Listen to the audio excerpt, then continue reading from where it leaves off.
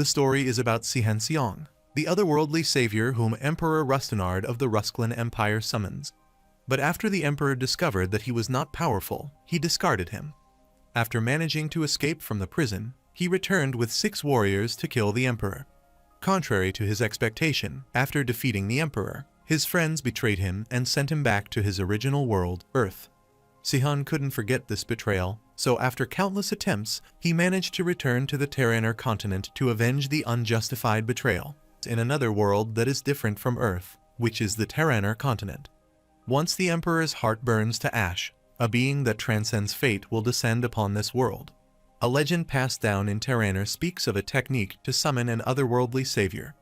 The Rusklin emperor sacrificed his 5 sons, 7 daughters, and 19 heirs to the imperial families to invoke the otherworldly god from the prophecy. After summoning the emperor, he asked the boy if he was supposed to be the being from the prophecy. The emperor cursed his fortune, thinking it was a waste of his time because the boy wasn't the savior and was just a worthless child. The emperor found himself summoning an ordinary teenage boy from Earth, so he furiously instructed his men to get him out of sight immediately. The boy was abandoned in a completely unfamiliar land when summoned to this world. After some time at the Rusklanium Imperial Palace, the emperor shouted at the otherworldly being to heed his call. While the dragon is trying to attack the protagonist, he uses his skill with the sky-piercer roar of the mountain and easily subjugates it. The emperor is dumbfounded, wondering how to trounce these otherworldly monsters. The protagonist clarified that otherworldly beings are feared because the rules of this world do not apply to them. But that is not a problem for him. He is also an otherworldly being summoned by the emperor, and is the otherworldly savior, Sihan Seong. Sihan knew that he possessed the strongest magic that could be passed down via bloodline, the ability to summon creatures from other worlds. This ability is only passed down to direct descendants of the Russian imperial family, and countless people have died because of that power. Furthermore, the emperor exploited his citizens and forced them to suffer under his cruel, oppressive reign. On top of that, Sihan had to go through hell because of him since he summoned him to this world. But the moment he decided that he was powerless and worthless, he discarded him as if he were trash. He barely escaped, and it took him 3 years to return there. He had to survive this living hell where he didn't know anyone, and he had been waiting for the day he could take his revenge on him. He pointed his sword toward Emperor Rustenard, telling him his reign of terror ends that way. He infused his mana in his sword, telling him that he would make him pay for all the anger and resentment he caused him by killing his companions. He lifted his sword to eliminate the emperor, and Emperor Rustenard furiously cursed his fortune because he wouldn't have ended up like that if it weren't for that prophecy. Shortly, the protagonist immediately struck him and sighed because it was finally over. While immersed in his thoughts, a girl named Levina calls him, and he is pleased to see her. Levina is pleased that he finally defeated the emperor and appreciates him for doing a great job. The protagonist affirms and knows it has been such a long journey. Momentarily, he hugged her and was pleased because they didn't need to worry anymore. He promised to make her happy forever, which pleased her. While conversing, his comrade Rilstein tells him it's not over yet, as they have to burn the emperor's heart to make those other monsters disappear. Rilstein thought it was impossible to defeat the emperor, but he didn't think Sihan would succeed.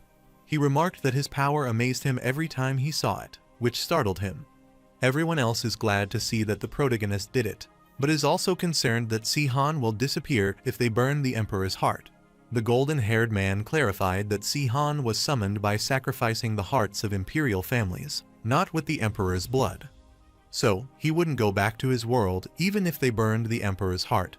Everyone was pleased to learn that, and thought the emperor had summoned his mortal enemy with his hands. The protagonist is startled upon hearing that they are concerned about him. Levina worriedly asked if he was sure he didn't want to return to his world. Sihan affirmed, assuring her that he had already decided that he was going to stay there with his companions, who risked their lives with him. He wanted to stay with his close friends and the person he loved and spend the rest of his life there. He clarified that he would be lying if he said he didn't have lingering attachments to Earth, but he does regret choosing this world because everything he treasures is there. Rilstein is glad to hear his answer and inquired if he has decided. The protagonist affirmed, telling him that he is absolutely certain. While conversing, Levina approached him, hugged him, smirked cunningly, and then told him that is a problem, which startled him. Suddenly, a portal appeared behind him, and he was startled to see it was a dimensional portal. He worriedly instructed everyone to be careful because someone had opened a dimensional portal. However, he is startled to see Rilstein burning the Emperor's heart. Rilstein asked him if he knew that even if a direct descendant of the Rusklin bloodline had been killed, as long as some ashes from their heart remain, they can be used to open another dimensional gate. Since Sihan has become too strong, too many people hold him in high regard. He is also popular, so they are concerned that he will be the one who rules over them at this rate. But they do need another emperor. Even though they admit that he is undoubtedly this world's savior, they are all grateful to him, so he must return to Earth. They assured him that they would take charge of shaping the future of this world, as they could not leave that in the hands of an outsider. This dumbfounded Sihan, and he wondered what they were discussing. He requests Levina to help him as he can't move his body and is stunned at seeing her expression. Levina smirked cunningly, asking him if he was not glad it ended well, which shocked him. She is apologetic and clarifies that she doesn't want to be a queen consort as she wants to be a queen. She doesn't want to become someone's woman, but she wants someone to be her man. However, unfortunately for Sihan, he is not good enough to be her partner. The protagonist is startled upon hearing this, asking her what she meant by that. Levina supposed he might be struggling there, so she wanted to help him out, and she pushed him back even though he wanted her to stop. She instructed him to return to the world where he belonged, and he got engulfed in that portal. The world was saved by the otherworldly savior and the 6 heroes. Later, Rilstein explained to the citizens that the otherworldly savior had fulfilled his duty, and to honor his desire to return to his world, he wanted to build a new future for everyone. The Emperor's reign is over since the savior Sihan truly wished for it.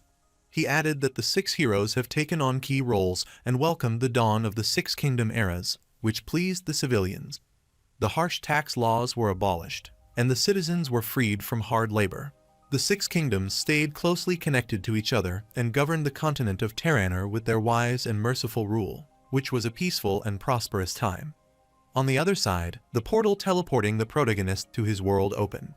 After some time, a golden-haired girl named Alicia came out of her house and happily sighed to see that the skies are clear again today, as there isn't even a single cloud in sight. She is sure this is the perfect weather for farming, so she started planting in her farm. Suddenly she heard a noise, looked around, and saw a vast fish nearby. She gets startled on seeing it lifted and realizes that it's a flatfish, which is still alive and would taste delicious. However, she is reluctant to eat it because she doesn't even know if it's safe to eat, and wondered what a fresh fish is doing this deep in the mountain. She is sure something doesn't feel right, so she wanted to return to farming. Suddenly she heard something else falling, so he looked back, wondering what it is. She is startled to see the pig and wonders what is happening up there. At first, it was a flatfish, but now it's a pig. At that moment she spotted something above her and saw a naked man falling from the vast cerulean sky. She is dumbfounded to see that now it's a naked man who falls from the sky and wonders if he is dead because he isn't moving for a while. Abruptly the protagonist sat and looked around, which startled Alicia, and she accosted him. The protagonist laughed because it finally worked, and wondered how many years it had been since they wanted them to know that he is back. Soon he lost his consciousness and Alicia wondered what is happening. Later at night, the protagonist opened his eyes, looked around, and wondered where he was. Alicia entered the room, saw that he had finally woken up, and told him she had made some porridge. She asked him how he is feeling and clarified that she is shocked to see someone suddenly fall from the sky. The protagonist asked her if she is the one who saved him and felt excruciating pain because his body is sore. He realized that the side effects are much stronger than he expected and wondered if his calculations are off. Alicia is startled because she has never heard that language before, and is not the common language spoken across Terraner. She wondered if he could be from a primitive tribe, if he is not speaking Estanian, but he is a bit too clean for that. The protagonist realizes that it's Terraner, not Earth, and asks in her language if she is the one who saved her. She affirmed and realized that he is not from a primitive tribe. The protagonist understood, so she asked where they are. Alicia explained that they are south of Mount Depolan, which is a half-day's walk from Goran village. Sihan is startled to hear that he is at Mount Depolan and wonders where that place is. Alicia supposed she should start by telling her about the countries first and clarified that they are currently in the Rilstein Kingdom. Rilstein is the first of the 7 revolution heroes to have founded this country. The protagonist smirked on hearing about Rilstein's kingdom and cursed him, wondering if he had become the king. Firstly, he asked her if he could borrow a dress because he had been naked for a while now, and she affirmed. Later, the protagonist is eating the meal, but wonders why the grain stinks, but he knows it can't be helped because spices might cost a lot in these parts. He feels like he has returned, but clarified that doesn't mean he is not grateful, and thanked her for the food. She realized he had a toned body with hardly any excess fat, which contrasted with his good-looking face, delicate features, and abrupt manner. He seemed like a noble, but wondered why he was naked. The protagonist smiled, remembering that she was the one who saved him, but he didn't even know her name, and asked who she was. Alicia is annoyed that he only recalled that now. She told him her name is Alicia, and said she was just an ordinary country girl, as he could see. The protagonist is startled to learn, and she wonders if she was treated as a country girl, as she seems quite well trained. Alicia inquired how he knew that, and the protagonist clarified that it's just a feeling he can't explain. Alicia affirmed, telling him that he is right because she is sword higher and a warrior who can control aura, but she is not a knight. She is a free knight like her who doesn't serve a master, receives no requests, and is essentially unemployed, so she spends her free time farming. The protagonist understood, so he wanted to ask her one last question: how she was related to Emperor Rustenard. After hearing Alicia get startled, she throws the table at him, takes out her dagger, and rushes to attack him. However, she is startled to see that he has disappeared. The protagonist quickly got behind her, telling her that he didn't ask her that because he wanted to fight. Alicia got startled to hear it, wondering when he got behind, and rushed to attack him. But he easily dodged her attack, so she wondered if he was as skilled with a sword as well. She kept attacking him, but he dodged all of her attacks, telling her he had no intention of fighting her, so he asked if they couldn't talk it out. Alicia realized that he is strong, but he is using the smallest movements to dodge all his attacks, and she has to move faster in that case.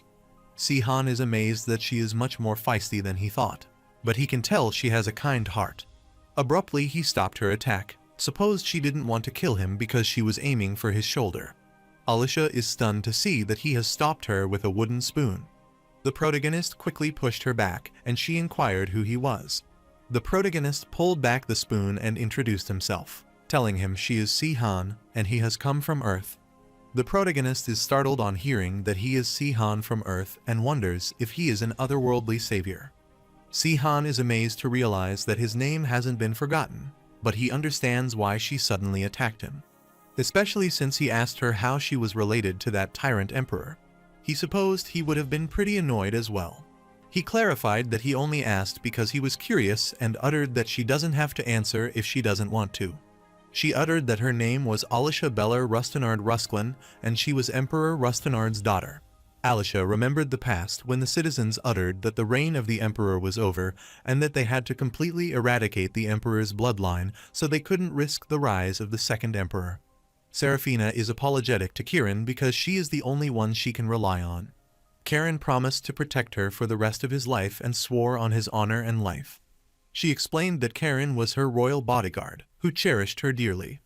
Even though they had nothing and lived in the middle of nowhere, he did everything he could to raise her well and taught her how to use aura as well.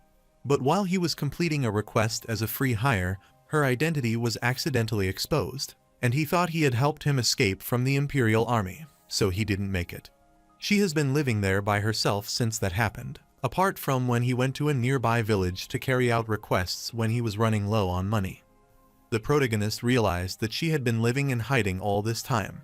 He never thought she had been the emperor's daughter, but suddenly she realized something and asked if she didn't see him as her father's enemy.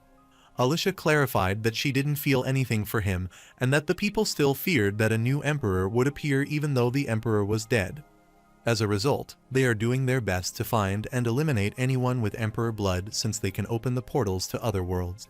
She thought he was one of those people who were looking for her. The protagonist frowned, realizing they had said they had been quite lenient to the emperor's descendants. He wondered if they lied to him because they couldn't be bothered to win over him, and he got more angry as he learned more about it. Si-han is sure that it might be tough for her but wants her to cheer up because it is nothing compared to what happened to him, since he just got summoned up to this world suddenly and had to survive somehow. Alicia wanted to know if he was saying he was the otherworldly savior, and he heard that he had returned to Earth after receiving the Emperor. So, he inquired how he ended up in Terraner again, but wondered why he turned up stark naked. The protagonist gets mortified, telling her that only a living creature can pass through the dimension, which is not like he has some weird taste. He remembered that he was naked when he first came to this world. It was even worse when he returned to Earth 10 years ago and appeared in the middle of the intersection of Gwang Hwa Mun. He clarified that even just thinking about it is making him angry. Alicia wondered what Gwang Hwa Mun intersection was and if he would return to Terraner because someone summoned him after he returned to Earth 10 years ago. She wondered how Terraner managed to use the technique to summon him from another world. The protagonist guessed it would be him because he returned on his own. Alicia is stunned to hear that he summoned himself and inquires if that is possible. Si-han explained that it wasn't easy for him as it took him 10 years. He wondered how to explain this, and he guessed she could say he hadn't summoned himself exactly. While explaining, he is dumbfounded as he senses something, which makes Alicia wonder what the matter is. The protagonist accosts her, asking if she said people are looking for her. He is sure that they are after her because she can summon beings from other worlds as a member of the Russian imperial family. She tells him that is right, and the protagonist gets worried as he realized that he messed up. While she was wondering what the matter was, Si-han explained that he needed a magical dimensional marker to ensure he could safely reach Terraner from Earth. That is why he chose someone who possesses the blood of Rusklin as his destination, since they have the power to summon people from another world. Among them, she is the one who has the strongest blood ties to Rusklin. Alicia supposed that might be why he asked her how she related to the Emperor. The protagonist explained that, in other words, he used her to summon himself to this world, so he thinks another mage will think she summoned him to this world. Alicia gets worried about hearing this, so she asks him if he means they might be here soon. She peeked out the window, worried about seeing several fire torches and wondering when they arrived. The mage explained that he senses traces of summoning magic in this area and is sure the reaction is coming from that cabin. He thought they should also attack them since they had finished the siege preparation. Sword Hire Zenon came forward, thanking Mage Klen for his good work. He commanded the soldiers to prepare for battle because they would lay siege to that cabin. Meanwhile, inside the house, the protagonist is amazed to see Alicia wielding the sword.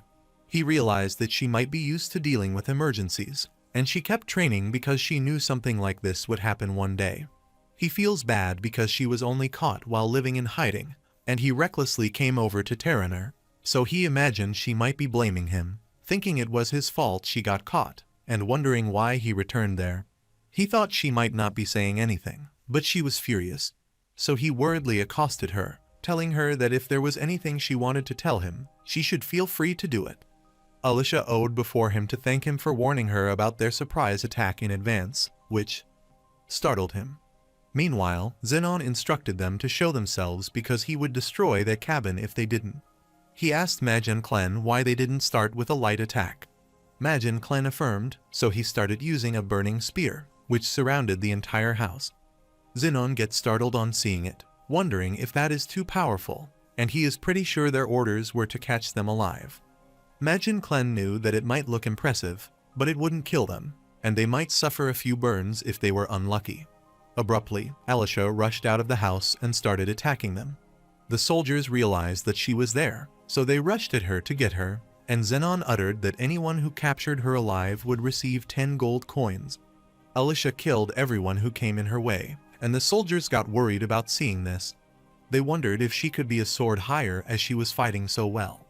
Alicia is concerned because there are so many of them, so she wants to escape, but she wonders how she could escape.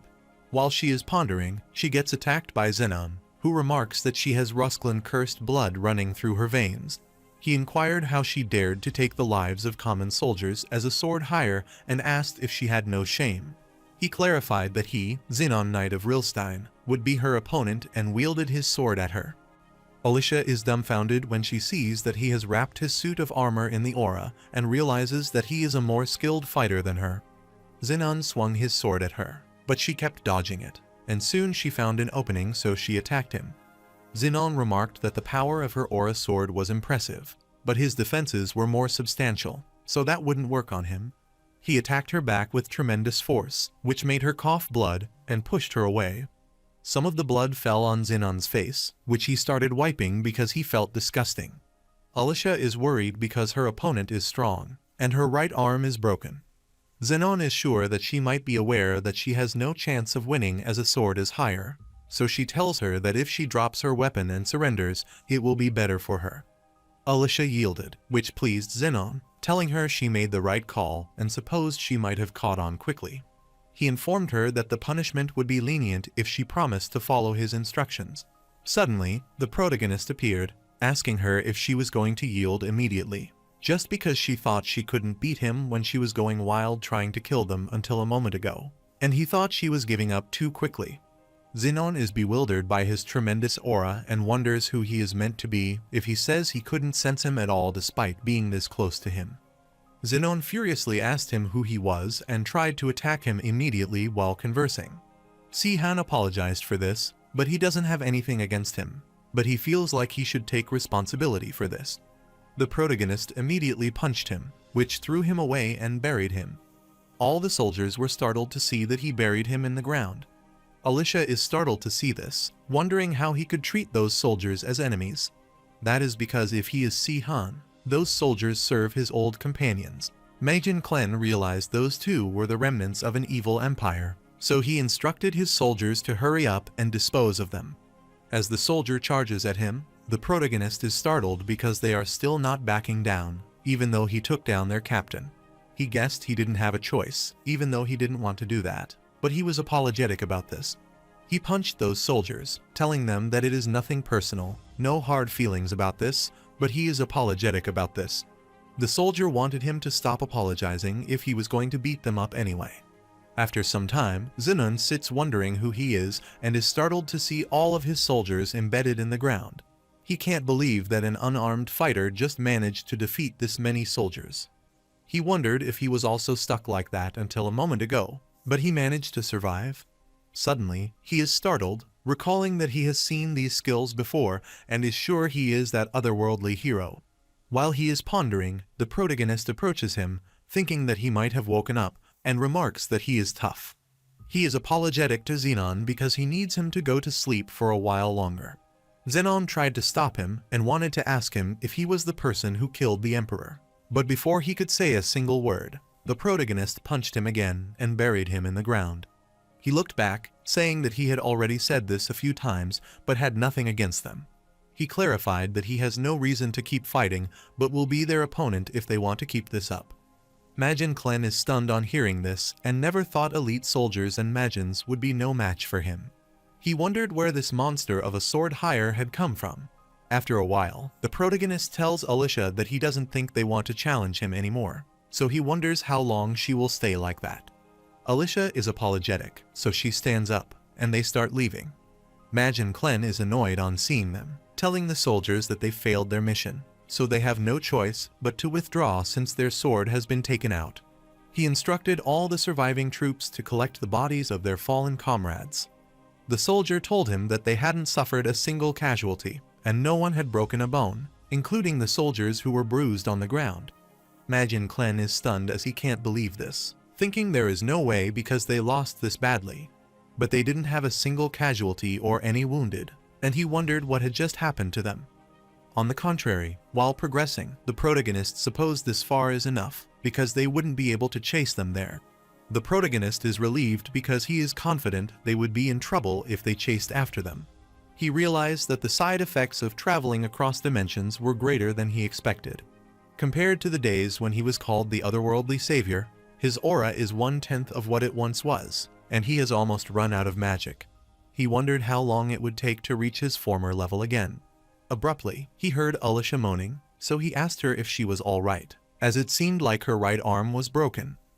Alicia explained that it was a relief because she got lucky and got away with a broken arm this time. The protagonist wondered how it was a relief and thought she was strange. After a while, he supported her broken arm and was sure that she would be all right now.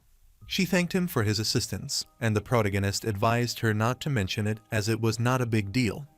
When they were done, she told him she was leaving now, which startled him. Si-han asked her where she thought she was going because this was the part where they decided to stick together, and more importantly, he wondered how she would get off this mountain with that arm. Alicia thought she would be alright as long as she paid close attention to her surroundings. The protagonist inquired if she thought this would be enough and assured her he would help her, since it's his fault that they are coming after her, and he can't leave an injured person alone. Alicia thinks for a while, then agrees to stick together, and the protagonist wonders if she needs to think that long about it.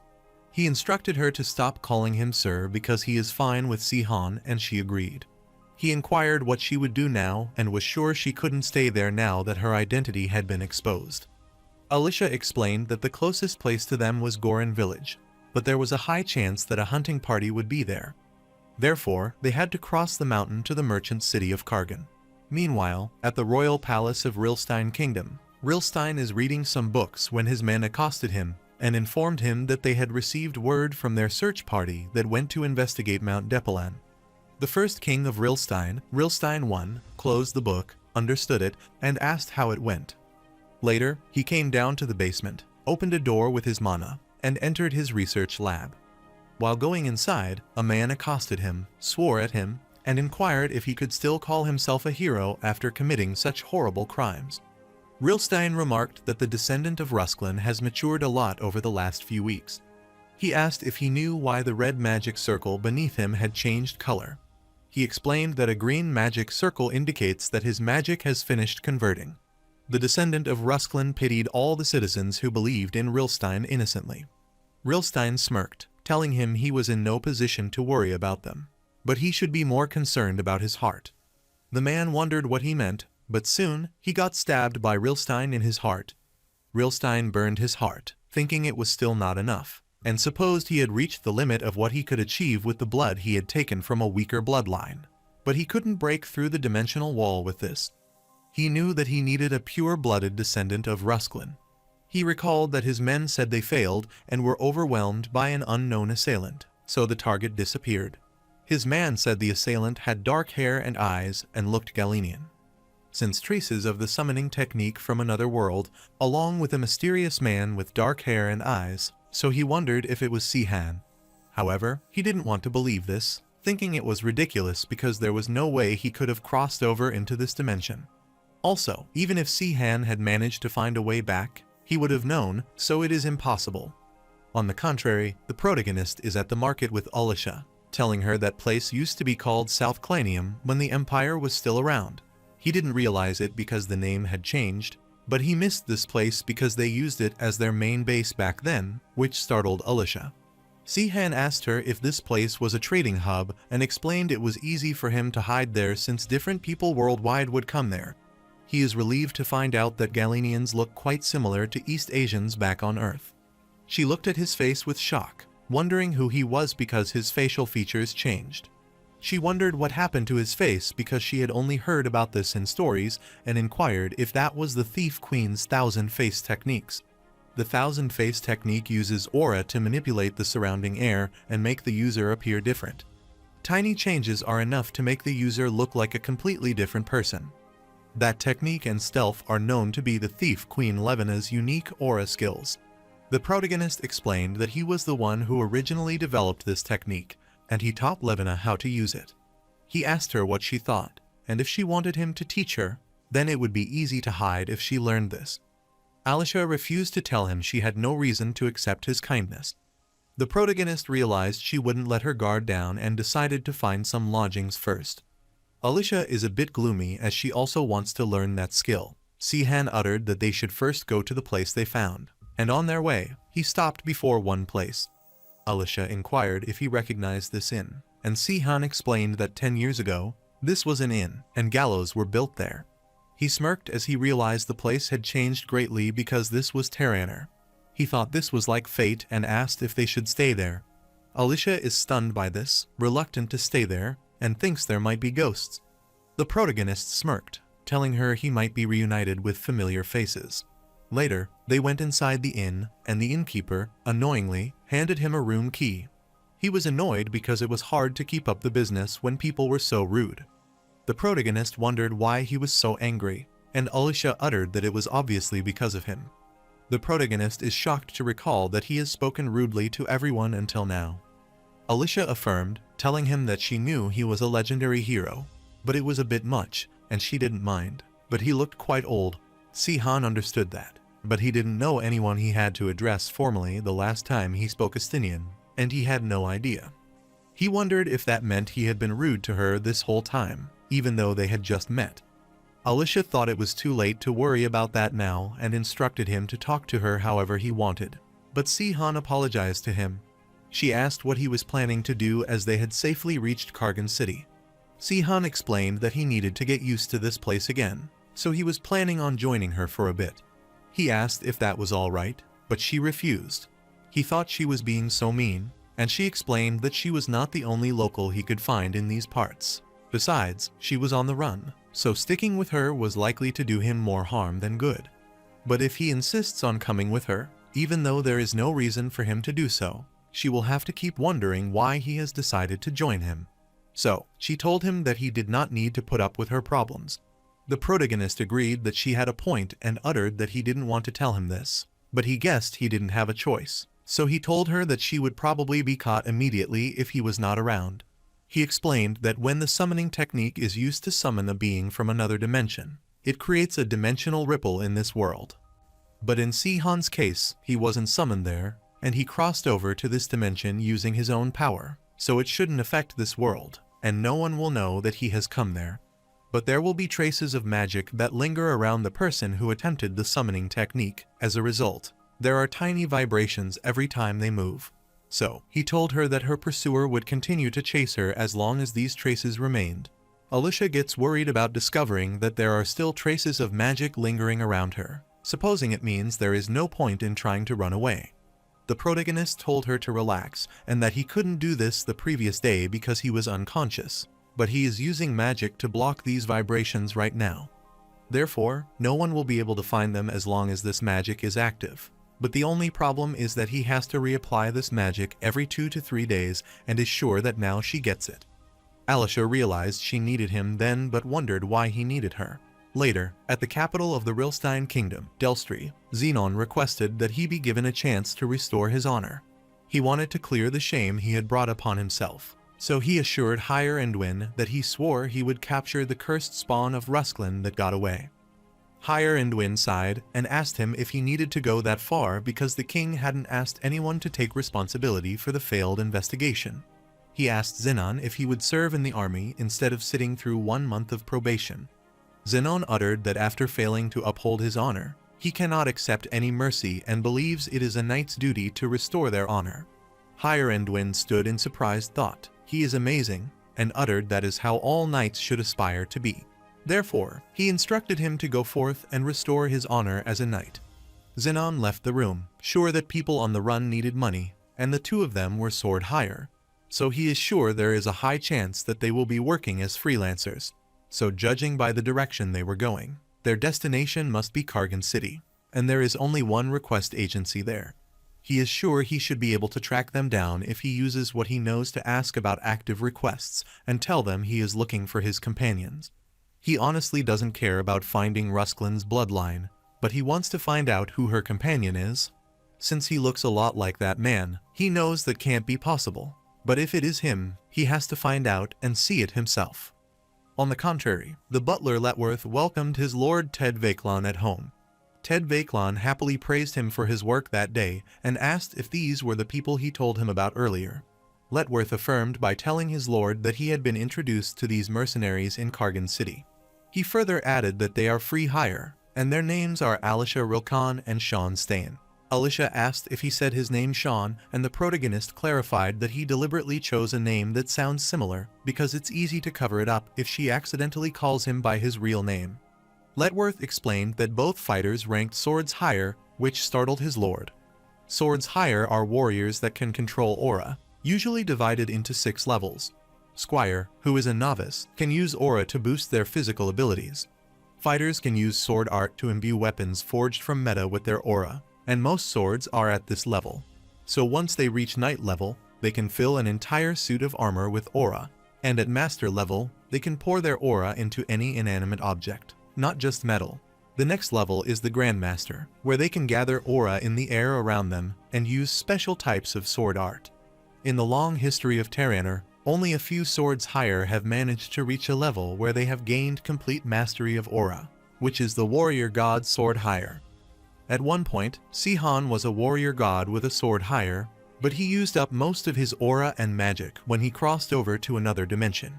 The protagonist couldn't believe himself because he was just at fighter level right now and thought he was pathetic. Ted Vaclon is amazed to learn that both are fighters who are incredible at such a young age and are a reliable pair of mercenaries. He clarified that they were setting off the following day, so he instructed them to get some rest that night. Later, Sihan is annoyed because it's hard enough to work for their travel expenses, but now they must also work as mercenaries. He recalled that he would find a rich noble in the past and take everything they had. Alicia inquired if he was telling her that the legendary hero used to steal from people. The protagonist explained that the girl he dated back then was a thief. Alicia imagined his fantasy romance that spanned 2 worlds and a dangerous lover from another world. The protagonist explained that they aren't common thieves, they only steal from the wealthy. He uttered that, at that time, all the rich people were corrupt villains from the Empire. But they can't do that right now, so he guesses he doesn't have a choice and will have to work hard to make a living by slicing up his enemies and spilling their blood. Alicia might think he is going to rob people if they hear that. Sihan wondered what the details of their request were again, and they were supposed to be subduing magical beasts. Alicia affirmed, telling him that a group of Ignis wolves had appeared in Vaclon territory. He formed a party to try to drive them out, but it failed because it was not strong enough. That is why he hired some external mercenaries to help subdue these magical beasts. The protagonist asked her if she meant those fire-breathing wolves that take him back. He explained that the first magical beast he encountered 13 years ago was Ignis wolves, so his companions, and he had to drive them out of the woods. He recalled the memories of the time when his comrade told him that he had become too strong and was also very popular, so they wanted to take charge of this world shaping. He gets infuriated, sits, and is confident they should be good enough for a warm-up. He is certain they would be a good practice for him since his aura is weaker now. Alicia inquired if he was sure that he had become weaker because he stopped her with just a spoon and even defeated the knights in that search party so easily. The protagonist is sure she can now see how weak he has become because he has to use a spoon to stop her. Alicia knew he was not wrong, but it wasn't enjoyable when he put it like that. He uttered that, regardless of how weak he is now, he has a lot of experience. A PvP World Championship winner like him would never lose to an ordinary fighter, even if he is at quite a low level. Alicia is startled, wondering what he means by level and World Championship. The protagonist wanted her not to mind, so he told her to get some sleep and go back to her room. The next day, the sun had finally risen, and Ted Vaclon wondered how dare those magical beasts invade his territory, so he wanted to wipe them out that day. He wanted those monsters to come out and fight him because he was personally appointed as a knight by His Majesty Sech Sengard and would be their opponent. The protagonist is stated to see that he is heavily armed and is sure that wouldn't be of any use against a magical beast. The protagonist remarked that the knights in this area haven't changed much. Abruptly, he remembered her injury and asked how her arm was. Alicia explained it was fine, as it healed quickly after she had applied an aura to it. The protagonist is glad to hear it, so he thinks they should get ready, but he wonders why he could smell sulfur and realized they are nearby. Suddenly, they were attacked, so Ted Vaclon instructed everyone to prepare for battle because they had found a group of Ignis wolves. He wielded his sword and wanted those evil beasts born from darkness to come forth because their wicked flames were useless against a knight's sword, and he got attacked. The protagonist informs him that he shouldn't wear a suit for armor because that is why he gets hit by attacks that are easy to dodge. Ted Vaclon wondered how a knight should enter a battle without any armor and instructed everyone to be careful not to break formation. He is sure they can certainly win this time because they have a sword higher by their side. While the protagonist is fighting with the Ignis wolves, he realizes that it is easier than expected. He is confident that he could wipe them all out on his own if he wanted to, but then he would stand out too much if he did that, so he doesn't want to do that. However, he wondered if they needed to hire mercenaries for these magical beasts. Suddenly, an Ignis wolf appeared before the mercenaries, and they wondered what that was, as that was a mutant Ignis wolf. The protagonist sighed as he finally figured out they had a leader. While everyone is rushing away to see mutant monsters, the protagonist steps forward. Ted Vaclon wanted them not to panic because this was their chance, so if they defeated the leader of the magical beasts, then the rest of them would lose the will to fight. So, he requested Alicia and Sean to take care of it because he would protect the soldiers. The protagonist realizes they are leaving them to deal with the most dangerous part, and that being a mercenary is a tough job. The protagonist told her that the pack's leader was all hers, as he would stop the other wolves from getting close, which startled her. Si-Han explained that he doesn't want to stand out, but she is strong enough to deal with an Ignis wolf. He killed the wolf trying to attack him and told Aliti this was her chance. She got it, so she charged at the leader, and the mutant wolves threw flames at her, which she managed to evade. She struck it, rushed away, and as the monster tried to attack her, she attacked its head. The protagonists smirked because they knew she was quite strong, so he didn't have to worry about her. However, soon, he is startled to see that the mutant wolf isn't killed by her attack. Instead, it releases a tremendous aura and electrocutes her. As Altia falls, the wolf grabs her, which worries the protagonist. A few moments ago, Alicia asked him why he needed her, and he supposed he should tell her now before it got complicated.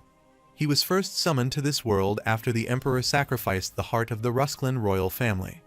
As a result, he could stay in Terraner without worrying about the Emperor.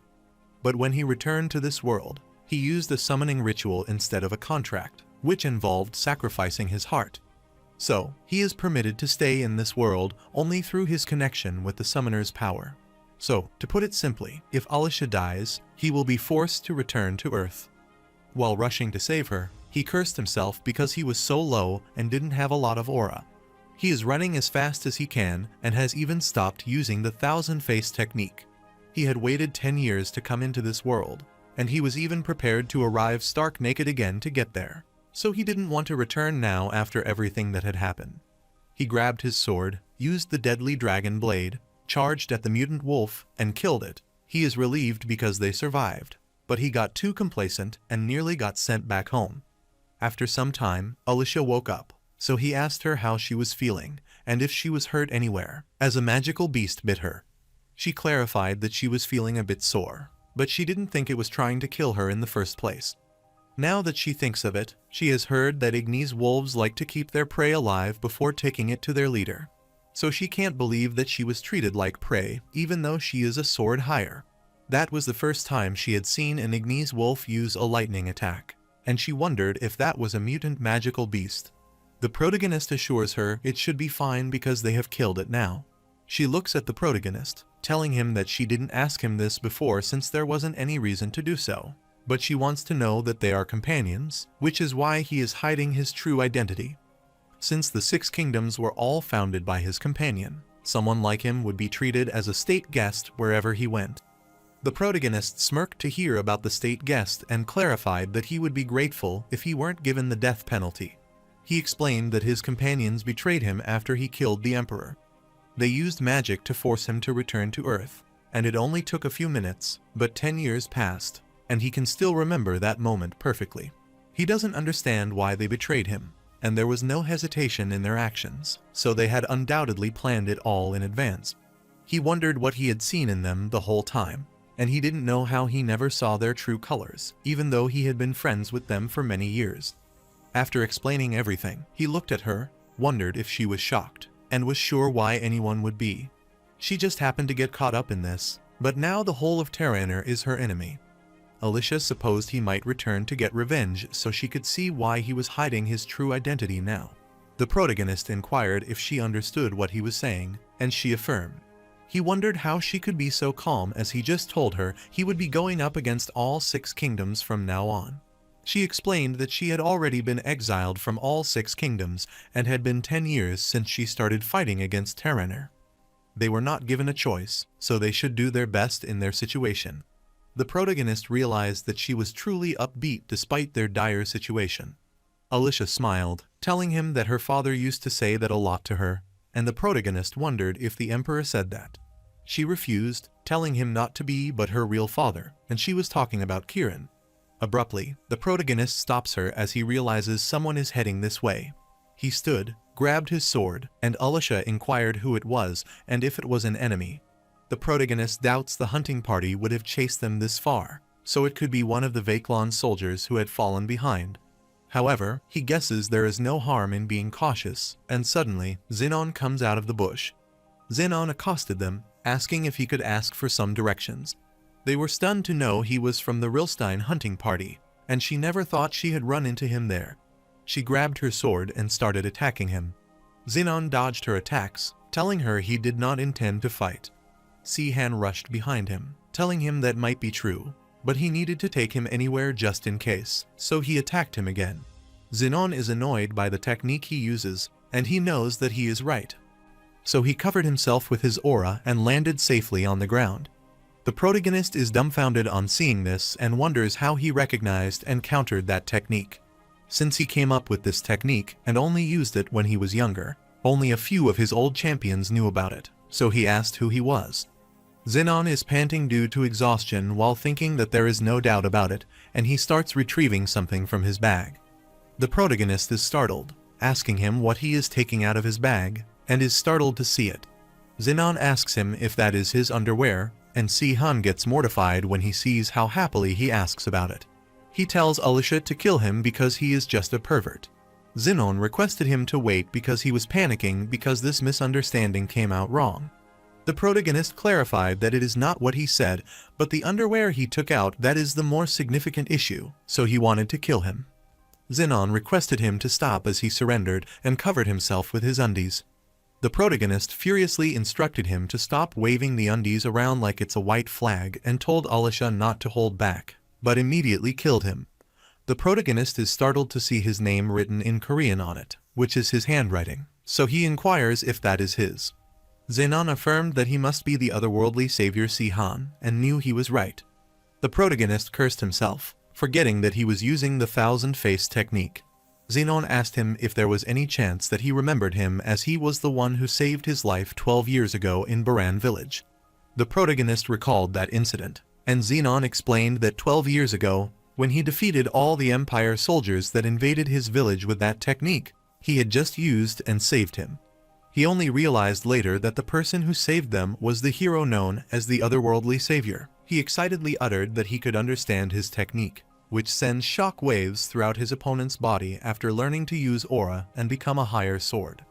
This technique shows how kind he is as it allows him to defeat enemies without any unnecessary bloodshed.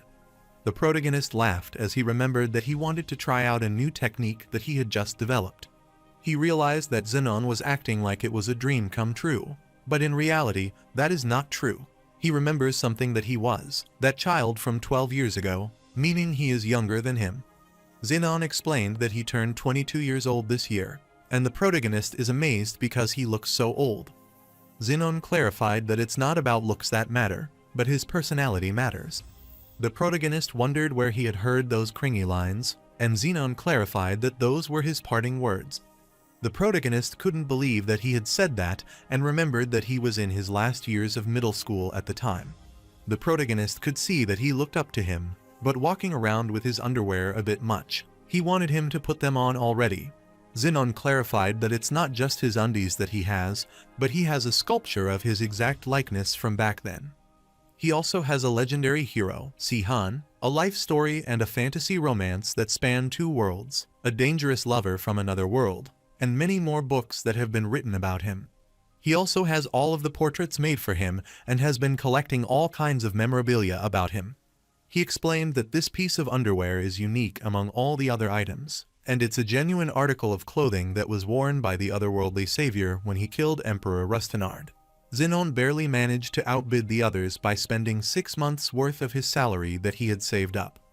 The protagonist is miffed as he gets his point and wants him to stop talking about his underwear. Xenon explained that he took an oath of allegiance to the Rilstein royal family because His Majesty the King used to be his companion, but he pledged his sword to him. The protagonist inquired what he would do if he told him Rilstein was his enemy. Xenon confidently uttered that then he was also his enemy, and Si-Han could tell by the looks of his eyes that he was telling the truth. The protagonist agrees because it is not like he could send him back now that he knows who he is and accepts his pledge. Xenon's Stride gets overwhelmed by this and assures him that he will do his best not to disappoint him, so he wants him to let him deal with the rest of the Ignis wolves. The protagonist called that they had already wiped them out and wondered if he hadn't seen the leader's corpse. Xenon is astounded on hearing this, telling him that Ignis wolves always go around in male and female pairs. So, he supposed that the protagonist is trying to lure the female wolf out by using the male corpse. The protagonist is stunned by this, and then he hears the wolf howl and realizes it's there.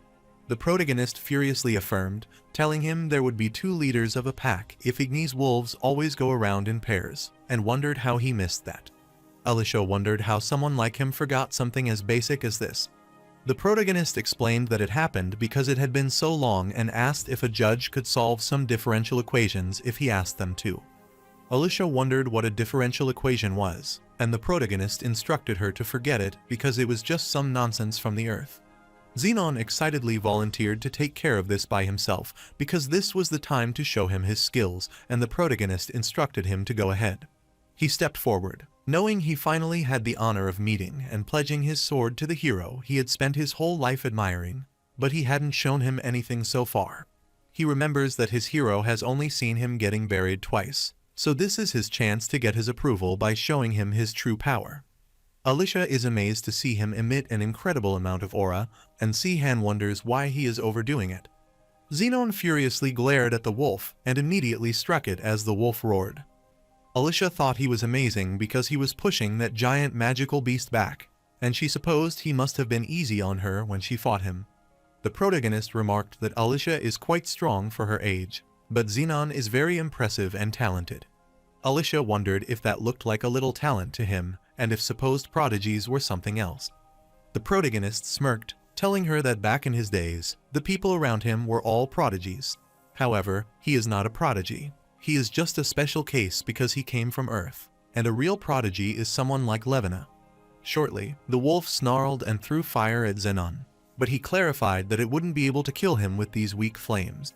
He jumps at the wolf, telling it it's over, and the protagonist gets concerned, thinking it's not good. Soon, Xenon gets electrocuted and falls unconscious, so the protagonist thinks this is familiar.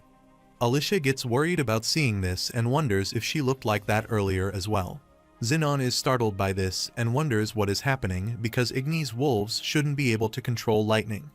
Alicia uttered that it was her turn now, but Si-Han refused, telling her it was fine as if they were dealing with magic. He would go. Alicia understood because he came from another world, so that it wouldn't harm him. The reason why everyone feared the Emperor's army of magical beasts was not because they were powerful, but also because magic doesn't affect creatures from other worlds. Even the most powerful Magin is powerless against a creature from another world, but those rules apply to Si-Han. The wolf threw fire at him shortly but didn't harm him. The protagonist apologized, saying that wouldn't work for him as he could survive when he first came there because he was immune to magic. There were too many witnesses earlier, so he had to act like he was dodging, but now he doesn't have to worry about it. Shortly, a wolf attacked him with lightning, which electrocuted him and shocked them. The protagonist realized that it looked familiar, and he wondered what was going on, so he pondered why the magic affected him. This has never happened to him, so he gets infuriated because that wolf dared to embarrass him and immediately attacks it. He is sure those flames didn't affect him, so he wondered why he got hit by that lightning. Xenon worriedly rushed toward him, respectfully accosted him as Sir, and inquired if he was all right. The protagonist tells him to drop the Sir and call him Si-Han because it's not like they just met online. Xenon is startled as he can't address his most respected hero by his name and casually. Suddenly, a bright light appeared behind them, and the wolf started disappearing, and he got confused. He wondered what that was, and that was such a strange creature. The next day, Ted Vaclon is glad to see that they survived and is thankful to him because all of the magical beasts in his territory have disappeared because of him. He handed them the reward as promised, which was 600 pieces of silver. After receiving the reward, the protagonist clarified that it's nowhere near enough considering his plans for the future, but it's not a bad amount for completing one request. So, he decided to take on 5 or 6 requests and complete all of them in one go.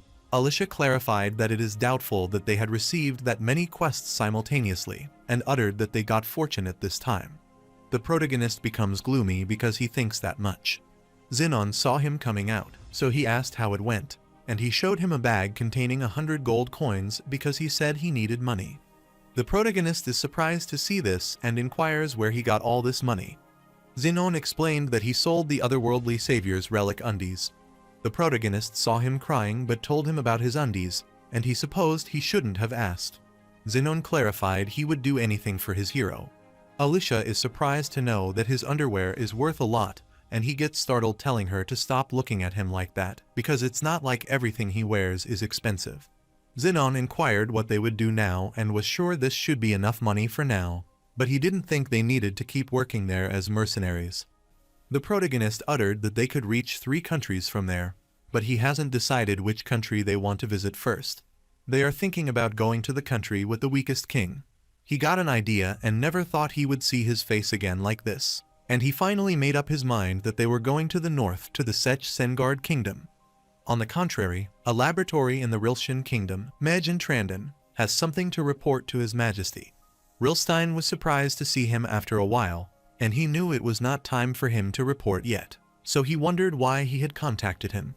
Tranden wanted to tell him about dispensing experiments 11 and 12. He doesn't think they need to send someone anymore, as it seems like the Veklan estate has taken the matter into its own hands and defeated them. Rilstein clarified that it was all right because those magical beasts weren't that powerful. Tranden also explained that experiment number 1 has escaped. Rilstein gets infuriated when he hears this and inquires if he is serious. He inquired what he was doing there, and he still calls himself the head of the Azure Tower. The 4 towers of Terranor have been around for over 1,000 years. They are the Crimson, the Alabaster, the Azure, and the Sable Towers. The first emperor of the Russian Empire was the greatest mage of all time. After uniting the continents, they assembled and organized all the magical knowledge and expertise scattered throughout Terranor, and built the 4 towers in Terranor to preserve their findings. The magic was ranked, and each of the 4 towers was separated by difficulty level so people could learn magic at their level on each floor. Once their proficiency was recognized, they were allowed to advance to the next floor and learn more advanced magic. To put it simply, the mage's ability and level of magical knowledge were determined by what floor they had reached in the tower, and the 9th floor master of the Crimson Tower is Rilstein. He furiously told Mage Tranden that he was selected as the tower representative, even though he lacked the qualification because all the tower masters were executed during the reign of the emperor. He asked if he wanted to forfeit his position because plenty of other mages were on the 8th floor. He decided to give him one more chance, so he wanted him to hurry up and eliminate that experiment while ensuring he didn't leave any traces behind. Mage Tranden affirmed that he wouldn't let him down this time. After the communication ended, Tranden was relieved to hear Rilstein gave him another chance. Meanwhile, at the capital of Sech-Sengard Kingdom, Retinsel, the Grand Chamberlain, rushed inside the king's room and accosted him. The first king of the Sech-Sengard Kingdom, Sech-Sengard Rettenberg, laughed, asking him what the matter was, and inquired if he would like to join him for a drink. Grand Chamberlain worriedly asked the king if he was partying again that day. Sech-Sengard affirmed and happily told him that he was so glad that he was born as a man. He added that the things that happened when the Empire was hunting him down feel like nothing but a bad dream now. Grand Chamberlain found it concerning that he has been indulging on luxuries and distancing himself from state affairs these days. He feared the citizens might look at him and be reminded of the previous emperor.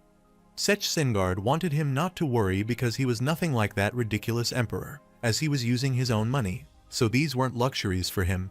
Grand Chamberlain is startled because the problem is that all his money comes from their citizens. Sech-Sengard said he was not taxing them 60% of their wages like the previous emperor. But Grand Chamberlain thought the tax is currently 50%, which doesn't make much difference. Sech-Sengard added that he didn't burn down hundreds of villages, and he is not forcing hundreds of thousands of people into hard labor. Grand Chamberlain, remember that he punished dozens of villages and conscripted thousands of people. Sech-Sengard asked why he would have put himself through all that suffering and become king if he could not enjoy his life this much. So the emperor's reign was a genuinely terrible period, and he can't dare to be compared to him, so he is sure they are just complaining now that they have it easy. Grand Chamberlain wanted to say something to him, but the king asked him if he had heard him out, and then it was time for him to leave him alone. Grand Chamberlain had no choice, so he left the room and thought he was wrong. Because the current king was clearly a hero and great warrior during a turbulent age, but he doesn't think he is fit to be king. He thought it would be great if the king had a vassal who would lead him down the right path. Sech Sengard is annoyed as he is having a lot of fun, but they just kill the mood, and he thinks it's time he returns. While he is pondering, Duke Kelterin enters the room, telling him that it was an honor, as always, to see the savior of the world, a hero among the heroes. Sech Sengard was glad to see him there, and the Duke apologized for the intrusion but explained that he had some urgent matters to discuss with him. Sech Sengard didn't want him to worry about it because it's always a pleasure to see him, and he inquired about the problem. Duke Kelterin showed him documents telling him it was nothing major, but there were a few administrative documents he needed the king to take care of. He looked at the document, threw it back, and told him to deal with it. He uttered that the king must protect the weak, and he doesn't have the time to spare on all these other minor tasks. On the contrary, at the suburban outskirts of Rattensel, the capital of the Sech Sengard kingdom, Alicia is amazed to know that he bought a house in Rattensel. The protagonist uttered that if they stay at an inn for too long, they are bound to run into many people, and they might stand out, but he is only planning on staying there temporarily. Zenon agreed with him, and the protagonist wondered if there was a problem. Zenon can't believe that he has to stay in such a rundown place, and if he knew this would happen, he would have sold his house before coming there. The protagonist suggests they should look inside, and after peeking inside, he realizes this is better than he expected. Alicia because they need to give it a bit of a clean. Zenon gets infuriated on seeing this, thinking it is a cursing place, so he can't just let this slide. He kicked the two of them out and requested they wait for a while. While waiting outside, they sensed strange energy coming out of the house and wondered if this was the kind of thing that normally happens when someone is cleaning. Shortly, Zenon told them that he was finished and knew that the house itself was still a bit shabby, but it should be clean enough for them to use now. The protagonist is dumbfounded on seeing the house sparkling and made that it is incredible. Zenon felt proud and was sure they should have no problem living there as long as she got enough furniture, and suddenly noticed some stains that he missed. The protagonist wonders why he is so obsessed with keeping things clean. Alicia thought she should try making a mess first if she ever had to fight Zenon again. The protagonist smirked, telling him he did great work, as they were off to a good start. Now that they have a base, he wanted to think about how they will approach Sech Sengard. Zenon explained that the 6 kingdoms that currently rule the continent of Terraner can be divided into 3 ranks based on their military strength. The 2 most potent kingdoms are the Rilstein and Ignatius, the religious kingdom. The 2 kingdoms in the middle are the Saphiran kingdom and the Follows kingdom, and the weakest kingdoms are the Sech Sengard kingdom and the Timorant kingdom. He heard they hadn't made much progress since they were founded a few years ago due to their unreasonable policies. This has led to a lot of friction between the kingdom, which recently came to a head during the Kargan War. There was a disagreement between the Rilstein and Ignatius kingdoms over the right to rule over Kargan City. This is concerned about the possibility of a large-scale war, so the other kingdoms staged an aggressive intervention. Sech Sengard uttered that anyone who tries to occupy Kargan City will become his enemy. Even though they might be the 2 strongest nations, there isn't a huge difference in strength between the Rilstein and Ignatius kingdoms and the other countries. So, Sech Sengard's participation in the war could have been enough to upset the balance between the 2 kingdoms. The 2 nations eventually reconciled an agreement and decided to share ownership of Kargan City with the Sech Sengard kingdom. The protagonists realized that they have been arguing amongst themselves, which is a good thing to know. He knew they wouldn't get along with each other, and they were bound to be divided by their interest once they gained power. Especially considering the fact that those people were the ones who kicked him out in the first place. Zenon agreed as he was absolutely correct and furiously wondered how they dared to stop so low as to get rid of the true hero. He realized he was a fool for swearing an oath of allegiance to those people, and didn't want them to write it off because he is not dead yet. The protagonist asks Alicia how her training is going. Alicia is startled by seeing him, so she uses the thousand-face technique to form a strange face. After seeing that the protagonist hardly stopped himself from laughing, she supposed she failed again. She explained that it's difficult because the transformation fades immediately and asked if something is wrong. The protagonist refused, telling her nothing was wrong, but wanted her not to be in such a rush, as she should try to relax and imagine an invisible hand in front of her face. He wants her to imagine the aura covering up and sinking into her face, and she is not changing the way she looks with the aura. Instead, she uses this invisible energy as makeup, and then holds it in place with an aura. Alicia gets annoyed because he has said that 3 times already, so he wants him to explain it to her differently because she doesn't understand what he is getting at. The protagonist wanted to be honest with her, saying that he doesn't get it himself, but he is just repeating the explanation that Levina gave him. Alicia instructed him to teach her the way he learned it, and he clarified that it was impossible because he comes from Earth. People from Earth and people from Terraner share many similar physical traits. However, there is one clear difference between them, and that is in the way they perceive aura and magic. People from Terraner need to develop keen senses because they weren't born with an aura. For people from the Terraner, handling aura is like trying to find something in a massive warehouse in the dark. On the other hand, the warehouse looks brightly lit to people from Earth, such as Sihan. From the start, he could see an aura, and it was the same for magic.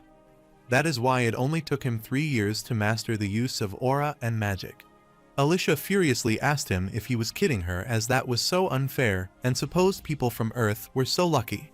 The protagonist clarified that is why he said he is not a genius and explained that according to Rilstein's research, it is not because he is from Earth, but actually because he came from another world. He believes that the body and its senses are reconstructed when crossing dimensions. Alicia supposed Sihan might have gained superhuman abilities by crossing between dimensions and thought that was unfair. Sihan uttered that is why he can teach her the method, but he can't explain how it works to her, and she has to figure out the basics herself. Hearing this makes Alicia wonder if someone from Terraner gained the same ability as him if they were sent to Earth and then returned. The protagonist is startled to hear that but unsure about it. Suddenly, the ground started shaking, making them wonder what was happening. Xenon supposed it might be an earthquake. The protagonist refuses to tell him there is no way because the energy is of a monster. On the other side, a building was destroyed, and the people were rushing away to save their lives from Liakin while asking for help. Many of them rushed away, but a girl fell on the ground and was about to get attacked by the Liakin. However, the protagonist appeared on time, blocked the attack, and asked if she was alright. Xenon thought there was no way because he thought there were at least 30 of them. It is hard for Sihan to believe, but it looks like magical beasts have managed to invade the heart of the city, and their army must be a total mess.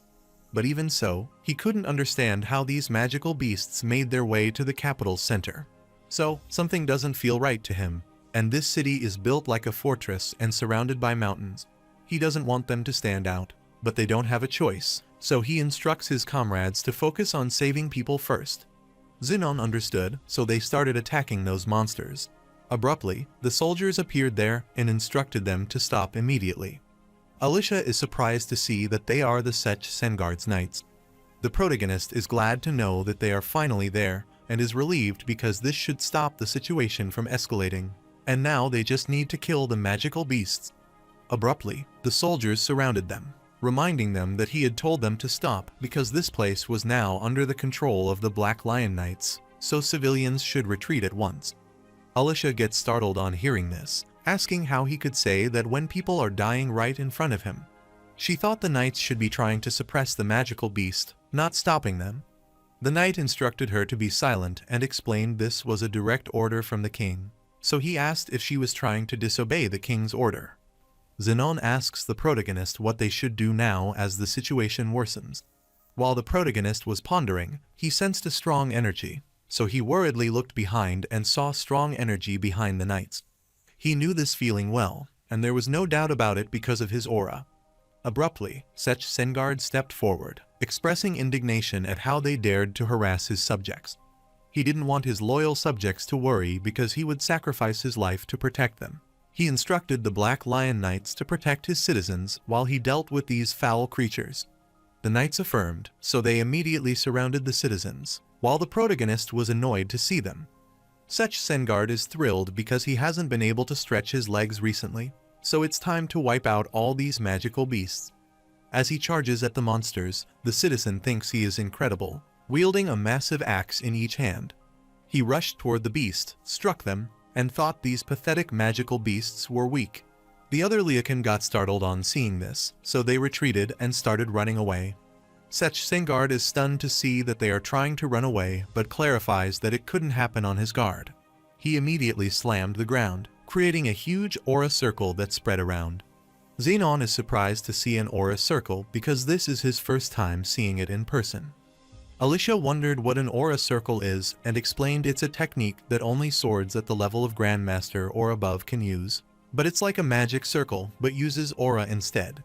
Sech Sengard is annoyed as he wants to crush those monsters flat, so he curses them and uses his skill, Aura Circle Giant Fist, to attack that beast. The citizens excitedly cheered him as they saw him defeating all the magical beasts alone. Alicia remarked that he was a beat, and Xenon uttered that's how powerful the Grandmaster sword hires are.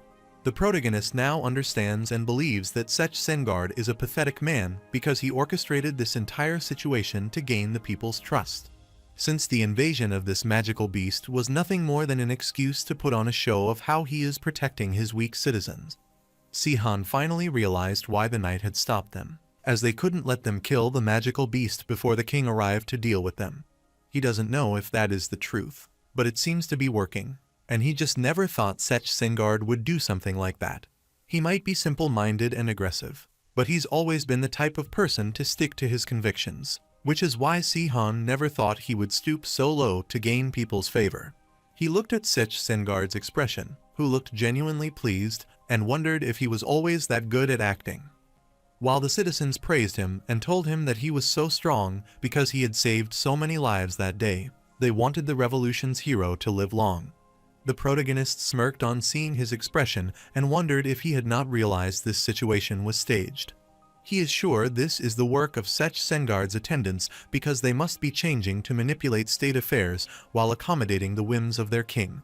This is unbelievable for the protagonist because he had preferred it if he was just corrupt, and he always knew that he was a moron, but this is too much. While pondering, Sech Sengard looked at him and was startled to see him because he had never seen him before, but something was unsettling about the look he was giving him. While the knight told him it was time to return to the castle, Sech Sengard affirmed and was sure it was not important. Sihan is sure that he might still be a moron, but his physical strength hasn't changed from the days when he was known as the Walking Fortress. Even though the world has changed, Sech Sengard's skull has not declined at all, so he realizes that it's still too early for him to show himself. He wanted to be cautious and wait until he was fully ready. It has been 2 weeks since the Sihan party settled in the royal capital, Ratinsel. Alicia started to understand the basics of the thousand-face technique and has reached the level where she can slightly alter her appearance. Xenon was able to learn more about explosive aura since Sihan was the one who created the technique. While Sihan focused on recovering his aura and magic, he now had 3 times the amount he did when he first returned to Terraner. But one day, while they were developing their skills and quietly biding their time, a notice from the king displayed throughout the city that a group of heretics had appeared in the Baruselt region. They control magical beasts that are tormenting people and causing chaos, so the wise king has decided to punish these people. As a result, their kingdom is currently recruiting heroes who seek fame and glory by joining their expedition force and participating in this honorable battle. The protagonist read the notice, wondering if those said heretics, but he couldn't see it well. Xenon explained they are called the Clan of Dimensions as this group of heretics was popular in various parts of Terraner during the Emperor's reign. They serve Heres, a so-called true god who exists outside of this world.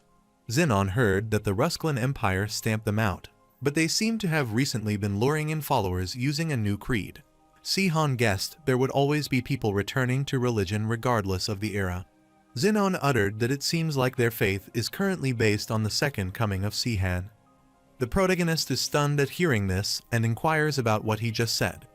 Xenon explained that they believed Sihan, the otherworldly savior, was the son of the otherworldly god, Heres, and that Sihan descended to Terraners to punish the false world and went on to destroy the Rusclan Empire.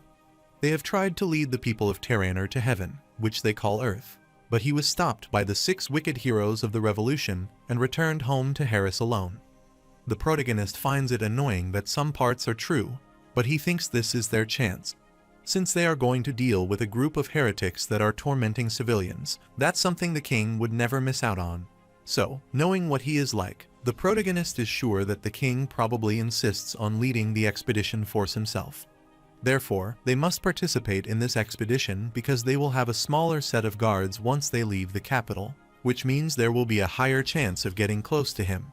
After some time, Duke Kelterin appeared and wanted everyone to listen and explain that he had been ordered by their great king, one of the 6 heroes of the revolution, to lead this group. They have prepared a lot of rewards that will be distributed based on their performance during this expedition, so he hopes they will do their best and follow his lead. Alicia thought Sehan said the king would come himself, and the protagonist is annoyed because it would be a waste of time and energy if Sech Sengard didn't come. Knowing the king's personality, the protagonist thought he had gotten involved. However, he is sure they will have a better chance of meeting if they make a strong impression there. But it's not worth all the effort they had to put in, and he wondered why he is not coming. While Duke Kelterin sighed because that was difficult to stop the king from joining the expedition in person, and luckily, he left him in charge. Instead, Sech Sengard was infuriated at the group of heretics and wondered how they dared to torment his people, so he wanted to leave this matter to him. He couldn't believe himself, wondering how he had ended up in this mess. He recalled meeting with Trandon, who requested him and explained that this is classified information from the Azure Tower. Since King Sech Sengard must never find out about this, and he can't send the regular army either, so he wanted not to leave this matter to him. Count Kelterin understood and clarified that it doesn't seem like such a difficult task. But most importantly, he can't ignore a request from Trandon, one of the oldest sponsors and representatives of the Azure Tower. Trandon assured him that he would send the men from the 6th floor to assist him, and he would also send the 5 Black Lion Knights who are loyal to him to accompany him so that there could be more than enough troops. He needs the Count to gather some mercenaries worth hiring. Count Kelterin knew that might be a bit annoying, but they would make quick work of one group of heretics, which was worth his time if the Azure Tower became indebted to him. He commenced his journey and told everyone to follow his lead because they were leaving then.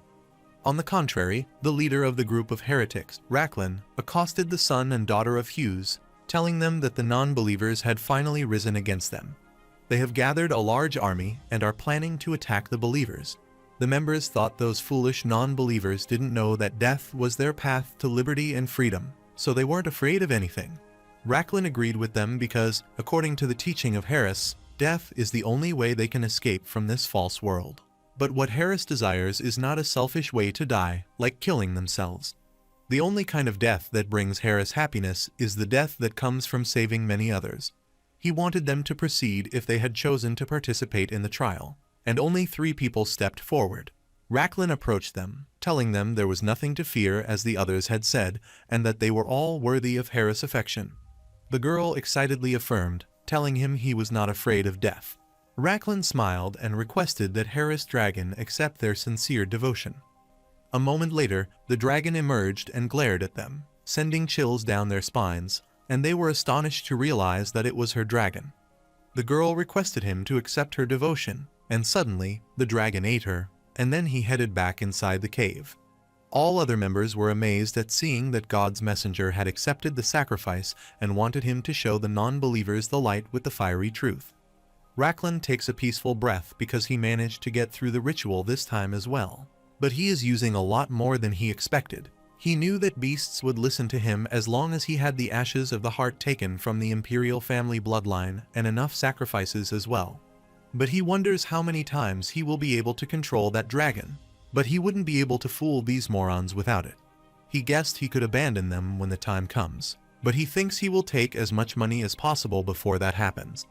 On the other hand, the knight told everyone that they would stay the night there, and it was time to set up camp for everyone, so they started working. Zenon is startled because there is no organization, and everyone is everywhere. This place is ultimately a mess compared to the regular army, so he wonders if they can even fight when there is no one to lead them. Alicia explained that mercenaries don't usually follow set routines on an expedition, but she guessed there is no way a noble knight like him would understand the ways of a humble mercenary. Zenon is annoyed upon hearing the remark of a noble knight, believing it's hypocritical coming from her since she also hails from a privileged background. The protagonists saw them arguing, so they wanted them to be careful and knew that he was the one who was going to suffer if words got out.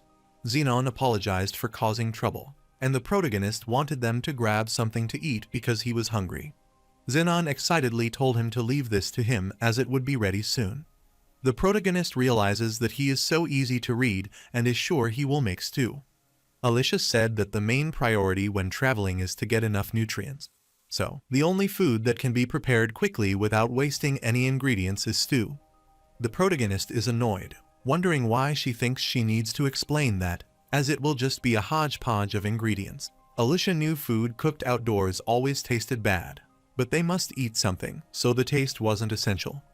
Soon, Zenon prepared the stew, telling them it was ready and that he wanted him to dig in. After eating the stew, the protagonist remarked that it was delicious and inquired if he used the same ingredients to cook it. Zenon explained that it's simply a vegetable stew, nothing special, and just a hobby for him. The protagonist is aware that it's not just a hobby and utters that it's so good that he would have no trouble believing it's food that is fit for a king. Zenon explained that the Rilstein Kingdom head chef kept pestering him for the recipe, which was annoying. He thought the chef should be ashamed of himself because everyone knows a chef values his recipes more than his life. The protagonist is confused, asking if he is a chef as he thought he was a knight. Alicia also liked the stew, so she requested him to give her another bowl, and Zenon agreed, so he wanted her to eat up. The protagonist is relieved to see them getting along, and soon it starts raining. Count Kelterin thought it was the worst as they were sleeping in the open, and now it's raining. The protagonist is concerned because the rain makes it harder to sense anything. Zenon agreed because it does make it harder to sense anything when their surroundings are filled with water energy. Alicia thought the second coming of Sihan's main force was made of magical beasts.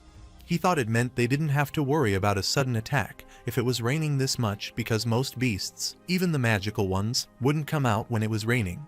Even if that is the case, Zenon can't believe they didn't ask anyone to stand watch to escape the rain, so they thought they were letting their guard down a bit too much. He thought if that group's main force is made up of magical beasts, then some people can control those magical beasts. So, he wondered if they could force those magical beasts to come out when it rained. Sihan refused, telling them that it was impossible because there was no way they could make a magical beast go against its natural instinct, regardless of how strong their control was over them.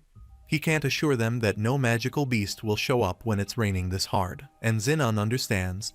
But soon, they were informed that they were under attack, which mortified him. The mercenaries informed everyone that the magical beast had appeared, so they wanted everyone to be prepared.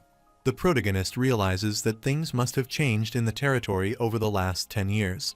While they were fighting with those beasts, some of the warriors were confused, wondering how these magical beasts were moving around when it was raining so much. They were sure there was no way they could be controlled to this extent. Another warrior clarified that they are not what they should worry about right now. So, he wanted everyone to get ready for battle and form a circle to get ready to attack. While the monster was attacking them, the warrior was too proud, thinking they might be known as magical beasts. But in reality, they were just some beasts that could use a bit of aura. He rushed to attack the beast, as they had all seen their fair share of battles. They kept attacking the beast, thinking that it was nice, and with this one beast was down, but it got struck instead. The warriors wondered what the matter was and why those monsters were so persistent, because they should have fled by now with those injuries. Abruptly, the protagonist comes forward, telling them that these magical beasts are under someone's control, so they wouldn't stop fighting until they died. He clarified that they have to make sure they know every single one of them, and not take on too many at once. They focus on the ones right in front of them and rush toward them. Suddenly, a knight asked Comrade about the mercenary who was leading the other. Joldarin is aware that he is quite useful, as he also gave clear instructions during all that chaos, so he is not bad and thinks he will come in handy. Later, he lunged toward the beast, landed a substantial strike, and subjugated it. The mercenaries are relieved as that is the last one, and finally, it's over, and they all excitedly cheered on their victory, thinking it served them right. The protagonist is concerned because, in the end, they fought against 44, but none showed any signs of fleeing. He wondered what could have made them act like that. He has never seen anything like that when he fought against the Emperor 10 years ago. that there is a mind control magic powerful enough to force them to ignore their instincts. He glared at the other side, where a few men were gossiping, and realized something was happening. It looked like this wasn't just an expedition to remove some heretics. Meanwhile, Count Kelterin instructed everyone not to let their guard down and said they would be severely punished if anyone was caught falling asleep. The mercenaries got infuriated as they realized he loved to give orders, but all he did was take the knights and hide at the back while they were fighting against the magical beasts. They are sure they wouldn't have suffered so many losses if the Black Lion Knights had fought with them from the start. Zenon also thinks that the so-called commander is pathetic. Alicia agreed because he was only concerned with saving his skin. The protagonist told them to ignore him because he's always been like that. Zenon is startled, wondering if he is someone that Si-Han knows. Si-Han explained that they knew little about him back then, but he wouldn't say he knew him well as he just heard rumors about him. He remembered that his name then was a superhuman with a sage's body and a wild beast's mind. Zenon is amazed as he doesn't look like that and thinks it should be the other way around. The protagonist refused, telling him that they were just calling him a super weak moron. Since he doesn't have a speck of talent when it comes to fighting, he somehow always manages to survive, and he never thought he had become a count. Zenon never thought people like that existed and started laughing. Alicia wondered if that was the case because she didn't think an incompetent person could become a count. Later, in Jard Village, Count Kelterin praised everyone since they had fought hard in that battle. They would launch a full-scale attack on the second coming of the Si-Han group the following day, so he wanted them to rest their weary bodies there and save their strength for the battle to come. The surroundings are thrilled to know they can finally sleep indoors that day. One of the mercenaries thought they had been sleeping in a tent out in the open again, but he had never been treated like this in all his years as a mercenary, so he felt great. The protagonist couldn't believe them as they were full of complaints the previous day. But it looks like people can be fooled easily, no matter where they are from. Zenon accepted him and uttered that he had finished preparing somewhere for them to sleep. The protagonist lies on his bed and tells them to get some proper rest that day. Before he could even see a girl enter the room, he asked if someone called Sean Stain was there. The protagonist was annoyed, but he raised his hand and told her it was him. The girl introduced herself, telling him she was Dina Crumble and served Sword Higher Paramin from the Black Lion Knights. She asked him if he could come with her momentarily because the mage Habak and the Sword Higher Jildarin were looking for him, which startled him. Later, Dina told him that the Black Lion Knights and mages were staying at this inn, and that she would leave because it was a confidential meeting. She sees Alicia is impressed because she looks like she is only a bit older than her, but she is already in the fighter ranks, so she thinks geniuses exist. The protagonist changes his appearance using the thousand-face technique, enters the room, tells his name, and asks if he has heard that he is looking for him. Jildarin is glad to see that he is there and instructs him to come inside, and Habak also introduces himself. Jildarin uttered that he came at the right time and wanted him to take a look at this map. He pointed at the marked area and told him this was the heretic's stronghold, and it was roughly half a day's march away. Habak explained that the second coming of the Si-Han group possesses an evil method of controlling magical beasts and is sure that he now knows what it is, having experienced it for himself, the precious day. Zenon affirmed as he heard everyone saying that they had never seen a magical beast appear during torrential rainfall. Habak realized that the mercenaries had noticed something strange and asked if he couldn't trust them to keep their mouths shut. The protagonist uttered that it all depends on how much he can fill up his coin pouch. Habak chuckled as he liked how he thought and gave him some gold coins, which should be enough to fill his coin pouches. Zenon is dumbfounded to see that he is offering them gold coins, which are a huge amount of money. Si-Han doesn't feel like it because his underwear sold for 100 gold coins, but this must be worth a lot, and he said it would do very nicely. Habak thought it was good and wanted him not to forget what he promised, so he waited to explain the best. The second coming of the Si-Han group didn't have a way to manipulate magical beasts, and they were a group of heretics that used dark magic to gain power from sacrificing humans. If magic was based on the system and studies, then dark magic was discovered through obscure and cursed methods. It was excluded from the school of magic since it required the sacrifice of living beings or blood. They have inquired if he is saying their ability to animate magical beasts is a new form of black magic. Habak refused to tell him they didn't possess any dark magic like that. but it was shameful to admit this. However, this is one of the Azure Tower's secrets. He explained that a man named Racklin Proud was a promising mage who rose to the 6th floor of the Azure Tower when he was 37 years old. In recognition of his talent and skills, he was granted the honor of taking part in some classified experiments in the Azure Tower. However, he grew too passionate and made the mistake of allowing some magical beast experiments to escape. After that incident, his position and authority were revoked, and he was sentenced to the curse of the 4 elements. Xenon wondered what it was, and Habak explained that it was a unique execution method from the 4 towers that used elemental magic with 4 attributes: water, fire, and wind. In other words, he received the death penalty, and Xenon is stunned, wondering what kind of experiment it was if he was killed for making a mistake. Habak glared at him, asking if he had not filled his pocket enough. Xenon is mortified to hear this, so he apologizes to him and clarifies that his pockets are plenty heavy. Habak uttered that that was all he needed to know about the matter, so he should keep quiet and listen carefully.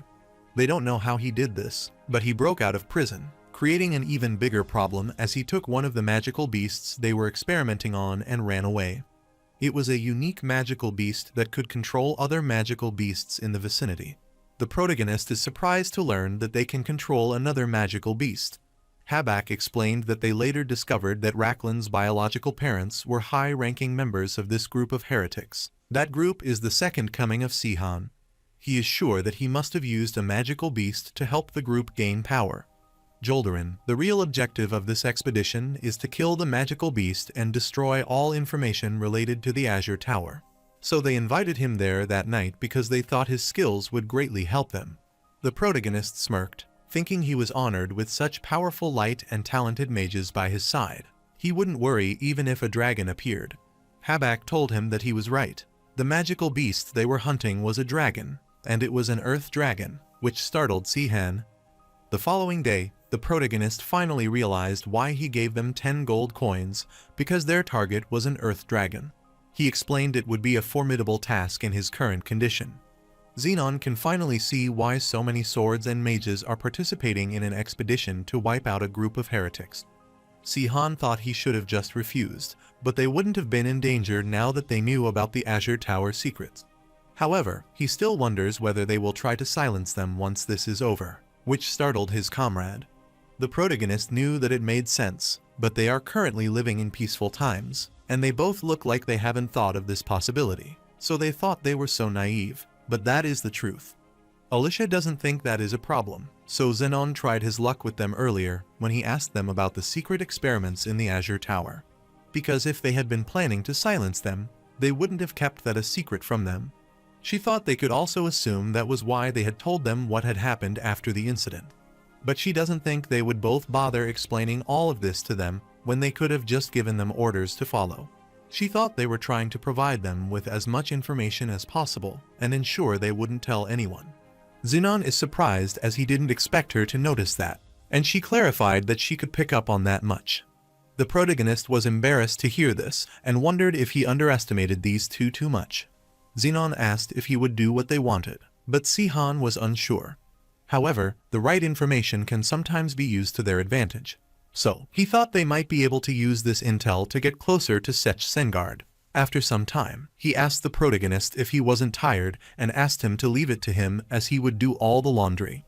The protagonist asked him if he was planning on putting it in a picture frame, which mortified Xenon, so he clarified that he was joking, as he was almost done while they were conversing.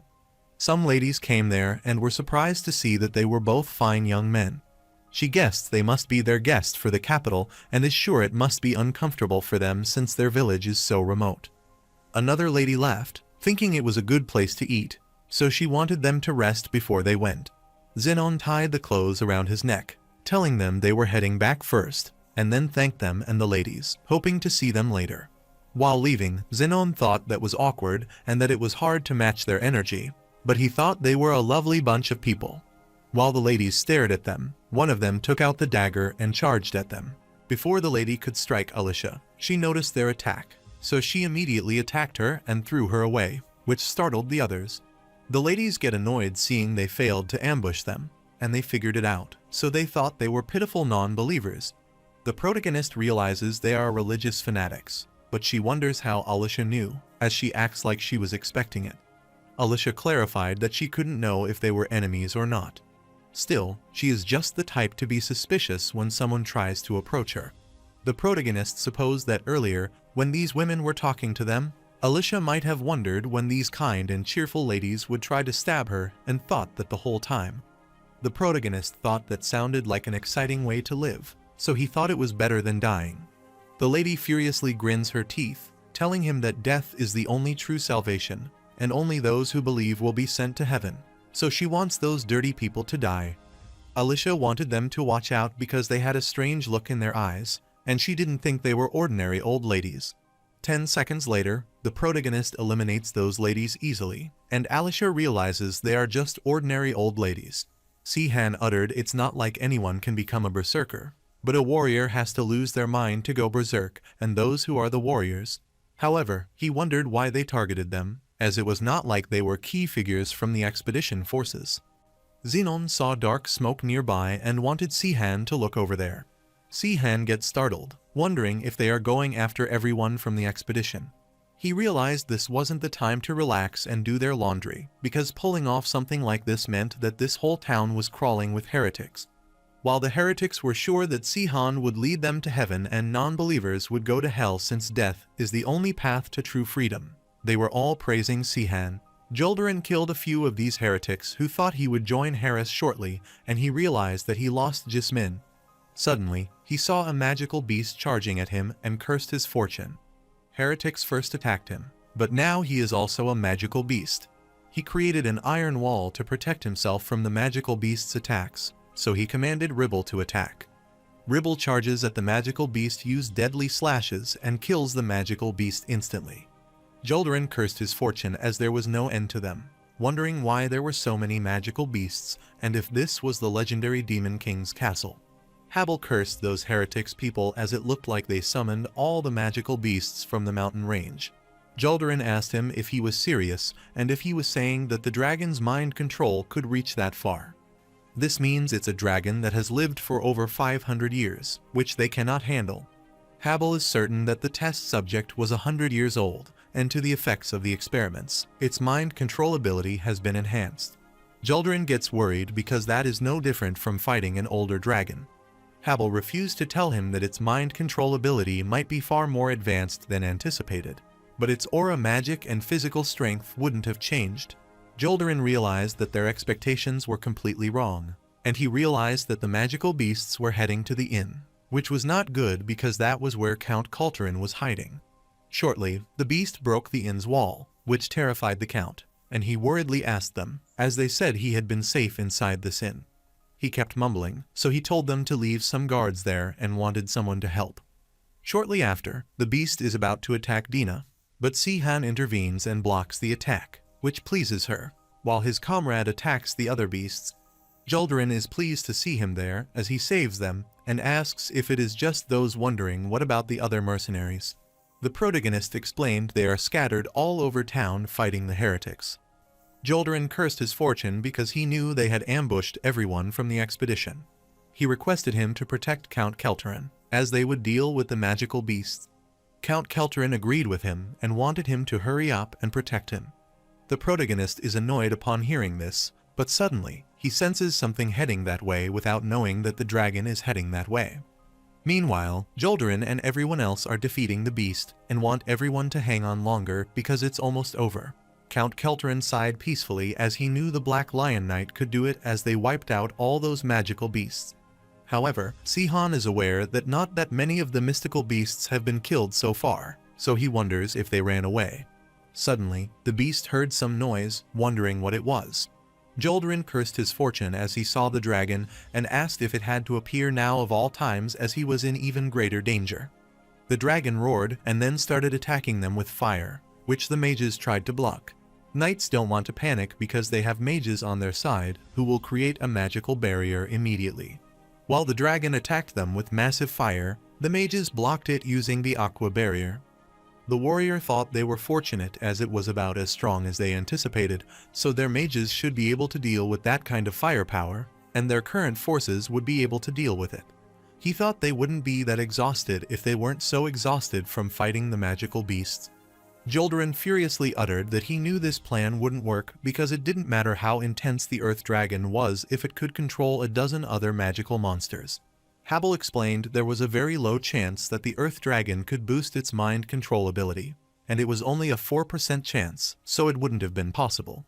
Joldarin uttered that it was not that low and asked if he hadn't ever gambled on anything before. However, now that it has happened, so as knights, they will never yield, no matter how exhausted they are, and uttered it's time to sow that evil dragon, what the Black Lion Knights are made of. The dragon roared and then attacked him, but Joldarin created an iron wall to protect it, and used a deadly slash to try to attack it. Zenan is amazed to see the Black Lion Knight's unique defensive skill, the impressive iron wall, and the fact that it can stop the Earth Dragon's attacks. It reminds the protagonist of what Sech Sengard was like in the past. When Sech Sengard uttered, it was about matching his opponent blow for blow. He is sure he will win since his attacks hurt more, and the protagonist gets frightened, wondering why he is trying to fight it as they have to retreat, so wanted him to get back there and stop charging in. The protagonist recalled that time, thought those fools' tactics definitely reminded him of what he was like back then. The protagonist realizes that not only has Sech Sengard's personality stayed the same after all these years, but he is still using the same battle tactics, which means his weakness wouldn't have changed either.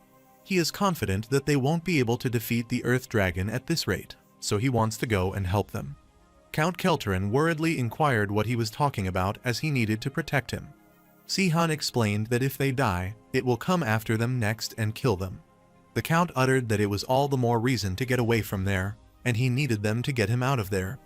Xenon and Alisha couldn't believe he wanted to run away alone when knights and mages were fighting before him. Alisha remarked that she does have the brains of a wild beast. The Count furiously asked them what they were doing as he told them to secure an escape route. He inquired if he would disobey his order when he was free hire. The protagonist is annoyed because he is acting like that now, so he thinks he should knock him out, and his comrade agrees. While the protagonist approached him, Count Kelterin, furious, asked if he was planning on knocking him out and then joining them. The protagonist is amazed to see that he catches on quickly, pushes them away, tells them to stop wasting his time, and leads them as they have to get out of there. Suddenly someone hit the back of his head and made him lose consciousness. Dina wondered where the debris came from, and was sure that she would officially become an accomplice with this, so she wanted the protagonist to go. Sihan appreciated Dina for doing a great job, and then he went to help the other knights. Meanwhile, Ribble is exhausted and has reached his limit. Joldarin saw him getting attacked, so he instructed him to watch out. Soon, the dragon attacked them, which threw Ribble away and worried Joldarin as the dragon was about to throw fire at him. However, shortly after, the protagonist attacks the dragon with his comrade and stops it. Joldarin is surprised to see this, and the protagonist explains that they are there to help. The protagonist explained that Count Kelterin was knocked out by some debris that fell and that the sword hire Ribble was safe. Joldarin understood everything and is thankful to him because of him they are saved. Abruptly, he looked at Alisha's hand, which was injured, and inquired if she was hurt. Alisha clarified that she was fine, but explained that the Earth Dragon's body was a lot tougher than she had expected, as she couldn't believe she had gotten hurt when she was the one who had attacked. They have explained that normal attacks wouldn't work against a dragon, as they have to get rid of its thick scales before they attack again, so he wanted everyone to be careful because it won't be easy. Suddenly, they looked at the dragon, who was stunned to see the blood on its face, got scared, and ran away. Alisha asked if it ran away because it got stained with blood and wondered if it was also obsessed with being clean. With this, the second coming of the Sihan raid ended, and a few questions were raised. The heretics thought they were foolish non-believers, so they wanted to let go of them immediately because they followed the true teachings of Sihan. The mercenary got infuriated and wanted them to shut up. He asked how they dared to sully the name of the otherworldly savior, as he would be upset if he heard this. The heretics uttered that Sihan would save them from this torture. The protagonist heard that and thought he was not going to save him. Later, he thought they were nearly done there, and Alisha realized they suffered many casualties during the ambush, and less than 100 people were left in the expedition. They were also lucky that Kelterin didn't remember anything, since their departure from this village had already been delayed by 4 days. She wondered if it meant they had already failed because the higher-ranking heretics would have fled. Si-han uttered that they still got something out of it. The expedition was a success since they captured so many heretics. Alicia wondered if he thought the Earth Dragon and Racklin had run away. Si-han isn't sure, but he thought they were probably hiding somewhere and recovering. Meanwhile, inside the cage, Racklin wondered what the matter was and why the dragon wasn't suddenly listening to his order. Racklin instructed the magical beast to get up, hurry up, and move. He wondered what had happened to the village 4 days before, and he still needed this dragon. He cursed those mages as they dared to try to kill him for making a mistake. He is confident about dealing with all of his pursuers as long as he has his ability and can also settle his score with the mages of the Azure Tower at some point. Then, he wanted to run away and live the rest of his life in luxury with all the money he took from the second coming of the Si-han group. He instructed the Earth Dragon to get up because he had ashes taken from the Emperor's descendants, so he wanted him to eliminate those pursuers. While he tried to use the heart of the Emperor's descendant to command the dragon, it suddenly started burning, and he wondered what was going on. He saw the dragon furiously staring at him since he no longer had the ashes and wondered why this was happening. He looked at the dragon, wondered why the mind control magic had stopped working, and wanted the Earth Dragon to calm down and listen to him. He is startled to see that the dragon didn't listen to him, and he is attacked by it, causing his blood to splatter around, leading to his death. Later, they reached the cave. Habel realized it was quieter than he had expected and thought it would be swarming with magical beasts. Joldarin supposed it might have run out of the mystical beast to control since they had defeated over 100 magical beasts in the few days they had been there.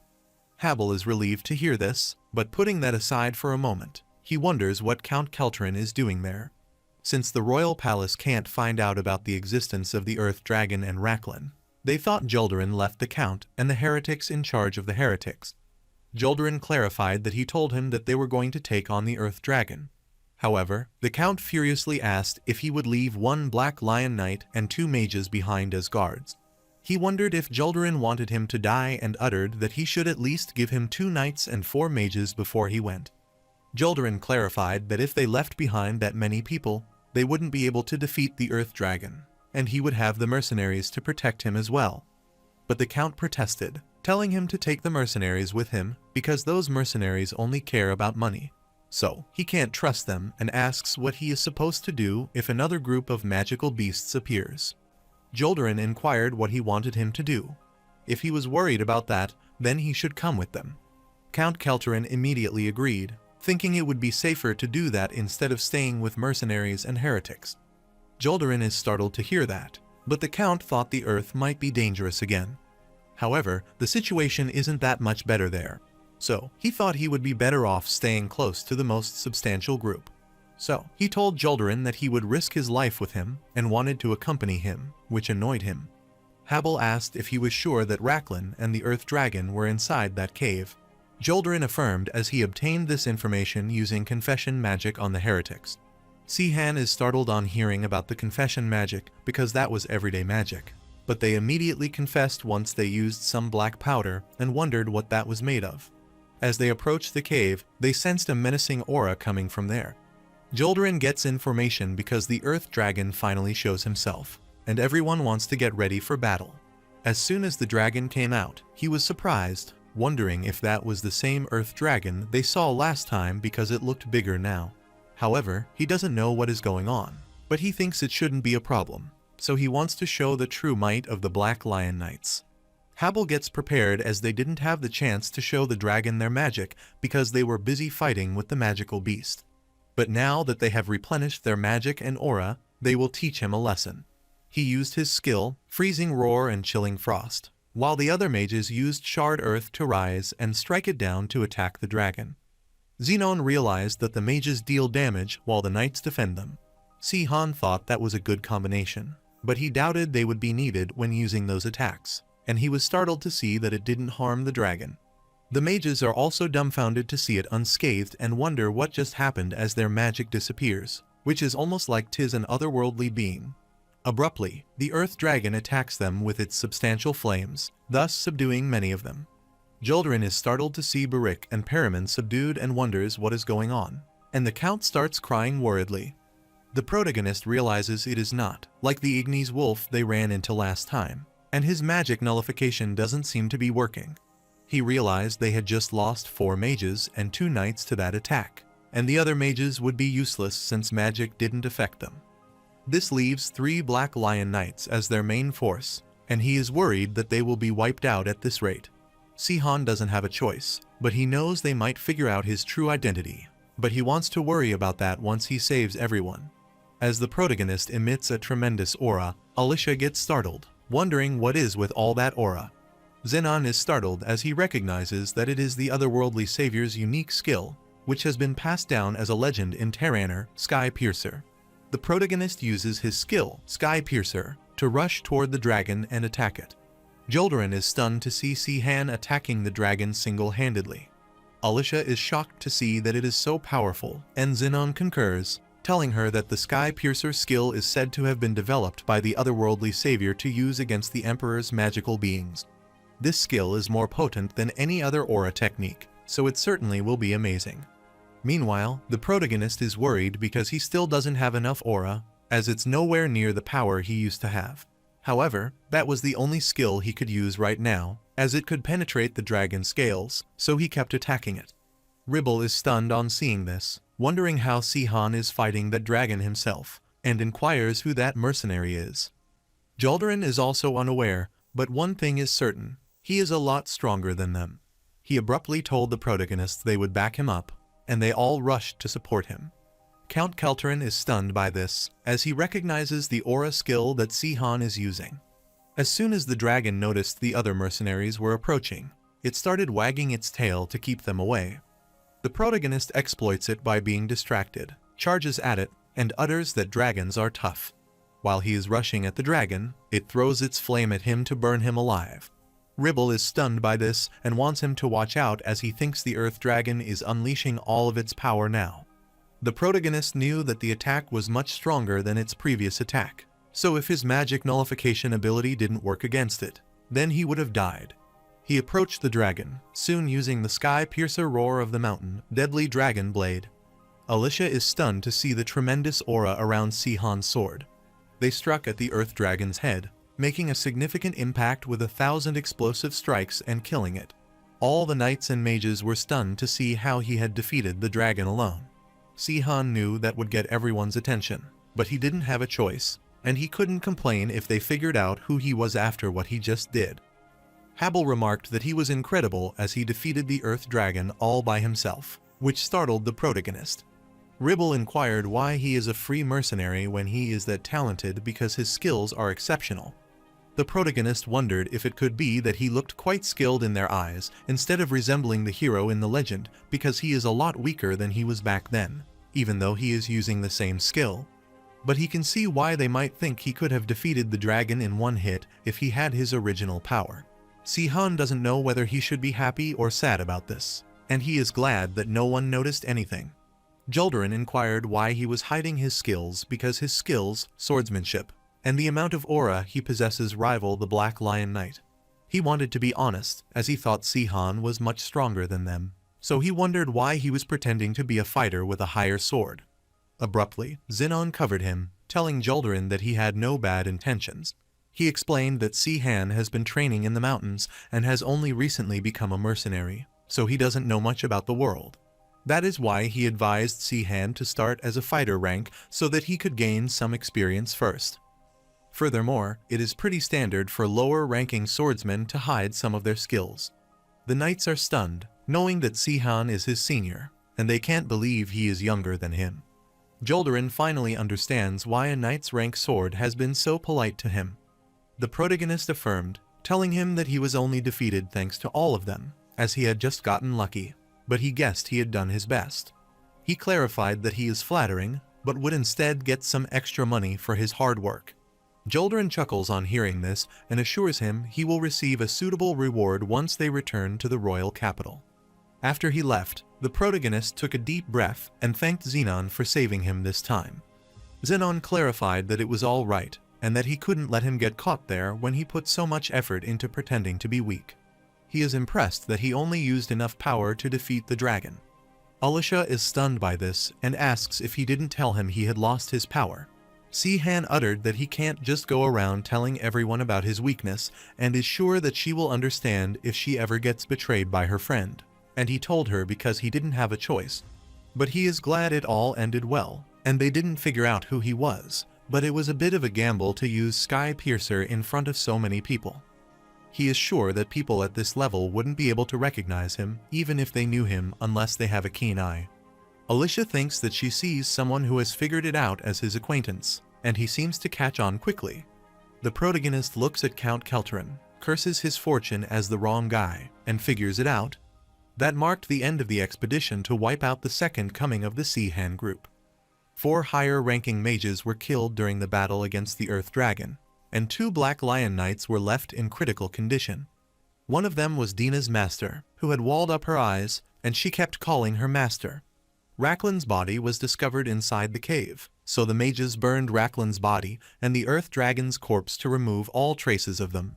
Si-han realized it was possible to use magic on the dragon's corpse. Now that he thinks about it, after they killed the Ignis wolves, their corpses disappeared, which is normal for otherworldly beasts. But the magical beast was able to attack him with magic, so he is sure this isn't just a coincidence. But the male Ignis wolf corpse didn't disappear either, making him wonder why. After wrapping things up, Jaldrin groups returned to Jard village and rejoined the main force. They planned to spend a night in the village and return to the kingdom. The protagonist visited Count Kelterin that night, which sent chills down his body. He greeted the Count and wanted to have a moment of his time. Count Kelterin is concerned, yet he agrees and accosts him with his fake name. He asked what the matter was, as he thought he had been resting since the journey wouldn't be easy the following day. The protagonist furiously instructed him to speak, which terrified Count Kelterin, and he called him by his actual name and apologized to him. The protagonist smirked as he heard his real name uttered, which he knew would help him figure out who he is. Later, they were inside his room, and Count Kelterin inquired if he was Si-han. The protagonist is astounded as he figures it out, even though he is not a sword master. Count Kelterin is confident that he wouldn't remember him, but he has met him a couple of times and still can't remember watching him fight during the revolution. Although he wasn't completely confident because his aura is much lower than it was back then, he didn't know that he had returned to Terraner. However, he wondered why Si-han disguised himself when he won the war, and he shouldn't have any enemies left. He wondered why he needed to hide his identity, and supposed it could simply be that he didn't want other people to recognize him. However, he thought Si-han was far too worried about getting his identity exposed for that to be the reason. It's almost as if he still has enemies and asks if he still has foes in Terraner. Si-han found it interesting and asked what made him say that. Count Kelterin wanted to be honest that a rumor was spreading through the army after he returned to Earth without saying anything. The rumors were that the other 6 revolution heroes were jealous of his power and forced him to return to Earth. However, no one paid attention to this because there was no reason, as the heroes of the revolution were no fools. Furthermore, it sounds like a get-together if all they did was send him back to Earth, but seeing him today made him think of that rumor again. The protagonist stared at him, impressed as he almost figured out the truth just based on the fact that he was hiding his identity. This makes him wonder why people say he has the brain of a wild beast when he is this smart. The protagonist sighed, asking him what he would do if that rumor were true. Count Kelterin thought Si-han and Sech Sengard were companions, so he would be safe if he became his right-hand man. However, if the rumor about the heroes betraying Si-han is true, he has returned to get revenge. So he was hiding his identity because he couldn't fight all 6 heroes, even if he was the otherworldly savior. In that case, someone like him, who has discovered his true identity and works for one of the heroes who betrayed Si-han, is in danger. He immediately bowed before him, requesting him to spare him, and wanted his otherworldly savior not to kill him. If he dies, then his elderly mother and 3-year-old child will have to live on the streets. He hasn't been able to get married, so he can't just die like this. The protagonist is stunned when he hears his excuse. He says he has never been married, but still has a 3-year-old child. He supposed that might be why the people say he has the intelligence of a wild beast, since the Count is the type of person who can't think straight when scared. While Count Kelterin is requesting him to spare his life, the protagonist smirked, thinking he needed to feel safe to think properly, and he could see why he didn't stand out when they were fighting against the Imperial army. He instructed Kelterin to get up as he wasn't going to kill him in the first place. Count Kelterin is pleased to hear this, so he happily expresses his gratitude to him and clarifies that if he spared him, he promises to do his best as he doesn't care about Sech Sengard. However, Si-Han explained that he was not planning on letting him walk away, and Count Kelterin wondered what he meant. The protagonist infused his mana at his hand and immediately punched Count Kelterin. Count Kelterin is stunned as he thinks he is dying, but soon realizes that it didn't hurt and inquires what he has done. The protagonist asked if he had ever heard of detonation, which scared Count Kelterin. Detonation is a skill where the user plants an aura in the target body, and they can detonate that aura at any time, which is one of the otherworldly savior's unique skills. The protagonist can only use this skill on 3 people at any one time, and the downside is that it doesn't work on swords or mages. Now, there is no better skill to ensure people keep their mouths shut. So now, the fate of Count Kelterin's life rests in his hands, and he clarifies that he will release him once he feels like he is trustworthy. Count Kelterin signed after hearing this, and he is relieved. The protagonist is confused, so he asks if he didn't hear what he just said, that he would die if he disobeyed him. Count Kelterin affirmed, but he knew that Si-Han could decide whether he wanted to use that detonation skill. He is confident it wouldn't explode if he did his best and wants Si-Han not to worry about him betraying him. The scariest thing about serving someone is if they doubt him when he hasn't done anything. So, he assures the protagonist that his wish is his command and that he will do his best.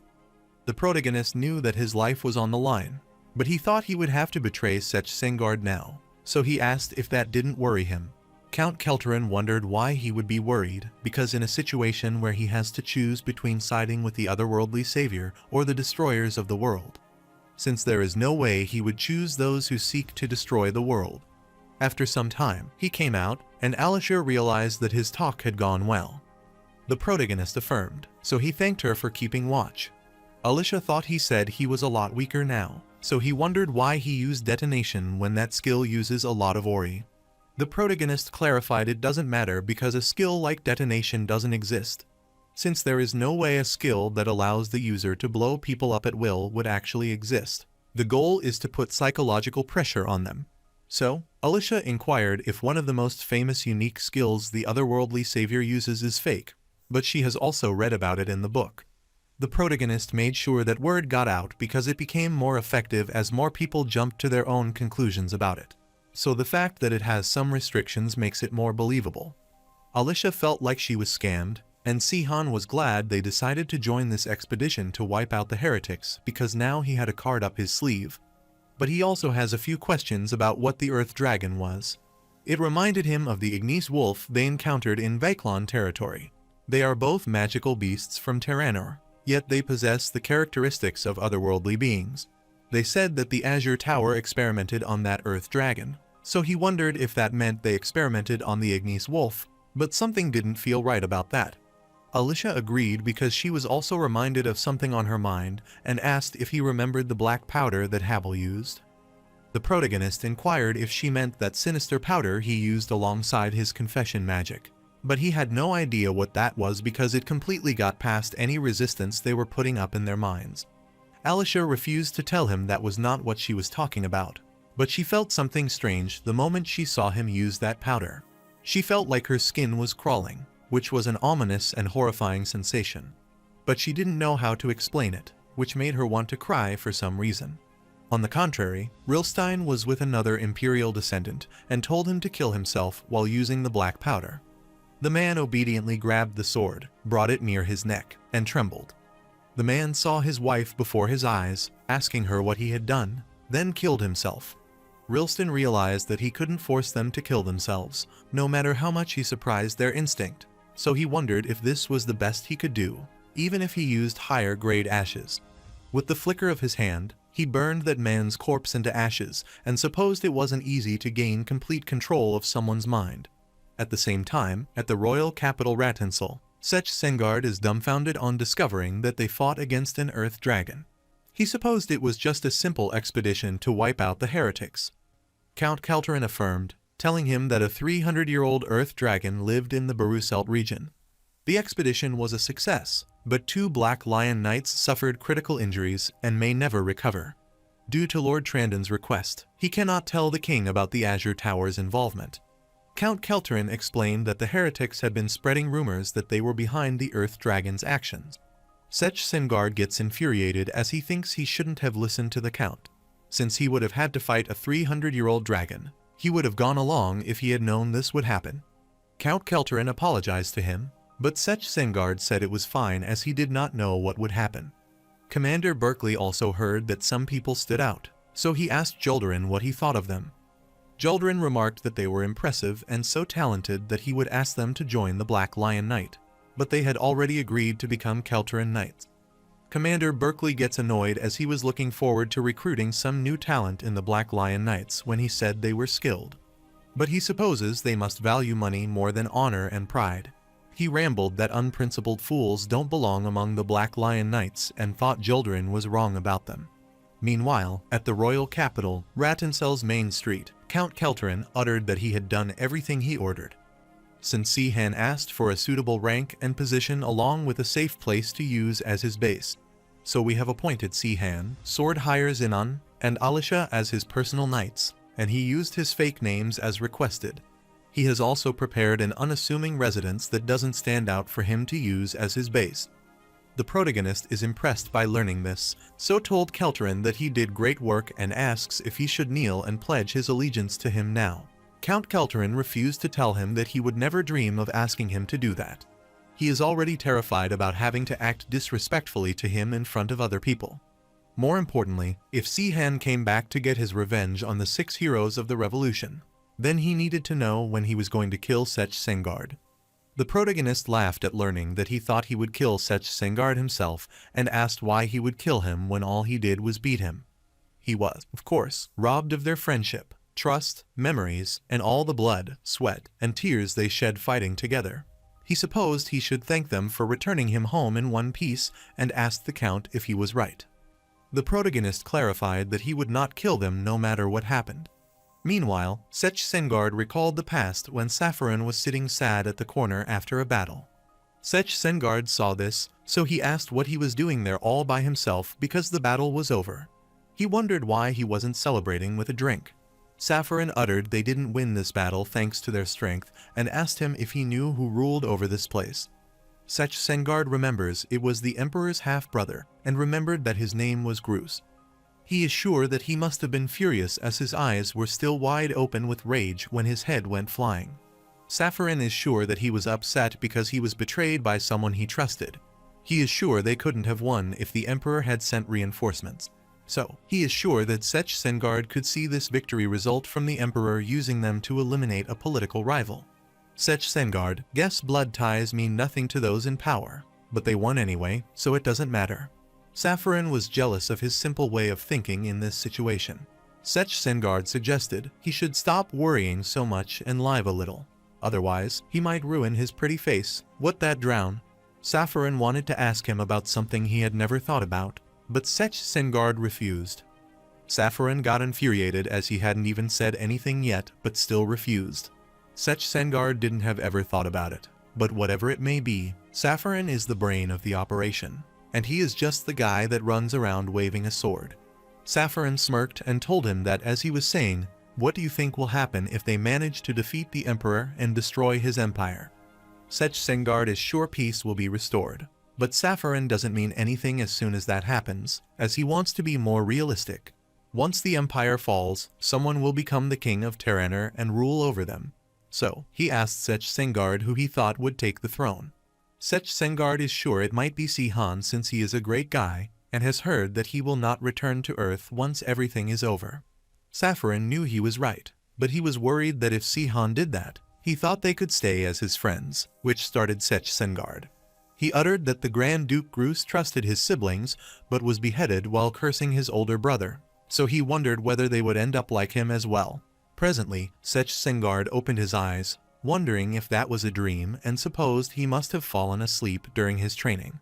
He tried to recall if it had already been 10 years since that day and knew their decision was not right back then. While thinking, he heard his men stopping someone and telling him the king was still training.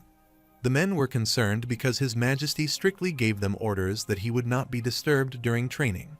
Ains shouted at them, telling them to get out of his way, and entered the training area.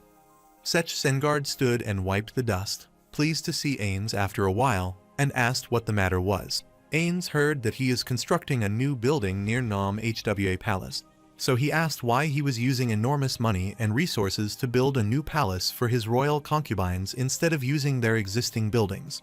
Sech Sengard explained that the heating isn't very good in Nam Hwa Palace, as they said it gets cold in the winter. Since his cute little kittens stay in that palace, it is so natural that it must be bigger and fancier. Ains furiously inquired if that was the only reason why he had ordered their citizens to carry out this construction during such a busy time. He uttered that it was no different from what the emperor would do, but he stayed silent as he realized he had made a mistake. Sech Sengard furiously stared at him, wanted him to watch what he said, and clarified that he could forgive him this one time. But there are some things he wouldn't tolerate, even if Ain Rettenberg is his son. He wanted Ains to try saying that one more time and asked who he said he was acting like. Ains elucidated that the citizens are crying out in pain from the punishing schedule and the severe labor they have been tasked with. The heretics are taking advantage of the situation and running amok in the kingdom, so he asks his father how it differs from the emperor's reign. Sech Sengard gets infuriated by this, telling him to stay quiet and asking how he dared to ask him that, as he doesn't know what life was like back then. His aura pushed Ains down, so he told him he had enough of him and wanted him to get out of sight. Ains clarified that he had said everything he wanted to say, so he tried to take his leave now, and he left. Sech Sengard realized his son was so weak that he couldn't handle this much aura. When he was branded as a traitor by the emperor, his parents were slain, and even the woman he loved was executed. After the world changed and he returned to his homeland, he found the sole survivor of his bloodline, but his son didn't have the talent to become a sword hire. He has a timid personality, and his body is thin and slender, while Sech Sengard would have already reached master level at his age. Sech Sengard realized that Ains might be his son, but he was so different from him and wondered if he went too easy on him while he raised him. On the other side, at Kelterin Mansion, in a nondescript building behind the mansion. Xenon thought this place was incredible because it might look simple on the outside, but so fancy on the inside. The protagonist is also impressed because it has a secret passage that is perfect for getting in and out without anyone knowing. He wondered how Kelterin managed to prepare a building that perfectly suited his needs when it had only been a few days since his request. Count Kelterin wanted to be honest that he hadn't been able to get married yet, so he prepared this house in advance for when he met a woman he liked. The protagonist gets annoyed, telling him that kidnapping is still a crime, and asks if he wants him to blow him up. Kelterin explained it's not like that since he is not the most loyal retainer, he could be exposed to various dangers. However, he wanted to start his own family, and they could be in danger, too, so he prepared a safe house in advance. Sihan can't believe that he just admitted that he is not a loyal retainer and clarified that he is getting ahead of himself as he should get married first. Xenon clarified that he sold the house they were living in because they didn't need it anymore, but for some reason, it sold for more than they bought it for. The protagonist thought it was a great return on their remodeling investment, and he guessed they wouldn't have to worry about money for a while. Kelterin wondered why he would worry when he had him by his side and requested that he let him know if he needed anything. The protagonist smirked at hearing this and was glad he had listened to Alisha. He wanted Kelterin to stop calling him sir at first, but it's clear that he knew where he stood because he told him to be respectful. Alisha thought that it was good because there was a reason why the royal family and the military had fixed titles. People are likelier to learn about their place through simple things like titles or how they address him. If he can speak to him casually, he will subconsciously view him as his equal, especially given his personality. The protagonist understood as he is not familiar with how this works, but he is surprised that she cared about this kind of thing, but it is not like it has anything to do with her. Alisha blushed, telling him it hadn't happened before, but now that was not the case, which confused Sihan. She told him to forget about it, but now that Kelterin was speaking respectfully to him, she wondered if he also wanted her and Xenon to be more respectful. She has refused to tell her that there might be times when they have to speak formally, but he doesn't want her or Xenon to be so formal when they talk to him. She thanked him but inquired why he asked her to come there. Si-han almost forgot that she asked if she wanted to learn some magic. He feels like she has the talent to learn magic, but her talent for magic might surpass her ability to use aura. Even though she might only have been indirectly involved, she could still summon him from Earth, and he asked what she thought about it. Alicia doesn't know but thought it would be nice to be able to use magic and aura. But she doesn't think she is in a position to learn magic, because she doubts that the Four Towers will accept someone from the Rusklin bloodline. The protagonist smirked, asking what she was talking about because a powerful mage was standing right before her. Otherworldly savior Si-han is a warrior god sword, a higher and 9th floor master mage. He asked her if she knew the basic concept behind magic, and she confirmed that she had a basic understanding. Magic is essentially made up of 3 languages, and the first is the language of runes, which is used to manipulate mana. The second language is spells and blueprints for converting the projected mana into magic. With this, the flame's father is at his fingertips and burns bright, forming a magical fire. The third and final languages activate the trigger that activates magic. After explaining this, he clarified that is how it works, but wanted her to know that these are just the basic concepts. So, she can't skip all of that once she gets used to it, but it depends on her skill level and experience. However, it doesn't matter how smart she is, it's just not possible to memorize the vast amount of knowledge and information surrounding magic, so there is something she must have to use magic. He moved his hand forward and told her that it was a spell book, which was a magical book that recorded a mage's knowledge and wisdom, so she needed to create one of these to start using magic. Alicia is surprised that even though she has met a lot of mages before, it's her first time seeing something like that. Si-han rambled that usually, other people can't see it, so he wanted her to think of it as a mage safe since it contains all their knowledge and wisdom. A mage's posture looks like this because they are searching for the enchanter they want to use in their spell book, which is called a hand sign or a somatic motion. Alicia finally realized why they did this, and Si-han uttered that the National College entrance exam was easy because he was the only one who could see the spell book. She wondered about the National College entrance exams and if aura and magic don't exist on Earth.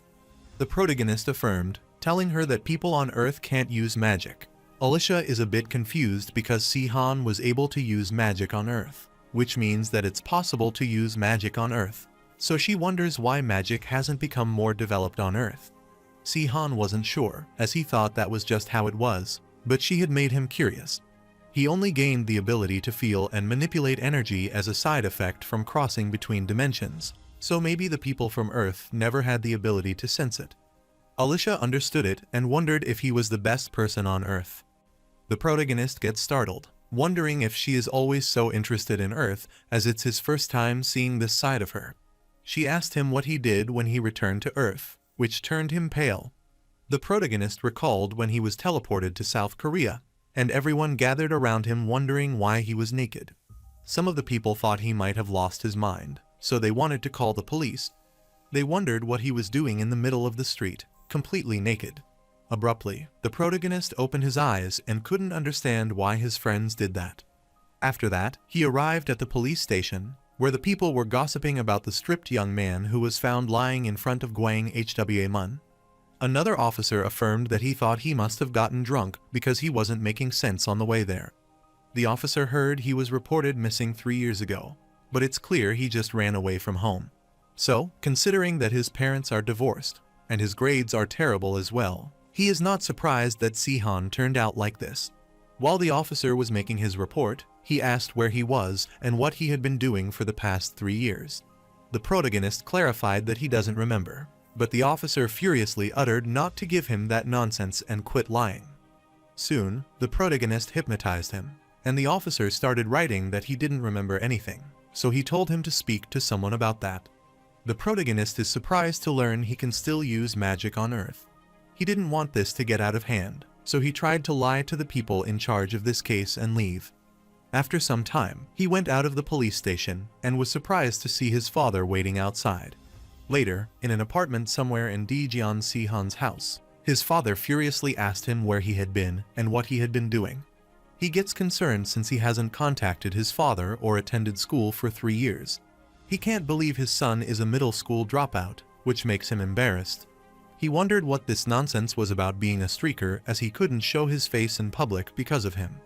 The protagonist sighed because his father hadn't changed at all, but he wanted an emotional reunion. He hadn't seen him for 3 years, and the first thing he did was hurl abuse. Si-han missed Earth and wanted to return during his 3 years in Terraner. But that is only because he had no internet, a TV, a computer, hot water, or heating. It is not because he missed his family or home. He remembers why now, because his father doesn't care about him. His father clarified that it was not too late for him to go to school as he would have to pay for a cram school, so he wanted him to study hard.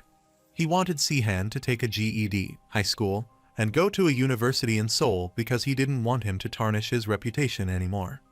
The protagonist agrees, and his father instructs him to act together, as he is worthless if he doesn't attend a good university. He wanted him to run away again if he couldn't even do that. The protagonist knew there was no point in trying to talk to him as he fought as hard as he could, and he put his life on the line to protect the future he dreamed of having with his companions, but he lost everything and was banished. Therefore, he wanted to go back, so he wanted those foolish companions to wait. He swore he would find a way back and pay them for betraying him. 1 year later, Si-han merely pretended to attend the cram school. He shut himself in his room and spent hours poring over the magic and knowledge he had gained in Terraner, searching for a way to go back. Si-han could cheat using the spell book and solve questions he didn't understand. He quickly passed the GED and even received a letter of acceptance from a prestigious university in Seoul. This makes his father happy, thinking he might have finally come to his senses since he got into a prestigious university in Seoul, and he is pleased because he can finally hold his head up high. The protagonist uttered that he had done what his father asked and restored his reputation, so he wanted to move out now. He is willing to pay for his university fees and living expenses, so he wants his father never to contact him again. His father is shocked to learn this, telling him that he looks down on this world too much and asks if he really thinks it's easy to survive in their society. He remarked that he is an ungrateful child and wanted to see how well that goes for him. Si-han thought his father thought he was looking down on the world and guessed he was right. He possessed abilities beyond human understanding because he could use aura and magic. Earning money was easy since he could use aura. For example, he could use aura to control how quickly the racehorses run at a racetrack and manipulate who is in the races. Si-han had gathered enough assets to live off in less than a year for the rest of his life. But he hasn't made any progress toward his main goal, and he still doesn't know how to go back to Terraner, and he only managed to create a hole in this dimension. He can travel to another dimension now, but he still can't choose which dimension he will end up in. He knows trying to find Terraner among the countless number of dimensions out there is like looking for an oasis in a desert. However, it is not about success or failure right now, but he doesn't have any specific leads, so he hasn't been able to find any clue. At this rate, he is concerned that it would take him 10 years, and he might have to search until he dies. Si-han's firm resolve began to wear down over time as reality started to dawn on him. This makes him wonder if he should be angry about what happened. That is because it's not like they tried to kill him, but they just sent him back home. He gradually started to make his peace with the past, and he thought it was not like his relationship with Levina was definitely going to work out. He started to rationalize what happened and made excuses, thinking they might have betrayed him, but he guesses it's understandable to a certain extent. The protagonist's endless rage simmered down, and he was slowly consumed by the deadly poison known as forgiveness because there was no way he could return to Terraner. 3 years after he had returned to Earth, Si-han decided to try and adapt to his new reality, so he tried to make some friends at university.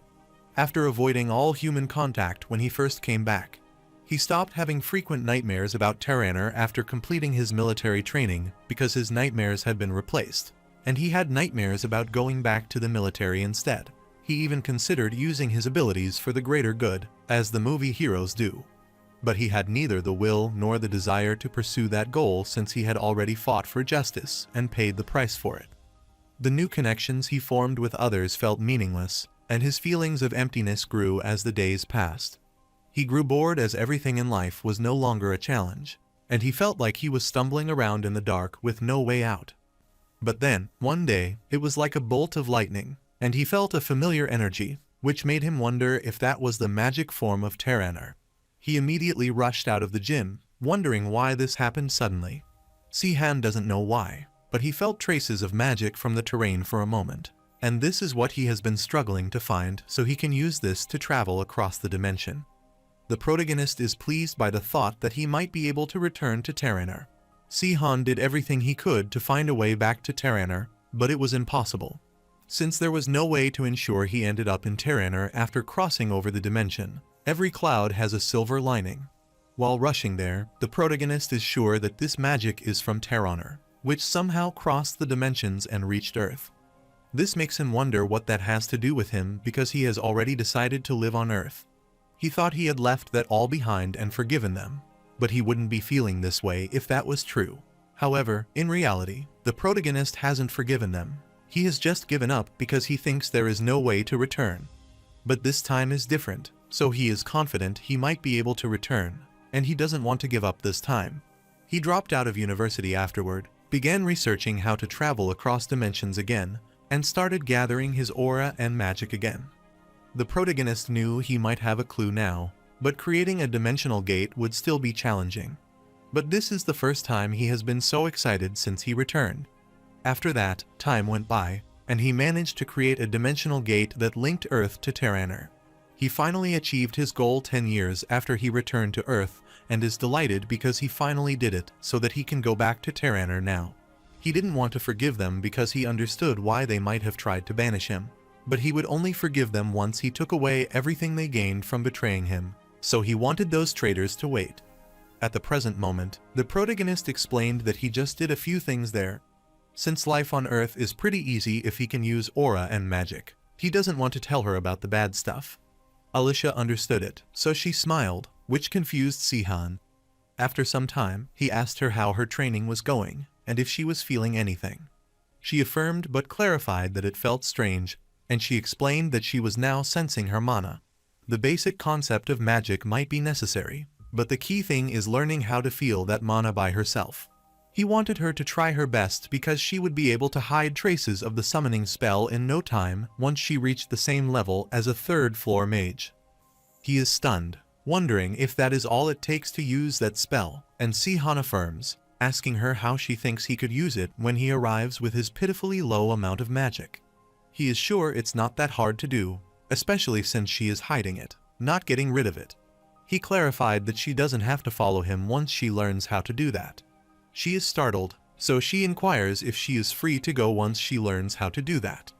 The protagonist affirmed, telling her that he doesn't want to keep her there if there is a chance for her to leave. He hoped that she wouldn't cause trouble for anyone and lead a quiet life, but knowing her, he was sure she would be fine. Alicia thought for a while, then asked if it would help if she stayed by his side. The protagonist affirmed, telling her she is the only person he can trust in Terraner, so he would be grateful if she helped him. Alicia pondered and inquired what he was planning to do once he got his revenge, and if he would settle down in this world as he did 10 years ago. Si-han clarified that his circumstances have changed, so he no longer has any attachment to Terraner. The only reason he came back was to deal with some unfinished business because he had to get over his past to move forward, so he would return to Korea after getting revenge. Alicia gets stunned, asking if he is going to burn someone's heart to go back to Korea. Si-han gets infuriated, asking her what she takes him for, as he will return the same way he came. He got lucky when he found a way to travel to Terraner from Earth, but going back is simple. With the flicker of his finger, he opened the dimension, telling her that the dimensional gate was still open as she could see, but he didn't know where it was connected right now. He doesn't need specific coordinates to return to Earth since he came from the original Earth. However, the problem is where he might end up on Earth again, and he recalls that unforgettable memory from Hwa. He thought he didn't have to worry about that anymore because he had already laid a return magic circle in Korea, so he refused to put on another strip show in Hwa. Alicia realized that truly traumatized him. She became gloomy and then told him that she was not leaving. Since she is the cursed emperor's daughter, she has no future as long as she lives in Terraner, but that is not the case if she goes to another world. So she wanted to help him get his revenge, but in return, when everything was over, she wanted him to take her with him when he went back to Earth. On the contrary, at the Rettenberg castle, Ains asked Queen Layla what she was doing there alone. Queen Layla is stunned to see Ains there and utters that the weather is so nice that day. Ains is concerned because no ladies are waiting to attend to her, so it's dangerous to be alone. Queen Layla clarified that she was alright because she might be the queen, but her title was just for show since she had no power or influence, so she wouldn't be in danger. She uttered that it might be different if His Majesty loved her, but there is no way he had been interested in her when he married her out of convenience, and he has his young and pretty concubine. Ains hugged her because he was glad his father was not interested in her. Queen Layla gets concerned, telling him it's inappropriate, and is worried that someone might see them, but he clarifies that no one is around. Later, inside the castle, he instructed Count Kelterin to come out instead of hiding and asked what he was doing there. Count Kelterin smirked cunningly and told him that he had some good intel for him. Later, the protagonist eats a pill and is annoyed because he expected it to be sweet. Zenon said that he made some sauce, so he was sure it would taste better if he had it with this, and he realized it was delicious. Alicia realized that this medicine is amazing as she has been taking a couple of these a day and can immediately feel their effects on her body. These are aura-boosting pellets, an exclusive medicine for swords that supplements the amount of aura gained from training. Though these pellets are effective, they are also costly, and thanks to Kelterin, they can have as many as they like. Sihan realized that having a lot of money surely has its perks because he is receiving a lot more aura than he expected, and he has finally reached master level again.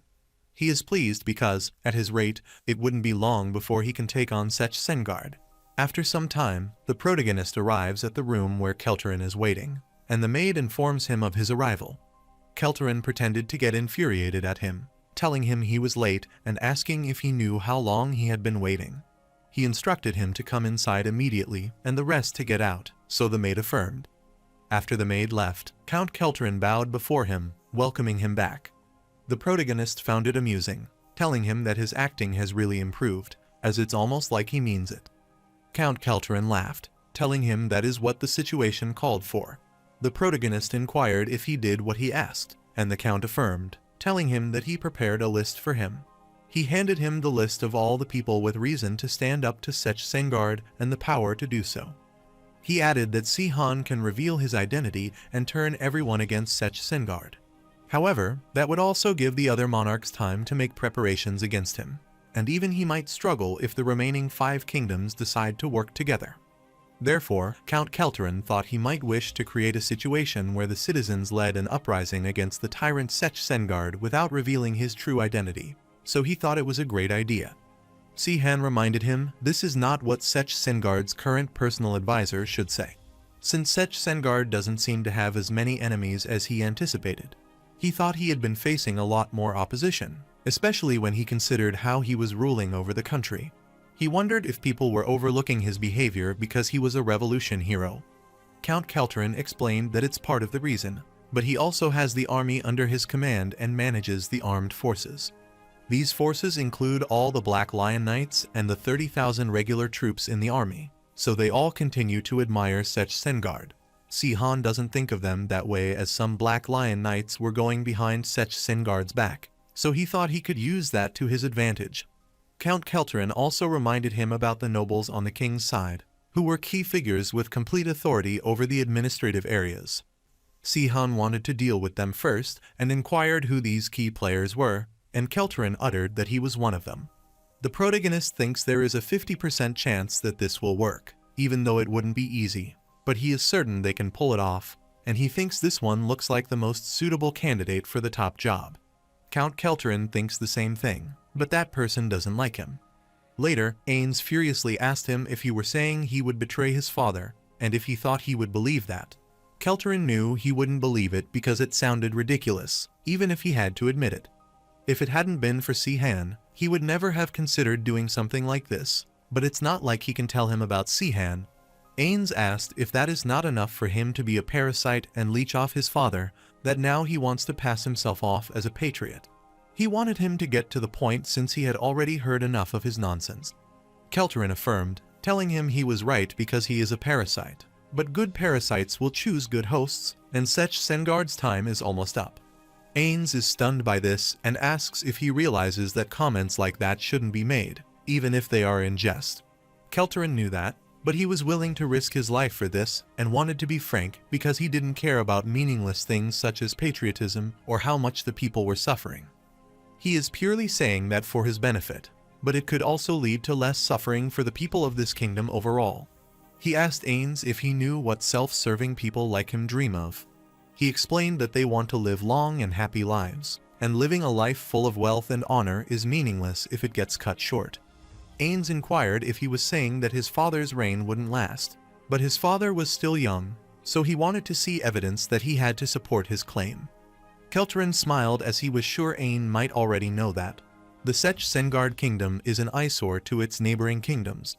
They stabbed 2 kingdoms in the back if he cast his mind back to the Kargan War.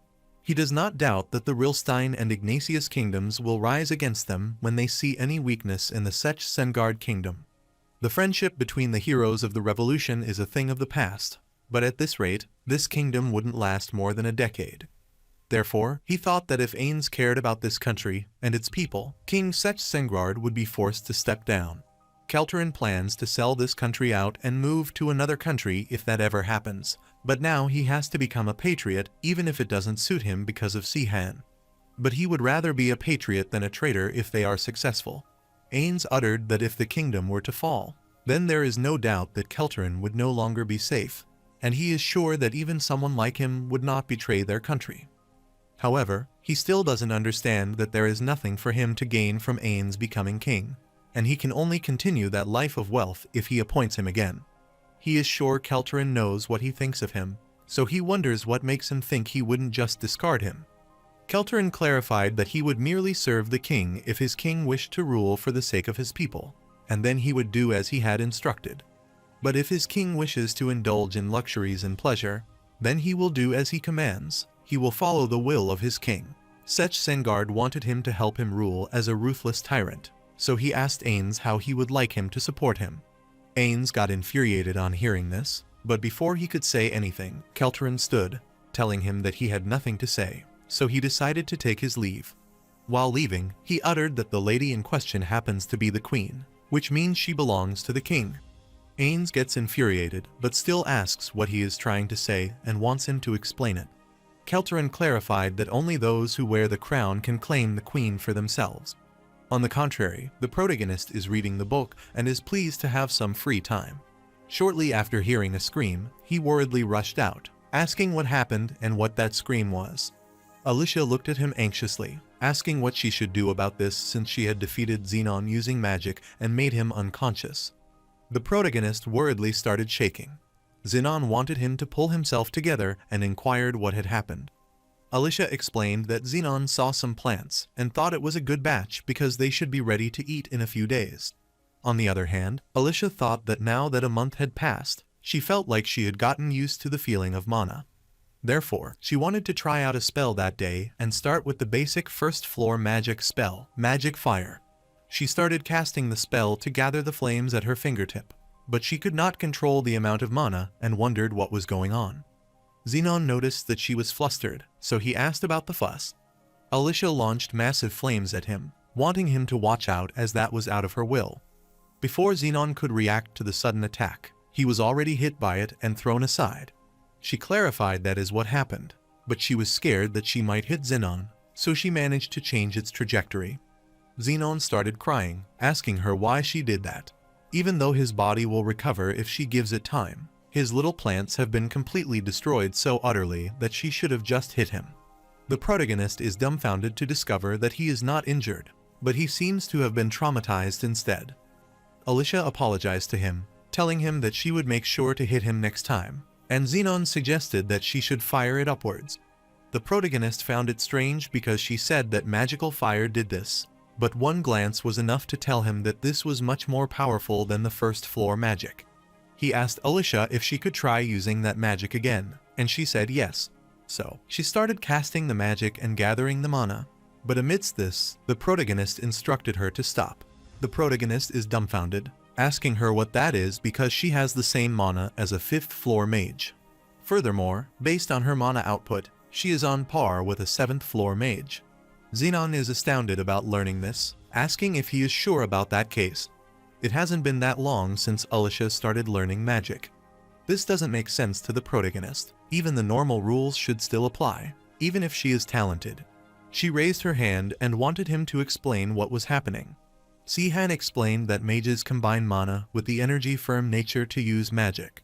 If the average mage absorbs around the units of energy from their surroundings, they will roughly convert it into 1 or 2 units of mana to use as magic. However, in the case of Alicia absorbing 10 units of energy, like the average mage, the moment she converts that energy into mana, her mana rapidly increases. It is like there is some mysterious mana raining down from the sky. Sihan has never seen something like this before, so he wonders what is causing it, and is sure that Safarin or Rilstein might know. Alicia worriedly inquired if she could still learn to use magic. Even if that was the case, Sihan said she usually possesses too much mana to use magic, so it's too dangerous if she can't control it properly. He thought it would be better if she stopped trying to use magic. Alicia refused to tell him that she couldn't do that and didn't know why this was happening. But he is saying that she has become more powerful and can't help him with her current strength, so she has to learn how to use this new power. The protagonist is stunned, so he tells her he is not saying there is no way around this. His experience might have been slightly different, but he encountered the same problem. Since the people from Earth can absorb a lot more mana than people from Terraner, he overflowed with mana, but he didn't have the ability to handle it. Alicia is stunned to learn this, and Sihan clarifies that she might be able to master magic as he did. However, he couldn't guarantee that she wouldn't suffer any side effects from learning it his way, and he asked if she still wanted to try it, and she concurred. Later, he goes to meet Kelterin, who welcomes him, and the protagonist asks about Prince Ains's reaction after he speaks with him. Kelterin explained that he finally indicated that he was willing to go along with it after meeting him secretly a few more times, but he said that he needs to see proof before fully committing to the cause and wants to ensure that he has the motivation and the ability to lead an uprising successfully. Sihan isn't surprised to learn that he said that and asks what he wants to see as proof. Kelterin clarified that he wanted them to take down some of the 3 loyal dogs, and the protagonist inquired who those 3 loyal dogs were. Kelterin uttered that they are Sech Sengard's closest retainers who support his iron rule of the Sech Sengard kingdom. They are responsible for the kingdom's military, economy, and administration. The people view them with contempt and call the 3 loyal dogs of Sech Sengard. First up is the sword Hire Berkeley, the leader of the Black Lion Knights, manages the kingdom's military. Next, they have Duke Cramiton, the wealthiest man in the kingdom, and Sech Sengard's father-in-law. The protagonist is amazed to learn about those 2 and inquires about the last one. Kelterin uttered that it would be him, and the protagonist wondered why it sounded familiar. Prince Ains wants them to punish the sword Hire Burley, who is one of the 3 loyal dogs. The protagonist is stunned to learn about it and might have to fight a master sword Hire. Kelterin enthusiastically uttered that he was no match for him, which stunned the protagonist. He said he needed to keep his identity hidden and fight without showing his unique aura skills. So he is sure that wouldn't be as easy as Keltron thinks, so he wants some information on him. Kelterin clarified that he is someone he knows, but Sihan doesn't remember his name. The Count clarified that he changed his first name and surname when he became a noble and asked if he remembered Darsbalt, Sech Sengard's first commanding officer. The protagonist is stunned upon hearing about Darsbalt and wonders if it's the same person he remembers. Meanwhile, the knight furiously commanded the laborers to get moving because this was all for the king's new royal palace. The knight uttered that it would take forever to finish it at this rate because they were lazy and wondered if he had to kill someone else for them to understand. Suddenly, a man pushed the knight down, telling him they couldn't live like this any longer. He asked the knight if he had any idea how many workers had died in these harsh conditions just for Sech Sengard's entertainment, so he clarified that they would leave the palace. The knights get worried as they realize it's a rebellion, and they start fighting. On the contrary, a man informed Berkeley that they were in trouble because the workers in the labor house had started a revolution. Berkeley wanted the knight to deal with them himself because they were workers at the end. However, the knight explained that retired knights are leading them who used to be part of the Sech Sengard Revolution army. Berkeley gets stunned on hearing this, wondering if they had abandoned their pride. He thought this was amazing because he, as the leader of the Black Lion Knight, would take care of these treacherous people himself. Meanwhile, the retired knight attacked those knights and wanted them to back off because he did not wish to kill any of his former comrades, so he wanted them to get out of his way. The knight is stunned to see that the person is Captain Dillart, who used to be a part of the revolution. Since he is a master sword, the knight doesn't know how they are supposed to fight him. Soon Berkeley came out, which startled Captain Dillart as he appeared quickly. Berkeley inquired if he was starting a rebellion and inquired how he dared to disobey the king's order. He cursed him as he was a treacherous person and clarified that he would no longer forgive such a crime against the king. He grabbed his sword to unsheath it while telling Dillart that they had met after a while, and Dillart was annoyed at seeing Darsbalt. Berkeley clarified that he no longer goes by that name, so he was asked to call him by his name, Sword Hire Berkeley. However, he wondered what someone like him was doing there because he remembered becoming a farmer after he retired. Dillart affirmed, telling him he was right, as he thought he had no more reason to take up arms after the world had changed. But he was wrong, as he would lead the people who are suffering out of this country. Berkeley knew he might be retired but was a knight once, so he wondered how to throw away his loyalty and commit such treason. He supposed that Dillart might have forgotten about the pride and honor of a knight after he became a lowly farmer. Dillart couldn't believe that he called this treason, so he wanted him to open his eyes because these poor people had been overcome with horror and despair because of his selfishness. So, he inquired where the pride and honor in what Berkeley was doing there were. Berkeley clarified that it is not their concern. Their highest priority is their loyalty to their lord. Dillart asked if this was the kind of world they wanted while calling him Darsbald again. Berkeley gets infuriated, infuses his mana in his sword, and reminds Dillart that he told him not to call him by that name because his name is Berkeley von Lachist, as the king gave him this name and title. He rushed toward Dillart to attack him but kept evading his attack, then blocked it quickly. Dillart stands on confronting his attack as he has overwhelming power and realizes he has become much stronger. Even though they might both be master swordsmen, he knew Berkeley was on another level compared to someone like him. Berkeley kept attacking him continuously, but soon he stabbed him and injured him severely. His comrades get startled on seeing this and inquire how he dared do that to their captain. Berkeley looked at them, recognized their faces, and supposed they might be sword higher forms from the revolution. He thought they were foolish, then attacked them and uttered that there was no way a lion would worry about a few rats scurrying around. He raised his hand, telling everyone that he had defeated their leader, so he instructed the Black Lion Knight to punish the rest of the traitors, and they started attacking them. He approached Dillart, telling him that it was truly foolish as he could have escaped on his own, so he wondered why he would even consider dying for apathetic people like them as he abandoned his pledge of allegiance. Dillart smirked, asking how he could talk about a knight's honor and pride if he didn't understand why he stood up for them. He knew that Darsbalt was never a true knight as he had been and would always be a butcher. Berkeley gets infuriated on hearing this, then beheaded him and uttered that he told him not to call him by that name as he threw that name away a long time ago. Shortly after, his man arrived, telling him they had wiped them out and captured everyone who wasn't a higher sword. Berkeley furiously asked him what he thought he was doing because they were also traitors. Therefore, the cost for committing treason is capital punishment, so he didn't want him to stand there but hurry up and kill all of them. Abruptly, Ains stepped in, telling those Black Lion Knights to stop right there because he would not allow them to slaughter anyone else that night. Berkeley gets annoyed when he sees Ains there, and Ains commands him not to harm any more of these laborers as this is an order from the heir to the throne. Berkeley thought he was in charge of this place, so he should have the authority to make decisions.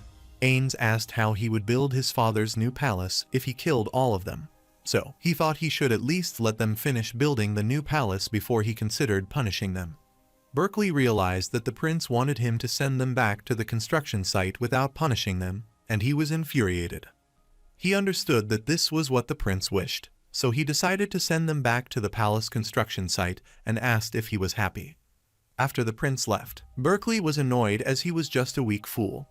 They should establish the king's authority by showing no mercy and executing anyone who dares to disobey the king. But Prince Ains is too soft-hearted and timid, so he wonders how a lion-like king could sire a puppy like him. While returning, Prince Ains inquired of the protagonist about what he thought. Since he was the leader of the Black Lion Knights, he didn't know how a hero who once led the revolution army could end up like that. The protagonist thinks he hasn't changed a bit because he is always the type of person to slice his way through anyone or anything that gets in his way. Furthermore, he only trusts Sech Sengard and follows his order to wipe out all his enemies. That is the only justice he knows. Ains gets startled as Sihan talks like he has known Berkeley for a long time. The protagonist gets worried about hearing this and utters what Kelterin said. Prince Ains is stunned to hear this, as he wasn't expecting Kelterin to say something like that, but wondered how he got involved in all of this. Sihan clarified that it was because he believed the prince was better suited to be the rightful ruler of this kingdom. Prince Ains is astounded to be called the rightful owner because he has never heard anyone say that before, and the people merely say behind his back that his father is a lion who has sired a puppy. Sihan complimented that a dog is a man's best friend and that dogs don't hesitate to show loyalty and affection. They help with hunting and farming during the day, and they even protect people's lives and properties at night. So there isn't a single animal that is more helpful than a dog. He is sure that the king might be the mighty lion, but he would rather serve a dog than a lion, even though that doesn't sound great. Prince Ains smirked as he understood and found Sihan to be an interesting person, so the more he talked, the more faith he had in him. Meanwhile, the protagonist recalls the incident and wonders if this is the kind of world they wanted. He wanted to uproot the current state of peace and stability to make the people who betrayed him pay for their sins. It didn't feel right to destroy this peace just for the sake of his own personal reasons.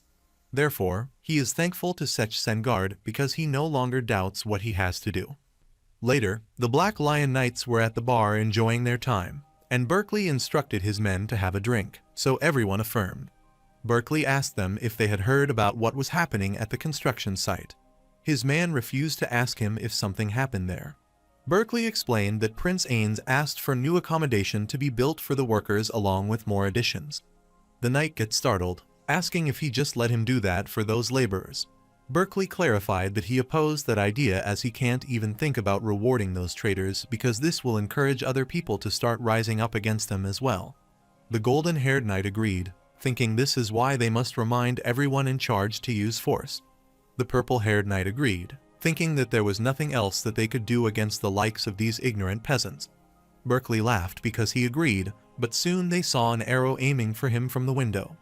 All his knights were stunned by this, so they wanted him to dodge it because it was dangerous.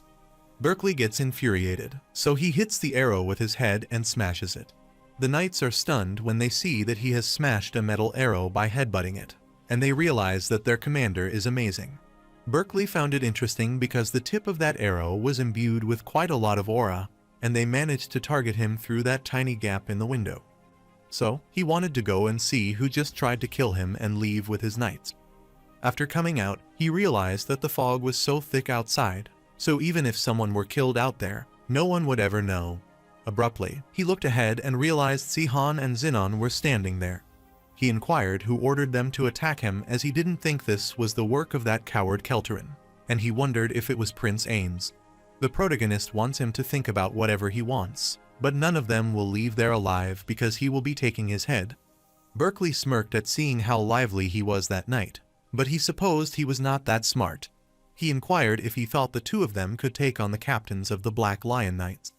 His knights rushed toward them to attack, but Xinon fought them back. Berkeley commanded his knights not to kill them because they had to interrogate them to find out who sent them. Xinon kept fighting with that knight with all his might. Then, with the burst of his aura, he pushed him back. On the other hand, the protagonist is fighting with the other knight, who keeps trying to attack him but realizes that he is good at dodging as he slips nicely. Berkeley is amused by seeing them fighting and can see why they are so confident.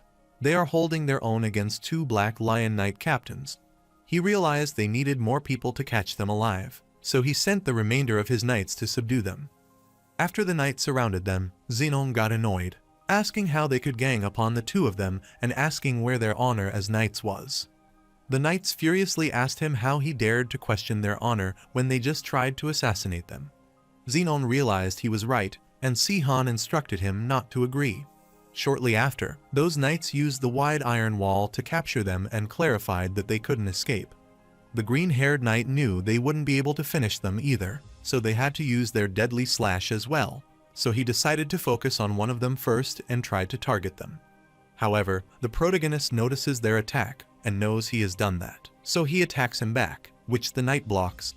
While running away, the protagonist tells Xenon that it's time to run because they failed this time, and Xenon understands. The green-haired knight got started on seeing this, wondering what they were doing.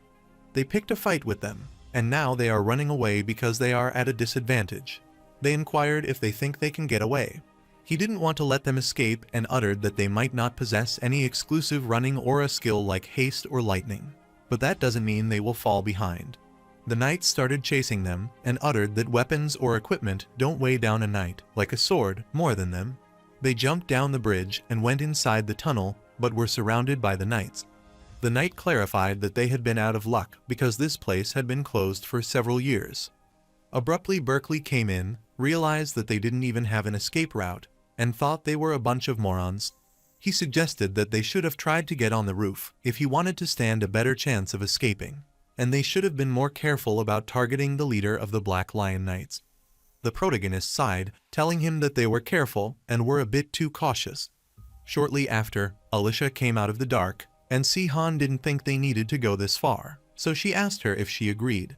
The knight started laughing upon seeing her there, wondering if this was supposed to be a trap, and if his idea of a trap leading them to a measly fighter-level sword was higher. Berkeley is also laughing at seeing her, but soon, he gets startled by seeing that outrageous amount of energy he can suddenly feel, as if it is not an aura. Alicia recalled that Si-Han told her that if she had so much mana that she couldn't control, she should start by learning how to use a basic technique that relies on her mana, but is high-level magic. Alicia accumulated her aura around the fingertip of her hand and used the Blazing Ray Arcane Blast on them. Alicia is amazed by her incredible strength and realizes it's something else, but shortly, she falls. The protagonist told her that she had just used all of her mana, so she might feel a bit weak and unable to use any magic until she had recovered all of her mana. He laughed as he told her that was her daily allowance of mana, and she wondered what it was supposed to mean. Xenon thought it was an incredible spell and realized no traces of the captain were left. He didn't think wiping them all out would be so easy. The protagonist clarified that it's a bad matchup for them because the Iron Wall skill might be durable, but it's not very good at deflecting incoming attacks. As a result, it has no choice but to take the full force of all attacks, like how sturdy trees snap in a typhoon, while reeds will only bend. So, it doesn't matter what level of sword they are facing, a mage with only the Iron Wall skill is not something they could deal with. While explaining, he gets stunned when he sees Berkeley standing even after those attacks. Berkeley furiously asked him how he dared to attack him sneakily. Xenon is stunned, wondering how he is still alive and doesn't even look like he took that much damage. The protagonist supposed that the commander was more substantial than the other captain, and he instructed Alicia to get back because it was time for Plan B. The protagonist thought that if Berkeley was as strong as Sech Sengard, then there was a chance that he might be able to pick up on aura skills during the battle. Therefore, he needed to support Xenon while he fought in front to avoid standing out. If he remembered correctly, he thought he was a master spear user, but it looks like he is carrying a sword around now because he is obsessed with being a knight. Therefore, Berkeley wouldn't be able to fight as well with an unfamiliar weapon, even if he is trained with it, and Xenon wouldn't lose when it comes to swordsmanship. Berkeley stepped forward, thinking they were fools because that was what they were counting on, and he was impressed that he managed to find that out. He clarified that it was one side of the story, then removed his cloak and transformed it into the spear. This dumbfounded the protagonist, and Berkeley explained that once he had reached master level, even a cape could be used like tempered steel. So he asked Si-Han if he thought a warrior would walk around without their main weapon, and he hoped he was ready because he would enjoy using this spear to kill him. The protagonist looked at him, emitting an outrageous aura, and could see that it was because he had mastered Sech Sengard's eruption aura. However, he knew that Berkeley was right because he underestimated him. Not only did he fail to anticipate his weapon, but it never even occurred to him that he might have learned eruption aura. He commanded Xenon to return because he would only get in the way at his current level. He grabbed the sword, as he didn't think he could afford to hide his identity and fight right now, so he would be going all out as well. Momentarily, Berkeley rushed to strike him, but the protagonist dodged his attack, and he was amazed to see that he had evaded it. So, he thought Si-Han was pretty good, but couldn't win just by dodging, so he kept attacking him. Unlike the Iron Wall eruption aura, It is an aura skill designed for battle, so Si-Han knew it wouldn't be easy to fight him using an explosive aura. However, both skills use significant movement that will leave him wide open for attack, so he could use a Sky Piercer or Deadly Dragon Blade if he were fighting a huge monster. While indulging in his thoughts, he is concerned because he will get attacked if he is not careful. He rushed back since that was the situation in which he was supposed to use one of his exclusive aura skills. As soon as he started using his skill, Berkeley was dumbfounded at seeing his overwhelming amount of aura. He realizes that Si-Han is not an opponent he should look down on because he is young, as he is probably around master level as well, so he might be at a disadvantage if they drag this out any longer. He rambled that he wanted to play around with him for a bit longer, but he changed his mind, so it was over, and he used Aura Eruption Destruction skill on him. However, the protagonist isn't scared.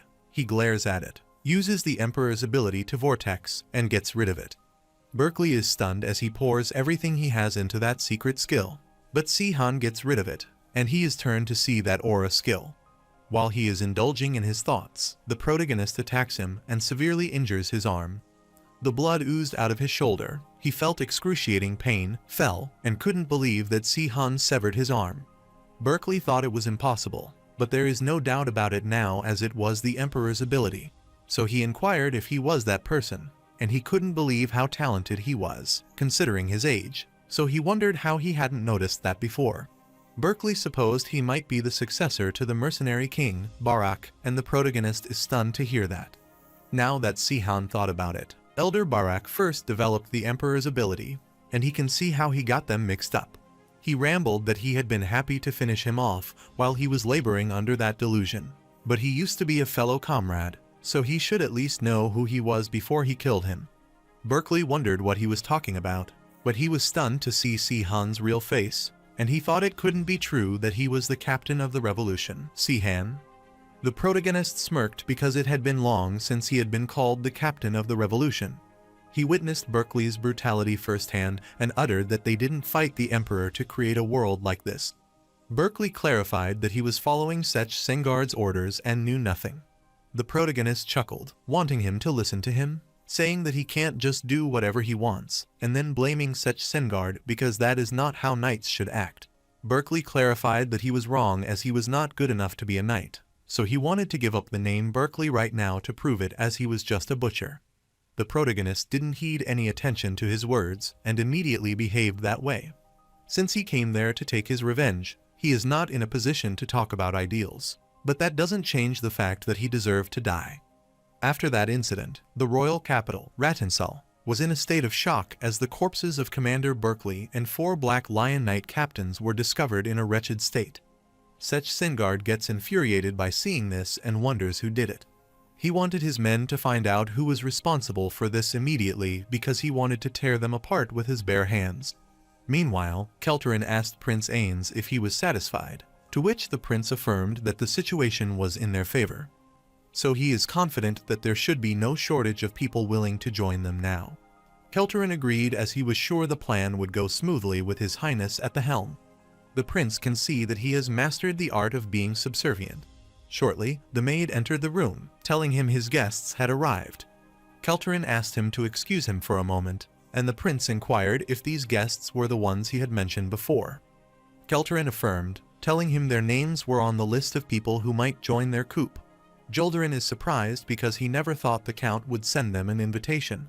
Ribble is also surprised and wonders why he wants to congratulate them for becoming the Black Lion Knights captains. Jolderin guessed he wanted to get close to them since they had met before and had just been promoted to captains. He didn't want his comrade to forget that Count Kelterin was one of the most influential people in the Sech Sengard kingdom, so there was no harm in accepting his invitation. Ribble didn't realize that getting to know him during the expedition to drive out the heretics would lead to this. Later in the room, Jolderin is taken aback and asks Kelterin what he means and if he's serious about it.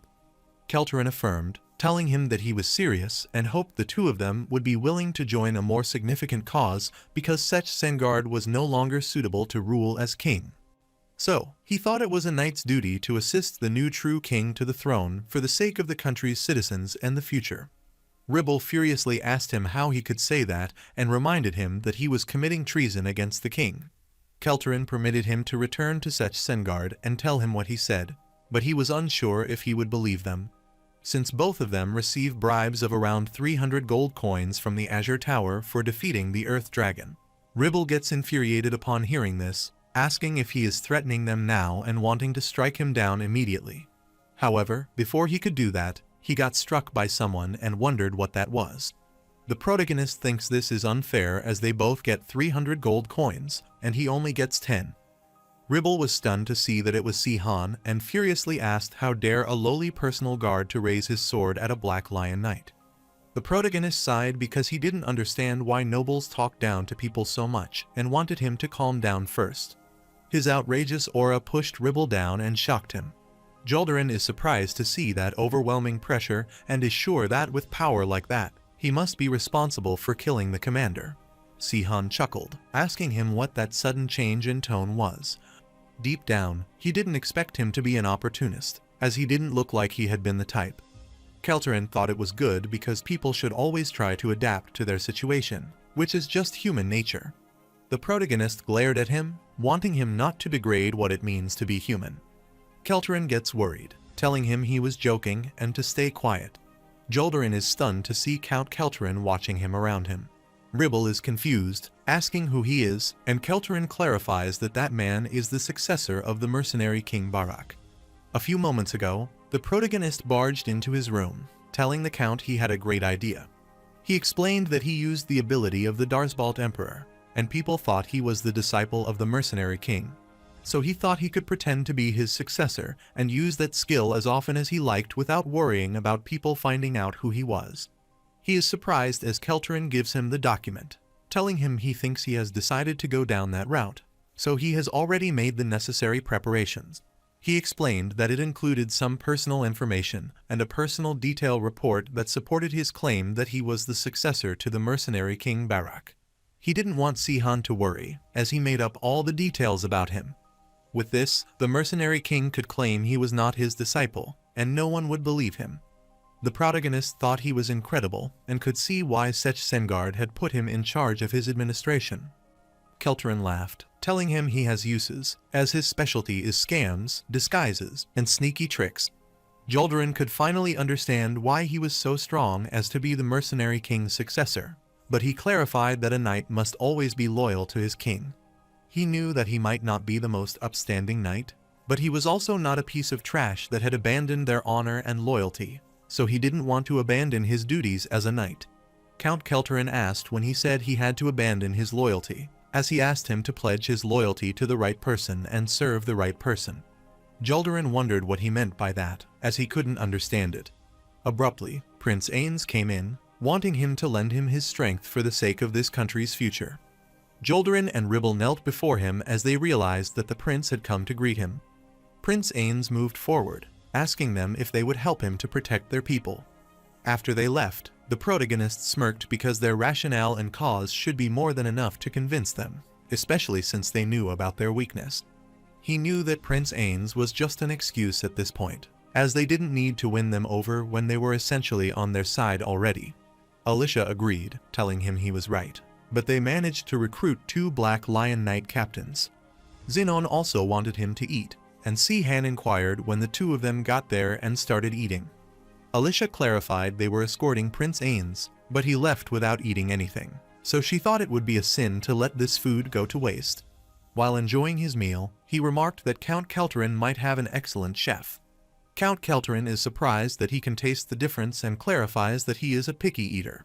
So, he wanted to make up for all the horrible food he had to eat while serving in the Revolutionary Army. Xenon thought they should have used less vinegar and brought out the subtle taste of other key ingredients to create a more balanced flavor, but decided to keep that on his own.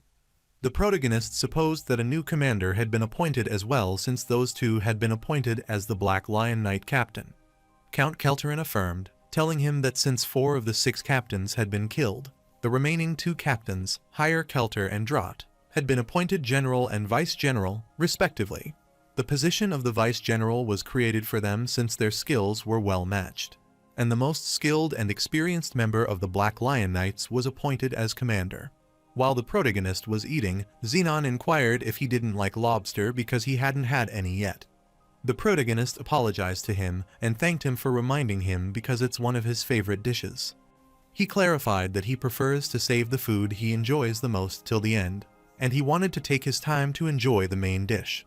After having their dinner, Count Kelterin explained that due to the sheer number of people who were persecuted under Sech Sengard's reign and thanks to Prince Ain's help, the preparation for the coup had been progressing smoothly. The protagonist is amazed because that is quick, and Kelterin utters that shows how many people have been oppressed by the Sech Sengard military force. However, if they want this coup to be successful, they need to bring Viscount Crumble over to their side. The protagonist realized that Viscount Crumble was the kingdom's second wealthiest man. Kelterin explained that since his wealth would be useful, he also managed merchants throughout the kingdom. Therefore, they need this network of merchants to establish effective communication between all the forces taking part in the coup. Sihan supposed that he might have a hard time convincing him. Kelterin refused to tell him that he had already agreed to join their cause, but he had attached a strange condition, which was more of a personal request than a condition. The protagonist inquired what he wanted, and Kelterin clarified that the youngest daughter of the Crumble family wanted to become Alisha's student. The protagonist is shocked, wondering if she can even take a student at her current rank. Kelterin clarified that it's incredible that she has reached fighter level at her age. But more importantly, the youngest daughter of the Crumble family can't become a knight because she doesn't have a master. It's common practice for female students to train with female knights unless they are relatives. She was already looking for female knights, so Alisha must have stood out since he appointed her as his guard. The protagonist agrees that there are not a lot of female knights in Terraner, but she must be pretty desperate if she chooses Alisha. The protagonist gets startled because the youngest daughter of the Crumble family wants to find a master, which sounds so familiar. Kelterin explained that they met Viscount's daughter before, and hoped he remembered her. She was a student serving under the sword, Higher Periman, who joined them on the expedition to drive out the heretics. The protagonist is stunned, asking him if he means Dina Crumble, as she is the one who smacked him on the back of his head. He gets startled as he recalls what he said, something Kelterin doesn't know and wants him not to mind it. After some time, Alisha is stunned to know that Dina wants to be trained by her. The protagonist affirmed he knew how ridiculous that sounded, as it's like asking a smart high school student to teach a middle school student. He clarified that she doesn't have to take her on as her student because Viscount Crumble has already agreed to participate in the coup. Alisha supposed there was nothing to gain from accepting his request.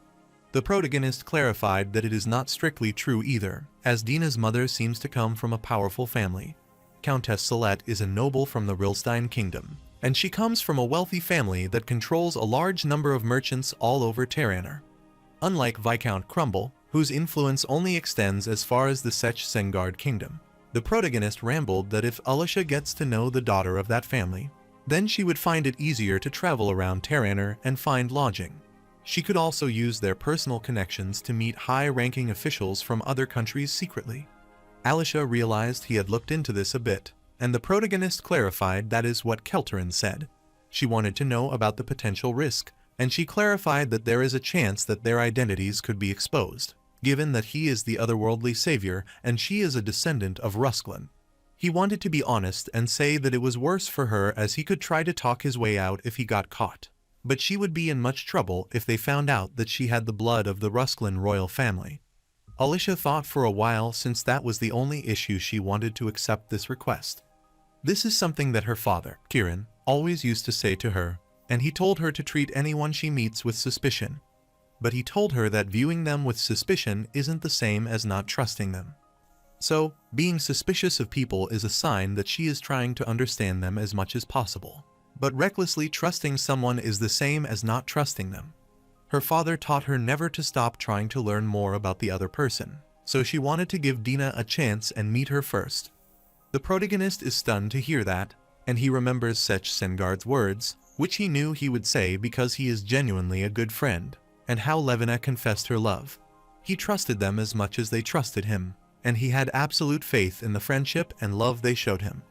But he wondered if it was right for him to trust them, as there were no signs that they would betray him in the final battle. He realized there was a chance he used that trust as an excuse to stop trying to understand them better. He didn't know if they felt disappointed with him, or if they felt any resentment toward him, but he didn't want to see any of that. While he was indulging in his thoughts, Alicia called him, and he apologized to her, telling her that he was thinking about something else. He told her to start by meeting Dina, and after meeting her, he wanted her to decide if she could trust her, and whether she was the type of person who wouldn't betray them, even after Dina discovered their true identity. But he wants her to know that is what she was taught. But he thinks she is too distrustful of other people. Just at that time with the women at Jard Village, Alicia clarified that she doesn't always do what she has been taught, so she is trying to change now. However, Sihan still doesn't want to give up on getting revenge because it doesn't matter why they did it, as nothing can justify their betrayal. Later, Dina Crumble gladly introduced herself and was pleased to meet her. She wanted to do her best to serve her as a master. Alicia agreed and is also looking forward to talking with Dina. The protagonist realizes that she looks pretty upbeat for someone who has no choice but to become her student. Zenon remarked that they looked more like sisters than masters and students, while Alicia told her that it was time to start her training. Dina affirmed, but she recalled that her father told her that the woman she spoke of was only at fighter level, so she wanted to arrange for a knight level master to teach her instead. However, she refused as she wanted to only learn from Alicia because she is freaking awesome, and her father forbade her from using such crude language. Alicia accosted her and uttered they should start with some slashing drills. Dina excitedly affirmed, and with this, Dina Crumble has become an Alicia student. Later, Alicia started demonstrating her slashes on the dummy. Dina thought she looked so different as she looked a little different from how she first met her, but thought she might be imagining. She couldn't believe how pretty Alicia was and was amazed to check out her muscles. She heard there was no point in wearing armor once she reached fighter level and thought it was so cool, so she couldn't wait to get rid of this armor like her. Alicia glanced at Zenon and said that a knight level sword could reinforce the durability of their steel armor, so she wanted to be like Zenon and wear some armor. Zenon looked at the protagonist, rambling that a knight level sword higher can only reinforce steel, but a master level sword higher can reinforce any material, so he wanted to be like Sihan and stop wearing his armor. They all sighed after saying that, and the protagonist wondered what was wrong. Alicia supposed it would be better for the swordsmen who are at Grandmaster level and above not to wear any steel. The protagonist wondered why she was asking that suddenly, and she clarified that she was curious. She heard that it doesn't matter what material armor is made of once a person reaches master level. The 7 heroes of the revolution had all reached Grandmaster level, but they all dressed differently. Sihan clarified that it depends on the situation, and he guessed she could say it depends on the martial arts and fighting style she has learned. He wanted her to imagine that there was a fabric shirt that had 1 defense and a suit of armor that had 10 defenses. So, a knight level sword, higher, can use aura to reinforce its steel armor to increase its defensive capabilities. At the master level, they can strengthen the shirt to have the same defensive strength as steel armor. He said it uses the same amount of aura, so there is no difference between the defensive capabilities of different materials. However, once a person reaches and masters the increase in durability, it is directly proportional to the amount of aura the material is imbued with. Simply put, the shirt that initially had 1 defense will now have 21 defenses. The steel armor that originally had the defense will now have 30 defenses. Alicia supposes that wearing steel armor is much better in that case. Sihan refused to tell her that is not always the case because reinforcing armor at the master level has almost no effect on the weight of the armor. But at the Grandmaster level, reinforcement armor directly impacts the burden it places on the user's body. Therefore, for speed-based fighting style, light armor is better for strength-based fighter style. Heavy armor is more appropriate, so it all goes back to common sense. Alicia understood everything and supposed she would wear light armor if she reached Grandmaster level. The protagonist smirked and wanted her to realize that level first before thinking about it because there was no point worrying about how to run before she could walk, which infuriated her. While they were in the subject, he wondered what happened to his magical armor, Rubresk. Alicia wondered if he was talking about the otherworldly savior, the 3 legendary pieces of equipment, the magical sword, disaster, the magical armor, Rubresk and the magical cape, and the crimson dragon. She assumed someone would take good care of his gear if his underwear sold for 100 gold coins, so she is sure the otherworldly savior equipment would be worth much more. The protagonist bet the others took the magical items even though they might have sold his undies. He felt shameful not to lose the magical sword disaster, and wanted to ask Kelterin to look into it while he still remembered. After explaining everything, he told her it was enough for that day, training as he was heading back to rest. Alicia agreed but inquired if he had regained some of his aura. The protagonist affirmed, telling her that he feels like he is catching up to his past self. In terms of aura, he is having no trouble recovering his aura, but his magic recovery rate is slowing down, so he wonders what is happening. While Si-han's party is growing stronger, someone else is working hard behind the scenes. Kelterin would suck up to Sech Sengard during the day, and then gather members of the previous revolution during the night and make preparations. Many opportunists were willing to participate, so they just wanted to sit back and watch. Kelterin threatened them to expose all of their corrupt behavior and the crimes they have committed until now if they don't participate. So he clarified that there was no point trying to back out of this now and asked who they thought Sech Sengard would believe. But they agreed to join the rebellion thanks to Kelterin's efforts to persuade them. The protagonist thought it takes a thief to catch another thief.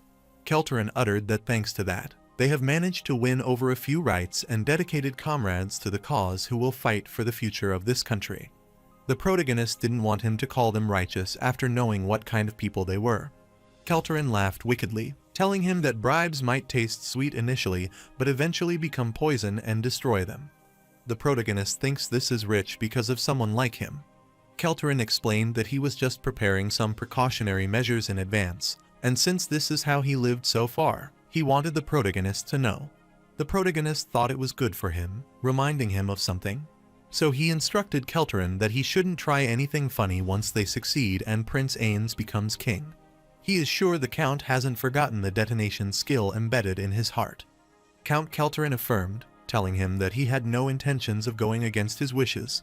He did his best when he was working for those who wished to destroy the world, but now that he is working for him, he can dream of a better life. It doesn't matter whether he has used the detonation skill on him or not, but he has never thought of betraying him. He wanted to change this country along with enjoying his life and give the people of this country a good life as well. The protagonist is stunned by this and inquires if he couldn't change it earlier. Kelterin already told him that wasn't impossible when working for Sech Sengard. Meanwhile, Sech Sengard again dreams about the past, and Rilstein asks if everyone agrees with him. Levina agreed with him that Si-han was too dangerous, so once the emperor was gone, there would be no one left to stand in his way. The third hero doesn't like it but can't ignore reality, so he agrees with them. Rilstein wondered what Sech Sengard thought about this plan.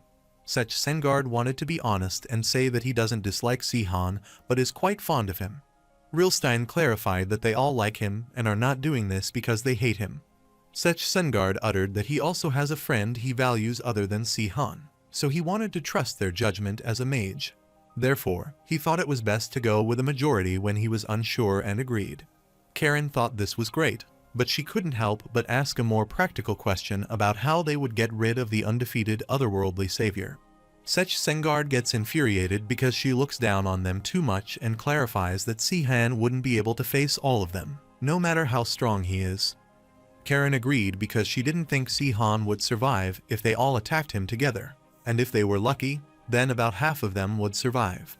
She sees a group of rats bonding over their stories, but she wonders who will wrap the bell around the cat's neck.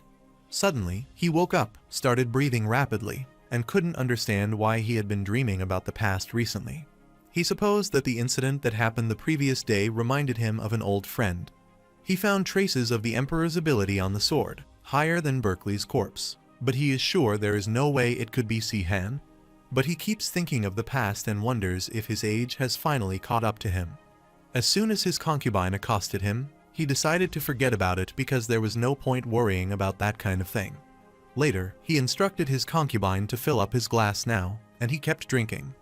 Grand Chamberlain worriedly reminded the king that he had been drinking more often lately. Sech Sengard inquired if that was the case but didn't need to be ridiculous because this was his way of respecting Berkeley's memory. Grand Chamberlain inquired if he was doing that for a whole month for them.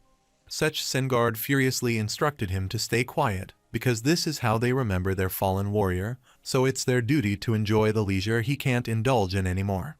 Abruptly, Sword Higher Keller came inside, telling him that he was absolutely right and that Berkeley would also appreciate it. Therefore, as the new commander of the Black Lion Knights, He raised his glass in honor of the former commander. Sech Sengard laughed because that is the spirit he likes, which concerned the Grand Chamberlain. Shortly after, the door to the room opened, and Count Kelterin came inside, telling the king that his humble servant was seeking an audience with one of the great heroes of the revolution. He clarified that he was there to report that he had found the group of traitors responsible for killing Sword Hire Berkeley. Sech Sengard gets infuriated when he hears this, so he throws away the glass of wine and inquires if he is sure. While heading there, Kelterin explained that as the king anticipated the culprit to be the mercenary King Barak's successor, he remarked that his insights were truly amazing. Sech Sengard asked about the name of the culprit who killed his men. Kelterin confirmed that he hasn't been able to find that out yet, but people call him the Dark Giant. He had heard word that he gathered around 800 other traitors hiding inside an old castle in the Grand Region west of Rattensel. Sech Sengard praised him for doing a fantastic job, saying he wanted to unshackle those people, and accosted Keller. Keller affirmed, telling him he would prepare an army of 100 Black Lion Knights and 3,000 soldiers. Kelterin gets worried because there are a lot more soldiers than he expected. Since that is almost everyone in Sech Sengard's army, he bets he is trying to put on air since this will be the first time he is participating as the new commander, so he wants to stay calm at times like this. He agreed with Keller's suggestion and thought that it was an excellent idea because anyone strong enough to kill a sword, a Hire Berkeley, can't be an ordinary sword hire.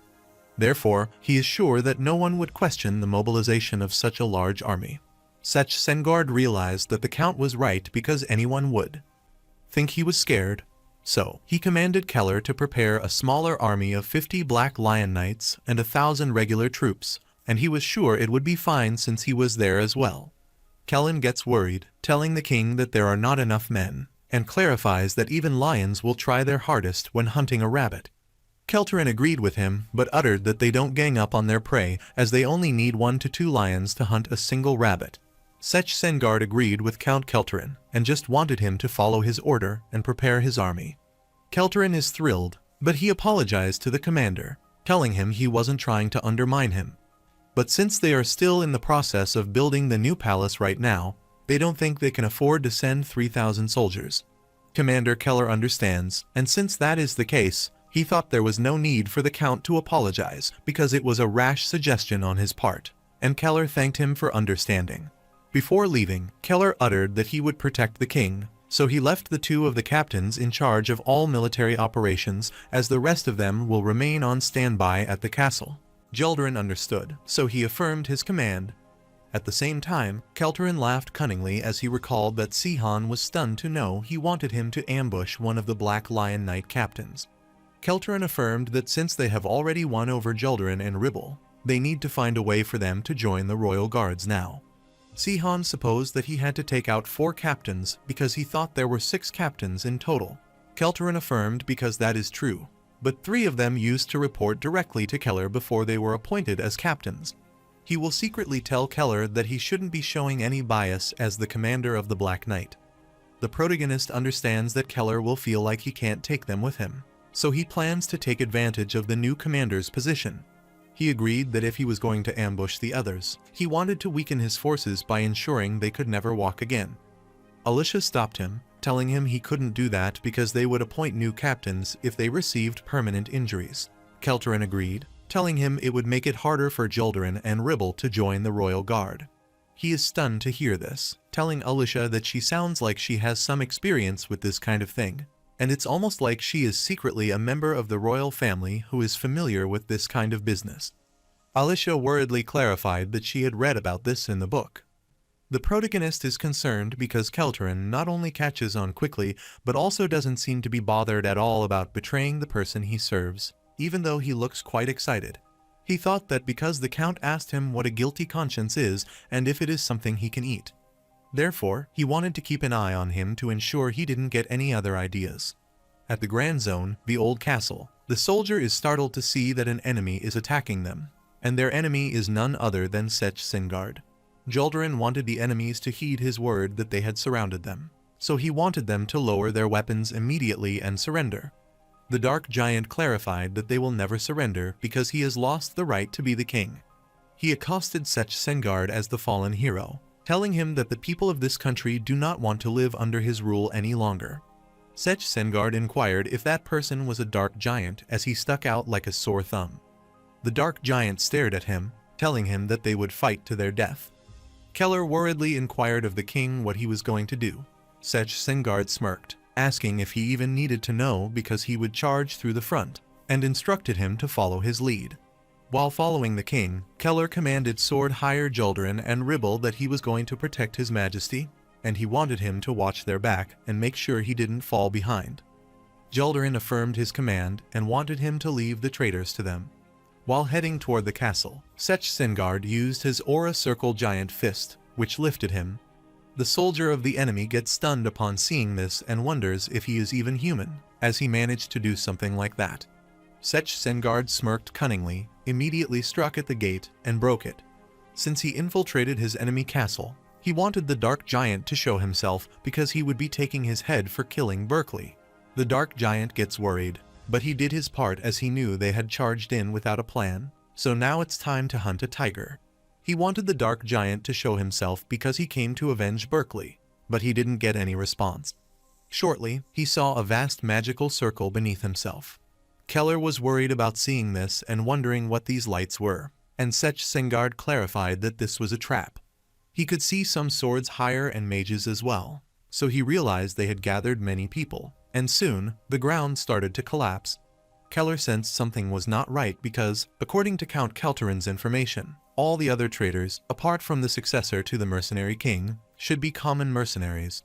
Sech Sengard doesn't want him to panic because he has survived countless traps like this during the Emperor's reign. He is sure this barrier magic might be complex to destroy from the inside, but it's weak to attacks on the outside. So, he commanded the Black Lion Knight to destroy the barrier, but he was stunned to see that the rocks blocked the entire entrance. Keller also worriedly looked back, calling for Joldarin and Ribble, wondering why neither had followed them inside. He felt like they were in on this plan from the beginning, and he looked above and saw Count Kelterin hiding. He gets infuriated when Kelterin asks how he dared to betray him, and Kelterin gets worried. The protagonist asks if Sech Sengard still scares him, even though he is standing right beside him. Kelterin knew he caught him by surprise, but wondered if he needed to be there. The protagonist affirmed, telling him that he needs to show Sech Sengard whose side he is on. Otherwise, he wouldn't be able to trust him completely, and Kelterin affirmed. The protagonist praised him for doing a great job luring Sech Sengard all the way there. Kelterin thanked him but didn't expect Xenon to be so good at acting. He knew there was a chance that Sech Sengard might recognize him, so he asked Xenon since they needed someone to act like him, and he stood out quite a bit. But everything went according to plan thanks to his performance, so now they must be devoured if they try to hunt a tiger in its den. Therefore, it's common practice to lure the tiger into a trap and laugh cunningly. Keller furiously wanted all the traitors to listen to him closely, that they should release this barrier right now, and inquired how he dared devise a plan to betray their king. He clarified that they can still be granted forgiveness if they release them. The soldier inquired what he was talking about and asked if he didn't understand his position. Everyone clarified that Sech Sengard was no longer their king and used the infernal lightning strike incinerate to strike them. Keller gets worried about seeing, but there is a massive explosion soon. The soldier gets startled, asking if they got him, but soon they realize that is not the case because he is above them. Sech Sengard knew that a knight's evil sword couldn't handle that kind of firepower, so he was sure that Keller was dead. But the fact that they used such a powerful spell must mean that there are mages for the tower there, and they inquired whose orders they are following, and if it's Rilstein or Karen's. Abruptly, the soldier thought that Sech Sengard was unbelievable, because this wasn't just some plot that was cooked up in a foreign country. They are rebelling because they are sick of putting up with his oppressive rule, because it's the same reason he took a stand against the Empire 10 years ago. Sech Sengard is stunned to know that and utters that he thinks he is a good king to all of them, but he wonders what he has done. Sech Sengard can see many familiar faces there as he never thought his subordinates would stab him in the back. He asked them if they knew how much they all meant to him, yet they dared to bite the hand that fed them. The warrior grabbed the sword, asking him how he thinks of him as his own or something, and knew that years ago, he was just their captain, and it was a mercenary duty to eliminate incompetent leaders. Sech Sengard gets infuriated, asking them how they dare to do this, and he rushes to attack them, but it is so hard for him to move. He knew it was because of this barrier, otherwise those pathetic fools wouldn't stand a chance against him without it. The protagonist sees this and realizes that Sech Sengard likes to curse and lash out when he can't deal with the situation. Kelterin wondered what he meant, and the protagonist clarified that it was nothing as he talked to himself. However, the protagonist realized that the barrier was impressive, so they asked if that was a dragon trap because a Grandmaster level sword wielder would have a hard time dealing with that. He is sure it couldn't have been easy to persuade high-level mages to join them. Kelterin wanted to be honest that he wasn't expecting them to send such a powerful age, but Trandon was much more cooperative than he thought. These mages are much stronger than the one who accompanied them in taking down the Earth Dragon, and they wonder if the tower is planning something. Kelterin thought it was safe to say they were, but he suspects some information on the coup has already been leaked to them. Si-Han knew that there was nothing they could do about that because some information was always going to be leaked when they were recruiting people, and the towers were very sensitive when it came to information. However, Sech Sengard is pathetic because he fails to notice the signs of a rebellion in a country he rules when outsiders have already taken note. Kelterin thought it was understandable because he was responsible for controlling the information. After all, the protagonist is stunned to hear that, and Kelterin is pleased because that worked in their favor because there is no way Sech Sengard will survive this. Sech Sengard gets infuriated as all of this is getting on his nerves, and he wants them to get rid of this barrier immediately.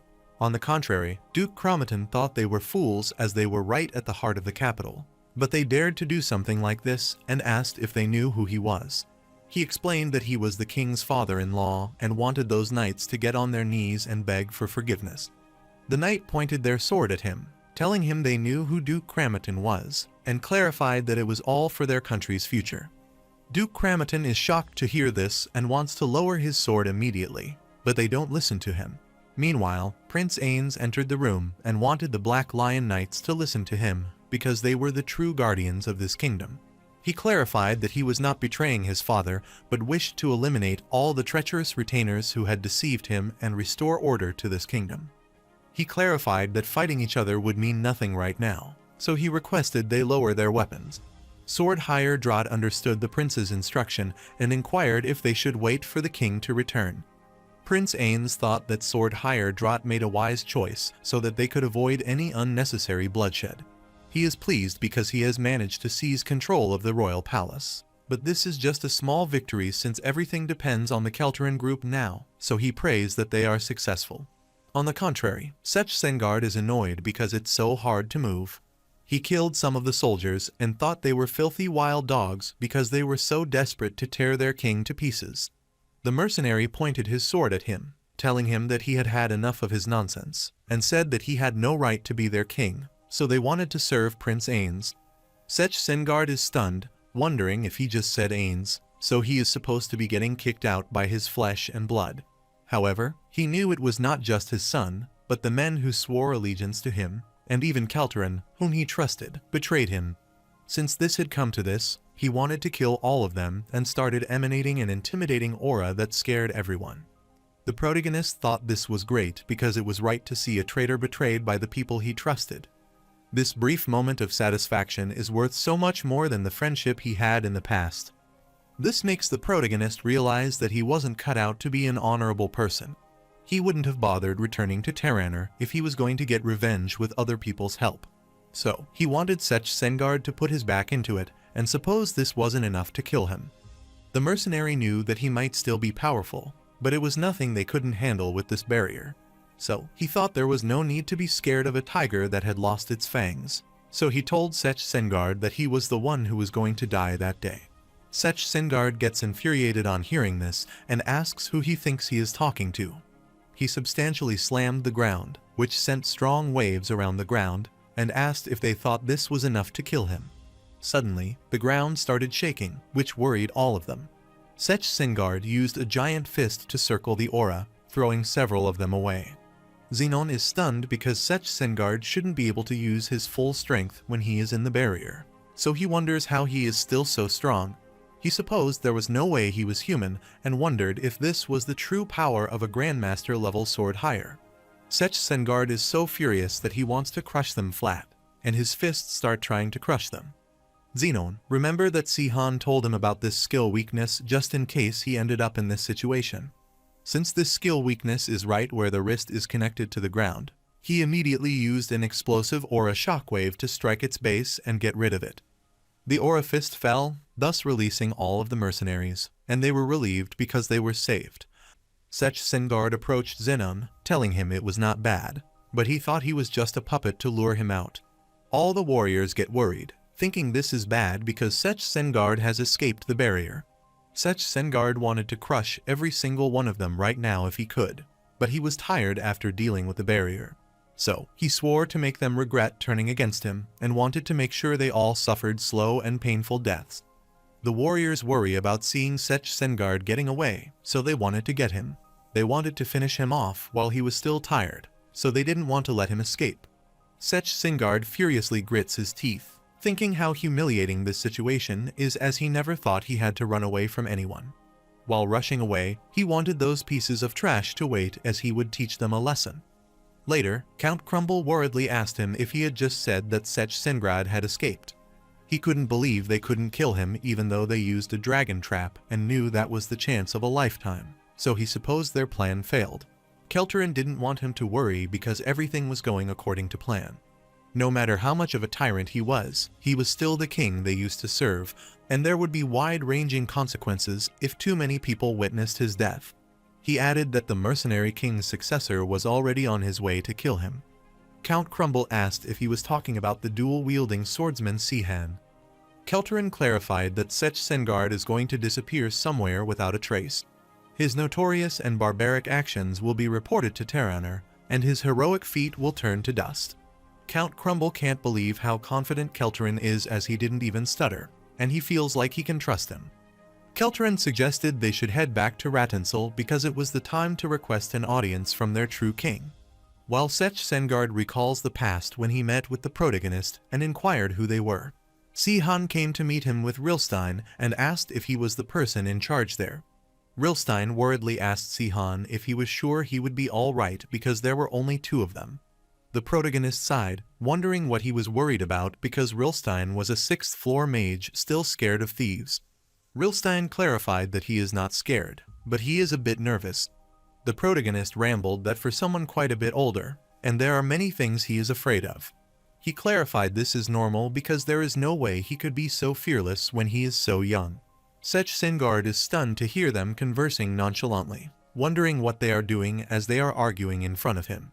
He furiously looked at his men, asking them how they dared to boast about their skills as thieves and then lead someone back to their hideout. His man clarified that they did their best to lose them, but he wondered what they should do against the sword hire. Si-Han clarified that his underlings were keen to run away with their stuff, and he doesn't suppose he intends to return their things without making a fuss. Sech Sengard clarified that this stuff might have been his at some point, but it belongs to them now, since they wouldn't have taken these things from the start if they had handed them over to him. He attacked the protagonist, telling him to take them back if that seemed so unfair. The protagonist counterattacks, telling him that is what he was planning to do from the start. After exchanging a bow, Sech Sengard realized this boy must be at least a master level. The protagonist also realizes that his opponent has some incredible aura.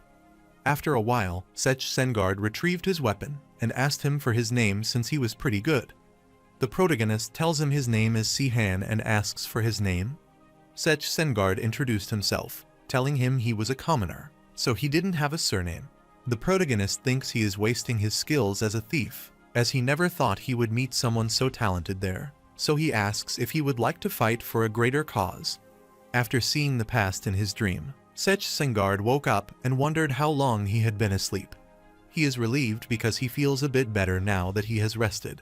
He thought this place looked familiar, but he never knew Belair Forest was so close by, and he was glad it was close. He used this place as his secret hideout when he was the leader of a group of thieves, but he abandoned this place long before the revolution took place. He is sure that even those who were out there looking for him wouldn't think to look there. Thanks to that, he got much rest, but since he is as tired as before, it's time for him to return to Rattensel as he wanted to make all those traitors wish he killed them. Suddenly, he heard some noise, so he looked around and wondered if there was someone. He thinks they might have tracked him down already, but he wondered how they knew about this place. However, he isn't scared because that is fine as he couldn't fight back until now, so this is his chance to blow off some steam. He shouted to fight with him as he wanted to make them pay for betraying him. Abruptly, the protagonist comes out thinking this is funny as he will make him pay for betraying him. He is sure that Sech Sengard has no idea how much he has wanted to tell him the same thing. Sech Sengard is surprised to see Si-han in front of him and wonders if he is still dreaming, so he drops his weapon. Si-han smiled as he had met Sech Sengard after a long time. Sech Sengard is stunned to see him there and inquires what he is doing there. Si-han inquired about the matter and asked if he was surprised to see him after he had sent him back to the other world. He couldn't believe that was all he had to say when they hadn't seen each other for 10 years. He immediately rushed to attack him, which Sech Sengard blocked with his huge axe. He asked Si-han if that was him and if he had returned to Terraner. The protagonist affirmed, telling him that he had returned, cursed him, and attacked him with tremendous energy. Sech Sengard is having a hard time handling him, and he was shoved back with that overwhelming strength. He gets worried as he realizes it's really Si-han, but he remembers that Rilstein and Safaran told him that he had never been able to return. The protagonist smirked, telling him it wasn't easy coming back there, but his betrayal cut him so deep that he refused to give up. Sech Sengard guessed that mages don't get everything right and uttered that he thought something was off, and that the sudden large-scale rebellion made sense if he was the one behind it. He asked if he picked this location from the start, knowing he was familiar with it.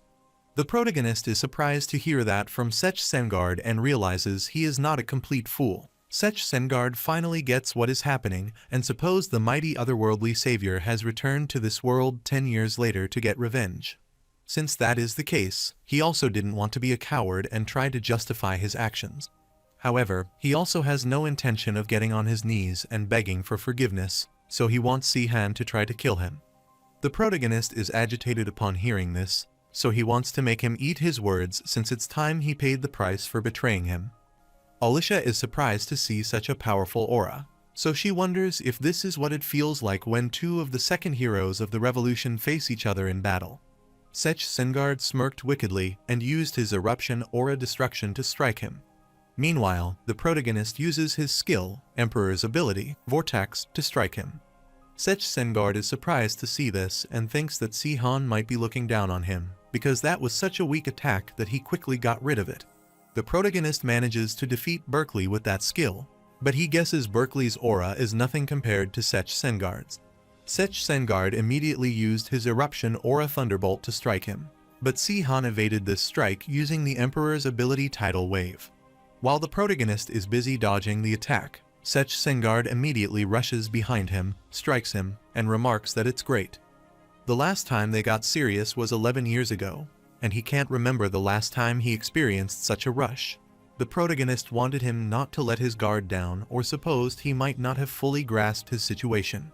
Sech Sengard rushed away, wondering what he was talking about, and inquired why he should care about that when he was citing the otherworldly savior right now. He laughed as there was no better way to die than in a fight against him. 10 years ago, the 6 revolution heroes got together and racked their brains, but they could not think of a single plan that would allow them to kill the otherworldly savior. Sech Sengard thought that if all 6 of them couldn't defeat him, he was sure he wouldn't stand a chance, so this would be his last fight, which is why his goal was to win. He doesn't want to embarrass himself as a warrior, so he rushes to strike him. However, he realized that something was different about Si-han, and wondered if that could be what he was thinking. He immediately struck Si-han, which he hardly managed to block, and inquired what he was doing. He thought something felt slightly off, but he wondered why he wasn't using refined aura. Only swords wielded by those who have reached Grandmaster level and above can use the technique of refined aura, which compresses aura into a purer and more powerful form. The refined aura remained Sech Sengard of the vast blue skies above them, which was an azure blade of pure destruction. He can still remember it clearly even though it has been 10 years since he has seen it. But Si-han has only parried his attacks and hasn't even used it once yet, which doesn't seem like he is pretending to be weak either, so he inquired if he has become weaker. The protagonist sighed, telling him that this was not the question he should ask his opponent, and he realized he was still a fool. However, he wanted to reward that honesty with the truth, so he explained that he no longer possessed the strength he used to have because he used up his aura and magic to return to Terraner. Sech Sengard supposed he might be kidding him and asked how he thought he would get revenge on him. He released an intimidating aura, which startled Sihan, and he immediately attacked him using a heavy strike from the eruption aura. The protagonist had a hard time evading that attack, and Sech Sengard supposed that the tables had turned. Since 10 years ago, the amount of aura he had amounted to nothing compared to him. So he thought this would be his last fight before he died. But if this was the best Sihan could do, then he was the one who was going to die that day. The protagonist clarified that he might be weaker now but strong enough to take someone like him. Sech Sengard clarified that he could see through his attacks and asked what he hoped to achieve with this feeble aura. The protagonist is pushed back by his attack and realizes he is strong. Shortly, the ground broke and transformed into huge fists, and Sech Sengard used his aura to circle a giant fist. The protagonist gets concerned about seeing this, and Sech Sengard realizes he is lying about his strength, but he never thought he had to use an aura circle to escape instead of fighting back, and he thought he was pathetic. Shortly, he grabbed the protagonist, lifted him, and asked how the mighty had fallen, as he had never thought he had seen him in this state. The protagonist realized he didn't seem to have any reservations about killing him. So, he wanted to ask him if there was something he had been wondering about for the last 10 years. But he still didn't understand it, and he asked why they killed him when they all betrayed him. There was something that he had been wondering about for the last 10 years, that he was completely defenseless when he was caught in the portal. At that time, if Levina had stabbed him with a dagger instead of pushing him through the portal, then he wouldn't have been able to do anything about it. However, they didn't do that, so he wondered why they sent him back to Earth without killing him. He wondered if they suddenly felt guilty about betraying their friend in the end. Sech Sengard thinks for a while and supposes there is no harm in telling him the truth since he is about to die. He uttered that, as he said earlier, he thought they should kill him back then. But 3 hypocrites agreed with the plan to send him back, but were completely opposed to killing him. They said they would switch sides if they tried to kill Sihan. Sech Sengard is sure that he might be wondering why they said that and clarified that they were willing to betray him for their gain, but they didn't want to have a guilty conscience. That is why they decided to send him back to his world, and he thought they should never have decided to betray him if they were going to act like that. He betrayed his friend to become the king of a country, so he is not like them. He is sure that he wouldn't have been able to enjoy his current lifestyle if Sihan had stayed in Terraner, so he had no intention of denying that, nor did he regret his actions that day. Even though Sech Sengard knows he might be a traitor, he refuses to be a coward. The protagonist smirked because he finally understood, but thought that Sech Sengard was such a fool because he stood there acting so dignified, but he was worse than them. Sech Sengard is stunned to hear that, and Sihan asks if he has said he refused to be a coward, thinking it is a joke that he will shoulder the weight of his sins. Sihan remarked that he was the most cowardly narcissist he had ever seen, and he had even worse intentions than those 3 others, but he still thinks he is innocent. Sech Sengard cursed him and wanted him to think whatever he wanted because he wouldn't blame him for judging him. He bid his farewell to him and lunged toward him to strike. The protagonist blocked his attack and asked if that was why he chose to spare him 10 years ago. Sech Sengard is stunned by this as he finally realizes that he might have lied about being weak. The protagonist smirked cunningly, telling him that thanks to the act he was putting on, he had discovered something important. He hadn't grown any more substantial. The world has changed, but Sech Sengard still uses the same skills he used when he was known as the Talking Fortress. In other words, he hasn't gotten any more substantial over the last 10 years, and he thought he might have a trick or 2 up his sleeve, but he guesses he was wrong. Sech Sengard is stunned to see that he used a refined aura and asks if he lied to him. Sihan thought he should be ashamed of himself because he didn't think he was foolish enough to fall for that act. Now that he thinks about it, he spent the last 10 years honing his skills to get revenge, so he thought Sech Sengard should have suspected that he had something up his sleeve. Sech Sengard furiously cursed him, used his skill Eruption or a wide-range black to strike him, but he evaded all his attacks. Then he used the Eruption Aura Fissure to attack again, but the protagonist countered with Sky Piercer Echo, which went through his skill. Sech Sengard grits his teeth in frustration, knowing that Sihan can also use Sky Piercer. The protagonist pointed out that he was currently up against a brute of a man, so he had to use every magical beast or a skill in his arsenal, but Sech Sengard kept attacking him. Alisha realized that the power of the 7 heroes of the revolution was passed down through legends. She cannot believe some people possessed such monstrous strength during the Revolution War. She wanted to use her magic to help Sihan, but she knew she was not strong enough, but wondered why he brought her there. While fighting, the protagonist asked about the 3 hypocrites he mentioned earlier. Sech Sengard affirmed as he mentioned that, so he asked what about that, and if he would forgive them and give up on his revenge. He didn't want Sihan to be ridiculous because if that is how weak his resolve is, he will die at that moment. He summoned the Aura Circle Giant Fist to take him down with the Giant Punch.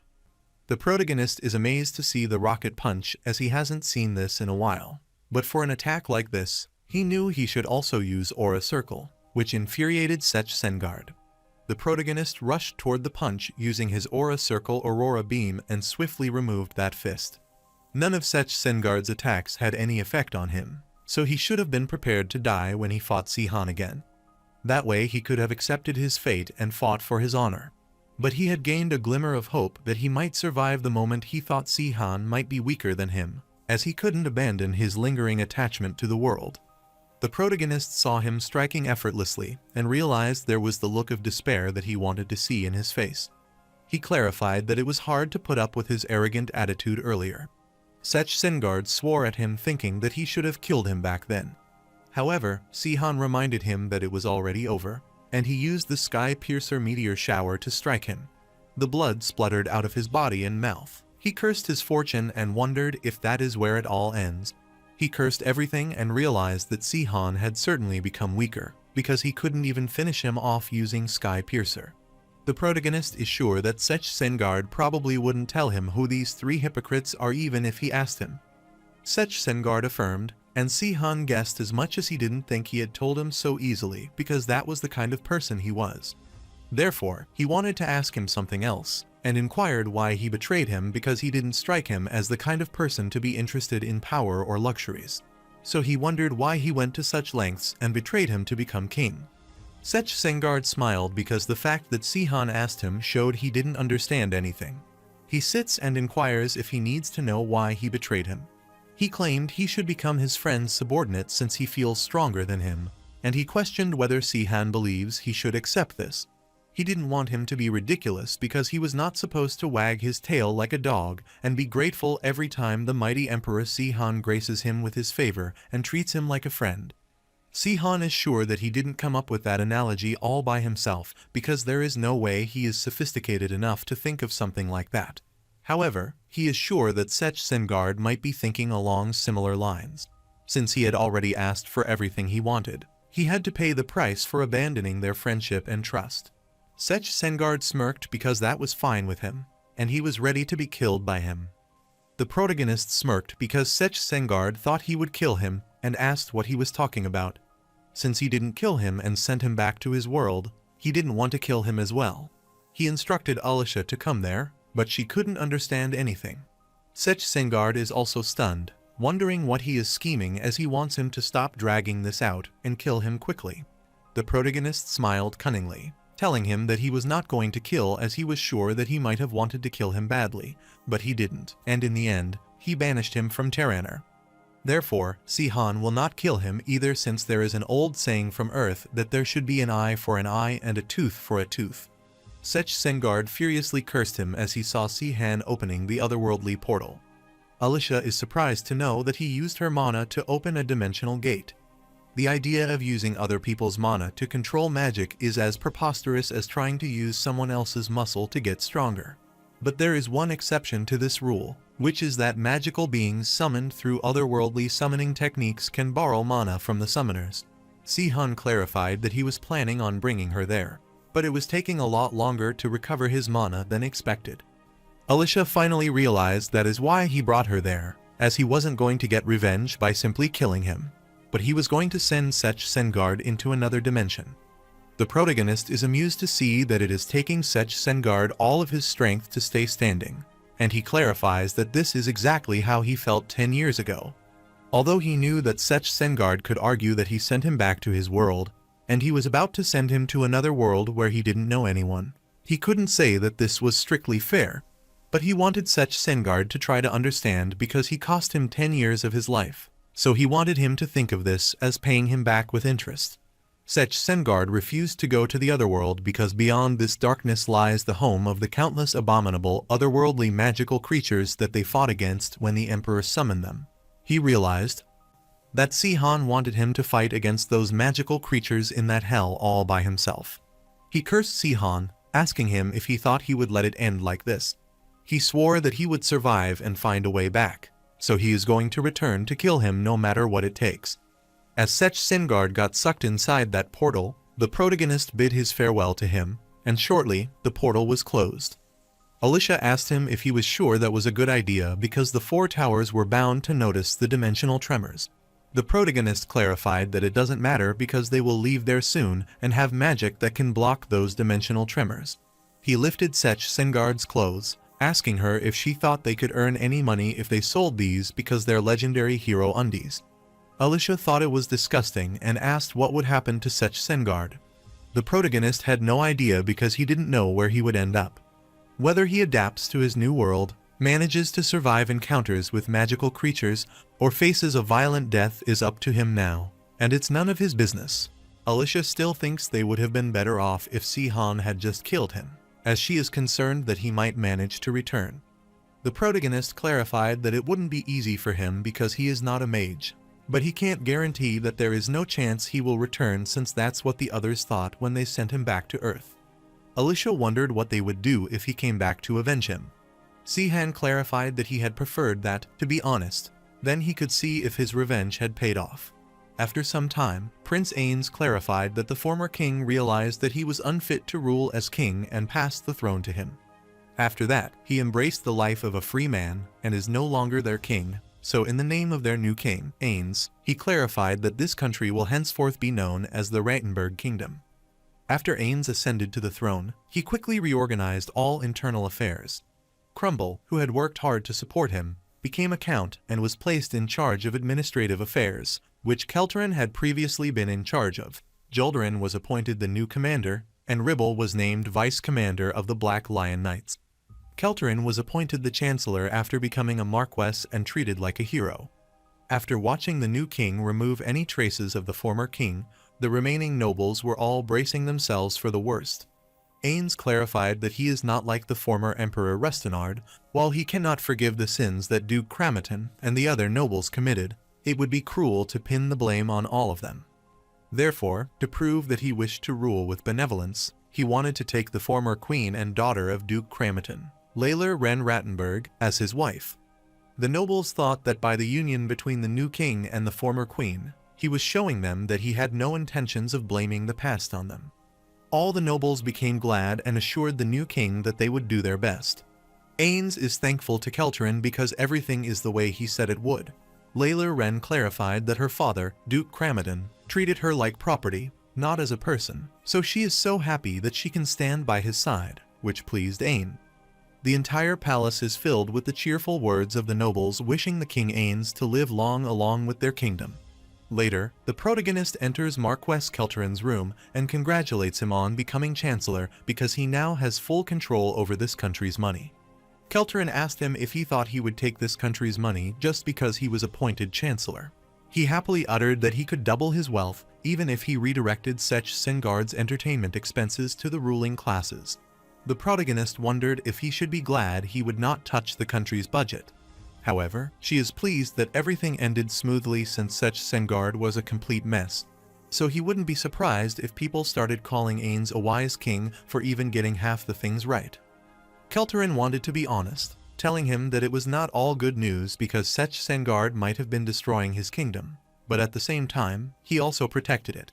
The other revolution heroes couldn't target the Sech Sengard kingdom because he was there. But now, Rattenberg has become a weak country both in name and reality. The protagonist uttered that even if that is the case, he doesn't think there are many greats to this country. Kelterin supposed that might be because the other countries would soon be forced into the same position by him. So, he genuinely hopes Sihan can get his revenge for the sake of the country's future and his own. The protagonist is sure that he didn't call him there to exchange pleasantries. so he asks what the real reason he wanted to talk to him. Kelterin froze at his place, so he decided to be honest that the other revolution heroes would be far more formidable than Sech Sengard. Since Sech Sengard was unfit to govern as a king, he hasn't improved his skills due to his long absence from the battlefield. On the other hand, Rilstein and Safarin have control of the Four Towers and have obtained the title of Floor Master like Sihan once did in the past.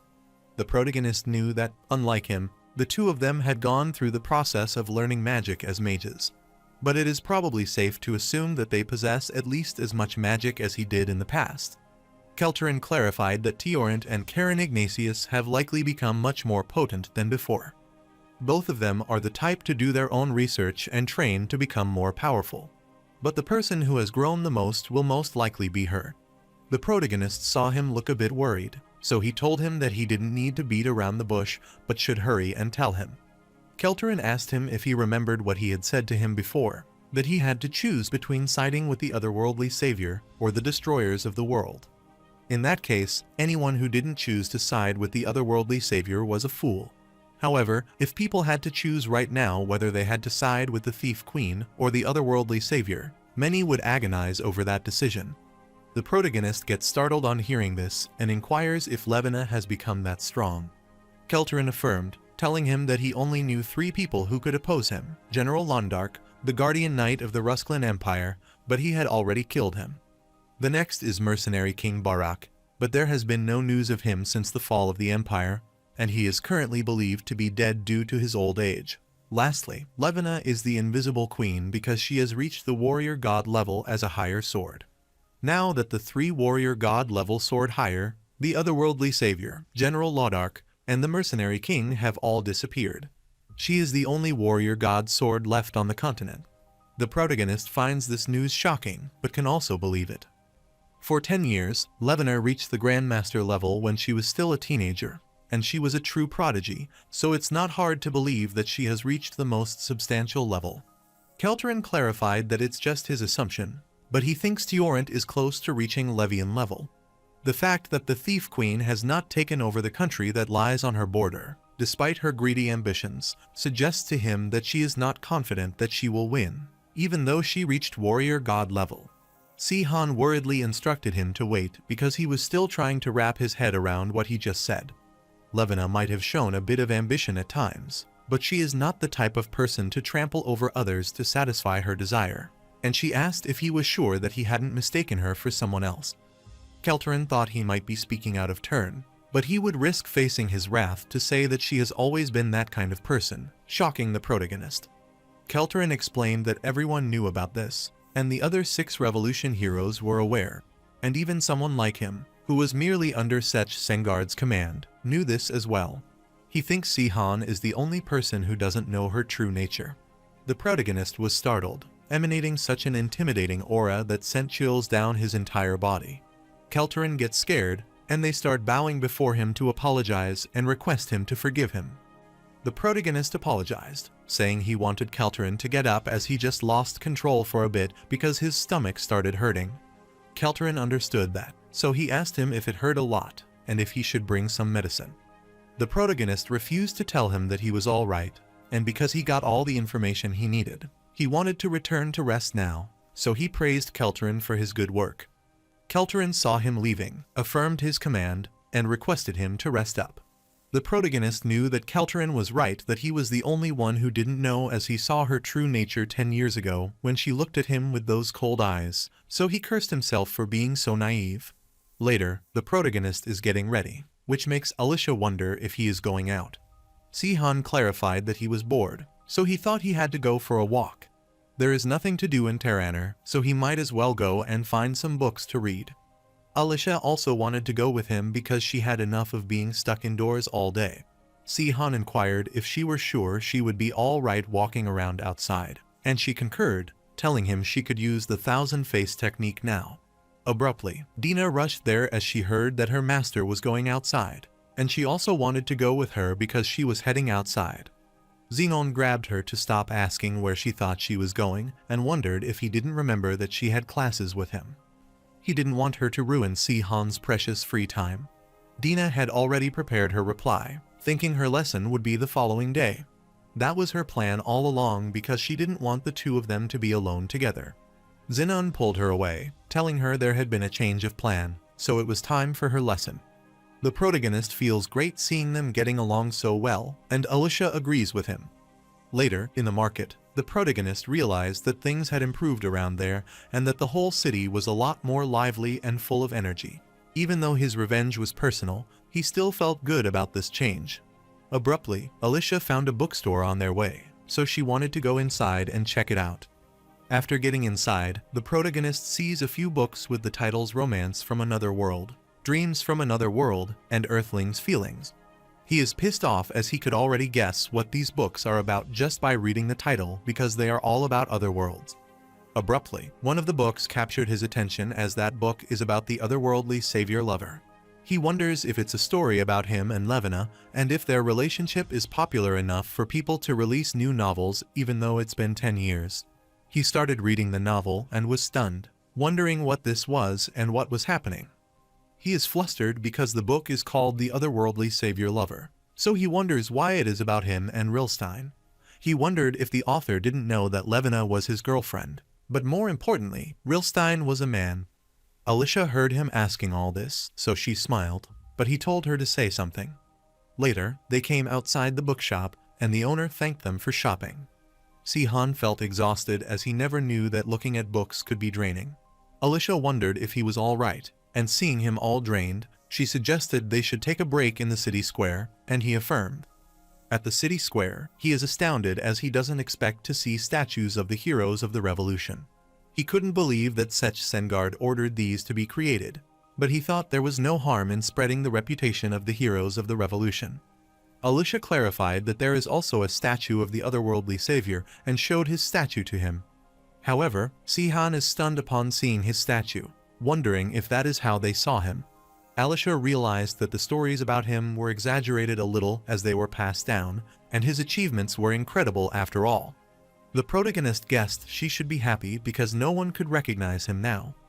Alicia asked him for his next move once he had taken his revenge on Sech Sengard, so she inquired who his next target would be. Sihan clarified that it should be easy to defeat Saffron or Rilstein since their magic wouldn't work against him.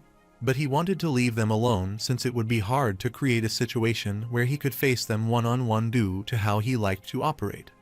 Therefore, he wanted to take down Tiorant after dealing with Sech Sengard because it would be easy to get him to face him alone since he is so confident in his swordsmanship.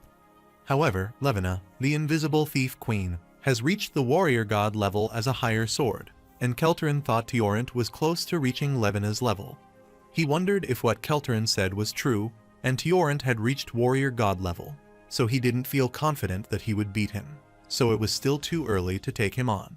Even though Sihan has recovered a lot of his aura, he is still only at around Grandmaster level, so he will need more time before he recovers his full strength. Alicia inquired if he would keep training there until he had completely recovered. The protagonist clarified that he had already wasted the last 10 years, and she wanted him to wait even longer. He can't do that, so he will look for Karen Ignatius, which startled Alicia, asking if he is talking about the immortal witch. Sihan knew that Karen had the healing ability of Prin, the cleric, and the destructive power of Freya, the Templar. Usually, one person can't possess the skills of both Prin and Freya, but Karen's ability makes it possible. However, Karen isn't that strong, but what makes her a fearsome foe is not her combat power, but her ability to combine Prin's talent for curing disease with Freya's destructive capability allows her to infect her enemies with all kinds of diseases.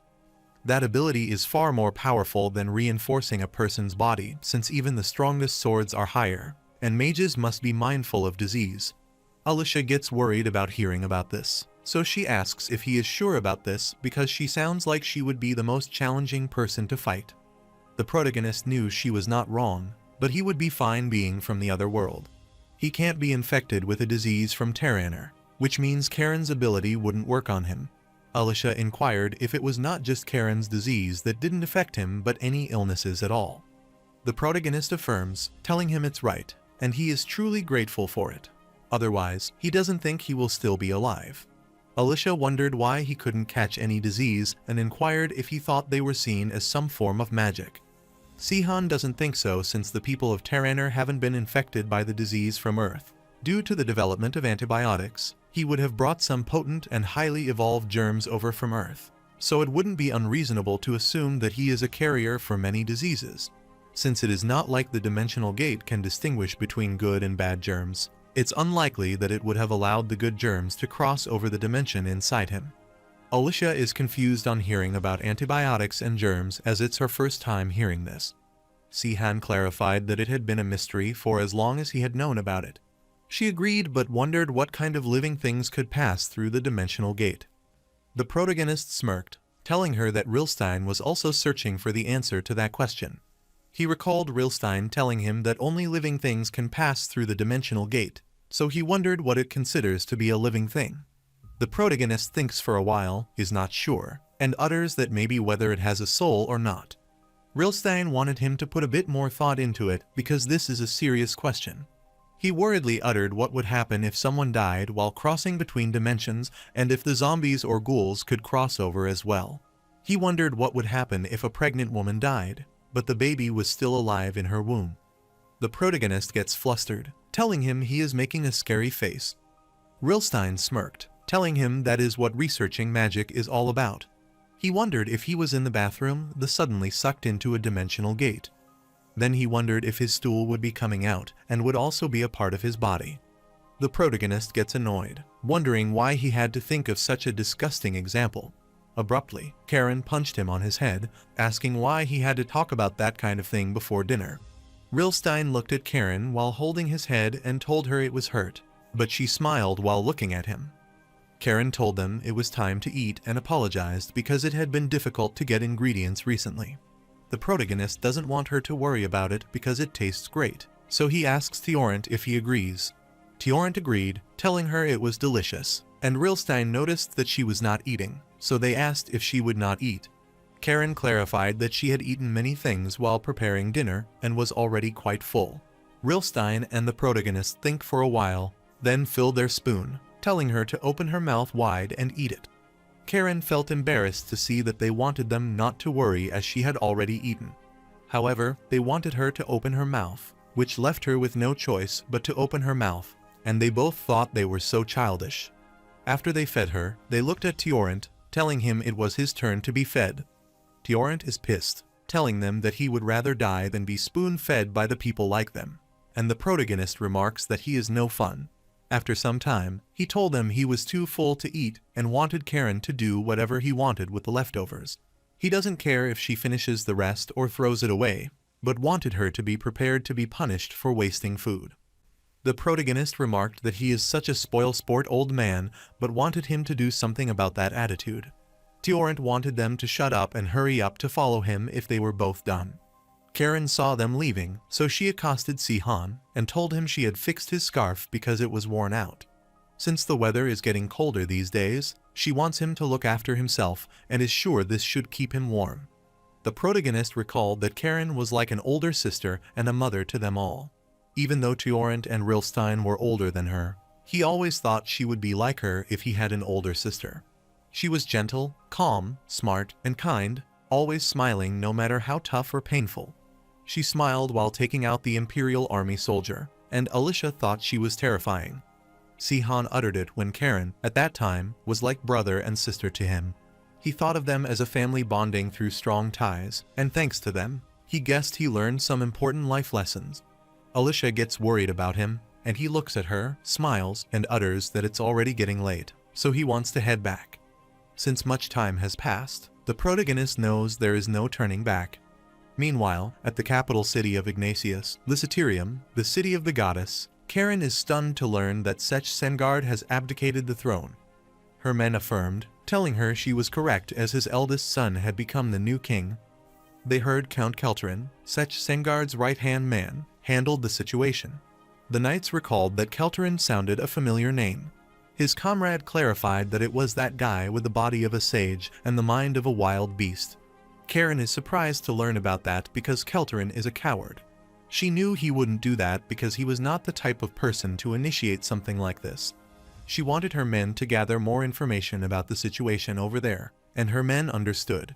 Then she asked about the next agenda. And the old man explained the matter was regarding the refugees who fled from the Sech Sengard kingdom to escape the tyranny of that regime and settled there.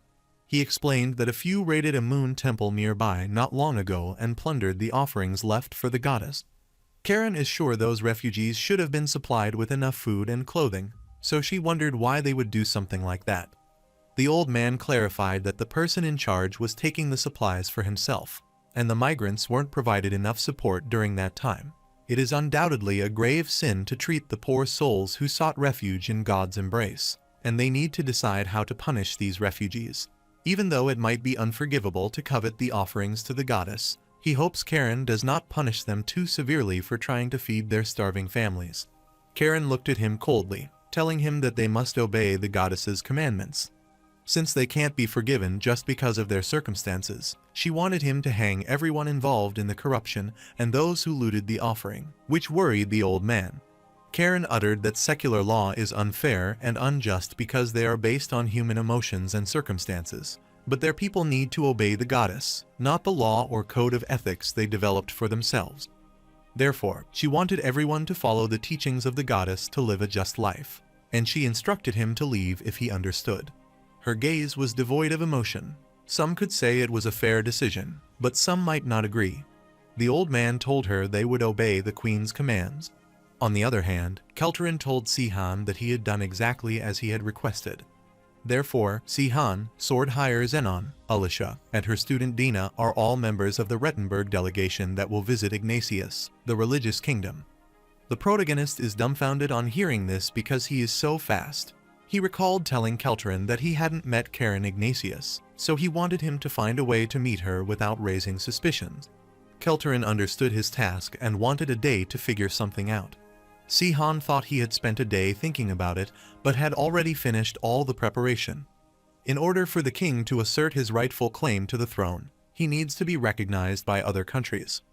Therefore, it would make sense for Ains to send a diplomatic delegation to other countries in Terraner. However, the protagonist wondered how he got permission for them to join the delegation in one day because the administrative procedures can't be that simple. Kelterin explained that he just arranged for him and his party to join the delegation from the start. Even though it's difficult to add amendments to the delegation, it's simple to remove them. The protagonist wondered if he had planned this all beforehand to adapt to whatever decision he had made. The protagonist is sure he wouldn't create unnecessary work for his officials and wants him to ask him before he does something like that next time. Kelterin thought it was a good idea, so she is now focused on efficiency. The protagonist is sure he might suffer a lot working for Sech Sengard. Kelterin clarified that the religious kingdom of Ignatius responded positively to news of their new king, and other countries reacted similarly. He is sure that Sihan can use delegation to arrange meetings with everyone from the other kingdom, including one. The protege uttered that he doesn't have to tell him as he has a rough idea of who that might be. He is always close to Sech Sengard, so he wouldn't be too keen on Ains. But the protagonist didn't think he would be so openly hostile about it, so he hoped he was not planning to go to war. This makes the protagonist wonder if he will see Safaran sooner than expected. Among the other countries, the Safaran kingdom is the only country that hasn't issued an official statement about Ain's ascension to the throne. Kelterin thought it was most likely because, as Sihan said, he was close to Sech Sengard. He wanted to be honest that they couldn't call them friends because Sech Sengard only intervened in the Kargan War because of Safaran's influence, so it was more like Safaran did all the thinking for him. The protagonist sighed because it was true that they had been friends for a long time. According to the official statement, Sech Sengard voluntarily surrendered his throne and embraced the life of a free man, so he could see why Safaran was suspicious since he knew him so well. He doesn't want many people to suffer because of his revenge, so he is worried that, at this rate, he might have to seek out Safaran instead of Karen. Kelterin doesn't think he needs to worry about it that much. All the other countries, including the Safaran kingdom, are on friendly terms with them. Simply put, they have the support of the Rilstein kingdom, the strongest country. Since Rilstein and Safaran are both mages, they have viewed each other as rivals since the Revolutionary War. Since they kept each other in check, Safaran couldn't do anything rash. Therefore, he told Sihan that he could stick to his original plan and visit the religious kingdom of Ignatius first, as he would ensure all preparations were complete by the time he left in 3 days. The protagonist supposed he might be expecting the situation to some extent, so he decided not to worry about it in that case and to leave this matter to Kelterin. 3 days later, the Sihan party managed to join the delegation and approached Ignatius' kingdom. The noble worriedly asked the protagonist if he was sure he didn't want to ride in a carriage because they had to travel quite far to each of the Ignatius kingdoms. The protagonist assures him he is fine with riding the horse and finds this more comfortable. The noble requested that he let him know if he experienced any discomfort. The protagonist thanked him for his concern, but he knew that it had been a while since he rode a horse, and he got sick of riding them in the past. He saw Alicia having difficulty riding the horse, so he wanted him to watch out as the horse wasn't under her control. The protagonist realizes she has gotten the hang of it, but has a bad feeling about it. Sihan doesn't want her to push herself too hard because it's dangerous. Alicia knew that speed-boosting aura skills that allowed her to run faster than a horse were challenging to learn, so she wanted to take advantage of this opportunity to learn how to ride a horse properly. The protagonist guessed that Xenon would be good at horseback riding since he is a knight of the kingdom, and Dina comes from a wealthy family, so it's no surprise that she is used to it. Now that the protagonist thinks about it, Alicia is also from a wealthy family. Alicia wanted him to remember that her family had been destroyed. The protagonist wondered if the fall of an empire that stood for thousands of years was just a family tragedy for her. Alicia sighed, telling him she would master horseback riding before they reached Ignatius' kingdom. Later, they set up the pavilion to stay in for a night and stopped the journey for a while.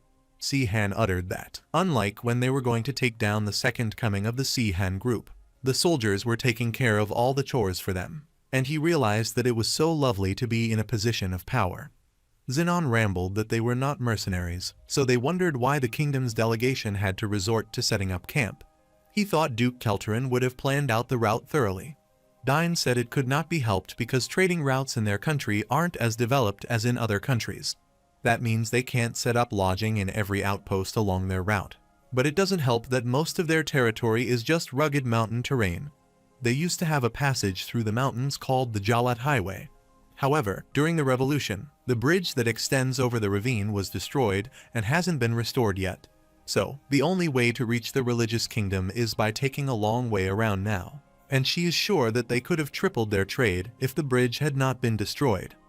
Xenon and Alicia are impressed, thinking that she is certainly the daughter of a trade merchant because she knows so much.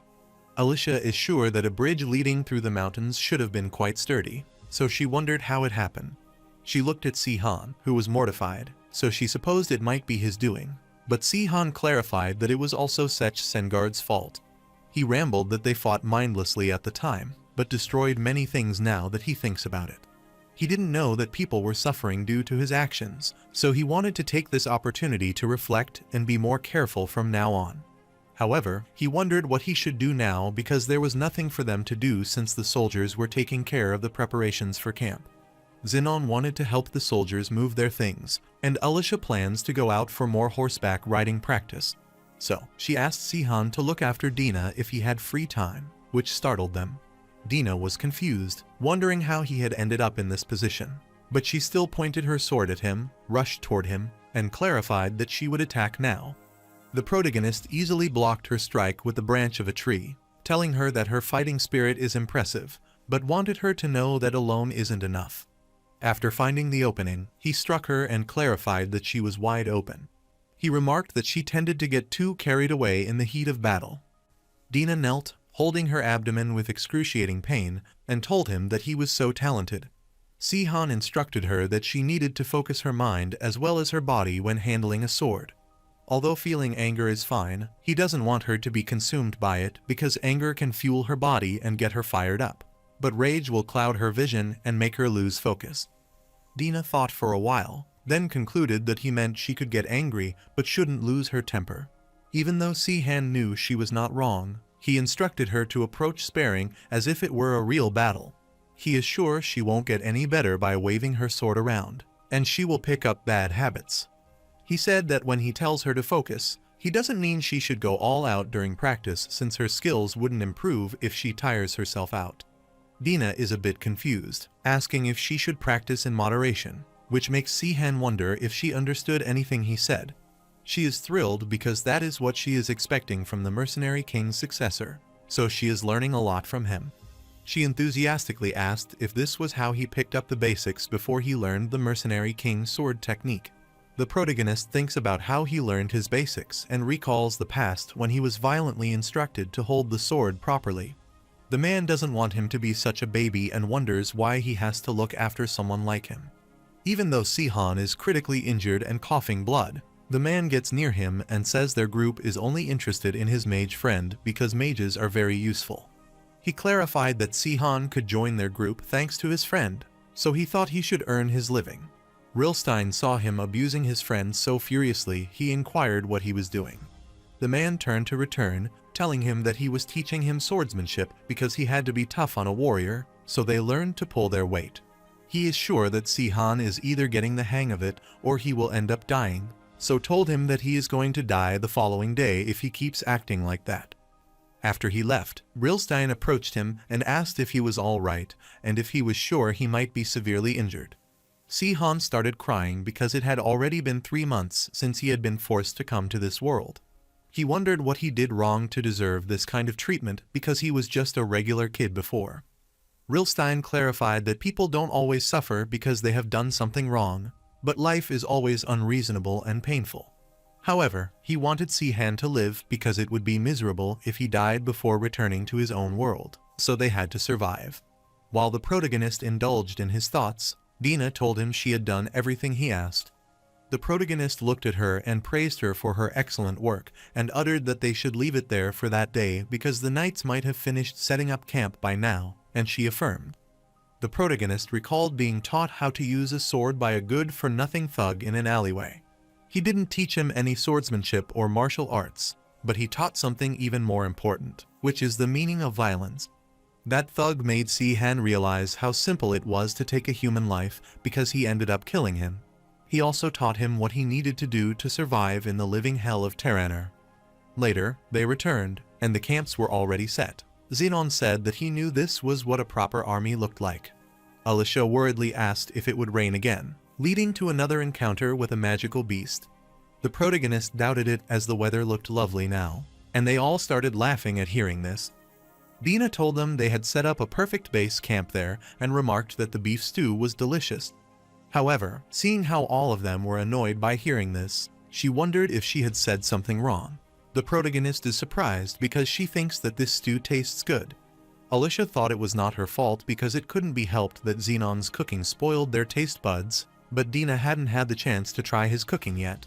Sihan hardly eats the stew because it tastes so bland compared to Xenon's stew, but it would be rude not to eat the food the army cooks have prepared. Alicia supposed army cooks must be pretty decent if they can provide them with this kind of food while they are traveling. But it's just that Xenon cooking is on another level. They thought this was all Xenon's fault as he spoiled them. Later, late at night, they were away from the camping area. Sihan didn't think anyone would find them there, so he wanted to continue their aura skill training. He is sure it's time they both learned some new aura skills, and he tells Alicia that she'll be learning Levena's stealth skill. He instructed Xenon that he would be learning how to use an explosive aura along with a rupture aura. Alicia inquired if he uses them because those skills aren't easy to learn, and he is not very good at explaining them because he is from Earth. She doesn't want her to be concerned because he has a plan. Since he can't explain how they work, he will show them how he does them instead and show them what those skills look like whenever he gets stuck. Alicia knew that the idea was a bit basic, but she supposed it might work, and Xenon enthusiastically told him that they were in his hands. However, Alicia thought that only the heroes of the revolutions should be able to use these unique aura skills, so she thought people should be suspicious if they can use these skills despite having no connection to the heroes. Since it doesn't make sense for the mercenary king's successor to know these techniques, the protagonist winked, telling her not to worry because she could say that she learned these skills from a passing elder, which left Alicia speechless. The protagonist wanted to be honest in saying that Sech Sengard was taught about the eruption area by an old man passing by, which happened often back then. Many masters lived in seclusion to escape the oppression of the empire. They taught the younger generation their skills in the hope of entrusting the future to them. Therefore, Sihan assures them that it doesn't matter who they say they learned skills from. They need to see if they are compatible with them first. He is sure they understand that, so he wanted to start training and demonstrate those skills. After some time, the protagonist is exhausted, wondering why he tried when these two are the ones who are training. He sits down and grabs his stomach as he feels so hungry. Zenon was excited to hear him say he was hungry and asked if he should prepare some late-night snacks for him, and he rushed away to get some food for him first. But Si-han stopped him, telling him he was fine because hunting something would take a long time. Since they already had to train while everyone was sleeping, he wanted him not to waste any more time. Soon, Zenon arrived, carrying 2 rabbits, and left Si-han in awe. Zenon happily uttered that he found some rabbits and asked if he didn't like their meat. The protagonist clarified that this is not the case, but he wonders how he caught those rabbits quickly and if they were waiting to get caught. Zenon uttered that he is usually pretty lucky when hunting and often finds a game if he lets his hunger guide him. Si-han finally understood that it wasn't the first time he had caught something so quickly, but he didn't think he could call it luck. While conversing, he stared at Zenon in stunned surprise to notice something and asked if he could go hunting again, but wanted him to do that this time. Zenon agreed, so he decided to go hunting again, and the protagonist kept watching him. He is shocked, wondering what it is because it is almost like he is forming an aura web. Shortly, an aura web pierced through the squirrel's body, and Zenon happily clarified that there was a squirrel there, but it was too small for them to eat. Si-han is speechless because this level of precision goes way beyond basic sense, as he didn't know aura could be used like that. He has come across many swordsmen higher in his time, but he has never seen an aura skill like that before. So he accosted Zenon, asking him where he had learned to use his aura like that. Zenon is a bit confused, asking if he is using his aura now. The protagonist is muddled upon seeing his reaction and wonders if he is unaware. So he supposed he might have been doing that instinctively without even realizing it. He finally understood that that meant that he didn't reach the night level because of his talent, but rather, he was stuck at the night level because he hadn't been able to unlock his true potential yet. He took the salt from his bag and asked Zenon to tell him how many salt grains he held. Zenon happily affirmed, telling him he could and uttering that he had 136 salt grains in his hand. He wondered why he was suddenly asking him to hunt and count grains of salt. He asked if he minded if he went and prepared the meat because it's important to do that while it's still fresh. The protagonist realizes that he shouldn't be learning explosive aura or eruption aura right now, but should learn how to use the Emperor's ability. Zenon's mouth opened wide upon hearing this, and he inquired if he wanted him to learn his 4 unique aura skills. The protagonist clarified that, technically, those are Elder Barak's unique skills. Zenon is honored, but he wonders if Si-han thinks he can learn them. Since the Emperor's ability uses a very sophisticated flow of aura, it's impossible for anyone who isn't talented to learn. However, from what Si-han can see, Zenon's talent is on par with the Revolution's heroes. He couldn't believe he completely missed it, and he thought Zenon was the type to use brute force based on his large physique. However, considering how he usually acts, he uses sophisticated techniques that require technical skills more than anyone else, like cooking and cleaning. So now that he thinks about it, he is sure that Zenon is wasting his tremendous talent on things like cleaning and cooking, and Zenon assures him that he will do his best. The next day, when they left, Dina saw them sleeping in the carriage and wondered what they were doing last night as they looked exhausted. After traveling for a while, Dina could see the capital city of Ignatius, Lyceterium, so she informed everyone that they were there. In the capital city of Ignatius, the old man welcomed his longtime allies and lifelong friends. The nobleman greeted him and appreciated his warm welcome. The protagonist looked around, saw a few familiar faces, and supposed they must have stayed with Karen since the day of the Revolution Army. He doubts anyone will recognize him since he is now using the Thousand Faces technique.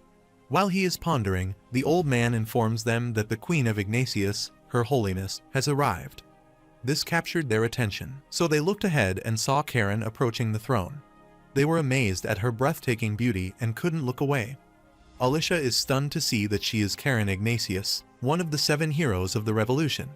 She heard she is in her 30s, but she thinks she and Zenon must have swapped their ages. Zenon gets infuriated when she hears this and inquires why she would say something like that. While conversing, she noticed Si-han's strange expression, who wondered who she was, which stunned Zenon and Alicia. Alicia inquired what he was talking about and if he was saying that the person they just saw wasn't Karen. The protagonist doesn't know what is going on, but one thing she is certain about is that she is not Karen. Alicia inquired if she looked different from the Karen he knew. The protagonist refused to explain that she looked exactly like Karen, as they could be two peas in a pod, but it felt like she was a completely different person on the inside. He doesn't know how to explain it, but it's kind of like that feeling a person gets when they know something is off the moment they notice it, but they don't have any evidence to back it up. Alicia supposed that maybe her personality and demeanor had changed after she became queen, because it would be strange if she hadn't changed after 10 years had passed. Zenon suggested that if he is unsure, he should take another look because they will get to see it up close the following day. Since they are hosting a party to welcome the Rettenberg delegation, he is sure they will see her again. While they were conversing, Dina entered the room, telling her master happily that she had prepared her dress for the party the following day and that she also got some clothes for the remaining 2. She pushed Zenon away, telling him that this attire was unique to the Karen people, so they prepared it specifically for their delegation.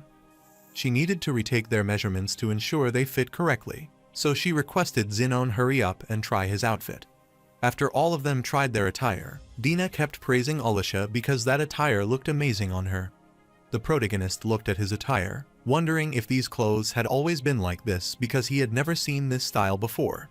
Zenon clarified that all the local cultures were neglected during the emperor's reign, but after the empire was divided into 6 kingdoms, it looks like they are being revived. While the protagonist looks at Alicia, she notices it and inquires if she seems strange.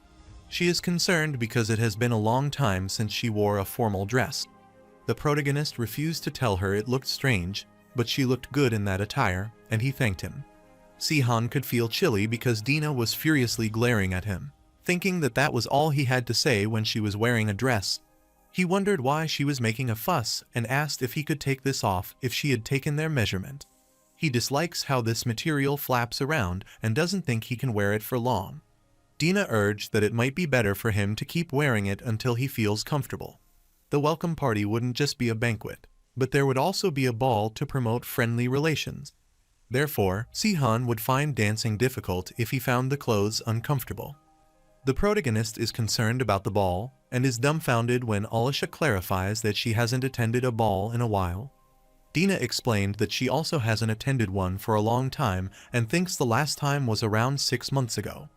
The protagonist looked at Zenon as he was his last resort, and Zenon uttered that he hadn't been to a ball in a while as well. The protagonist couldn't believe that he also didn't attend for a long time and inquired if he knew how to dance. Zenon clarified that ballroom dancing is a knight's virtue, and Dina thought for a while, then asked if he couldn't dance, which mortified Sihan. Even though he couldn't dance, he looked at them confidently, telling them that if they were talking about wielding a sword and facing their opponent, he could. Dina clarified that they were talking about a sword dance, not a ball dance. The protagonist gets flustered, wondering what he should do as he didn't think he had to attend a ball, and he had to dance if he wanted to get closer to Karen, but he can't dance to save his life. Alicia smirked, realizing that there were things that Sihan couldn't do, and she countered to teach him. They started practicing dancing at the ball, and she instructed him to focus on her breathing and follow her lead. The protagonist did as she instructed him, but as soon as he turned her around, he used an arm lock, which harmed Alicia and worried Zenon and Dina. Dina furiously asked Sihan what he was doing to her master. Sihan clarified what was on purpose as he has gotten so used to fighting that his body reacted instinctively, and he supposed he has picked up some weird habits. His current situation makes him ponder if he would be all right at the ball the following day. The following evening, at the Lyceterium Central Tower, in the Obsidian Eye Outer area, the Primrose Royal Villa was prepared exclusively for them for the banquet, featuring delicious food and musicians. Zenon is amazed to see the menu as he has never seen this kind of food, which tastes unique, so he wonders what it is. The noble explained that it is one of their country's traditional dishes called grus. The protagonist eats the dish and is astounded to know that the taste is like japki for his country. He excitedly started eating it, as he never thought he had been able to eat Korean food in Terraner. Zenon realized that he liked it so much that he decided to try to make it later for himself. While eating, the protagonist looked around, wondering if Karen wasn't still there, and decided to wait a little longer. On the other hand, Alicia and Dina were enjoying their time alone, and Dina was astounded to see so many people gathering there.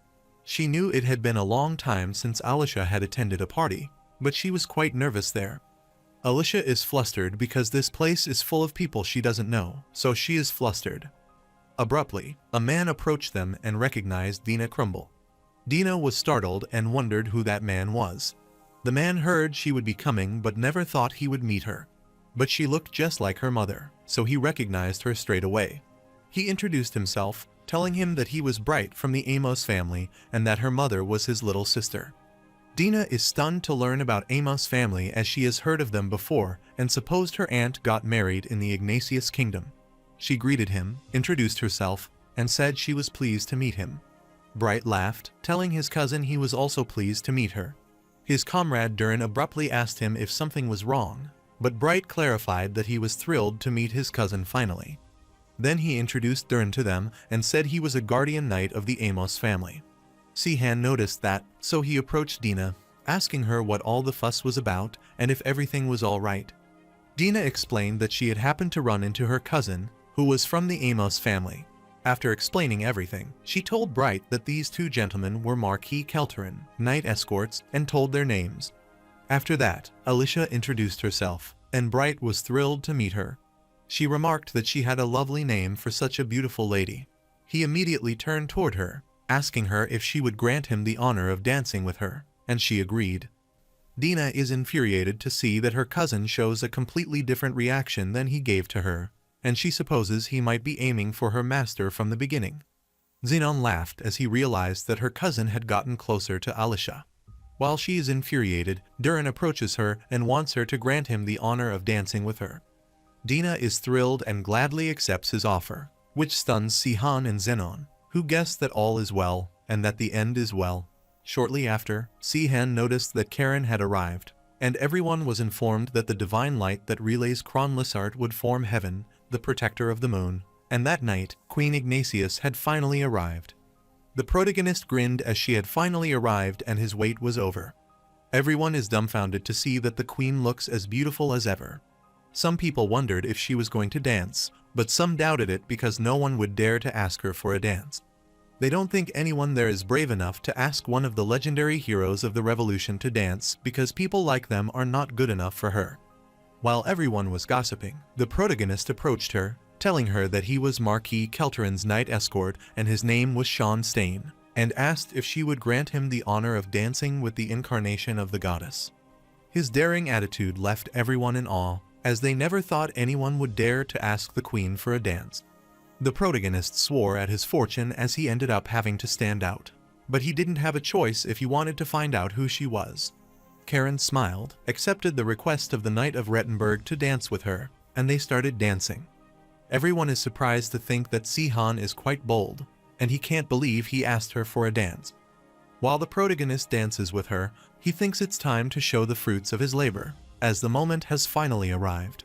He recalled that Alicia told him that his body was too used to fighting, and that was why he was struggling to learn how to dance, so she wanted him to think of dancing as another form of fighting. She wanted him to imagine that he was slowly drawing them into a trap to capture them. So he kept dancing while thinking about what Alicia said, and everyone was astounded to see how elegantly and incredibly they were dancing. Dina is stunned, wondering what is happening because she can't stop trembling while watching them, and wonders if she is trembling because of excitement. Zenon is speechless because he knows she is probably afraid, as he can feel a murderous aura even though they are dancing. Karen found it interesting and remarked that he has a unique way of dancing. The protagonist remarked that she is gorgeous, so it's like he is dancing with a princess from the palace on the moon. He is sure that the radiance of her beauty would blind even the rabbit living on the moon. Karen is stunned to hear about the rabbit living on the moon and recalls the past. In the past, she also asked Sihan if there was a moon on Earth. They have affirmed telling him there is and explained there is even a story about a rabbit living on the moon. The folktale came about because the shadow on the moon's surface looks a bit like a rabbit. Karen realized that people living on the Earth are quite amusing. The protagonist agreed because there are a lot of other myths related to the moon as well, and he kept telling her all the myths, which pleased her. Presently, Karen said it was a unique story about a rabbit that lives on the moon and inquired where he heard it. Soon, their dance ended. She stepped away without answering and clarified that she was honored to dance with her. Before leaving, Karen looked at him, telling him it was most enjoyable, and left. He looked at her leaving and was confident that she was not Karen. Later, at the outskirts of the religious kingdom of Ignatius, a Briel Angel Plateau, Sable Tower Mage Hallen confirmed that he had found someone who possessed Rusklin's blood. Mage Brundle appreciated him and uttered that it took him longer than expected. Mage Hallen explained that she had hidden her true identity very well, and he never thought she had been disguising herself as a sword hire. She is currently working as a knight on behalf of a nobleman. Mage Brundle is stunned to hear about the sword being hire and finally realizes why it was so hard for him to track her down. No one thought she had been living as a sword hire despite inheriting the Emperor's summoning magic. She instructed Mage Hallen to contact the Temple of the Moon because she was sure Freya Romant would be willing to help them. Mage Hallen gets worried, asking if she needs the heretical Inquisitor Roman and wondering if she needs their help. Mage Brundle worriedly clarified that if that girl managed to summon a magical creature from another world, their magic wouldn't work against it. Since the work was so hard to find someone who possessed Rusklin's blood, they couldn't let her get away. So she thought they should be ready to do anything, and Mage Hallen understood and affirmed her command. On the other hand, the protagonist informs them that he is certain that the Karen he met is fake. He wondered how the person pretended to be Karen and what had happened to the real Karen. He doesn't even know if she is in this kingdom, leading to more unanswered questions. Zenon is worried because it wouldn't be easy to find the truth, as it is not like they can go around to where the real queen is. The protagonist uttered that Kelterin assigned them to the delegation as knight escorts so they could speak to the people in a higher position under the pretense of carrying out their duties. But now that the situation has changed, getting the necessary information will be tough. The protagonist supposed they need to dig deeper to find out where the real Karen is, so he asked if they should try getting closer to the nobles and acquaintances in this country. Now that he thinks about it, those noblemen they met at the welcoming party are Dina's cousin, who lives there, so he thought they could try to get in touch with them. Later, Durin arrived there, greeted Dina, was pleased to meet her again, and clarified that he had come to escort her on behalf of the Amos family. Dina was thrilled to discover that she thanked him for inviting them. Durin explained that the Count couldn't help but invite his cousin, who had traveled all the way from a distant foreign country. The protagonist is glad because he wonders how to approach him, but Bright sends him an invitation first. He realized that this family seemed to be quite influential among the nobles, so there was a high chance they would have information on the papal court. He is certain that it is the perfect chance to find out more about where Karen is. After they got inside the carriage, the man informed them that they were setting off now. While on their way, Durin Grant introduced himself again and explained that he became a sword hire when he was 18 years old, and he has been serving the Amos family for 6 years now. He heard that sword hires Sihan and Zenon have both reached knight level, so he was pretty confident in his abilities, but now he feels a bit embarrassed. He is sure he will become an incredible knight one day if he travels with such influential people.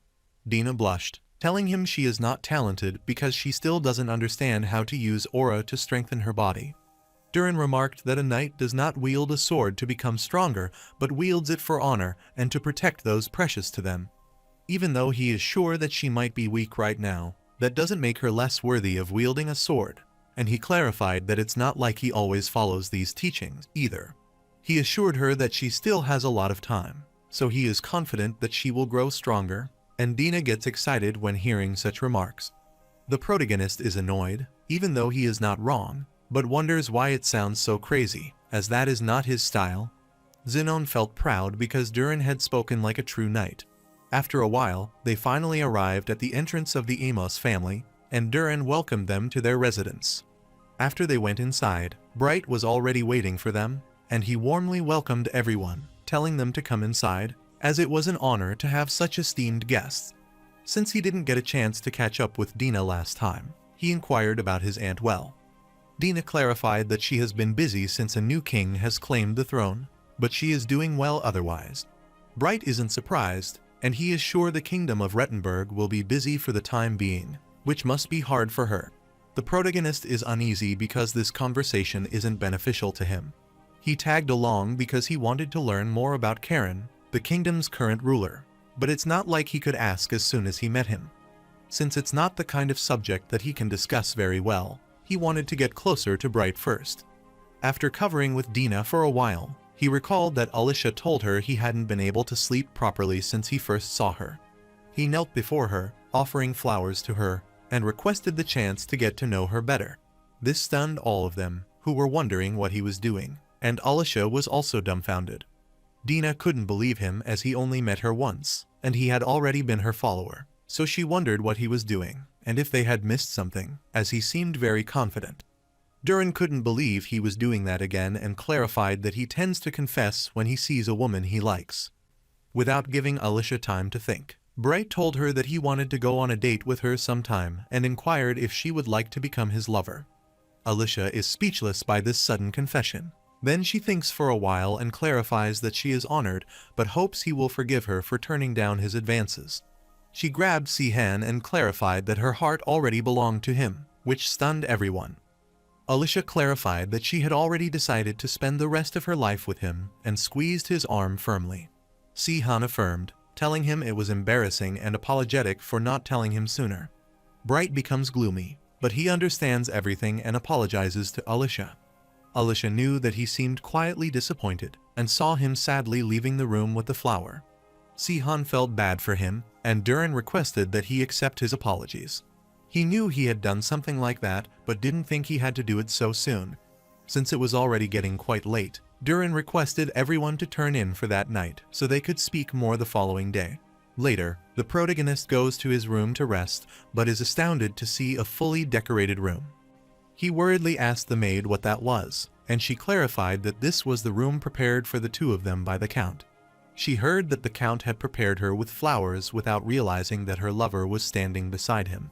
So, he has to apologize for being rude without knowing their situation, and the protagonist realizes he is a bit too nice now.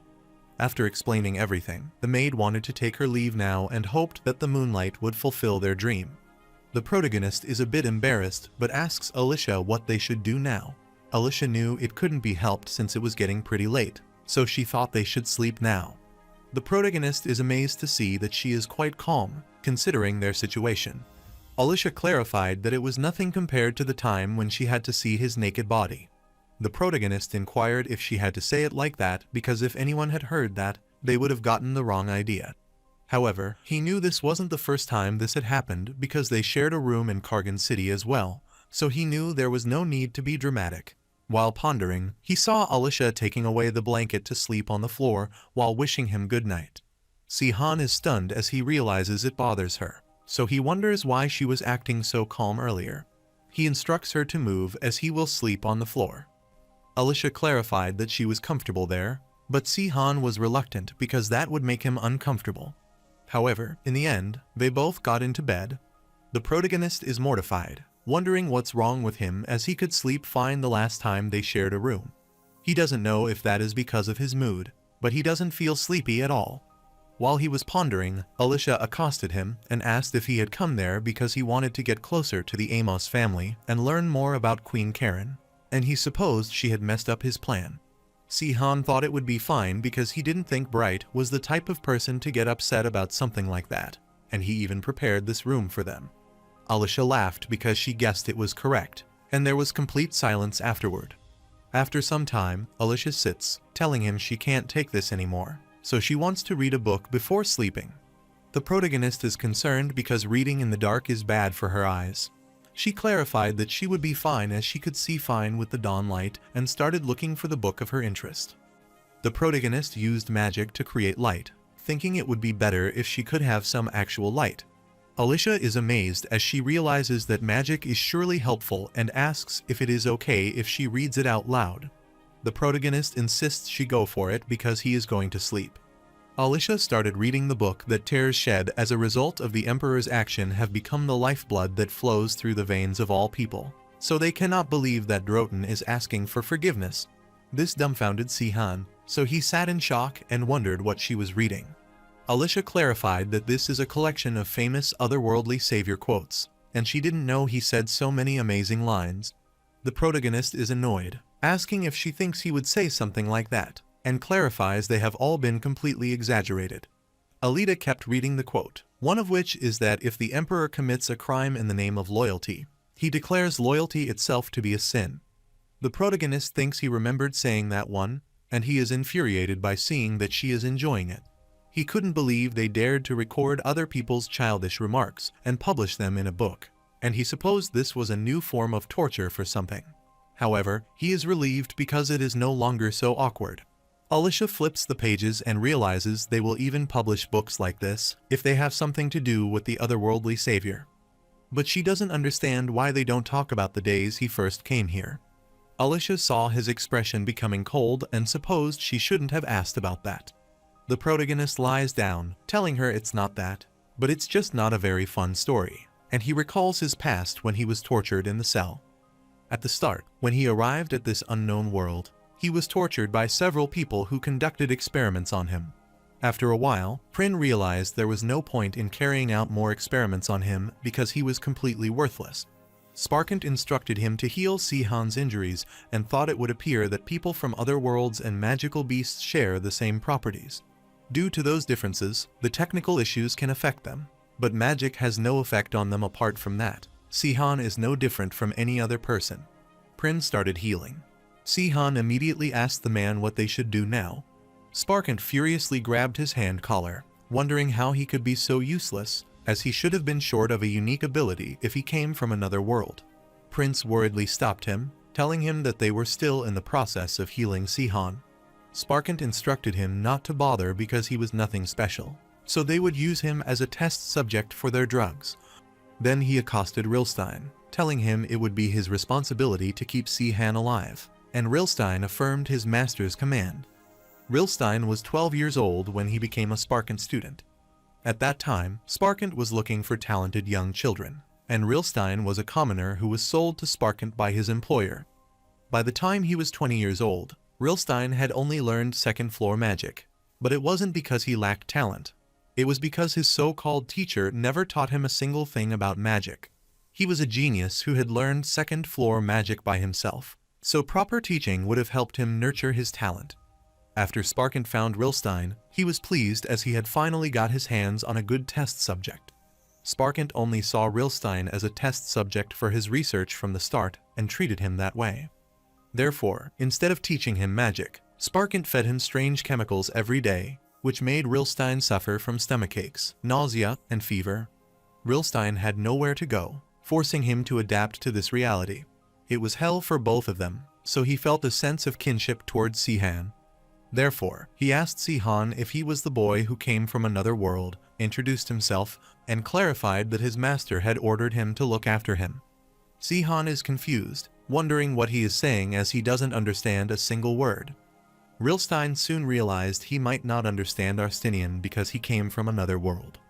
Even though Sihan doesn't understand what he is saying, it was the first time he encountered someone from this world who showed him kindness. Rilstein kept telling him his name, and Sihan supposed he wanted to know his name, so he told him his name. After that, Rilstein taught him the language and customs of Terraner, and it didn't take long for them to become friends, since it was a relief to know they had at least one person on their side. After getting to know each other, the protege realized that Rilstein was in a pretty tough situation, and that he was the same as him, apart from the shackles on his legs. Rilstein clarified that the weak suffer the same fate everywhere, so he didn't want him to die today, and he affirmed. 3 months after Sihan was summoned to Terraner, on that fateful day, everything changed for Rilstein and Sihan. The protagonist starts releasing tremendous amounts of magic energy, which concerns everyone, wondering what is going on and how he has so much magic already. Sparkant is surprised to learn that Sihan has the ability to gather magic significantly faster than the average person because he is from another world. He smirked wickedly as he realized that he had finally done it, and he had finally made a breakthrough with his research.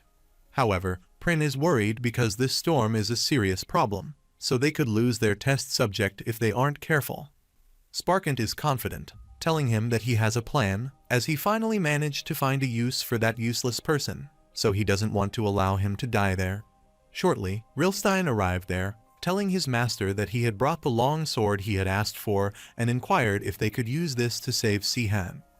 Sparkant is pleased because it is perfect timing for his arrival and instructs Rilstein to use that sword to cut off Si-han's arms and legs. This dumbfounded Rilstein and his master clarified that cutting them off would stop the magic from running wild.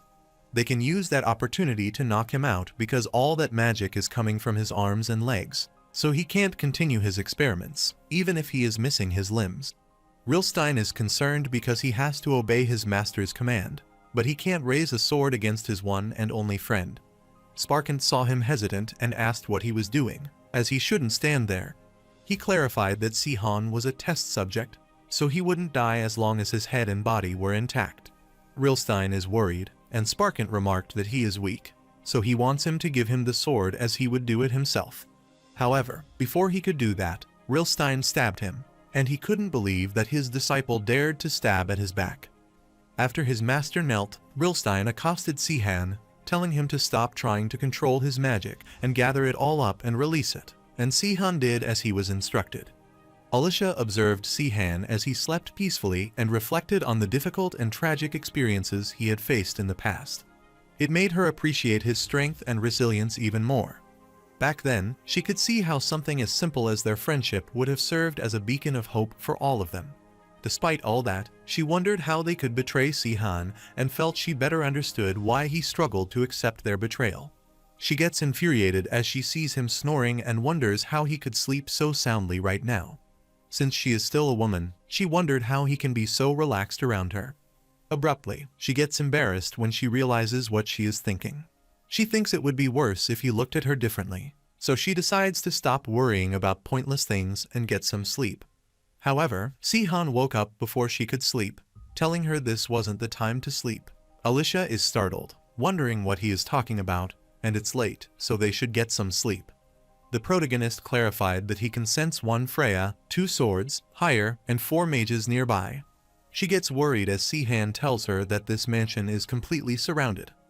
They peeked outside the window, and Si-han supposed they were getting ready to attack, but wondered what they were after.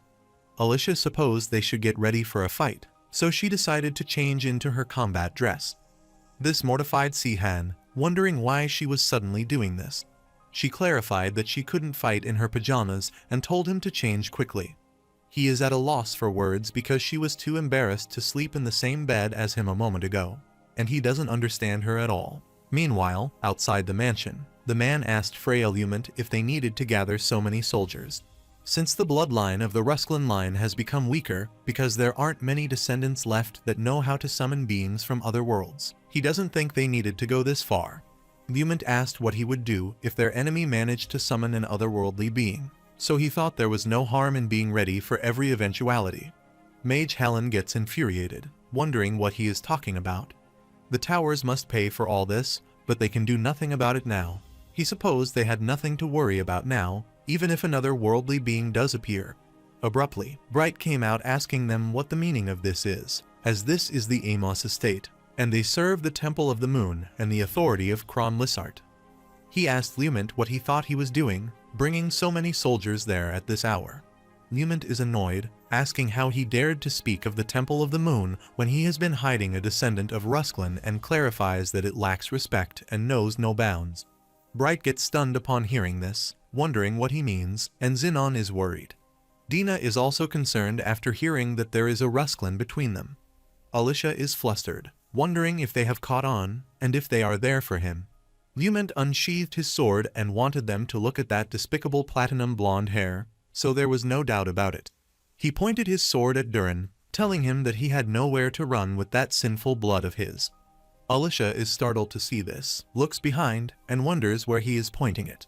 Si-han is also confused, wondering why he is looking in the other direction, and is stunned to see that he is referring to Durin. Lumant wanted Durin to surrender peacefully, and called his full name Dugrant del Rustenard Rusklin. Alicia is dumbfounded as they haven't discovered her true identity, but they are after Durin and wonder if Durin is also a descendant of Rusklin.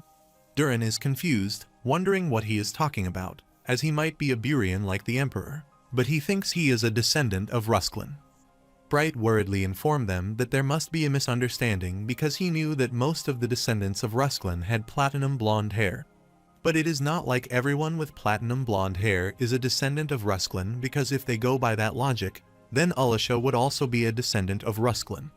Alicia gets worried as they suddenly drag her into this mess, and Lumen can't believe he will still deny it. Mage Hallen suggested he should surrender now if he wanted to prove his innocence because the heretic inquisitors would reveal the truth. Dina worriedly looked toward the sword hire Durin, who captured Bright, put his sword at his neck and instructed them not to move. Bright couldn't believe this, and Durin instructed them not to move unless they wanted Count Amos's successor's blood on their hands. He cursed his fortune as he was able to deceive this foolish noble, but he couldn't afford to get caught there. Lumen is pleased because he is finally showing his true colors as he is the cursed descendant of the Emperor and asks if he thinks he would hesitate because he has a hostage. Mage Hallen tried to stop him because Count Amos was a high-ranking noble in this kingdom. Durin apologized to Bright, but told him they had no reason to suspect Count Amos anymore. Then he pushed Bright away, looked back toward him with no regret, and thanked him for everything. Since he released Bright, Freya Lumen commanded his knights to charge because this was their chance. Durin jumped out of the mansion while the knights were charging at him. Lumen gets infuriated as he slips out of his hand and commands his men to follow him as they shouldn't let him escape. After they left, Dina was dumbfounded as she couldn't believe that such a gentle person like Sword Hire Durin had the cursed blood of Rusklin flowing through his veins.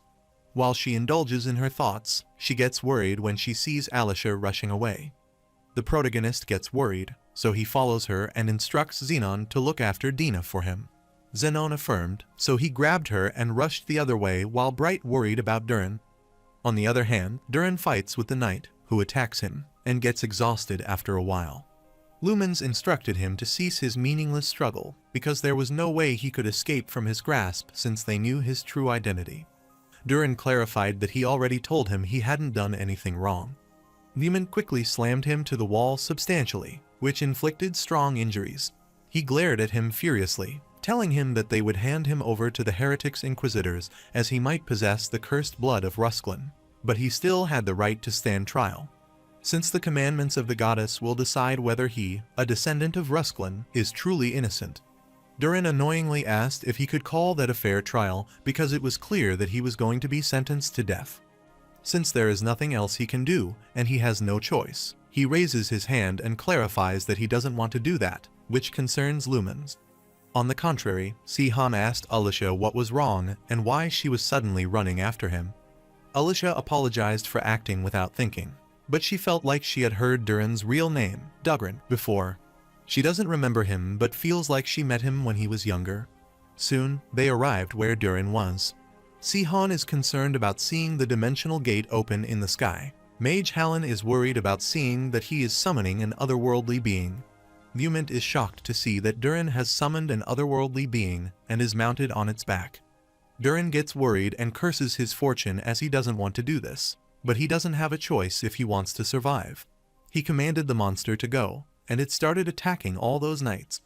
The knights got worried about seeing this and started rushing away and wanted someone to help them. Lumen wanted them to stop, not to panic, because they are the mighty blade of the goddess, so there is nothing to fear as they are under the protection of Kron Lissart. One of the knights agreed with him, thinking that the monster would destroy this city if they backed down now. They didn't want to see their people endure that suffering again, so they all rushed toward the beast again, hoping never to give in again. Lumen furiously rushed toward the monster and tried to attack that disgusting creature to kill it. They started attacking the beast simultaneously, thinking it couldn't do anything against the three knights' attacks, and other knights also volunteered to join them again. Mage Hallen gets worried as he never thought Durin could summon an otherworldly creature. If he had known this would happen, he would have brought along more swords, Hire or Freya's, with them. The mage beside him wanted him to save his regret for later, because their magic might not affect it, but they could still fight back, and he raised the Terra Pillars. Lumen realized that the mages had cut off its escape route, so it was time to finish it. The protagonist and Alicia saw them fighting the beast. Alicia is stunned to see that beast power because the opponent's Templar is on par with a master-level sword Hire. They also have knight-level and fighter-level swords Hire, along with 100 elite soldiers and a mage from the Sable Tower. So she can't believe the best they can do is stop that monster from moving. She supposed that was what it was like to fight an otherworldly being and wondered if all the creatures the Emperor summoned were also this strong. The protagonist refuses, and Alicia thinks it is understandable because no one can fight that strong creature. The protagonist clarified that they wouldn't have to struggle if all of them were as pathetic as this creature because Sech Sengard could take that down by himself, and Alicia gets worried about hearing this. Shortly after, Zenon arrived there carrying Dina and apologized to them for being late. Sihan is stunned by seeing him, wondering what he's doing there, and he can't understand why he brought Dina with him. Zenon reminded him that he told him to look after her. The protagonist elucidated that he told him to look after her but not to bring her there. Meanwhile, Durin requested the knights to stop attacking because he didn't want to hurt them. He kept requesting them to stop because he couldn't hold that monster back any longer. He clarified that he just wanted to get out of there, so he requested them to get out of his way. Zenon wondered if that meant there hadn't been any casualties. The protagonist realizes Durin doesn't want to kill them, so he's probably limiting the creature's power. Alicia wondered why they had to fight because neither the soldier nor Durin held animosity toward each other. She knew Durin's father might be the Emperor, but that was not a grave sin. Momentarily, Durin gets worried, seeing that the monster has started killing the knights, and realizes it has started breaking free from the restrictions he has placed on it. Raofin gets angry when he sees that the cursed spawn of Rusklin has decided to show his true colors. His comrade Japilos saw the monster aiming for him, so he wanted him to watch out, but he was soon struck by the monster and killed. Japilos get worried when they see that the monster has killed Raofin, so they furiously start attacking it to kill it. Shortly, the strange blood oozed out of its wound and fell on Japilos's face, and he started creating foam out of his mouth and killed him. The knights get worried, wondering if that is poison, but they don't know it could do that and can't believe it killed Japilos. Lumit gets stunned on seeing this, wondering what is going on, as the creature has suddenly grown stronger and realized it might be holding back until now. The monster kept attacking those knights and killed several of them simultaneously. Lumit gets worried, thinking this is all his fault because he should have mobilized a more significant military force. He furiously grinned his teeth as he didn't expect it to be this powerful, and he cursed the evil spawn of Rusklin. Meanwhile, Durin is crying, wanting the monster to stop attacking this brutality immediately. However, the monster didn't listen to him. It grabbed Lumit and was about to kill him. However, the protagonist intervened as he rushed there and sliced its tentacle into several pieces, surprising both Durin and Lumit. The protagonist clarified that he would help him but wanted him to tell his men to fall back. Since that is the case, Zenon wanted to escort Dina to a safe place and then return, so he wanted him to stay safe. The protagonist wanted him to get a move on as he can't just stand by and watch any longer. Alicia stopped him, asking if they couldn't let Durin escape. The protagonist understood how she felt, but too many people were watching, and they would only be putting her in danger if they protected him. Alicia inquired what he would do if no one were watching because she thought she could make that happen because she knew how to obscure everyone's vision for a brief moment. While the protagonist is fighting with the beats, Cumant is stunned to see his aura, which is the ability of the otherworldly savior emperor. The protagonist worriedly told the monster that he was Sihan, the successor to the mercenary king Barak, who would be its opponent. Lumit is stunned to know that he is Barak's successor, as he didn't know about that. The protagonist looked back and wanted him to leave him, and requested him to take his men and fall back because it was dangerous there. Lumit clarified that they can't do that because this battle is their duty, so as a servant of the goddess, they can't just retreat. The protagonist uttered that no matter how important his honor is to him, his comrades' lives are just as important. Lumit thinks for a while, though he is right, because it wouldn't be honorable to insist on fighting in this condition, and he requests him to buy them some time. After he left, the protagonist excitedly looked at the monster since it had been 10 years since he last fought against a monster summoned by the Rusklin bloodline. While the monster is about to attack, Sihan Durin worriedly tells him it's dangerous because the monster has its guard up against him. He further stated that it had already broken free from the restrictions he placed on it, so he wanted the protagonist to leave. Soon, the monster tried to attack him with its tentacle, but Sihan easily evaded its attack. Then using the Emperor's ability, Wolf Fang, he sliced its tentacles swiftly. Durin is stunned by how skilled Sihan is, but he thinks he is a knight-level sword master. The protagonist is concerned because there is no end to this, And those tentacles keep coming, no matter how many he cuts off. He is confident that he would have been able to take it down using a sky piercer or deadly dragon blade, but he can't do much with just the Emperor's ability.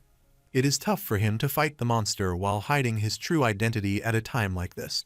Momentarily, Zenon arrived, wanting to help Si-Han fight that monster.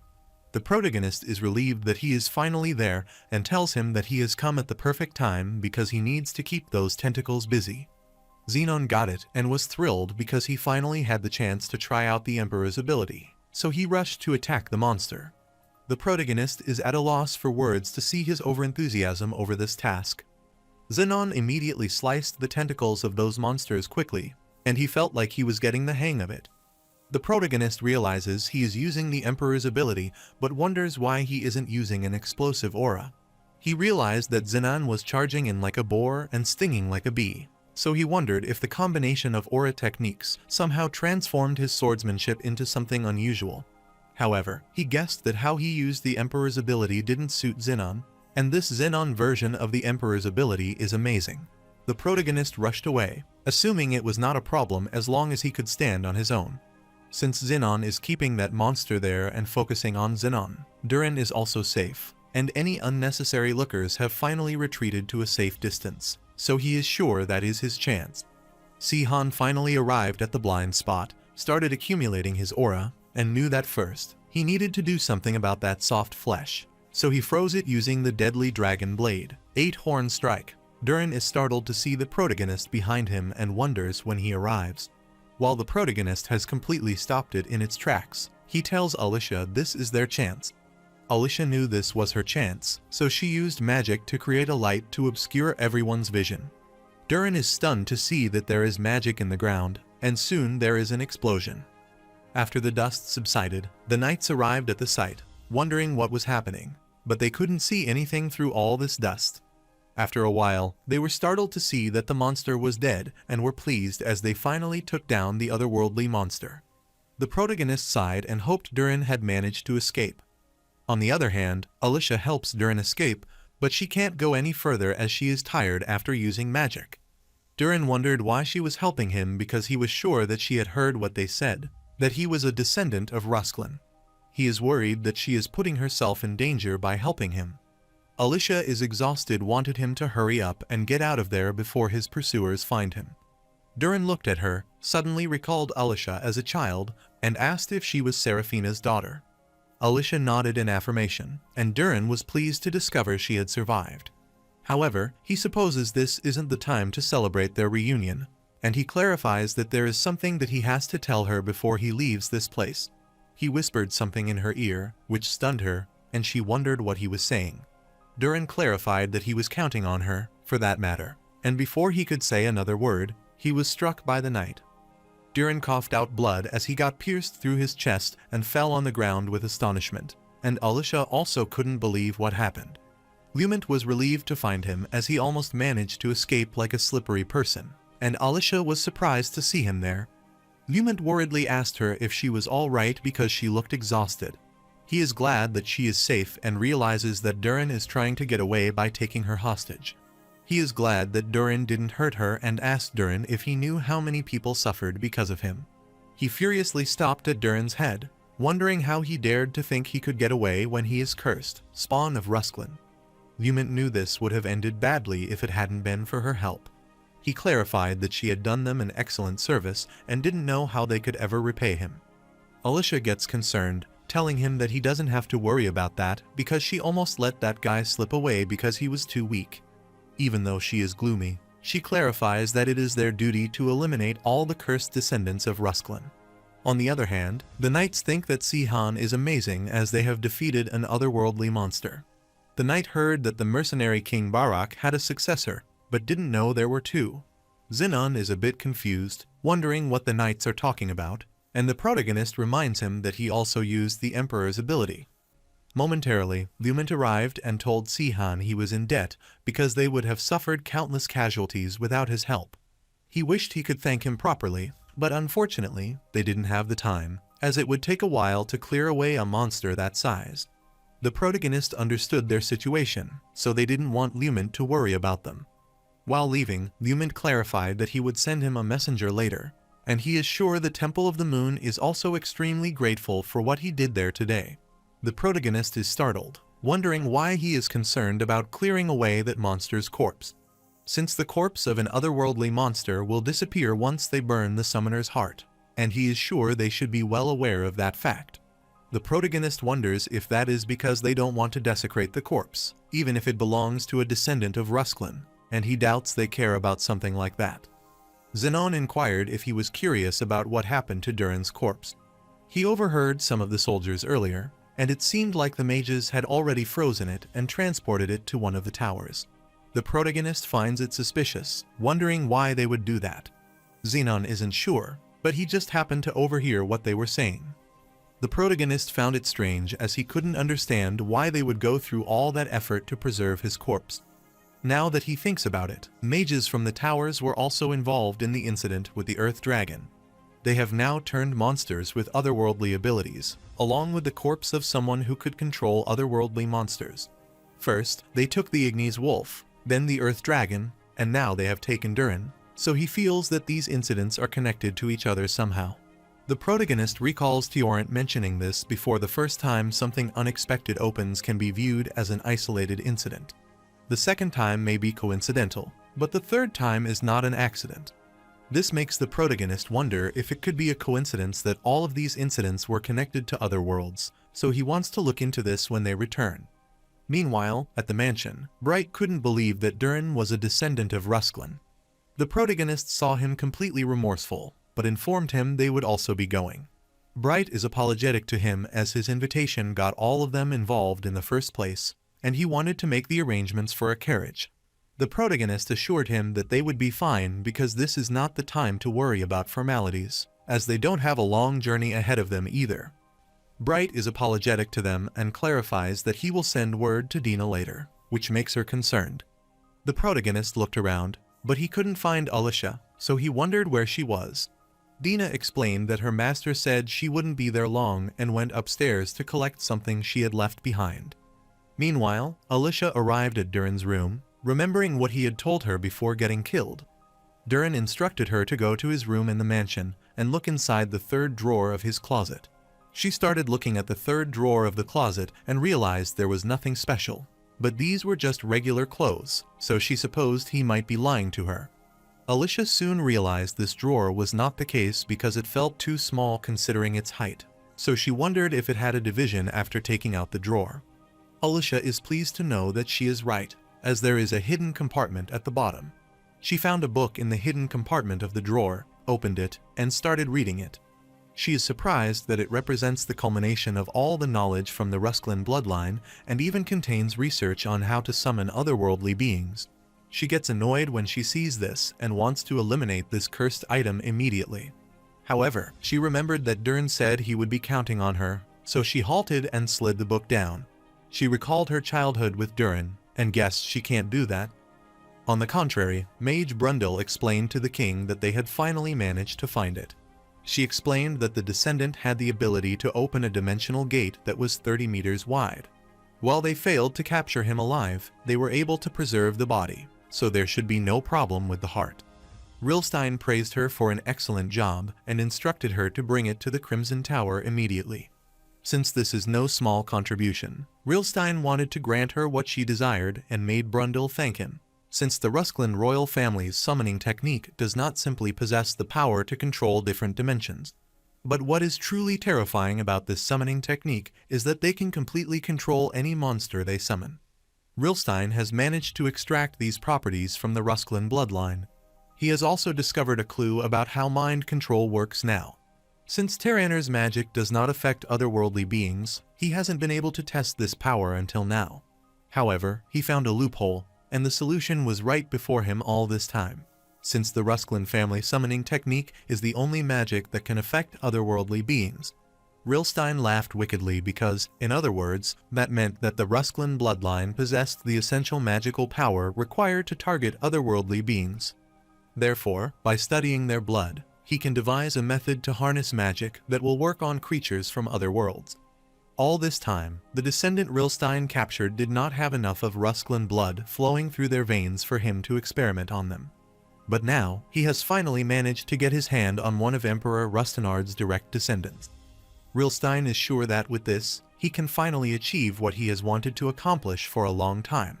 After some time, they were before Liement, who, through the authority granted to him by Kron Lissart, wanted to commend their bravery and righteous actions on behalf of the countless citizens of Terraner.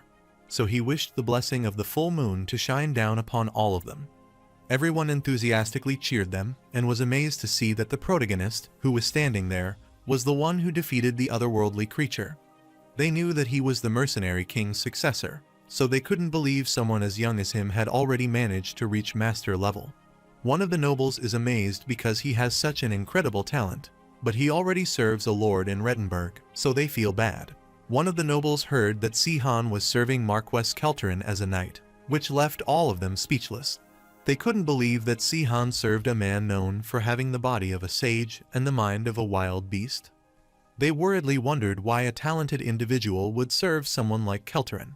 However, the nobles were pleased at the same time because that just meant that Sihan would come and work for him if he played his card. They supposed they were much better than that fool Kelterin. They all rushed toward Sihan, swarming around him, and wanted him to spare some time for them. One of the nobles suggested that he should come with him, as he had some expensive alcohol back at his mansion. After some time, the protagonist managed to get out of their grasp and return to his room. He sighed tiredly and was glad they managed to get closer to the nobles, but meeting them daily was a pain. Xenon is worried, wondering if it is all right to leave things as they are, because the rumors about Si-Han being the student of the mercenary king spread too far. The protagonist pondered as he was a little bit concerned about how much attention he was getting as Sean, but he didn't have a choice. He needed to gain status and wield enough power to approach the queen of this country, and he had already used the thousand-face technique to disguise himself in public. So, he is confident that no one has noticed so far. Even though it might not be obvious, he has been using it the whole time, and Xenon saw him mumbling, so he wondered who he was talking to. Abruptly, Alicia entered the room, telling him he was not the only one who had become famous. She is gloomy because there is a rumor that she is a 7th floor mage just because she was an arcane blaster once. Xenon supposed that so many people wanted to recruit her now. Alicia explained that Xenon has already become well known as the 2nd student of the mercenary king. So she inquired what he would do if he heard his rumors and came looking for them to challenge their validity. The protagonist said that they don't need to worry about him, but it is a bit worrying that Xenon has become so famous. Unlike them, Xenon is already well known, so people will find it hard to believe that a knight from the Rilstein kingdom is a mercenary king student. Suddenly, the protege had an idea, telling him that he would be Xenon Stain, his twin brother from then on. Alicia is dumbfounded, wondering how that is going to work, so wanted him to try and think of something plausible. Xenon thought there was no need to make things more complicated than they already were. He thought they should stick to the fact that he has always wanted to learn how to use the Emperor's ability. Since people know that he is a fan of the otherworldly savior, the Emperor's ability was one of his aura techniques, so they could say that Xenon happened to run into the mercenary king's student during a mission, and was unable to return to the Rilstein kingdom, because he was learning to use the Emperor's ability. The protagonist thought his idea was great, so he agreed to say that he taught Xenon. Xenon enthusiastically agreed with him because if they say that, they are not lying, and lies are most believable when they are based on the truth. Sihan is certain he didn't come up with that line alone. Xenon is mortified, telling him that is what Marquess Kelterin said. As for Alicia, they wanted to say that her background was that she possessed a huge amount of magic at a young age, which she struggled to control, until she crossed paths with a mysterious elder who guided her in mastering the art of optical magic. Alicia is annoyed as he knows Sihan is going with a wandering elder again, and he tells her that it's fine, so he doesn't want her to worry. Since they had already decided on their answer, the protagonists felt that this was the time to deal with the main issue, which was the real Karen Ignatius. The protagonist inquired if either of them had been able to find out anything new. Alicia refused to tell him that she had spent the last couple of weeks talking to the nobles, but most of them had never even suspected that their queen was not an imposter. The protagonist isn't surprised to learn that because they did broach the topic with them briefly. He recalled when he was with the nobles, who were amazed to learn that such a talented guy like him was working under Kelterin. The protagonist smiled and told them Kelterin was a good person once they got to know him better. After a while, he tried to discuss the queen, telling them he had noticed the queen looked very young. From what he has heard, she looks exactly the same as she did 10 years ago. The noble affirmed that thinking was impressive and thought she might be known as the immortal witch, but it was not like she was immortal. The protagonist uttered that it is so intriguing that it has led him to speculate wildly if the queen isn't the real Karen Ignatius, one of the heroes of the revolution. The nobles laughed on hearing this, thinking he was funny, but they were sure there was no way that could be true. In the religious kingdom of Ignatius, a sacred ceremony known as the Glory of the Silver Moon takes place once a year to pay homage to the goddess Kron Lissart. The power she demonstrated during this event is truly awe-inspiring, unmatched by anyone else except Queen Karen herself. Since they face such overwhelming evidence, the protagonist thinks it is unsurprising that no one doubts her identity. Zenon thought it could be that the real Karen Ignatius was dead, and they had arranged for a substitute who possessed as much divine power as her to take her place. Alicia thought that if they had as much divine power as her, they would be on par with the other revolution heroes, which makes her wonder if such a powerful Prin needed to conceal their identity. She thought they could become the new leader by revealing themselves as Karen's successor. The protagonist thought it was unnecessary because Karen's true merits don't lie in her divine power, but in the fact that she has the ability of a Prin and the power of a Freya. While people might be convinced if someone were to impersonate Karen's success, it's doubtful that there would ever be another person as influential as Karen. After discussing this for a while, they were all speechless, and the protagonist uttered that if they think through all the information that is currently available to them, then there are 3 potential scenarios to consider. Scenario number 1 is that Karen herself personally arranged for a substitute to take her place. This would allow her to live a quiet life since she has no desire for power. In scenario number 2, there is a chance that Karen was betrayed by someone and imprisoned somewhere. They then installed a puppet on the throne who looked just like her. And the final scenario, Karen is already dead, and the religious order has established a fake to hide that truth. Alicia finds the final scenario unlikely, which makes the protagonist wonder why. Alicia explained that it's because the individual pretending to be Karen is too young. Zenon is startled, and Si-Han inquires if that is strange because they may appear younger than their actual age.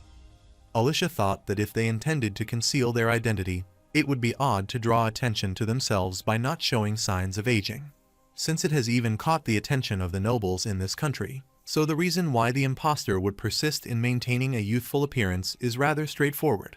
She thought they maintained a facade resembling the real Karen face yearly. The protagonist thought that if the fake acts like a proxy and the real Karen only emerges when she is conscious, then there's a strong possibility that the real Karen is alive and in good health. This makes the protagonist gloomy as he wonders where the real Karen is, and they are getting nowhere with their current information. Since it has come to this, the protagonist thought they would have to take extreme measures. He enthusiastically suggested they should kidnap a high-ranking official and interrogate them himself. Alicia is dumbfounded, supposed he can't be serious because they might be running out of options, but taking it too far in kidnapping and torturing them on top of that is far too dangerous and morally questionable. The protagonist clarified the misunderstanding, telling her he would question them, not torture them, and he wanted to use confession magic, since there is a foolproof method to ensure this magic will work if the target is a priest. Zenon wondered if the confession magic would truly be effective without resorting to torture. He heard that it's difficult to use magic that affects the mind, no matter how talented the mage is. The protagonist is sure that they will understand since they've seen it. However, this method will only work once or twice, so they must ensure the person they use it on knows the truth about Karen. Alicia uttered that they knew that at least one person knew the truth about Karen, which was the fake Karen herself. The wildness of her thoughts dumbfounds both Zenon and Si-Han. The protagonist remembers that she told him off earlier for asking about kidnapping someone, but now she is taking things further by suggesting that he abduct the queen of the most powerful country in Terraner. Alicia gets worried as she knows what they might be thinking and clarifies that she is stating the obvious. Zenon suggested they might have a chance of success if it were just a noble mansion, but infiltrating the royal palace is out of the question. The protagonist clarified that he might be able to pull it off since he has picked up some skills as a thief. Zenon gets thrilled as he discovers that nothing is impossible for the otherworldly savior. The protagonist clarified that it should be possible as long as he uses the stealth skill, and if he uses that skill, even if they were to apprehend him, they wouldn't be able to uncover his true identity. He is sure they might suspect Levina if he uses that skill, but that is not a big deal to him. Zenon inquired about his decision, and Si-Han clarified that it might be worth trying. Since they don't have any other option right now, Si-Han wants to try it and kidnap the fake Karen. After some time, they were in Ignatius, the religious kingdom, the royal castle, and the Obsidian Eye. While the other royal castles in Terraner typically consist of a grand main palace accompanied by a royal villa, the structure of the Obsidian Eye royal castle is somewhat unconventional, as it is an enormous tower. The protagonist is peeking at the tower, thinking that if this were in Korea, it would be comparable to a high-rise apartment complex. The protagonist is amazed because it's incredibly tall, much taller, and more majestic than the royal castle Sech Sengard was building. He can't help but wonder how much blood, sweat, and tears the kingdom citizen has to shed to build something like this. The protagonist thought that of all people, Karen would be different from the others. He started shaking his head, wondering what he was talking about and why she should be any different, and wondered why he was not coming to his senses despite her betrayal. However, the protagonist doubts that she designed this tall tower for no reason. In Terraner, the religious order believes that teaching for the sky is a form of communion with the goddess, so a tall building represents the authority and majesty of the religious order. However, their lofty ideals don't change the fact that they built this place by subjecting their people to oppressive labor. However, this has made it easier for them to determine the impostor's whereabouts. Only the one who the moon god holds in the highest regard has the privilege of residing somewhere that is so close to the moon. So, the protagonist thought this would suggest that the impostor must be located on the tower's highest floor. He is glad they managed to figure it out so quickly because he made several failed attempts to assassinate the emperor since he constantly changed the location of his bedchamber, which made it hard to predict where he would be, so he had to give up because he had increased his security too much. Alicia is starting to discover that Si-Han made multiple attempts and suspected it might be him back then.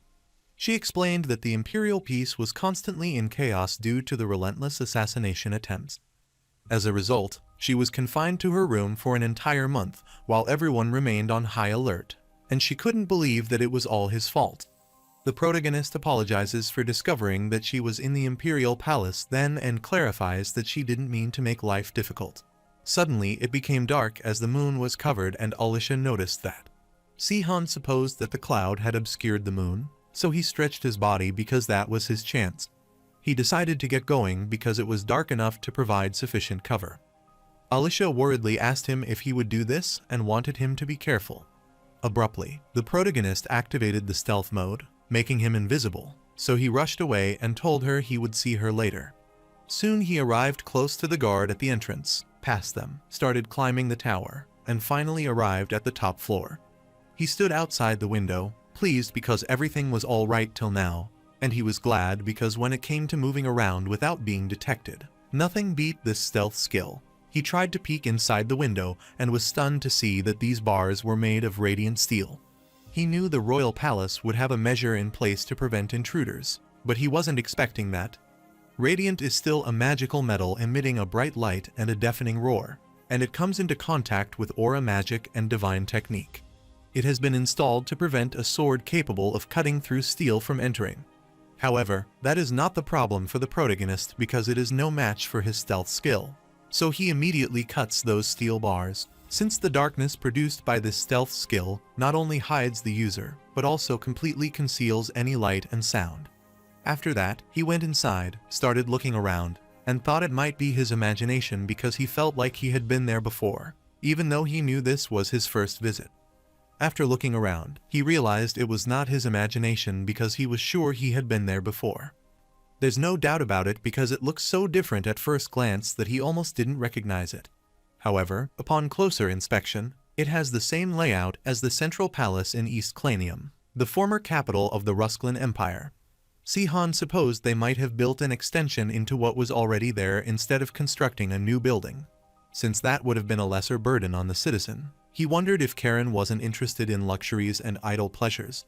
While searching for her, he wondered if that was true and why she betrayed him. Meanwhile, Karen was sleeping in her room. She sensed something, so she woke up and asked who was there.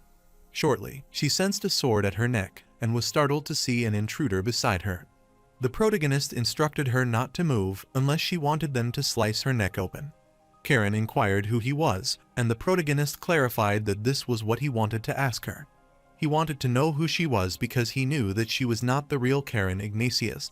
Fake Karen gets worried, still doesn't admit it, and inquires what he is talking about, which is ridiculous. The protege supposed that she might not go to drop the act, but he wondered if she could ignore this blade.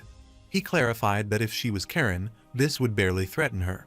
He is sure the immortal witch would have no trouble healing a severed carotid artery. Karen is a bit worried and Sihan is sure that an imposter wouldn't possess that ability. Therefore, he will not waste more time on her if she does not talk because he is a bit busy and uses the Soul Piercer. Soul Piercer is one of the unique skills of the otherworldly savior, the ability to suppress divine power. Since a priest's divine power is closely tied to their mental strength, any priest affected by this skill will feel God has abandoned them. He clarified that he developed this aura technique specifically for Prince and Freya, as his magic does not affect them. He has been saving this technique as overusing his unique skill may reveal his identity, but he knows how effective this technique can be against priests. Therefore, he can use confession magic once this skill has weakened their minds. After he used the confession magic, she fell, and Sihan was startled to see she had passed out already. He wondered what he was supposed to do if she passed out this easily, and he couldn't believe that she went around pretending to be Karen when she only had this much divine power and tried to wake her up. Abruptly, Karen woke up and asked if Sihan had finally returned. The protagonist is shocked to learn that she is talking in Korean and asks if that is Karen. He wondered what was happening because he was sure she spoke in Korean unless he misheard her. Since she knows how to speak Korean, Sihan wondered if she was the real Karen. The fake Karen uttered at Sihan, the otherworldly savior, is the only person who can use a soul piercer in Terraner. So Karen assumes the person listening to this message must be Sihan. The protagonist is sure that this Karen is undoubtedly an imposter.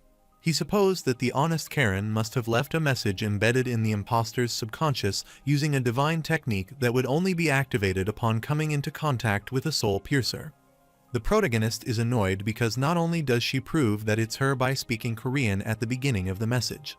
However, he asked her if she knew that he would come back. Karen told him to leave this child alone because she wouldn't remember anything.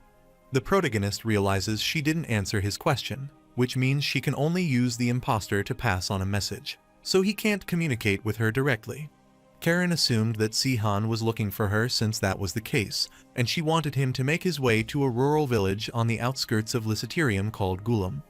After saying her final words, she clarified that she would be waiting for him, and the fake Karen would be unconscious. The protagonist recalled the past when the civilians were glad because they finally captured North Clanium. The civilians wished for the long life of the revolution and the 7 heroes of the revolution. The protagonist looked at the citizens from the building and was pleased to see that everyone was happy.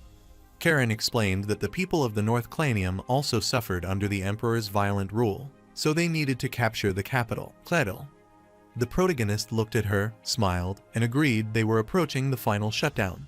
Therefore, he uttered that they have to win because if they win and bring an end to the war, Karen can become the religious leader of Kronlissart.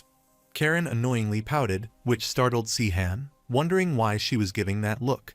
Karen clarified that she has no choice but to become the religious leader for the sake of her followers, but she doesn't have much interest in taking up the mantle as their leader. The protagonist wondered why that was because it was the highest honor for a priest.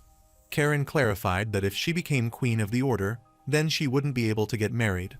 The protagonist is astounded by her answer, and Karen inquires why he is so shocked.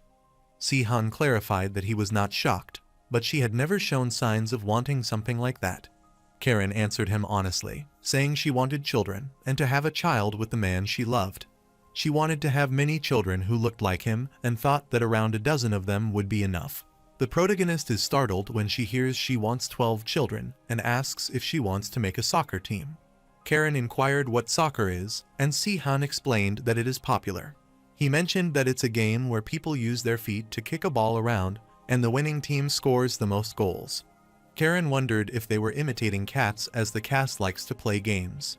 Sihan is confident that Socrates would be appalled if they heard that. He told her not to mind it because it was unimportant and he didn't know who her future husband would be, but he had better be up to the task. Karen clarified that it is given if he is someone that she has chosen. The protagonist enthusiastically clarified that he has to be someone who will make her happy, otherwise he wouldn't approve of anyone who isn't good enough for her. Karen smiled, telling him he didn't need to worry because something like that would never happen, since she has to become the religious leader for the sake of the religious order and all the citizens. She knows that her dream won't ever come true, but she is sure that a girl can dream. At the moment, at the Lyceterium outskirts, a rural village Gulam, they finally arrived there. Alicia looked around, realized it was a quiet village, and wondered if the queen of an entire nation was hiding there. The protagonist claims that, in some ways, this sort of place is ideal for Karen. He saw the children playing in front and clarified that it was because Karen loves children. While the kids were playing with the ball, one of the kids started chasing the ball, and wanted the other kids to watch where he was kicking the ball. While picking up the ball, he looks ahead and sees Xenon, so he gets terrified. He rushed away while instructing the other kids to run because that man was suspicious. Alicia instructed him to be careful because he was saving the children, and Xenon got worried and wondered what he should do. Soon, the kids entered the temple, telling Karen that a scary person was standing outside, and he was tall. Karen gently patted his head, wanted him to calm down, and supposed they had guests. She went out while telling the kids that she would be right back. The protagonist sees her coming there, and Karen smirks at seeing Sihan. The protagonist looked at her and furiously accosted Karen with his agonizing expression, and Alicia tried to calm him down. The protagonist looks at the kid who gets scared of seeing him and starts trembling. Karen politely instructed the kid to listen to her and said they were her old friends, so she didn't want him to worry about it. She instructed all the kids to stop playing and go inside for now. While heading inside, Karen is sure that he doesn't want to make a scene either, and she clarifies that she has doubts about when the spell she cast on that child was suddenly activated. But she looked back and smiled as she realized that Sihan had finally returned to Terraner. Later, she took them far away from the village and clarified that it should be fine even if they caused a ruckus there. She looked at him, smiled, and remarked that he had become a fine man. Then, he looked at Xenon and Alicia, asking if they were his new companions. He supposed that they also knew who he was. Considering how calm she is, the protagonist realizes that she expects him to return. Karen rambled that Rilstein and Safarin may have said it was impossible, but she didn't believe them. Since he is the miracle child who surpassed everything considered impossible, she knew he wouldn't give up. The protagonist is stunned because he didn't expect her to be so calm after seeing him, and he realizes that she has completely taken the initiative. He thinks for a while, then asks her about the girl whom she is sitting on the throne. Karen didn't know that Sihan would be interested in her and asked if he remembered the girl called Sidia. She was one of her attendants, and she is a black-haired apprentice, Pern, who resembles her a lot. Using the Sihan thousand face technique as a reference, she altered her facial features using divine techniques and arranged for her to be her body double. She knew it must have been tough for her, but she didn't know whether it was a side effect of her ability. But she stopped aging a few years ago, so she is sure that it can't have been easy for her to maintain the same appearance as her. The protagonist recalled what Alicia said about aging and realized that Alicia's deduction was spot on. He realized that she had stopped aging because Karen looked exactly the same as she did 10 years ago, and yet she had changed so much on the inside because she was nothing like the past. Karen smiled on hearing this, asking if that was all he had to say to her after he finally made it back there. The protagonist smiled, telling her it was a good point, so they should get down to business, and asked why she betrayed him. Karen smiled as she realized that he had come back to get revenge, so it was only natural that he wanted to know why he had been betrayed, but that didn't matter. She emits a tremendous aura that Sihan tries to block with his sword. Karen looked at him wickedly and said that only one of them would leave there alive. She used her Crimson Moon chain to capture Sihan, which led to an explosion. The protagonist manages to evade the attack, realizes that there was killing intent in that attack just now, and realizes that Karen is finally showing her true colors. After meeting her, he wondered what he was expecting, and if he thought Karen would be any different. Si-han was a good friend of Sech Sengard 10 years ago, and things wouldn't be any different just because it's Karen. While he indulges in his thoughts, Karen uses her lunar chains to bind him again. However, Si-han quickly used the Emperor's ability Vortex to get rid of those chains and rushed toward her. As soon as he approached her, Karen evaded his attacks, leaped away, then tried to attack him again. The protagonist hardly evades his attack as he realizes that she is fast. Without giving him time to think, Karen used the Temple of the Moon bare-handed techniques, Lycidarin, to strike him. While attacking, she clarified that nothing would change if he closed the gap between them because she specialized in close-quarters combat, and shortly after, she struck him again. The protagonist evades her attack, rushes back, and remarks that Karen is as skilled as ever, and he feels like she has improved. Karen also stated that his movements are much better now, so she guesses he wasn't just lazing around when he returned to Earth. The protagonist looked at her, wanting to ask her one more time why she betrayed him. Karen wondered if that wasn't obvious because she had gained control of an entire country and had been crowned queen for betraying him. She wondered what sort of answer she wanted to hear, and if he was hoping that there was a deeper reason behind her betrayal. Karen summoned her chains, telling him she doesn't always need a grand justification to betray someone. She threw her chains at him to capture him and asked if he came all this way to talk about their past friendship. The protagonist clarified that it was not the case, but he just wanted to know why they all chose to betray him. He also wanted to see if he was just her enemy now. He knew Karen always spoke politely to everyone and only talked down to the people she considered her enemies. He infused his mana in his sword, telling her that his friend betrayed him, so no matter what reason they may have had, that truth will never change. The protagonist emanated an overwhelming aura and clarified that he would make her pay for betraying him. Since Free masters a variety of fighting techniques, they aren't too different from sword fighting when it comes to armed combat. But Prinz are generally weaker and learn close-quarters combat, but that is mainly for self-defense and not actual combat. However, Karen chose to learn bare-handed close combat, and she didn't learn any other fighting skills. She chose to master Lycidarin, the Temper of the Moon's only bare-handed combat technique, so she did not need weapons. She substantially struck the protagonist, which made his hand tremble, and he knew that at first glance, that might have seemed like an ordinary kick, but it was infused with an incredible amount of divine power, making it incredibly powerful. Therefore, the protagonist deduces that he can't let her attacks hit him and uses a deadly dragon blade to counterattack. Karen, remember that skill, and suppose it's trying to put some distance between them. The protagonist created a wave with his sword, and Karen rambled that it is a standard technique to create some distance, but unfortunately for Si-han, she is used to fighting at this range. She puts her hand on the ground to summon another chain to strike Si-han. The protagonist gets concerned about seeing the blue chains because they are electrified, so he immediately tries to eliminate them. While he was busy avoiding it, Karen reduced the distance and uttered that she knew that wouldn't hit him, then attacked him. The protagonist is thrown away, but he realizes that she used those chains to close, and as he expected, it wasn't easy for him to deal with her divine technique, the Radiant Lunar Chains. Since Karn used the power of Kronless art to create divine chains that rival the power of refined aura, not only can she move them freely like an extension of her body, but they can also be imbued with various attributes and even be equipped with the effects of mage spells. While Karen is striking Si-han, she is sure this isn't enough to defeat him, so she keeps attacking him. Xenon is dumbfounded to see them fight as he has never seen a revolution hero use their full power before, and he supposes this might be the true power of the 7 heroes of the revolution. He can only stand by and watch in awe of their incredible power and wonder if he will ever reach their level. Alicia is also amazed to see that impressive fight by Karen, but compared to Si-han's fight against Sech Sengard, this battle seems to be a lot smaller in scale and makes her wonder if Karen is still hiding her true strength. Karen remarked that Si-han's skills had improved because his aura was his only advantage back then, but she supposed that was all he needed. The protagonist clarified that he is no longer the same person because 10 years is not a short time.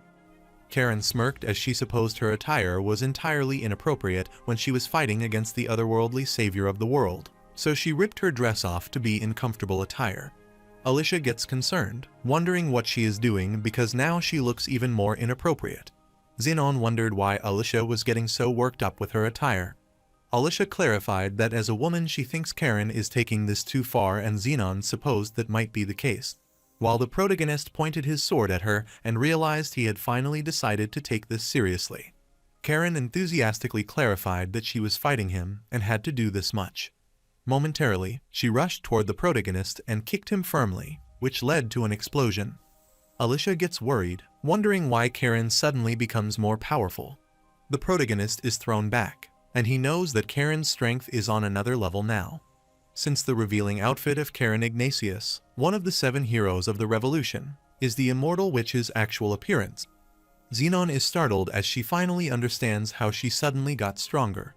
He explained that unlike Freya's, who rely on their powers to imbue their bodies and weapons with destructive energy, the divine power in a Prin's healing technique immediately affects their opponents. It is said that divine power is most effective and easily controlled when used barehanded, and on top of that, Karen has both the abilities of a Prin and a Freya. Zenon clarified that she is harnessing the destructive power of a Freya as if it were a Prin's healing energy. Alicia gets worried when hearing this because this means Karen's divine power doesn't just reinforce her body, it destroys her opponent. Karen rushed toward Sihan to strike him with her overwhelming power and tried to kick him.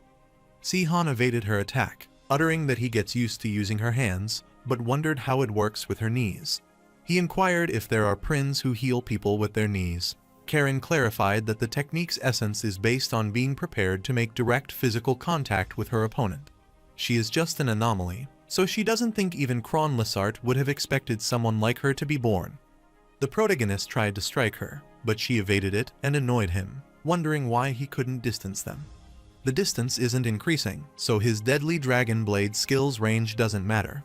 But he guesses it doesn't matter how hard he tries to create such a distance, because Karen will use the lunar chains to close the gap again. Sihan knew Karen would be stronger now, but he didn't expect to be by this much. Karen saw him indulging in his thoughts, so she asked how long he would stand there without doing anything. While the protagonist firmly stomped on the ground, he used his aura to circle Aurora's beam and broke her chains. Karen is amazed that he used the Aurora beam and firmly clenched his fist, telling him she hasn't seen that in a while. The protagonist is worried because that skill drove Sech Sengard into a corner, but it doesn't affect her, and she rushes to attack him instead. The protagonist supposed it might be a joke because she destroyed his aura circle with her bare hand. While he is still comprehending the situation, Karen approaches him to strike first. The protagonist gets infuriated on seeing this, so he firmly stomps on the ground, creating significant energy which pushes her away. Karen is amazed as she never expected Sihan to use a sound barrier to reel her and remarked that he has mastery over the aura, which means he has improved. She realizes that he is no longer just good because of the amount of aura he possesses. Since it's already turned to this point, Karen supposed it was time for him to get serious because there was no way he was showing her his true strength. Sihan has already demonstrated how much effort he has put in over the past 10 years. The protagonist gets startled when hearing about this, wondering what she is saying. She asked him if he thought he could get him to tell him something by pretending to be weak, because the only person foolish enough to fall for that kind of trick was Sech Sengard.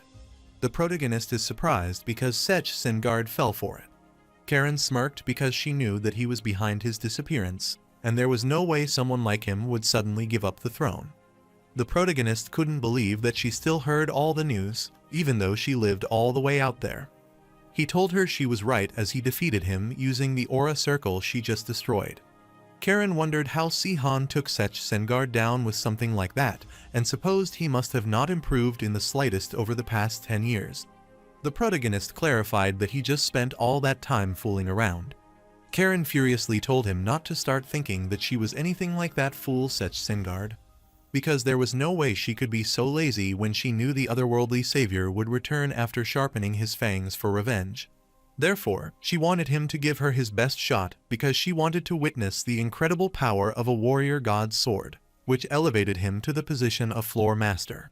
The protagonist gets mortified on hearing this and decides to explain everything. Karen is surprised that he lost all his aura and magic while crossing the dimension. The protagonist is mortified, but he wanted to clarify one thing, that it is not that he lost all of it. He looked at Karen, who was concerned about him, and clarified that he might not be as strong as before, but he had recovered a lot of aura and magic. He couldn't believe that he was trying to make excuses to her, and raked that he may not have recovered entirely yet. But he was strong enough to take her down. As he pointed his sword toward her, Karen enthusiastically fought back. Si-han is sure that she might have grown more substantial, but all of this is still within his calculation, so he can still win. As Karen saw him using the strong skill, she asked if he was finally going to use that skill. The protagonist fiercely looks at her and tells her she is finished now, then uses a soul piercer to attack her. Alicia is surprised to see one of the otherworldly savior's unique skills, which can be used to suppress divine technique. She couldn't believe that Si-han had that skill, and thought that no matter how strong Karen was, all divine techniques were powerless against the soul piercer, which he could use to gain the advantage in a fight against a priest. Karen looked at him and uttered that it was predictable because she knew what the soul piercer did, so that wouldn't be enough to kill her. She used lunar chains to protect herself, started approaching him, and was confident that as long as she didn't touch it, it was harmless, so now she just needed to redirect the energy before it hit her. However, she is surprised to see that her lunar chains turn dark as they come in contact with Si-han's skill, and she realizes that it is using her chains to get closer to her. She doesn't remember it being capable of that, so she releases the chain because this is dangerous. As soon as she gets back, she is surprised to see herself surrounded by the soul piercer, which is like a wall of fog, but she doesn't know when she got surrounded, and she had no idea it could be used like this. While she is indulged in her thoughts, Si-han bet that she didn't expect this and clarified that he didn't just spend the last decade sitting around. Even though this is less effective than making direct contact, but this way he is sure that Karen will start feeling the effects just by breathing it in. He wanted to slowly wear down Karen's divine power bit by bit, which startled Karen, wondering if that could be what she is thinking. They have affirmed telling her that she is right, as he used her divine technique as a reference, and he based this on the blessing of the sick, to be precise. He smiled gladly, asking her how it felt to be beaten by her skill, and he saw Karen continuously getting struck by his technique.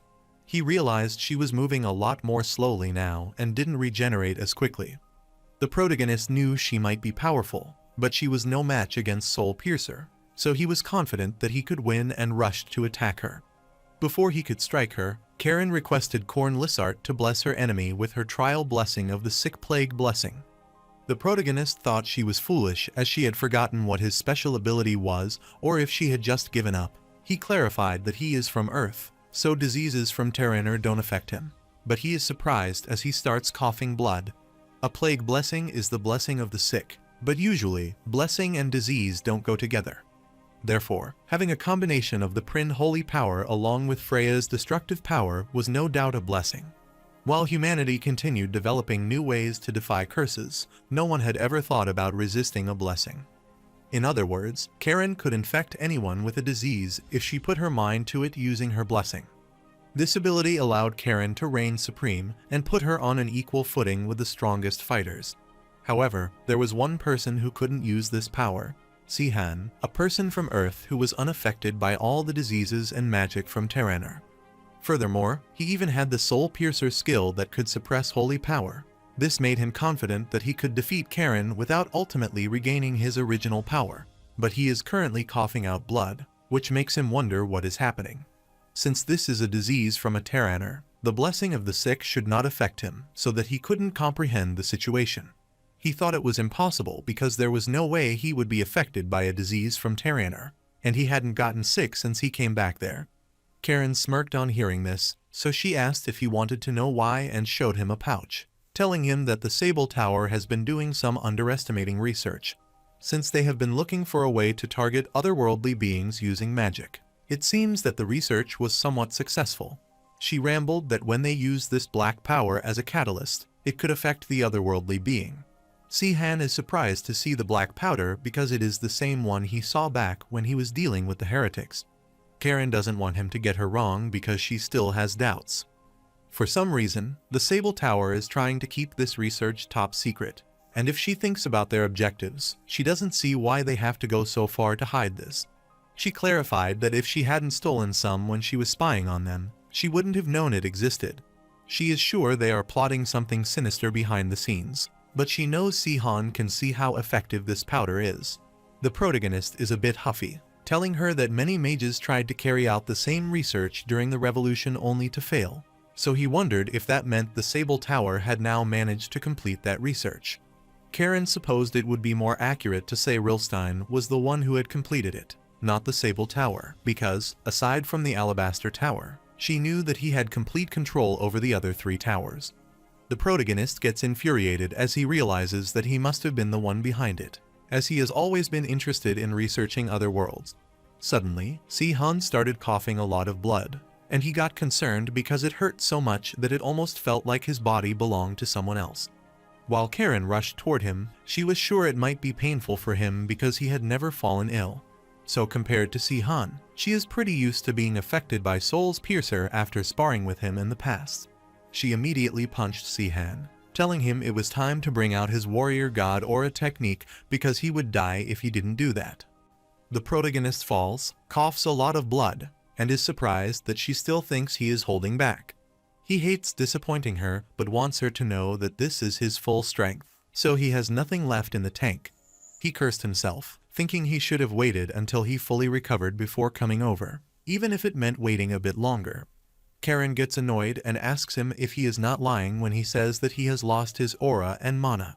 She annoyingly grabbed his collar, asking him what he was thinking and how to say this to his opponent when he was about to lose because he should have more than enough experience to know better. The protagonist is startled, asking her what it looks like because there is no way she is showing concern for him like she did in the past. He wondered if she suddenly felt guilty for what she had done after all this time. Karen agreed, telling him that if Si-han was saying it was true, then there was no point dragging this out, so she wanted him to die. Zenon tried to sneakily attack her as she was about to launch a punch at him, but she blocked it with the chains. She looked at him and smirked as she supposed there was no way these kids would stand by and watch him die. She starts attacking Zenon with her lethal chain, and Zenon worriedly requests Alisha to save Si-han, so Alisha rushes to save him. Karen is annoyed because Zenon seems to be under the impression that he can buy some time because she has been weakened by Soul Piercer, but he is forgetting something. She immediately used the blessing of the sick plague blessing on both Zenon and Alisha, which made them cough blood, and then she attacked Zenon. Alisha gets worried when she sees that Zenon is injured, and Karen sees that she is still conscious, so she must have used aura to halt the progress of the disease to some extent. She supposes Karen must have grown up in a rough environment if she is used to dealing with illnesses like that. Karen is sure that trick would have been handy for Si-han, but he isn't getting up again, so she supposed that he was going to die a long and painful death after being unable to deal with the first illness he had ever contracted in his life.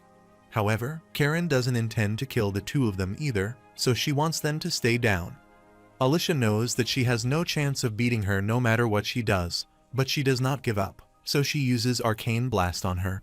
Karen hardly blocked her attack using the full moon chains and was shocked, wondering how she had so much mana. After attacking her, Alisha tells Si-han it's his chance to attack, and Karen gets startled when she hears this. She worriedly looked back, thinking it couldn't be that he was conscious, and wondered how he had gotten back up so quickly. The protagonist grabbed his sword, covered it with his stealth skill aura, and immediately attacked her with a more substantial version of the Soul Piercer Blade of Darkness. Karen gets struck by the Soul Piercer and is shocked, wondering what just happened, as he gets back up quickly. She is sure it is unlikely that Si-han had prepared countermeasures since he is immune to all diseases anyway. Abruptly, she noticed something and realized that since Si-han came from Earth, his body naturally made him sense aura. She supposed he might have used this to his advantage and learned how to neutralize the disease using aura after experiencing it just once. The protagonist is a bit exhausted due to injury but is thankful to Alisha as she saved him. Therefore, he gave her his full, telling Karen that this was truly the end of the line for her and again struck her. But instead of getting terrified, Karen smirked, which Alisha noticed. After a while, the protagonist is relieved because his pain has subsided. He wondered if Karen Divine's techniques stopped working because she was unconscious, but he feels so much better now. He heard Alisha moaning, so he went to her and inquired if she was all right. Alisha refused, telling him that the disease may have stopped spreading throughout her body, but it is not gone altogether, so it hurts her a lot. The protagonist grabbed her to help her. telling her that he was completely fine now, so he wondered why she wasn't alright. Alicia reminded him that he was originally resistant to disease, so it's highly likely that the effects of the black powder have worn off for him. The protagonist is thankful to her because Karen would have defeated him if it wasn't for her. Alicia laughed and wanted him to look at the state they were in. While Zenon was embedded in the ground, they supposed they had forgotten about him. Alicia worriedly asked him what they should do because she had used up all of her mana and couldn't transfer any mana to him, but she needed to help him get his revenge. The protagonist doesn't want her to worry about that right now, as they can take their time with that once Alicia has regained her magic. He patted her to calm her down, infused some mana into her body, and wanted her to focus on getting out of there. However, Alicia is surprised to see that Sihan still has some mana left, and the protagonist affirms that he has quite a substantial amount of it. Alicia is stunned, wondering what he is talking about as she can't gather any strength in her body, not even the magic. Sihan is not surprised, as he can tell that just by looking at her, but he wonders what this magic is with, as he is sure it is coming from her. Alicia wondered if that meant it was his magic, but he couldn't use it, and Sihan didn't understand why things like this kept happening, the way that they couldn't explain. While conversing, Karen gained consciousness and realized she was still alive. The protagonist realizes Keen is finally conscious, and Karen congratulates him for winning. She clarified that his soul piercer technique is potent and that she doesn't have the strength to lift a finger or heal herself anymore, so she wanted him to kill her. The protagonist approaches her, telling her that there is something that he wants to know before he does that, and asks why she betrayed him. Karen looked at him but didn't reply, so Sihan requested her to answer him, which is why she betrayed him back then. Karen clarified that she had nothing to say, so she wanted him to kill her. The protagonist clarified that he was not going to kill her because she didn't kill him.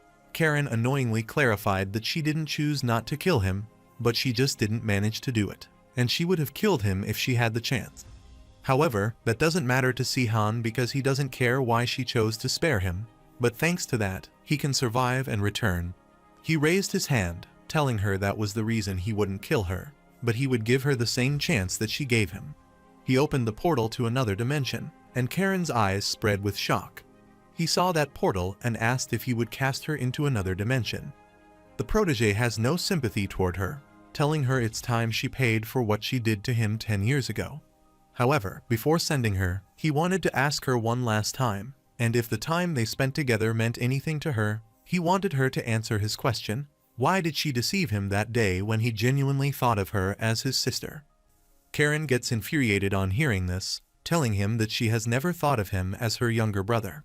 She clarified that she is not his sister because they are not siblings, and asked if he honestly thinks his sister would hold him in her arms whenever he is troubled or upset. She inquired what kind of siblings would do that and couldn't understand why he had to choose Levina when she was the one who met him first. All of them are stunned to hear this, and the protagonist wonders what she just said. After a while, Karen relaxed and clarified that she had gotten carried away for a moment. She supposed that he was going to have her sent to the same fate that she left him and agreed with him because she deserved to be sent to hell. However, she wanted to choose what kind of hell she ended up in, and she refused to die in a world where Kron Lissart didn't exist, so she slammed the ground with substantial power. Alicia gets concerned about seeing this and wants Sihan to watch out because she still has so much power left. Sihan gets startled by this because he understands what Karen will do. Karen looked at him happily, bidding her final farewell to Sihan. She stabbed herself, even though the protagonist tried to stop her. Later, Karen is inside some space. She feels so peaceful and wonders if she is dead. Since she stabbed herself in the heart after being defeated by Soul Piercer and using up her divine power, she assumed that even someone like her wouldn't be able to survive that, but she is fine with that. She guesses that it is for her, and she hears someone talking. Alicia is wondering something about Sihan, since he can open the other dimension's portal, so she wonders if they can't just ambush his enemies by opening a portal behind them. Sihan clarified that it is not likely that anyone would get sucked into the portal that easily. Alicia thought Sihan was powerless when they opened a portal behind him 10 years ago. Karen is surprised as there is a strange woman's voice along with a man's voice that sounds quite familiar. She heard Sihan say that the circumstances were a bit different back then, and in the Sech Sengard case, He chose him to be the main target of the dimensional portal. However, Alicia knew they still had to weaken him to force him through that portal. Karen hears their conversation, so they wonder if that is Si-han and his female companion.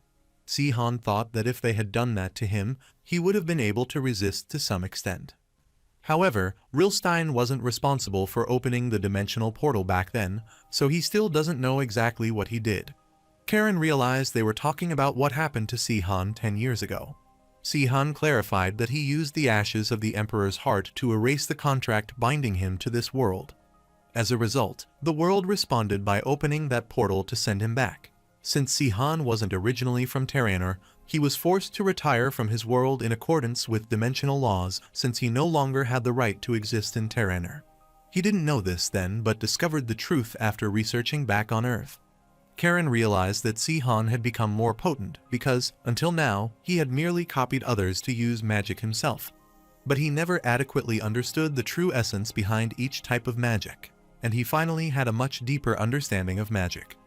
Karen is so happy for him because the more powerful he becomes and the more he understands about himself, the easier it will be to obtain what he truly desires.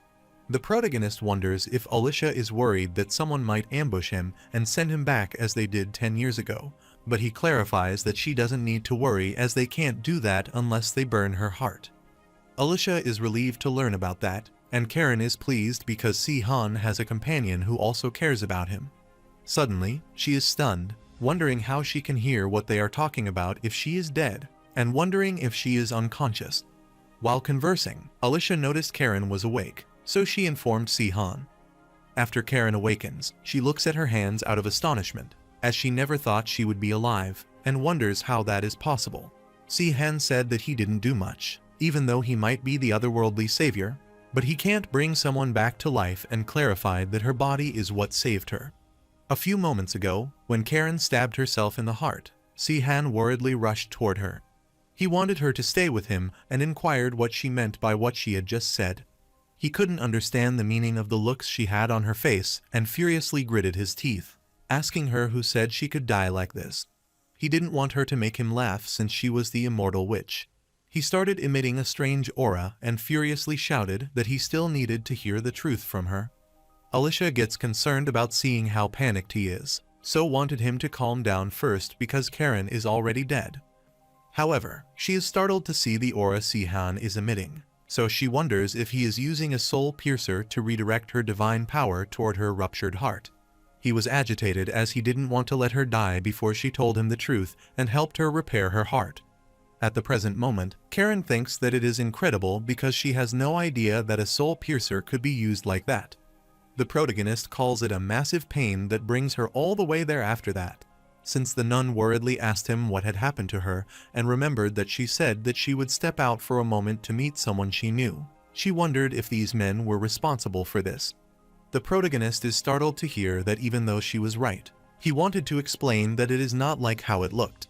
He told Karen clearly that she hadn't completely recovered, so he wanted her to be careful.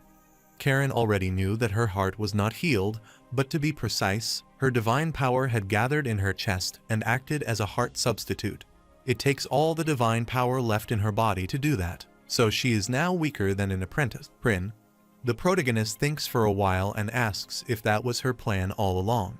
He is sure she waited alone in this remote area, even though she believed he would return. He realized that she took her time during their fight and gave him some key information, and wondered if she was planning to let him kill her from the start. Karen is a bit gloomy as she knows she has no right to ask for his forgiveness, but Si-han has every right to seek revenge against her. Therefore, her duty as a traitor is to help him get the revenge he desires so badly. However, as someone who serves Kron Lissart, she couldn't allow herself to die in a world without her. So he had no choice but to resort to such a sloppy way of ending her life and clarified that she was never really good at lying. She knows that Si-han wants to know why she betrayed him and says she will tell him everything. However, first, she wanted Alicia to leave the two of them alone and apologize to her for the inconvenience. Alicia is slightly startled to hear that, but she agrees to do that and leave them alone. After she left, Si-han sat on the stool, agreeing to hear her reason for betraying him and why she chose death instead of seeking forgiveness. Furthermore, he also wanted to know what she meant by what she said near the end, that she never thought of him as her brother. He supposed she only said that because she lost her composure, but he no longer knew about it. Alicia looked at him, smiled at seeing how flustered he was, and clarified that she didn't expect him to understand her. She asked him if he remembered the battle at Mastel Plains and clarified that it's when they started to fall apart as a group. On the contrary, Zenon is surprised to know that the immortal witch intended to be killed by Sihan from the start, which is why she acted that way. Alicia affirmed that he was right, and she felt so apologetic for her. Zenon is infuriated, wanting her not to be ridiculous because Karen should not go on such a rampage if that were what she has decided, as he is still aching all over from that disease she gave him. Alicia wanted him to try to understand how she felt, so she supposed that she must have lost control because she was overcome with guilt. Zenon doesn't care even if she feels guilty because if that is the case, then she should have begged for forgiveness and shouldn't try to kill them. Alicia is annoyed, wondering why it matters because Karen couldn't think rationally when she was that upset. She is sure that they can talk about this as much as they want, but they will never really understand how they feel since this is about them. Meanwhile, Karen started explaining that it was a time when they couldn't be sure if they would live to fight another day. Compared to the formidable forces of the Rusklan Empire, the Revolutionary Army was incredibly underpowered. Every day was a struggle to survive, but they never gave up, and they gained more and more comrades despite their hardships. They extended their influence and grew in strength until, finally, the flames of freedom began to burn brightly. The revolution led by Sihan and Rilstein had just seized West Clanium, one of the 4 major imperial cities. The 7 heroes of the revolution finally had enough power to be considered significant to the empire. Over time, the revolution had become large enough to change the world, but that also meant that the burden on the 7 heroes had grown even heavier. In the West Clanium main palace, Crimson Horizon Rilstein inquired about the cleanup operation progress from Saffron. Saffron clarified that he has left Jarrett and Dupal in charge, so they are both doing a good job. Rilstein understood, though that was good thinking. He uttered that, unlike the Empire, they can't just do whatever they want to their prisoners of war. Since the senior commanding officers responsible for the war should be executed, they should either send the regular soldiers back home or integrate them into their army. However, the issue is how they should deal with the members of the imperial family living in West Clanium. Sech Sengard couldn't believe him asking what the problem was, as they might be a prisoner of war, but all otherworldly summoners must be killed. Saffron objected because not all of the Rusklan imperial family can summon otherworldly beings. The imperial family members they captured at this time were regular civilians, and most of them were women, children, and the elderly. Levina is a bit confused because they don't know how to differentiate the otherworldly summoners from them, as there is no way of knowing until they summon something. Karen explained that there is a bloodline detection method that the Empire has been using. But she is confident that among the prisoners, there are some individuals whose abilities have yet to awaken, and they have been isolated for now. Sech Sengard is worried, wondering if that is enough because if they manage to unlock their abilities, they can summon otherworldly beings. Tjornt explained that the level of their abilities will vary, but there is a good chance that this could happen. Rilstein worriedly wondered if they had no choice other than that. His comrade knew there were a lot of women and children among the prisoners, but there might be no choice but to execute them even if they didn't like it. While conversing, Sihan heard their arguments for a while, then wanted them to wait and ask what they were talking about. He couldn't believe they said they were going to execute them. The protagonist remembers something like that, and they end up arguing quite a bit because of their differing opinions. Karen is surprised to hear that he called it arguing and uttered that if he remembers that as a simple argument, then that shows how he still doesn't understand what happened that day. She explained how Sihan furiously asked them if they had lost their minds. He is dumbfounded as they are going to kill them when some of the isolated members of the Rusklan family are only 10 years old. Rilstein clarified that he is not happy about this either. But even if they are vulnerable children or elderly citizens, they will become formidable enemies if they manage to summon otherworldly beings, and they need to protect their future. The protagonist gets influenced because they were going to kill them, because there is a chance they might do something wrong, not because they have done something wrong. Since Rilstein is talking about people who could become their enemies, he wondered what he would do about the soldiers who joined them after fighting for the Empire. Saffron clarified that it is impossible to supervise those who can summon otherworldly beings. Unlike other prisoners of war, otherworldly beasts can't be suppressed with magic. That is a big difference that he wanted Si-Han to know. Furthermore, even if the magical countermeasure can be taken, a small number of soldiers can be overseen by a small number of people. But they would need thousands of men to keep an eye on these members of the imperial family. Since they don't have the men to spare for that right now, and even if they did, they still wouldn't be able to guarantee their safety. Torrent rambled that their priority is to keep their men safe, so if they aren't careful, they could lose thousands of men to otherworldly beasts. But they can't risk the lives of innocent people just for the sake of Si-Han's sense of justice. The protagonist gets annoyed when hearing this and wonders what Torrent is talking about. He couldn't understand his logic as he was saying that he was going to protect innocent people by killing innocent people. Rilstein gets annoyed, wondering why Si-Han feels sorry for the imperial family members. Even though they might be young, they still grow up by taking advantage of everyone around them. So he wondered why they should escape punishment when they also bear some responsibility, and thought this was nonsense. The protagonist still doesn't think that reason is justified because they are just children, so they can't blame them for their parents' actions. Rilstein furiously asked him what he was talking about right now and inquired who else was supposed to take the blame for their parents' crime if not them. Rilstein uses a tremendous aura and an arrogant tone to accost Si-Han, which surprises all of them, and the protagonist is also shocked. Rilstein agreed that it's a pity they must do it at such a young age, but he doesn't want Si-Han to say they are innocent.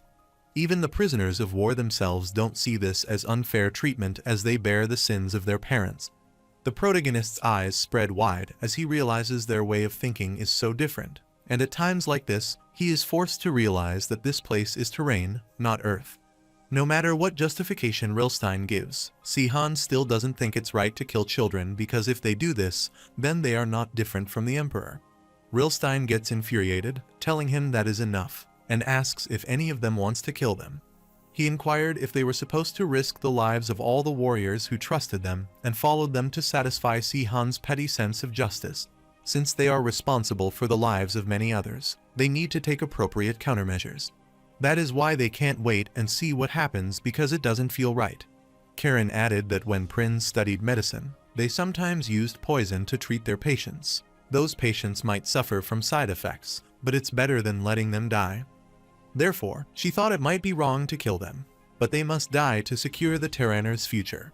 Torrent uttered that the difference between them and the Emperor is that they are committing crimes to save Terraner, and he knows the ends don't always justify the means. But he thought it was their responsibility as leaders to make difficult decisions if it meant they could save even more people. He thought it would be even worse if they opted to do nothing, avoiding the suffering while being fully aware of the potential consequences. Sech Sengard thought there was no need to overcomplicate this and told Si-Han that it was a war, and that in a war, there are times when he had to make difficult decisions, which is something as knuckle-headed as he knows. Karen asked Si-Han to understand that they didn't have a choice, and they knew that wasn't right. She knew that Si-Han's intentions were noble. Rilstein wanted him to know that unrealistic ideals don't belong in the real world, so he doesn't want Si-Han to try to force his standards on them. The protagonist is dumbfounded but reminds them that they come together to overcome that kind of unjust reality. Since that is what all of them think, the protagonist grabbed his sword and started emanating a tremendous aura to warn them. They all get concerned, wondering what he is doing and why he behaves that way.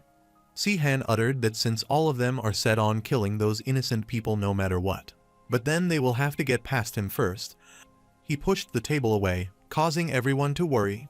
They asked if that was the soul piercer and what it meant. The protagonist is apologetic to everyone, but he has given this a great deal of thought, and he doesn't think he can ever justify killing innocent children, so he wouldn't let them do that.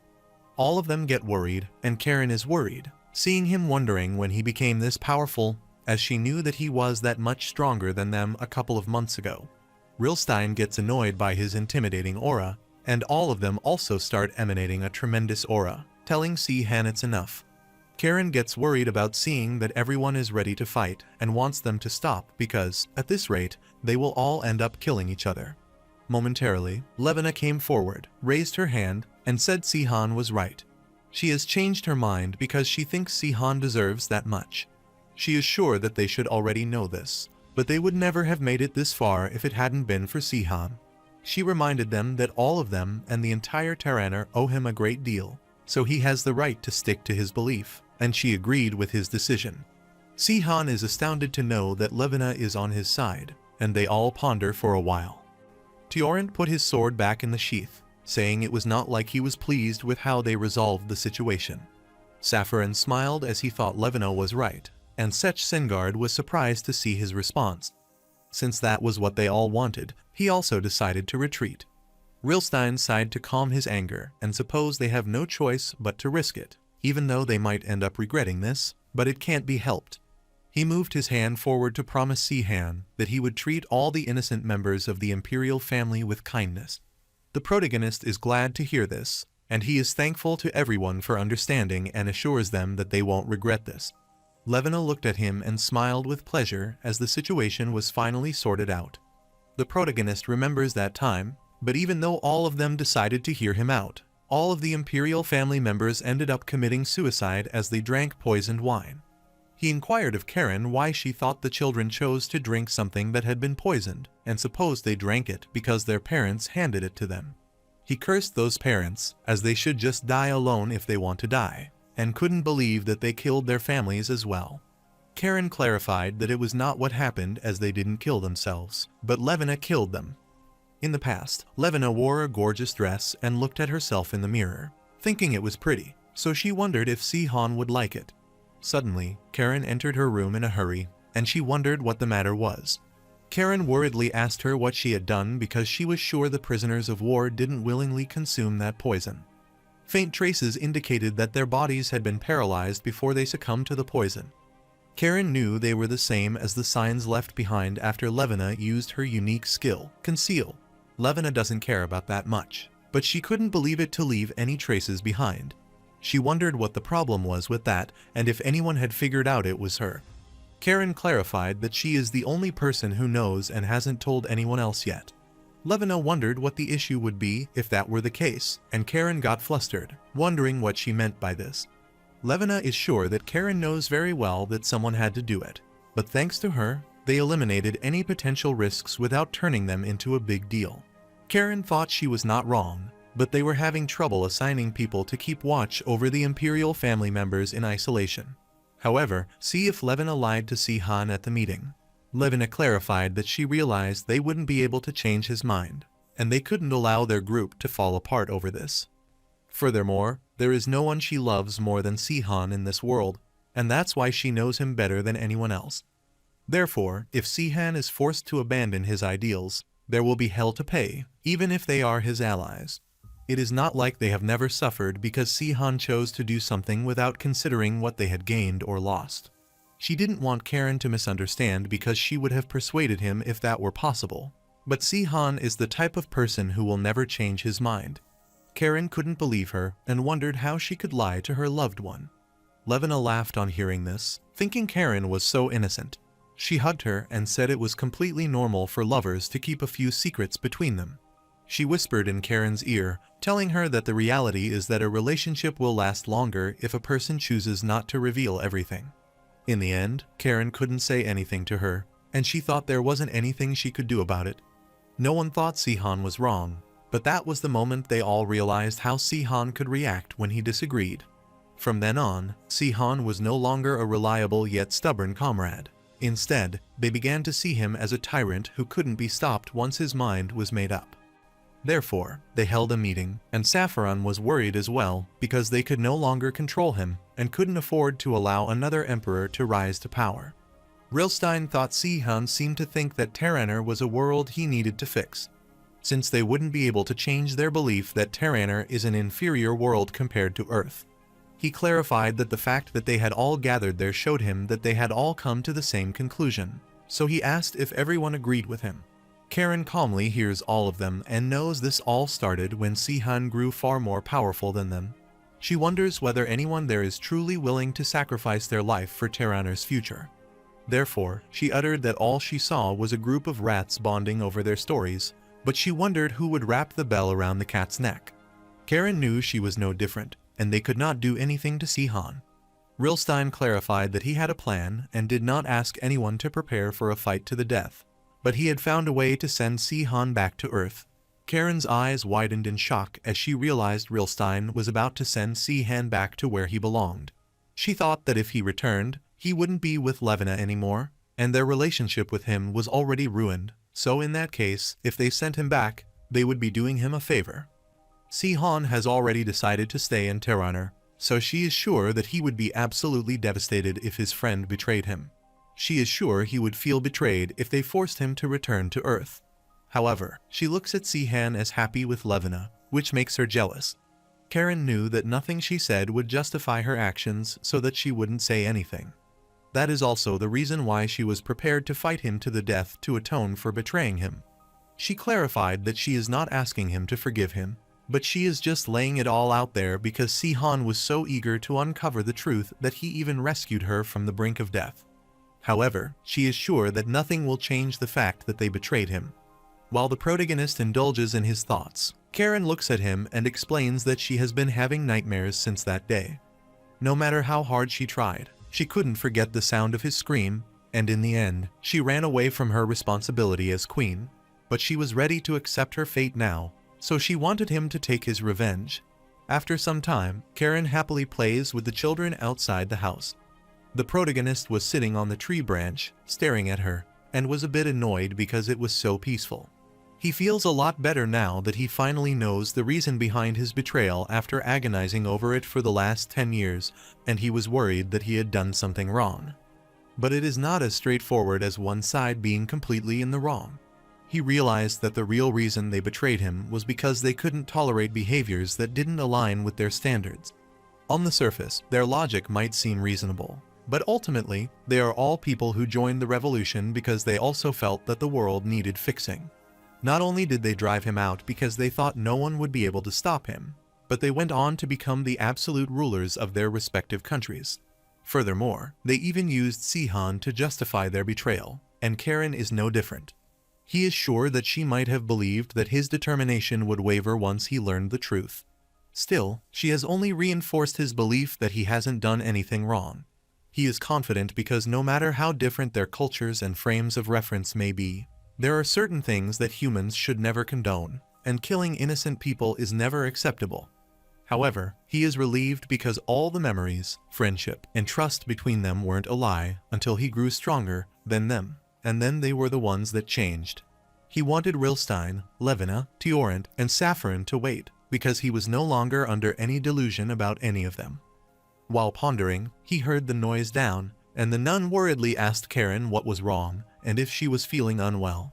Karen was in a lot of pain, but she looked at them, smiled, and thought she was just a little tired. He looked at her, recalled that she wanted him to take his revenge, and thought that he had opted to take his revenge on those who betrayed him by banishing them to another dimension. He wanted them to experience what he had been through by taking everything from them and casting them into a living hell. After that, if they managed to survive and return to Terraner, he would forgive them, but he knew the chances of that happening were slim. However, the situation has become a bit confusing now because Karen is no longer the immortal witch or the saint of the moon, so it would feel like he is bullying the weak if he did that now.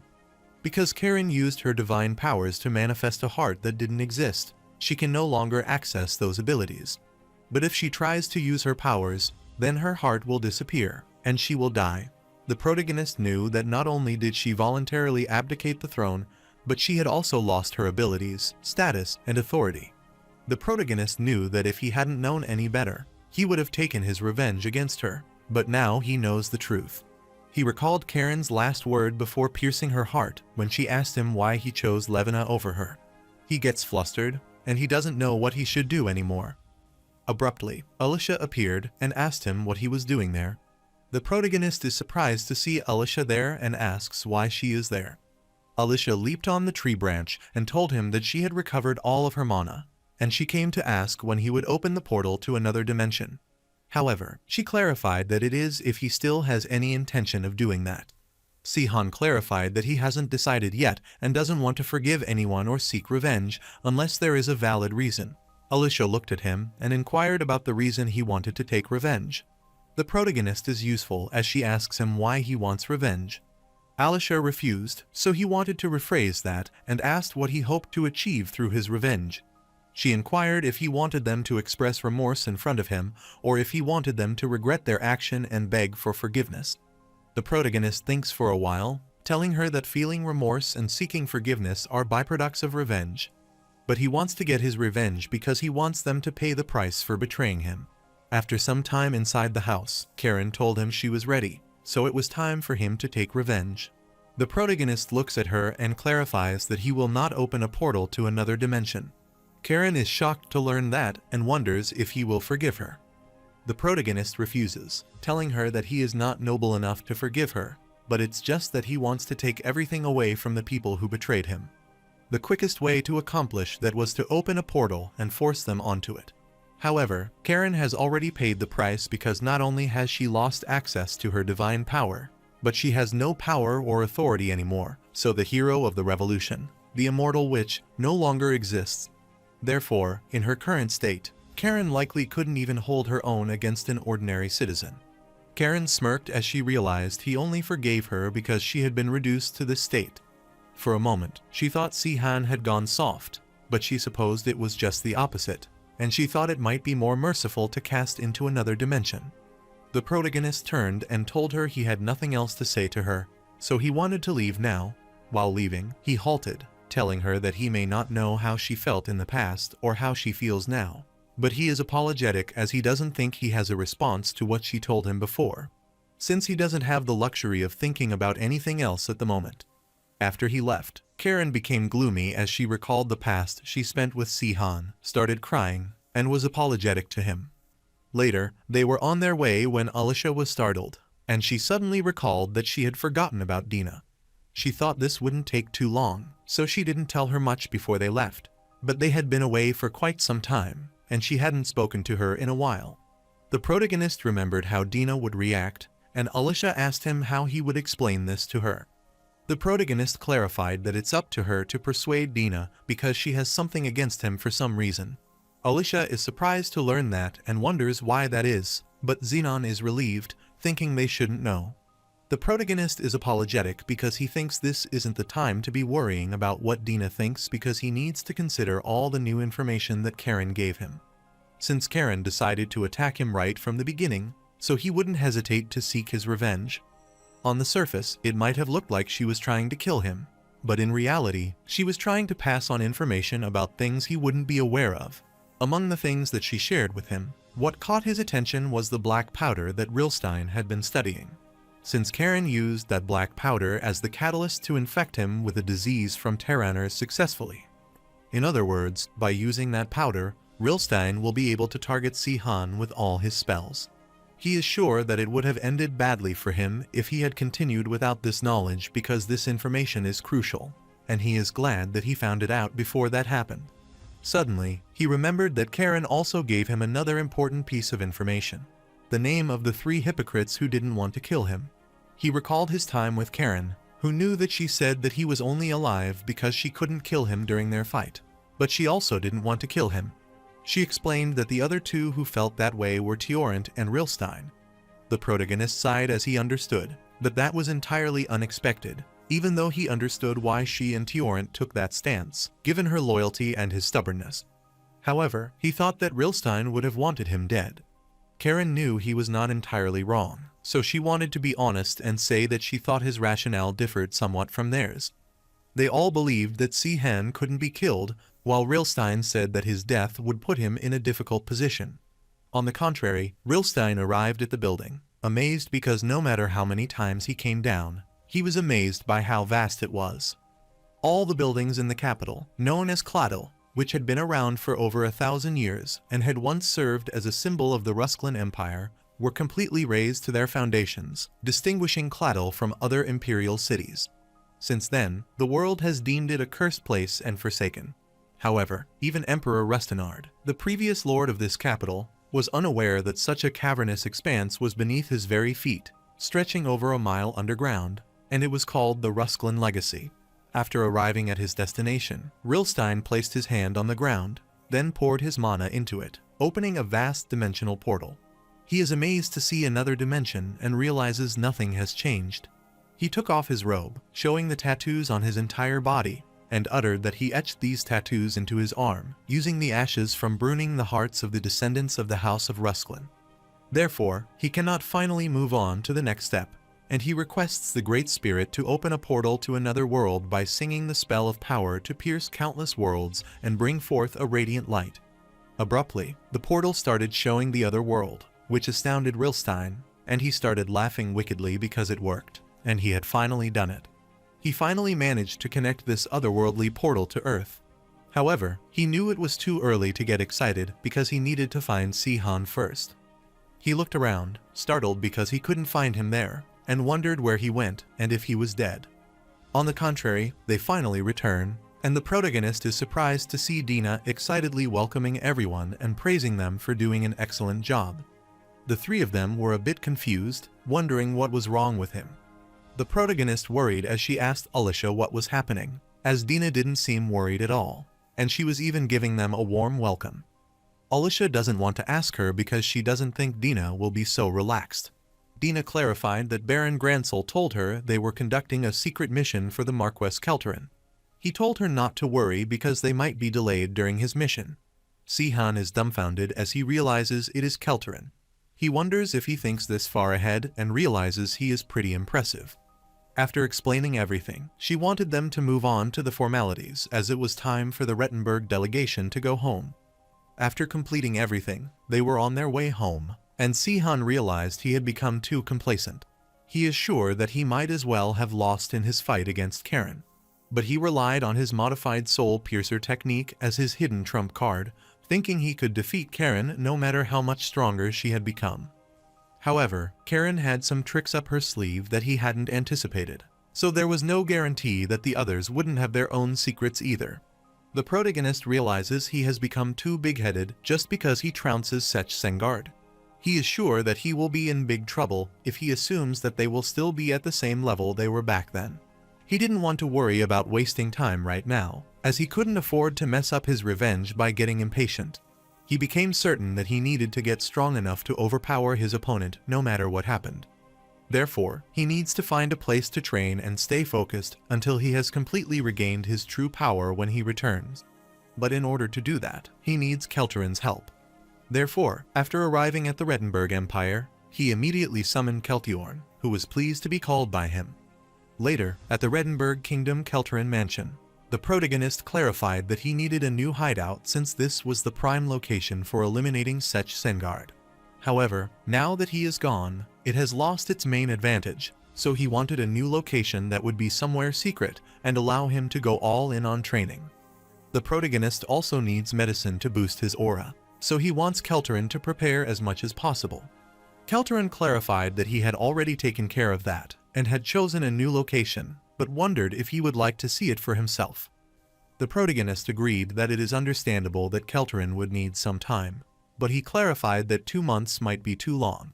Suddenly, he is startled when he realizes that Kelterin just said he has already taken care of it, but this is the first time he has told him about it.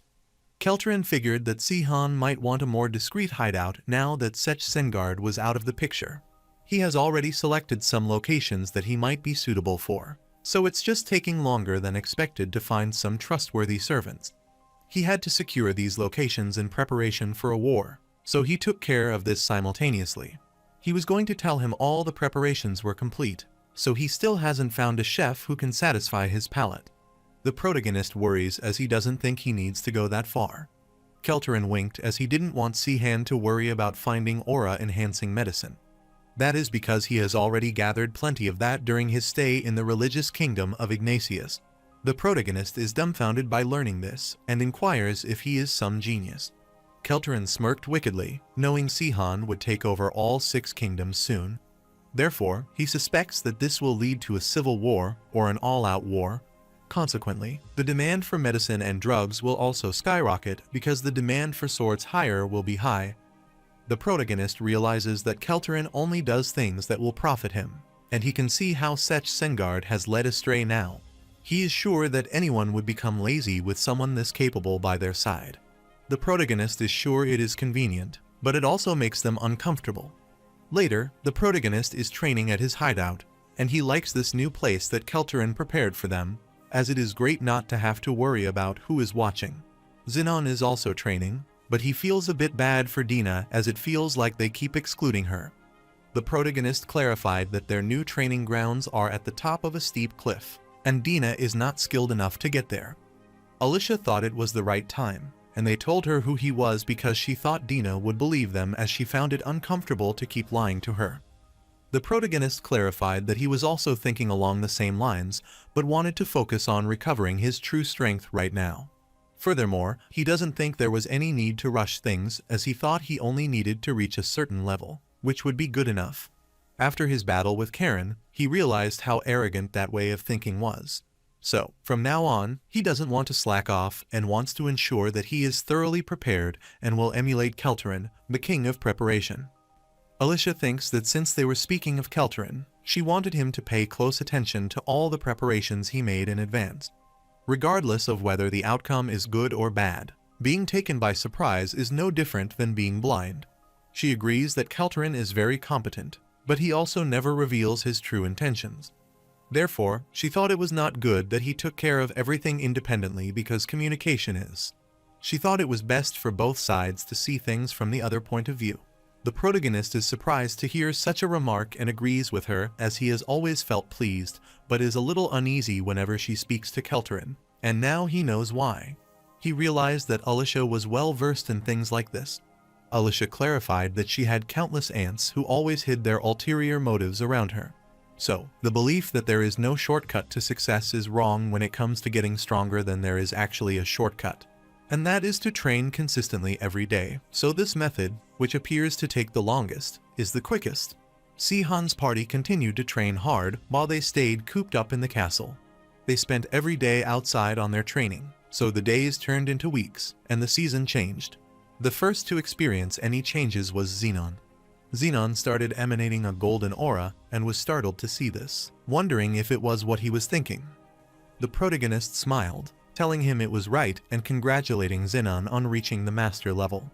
Xenon blushed and thanked Sihan because it was all thanks to him. He is amazed to sense such a strange sensation and feel the aura spreading through his whole body. The protagonist smiled, telling him that he would like to say that his hard work and earnest attitude had finally paid off, but he supposed that was all thanks to him.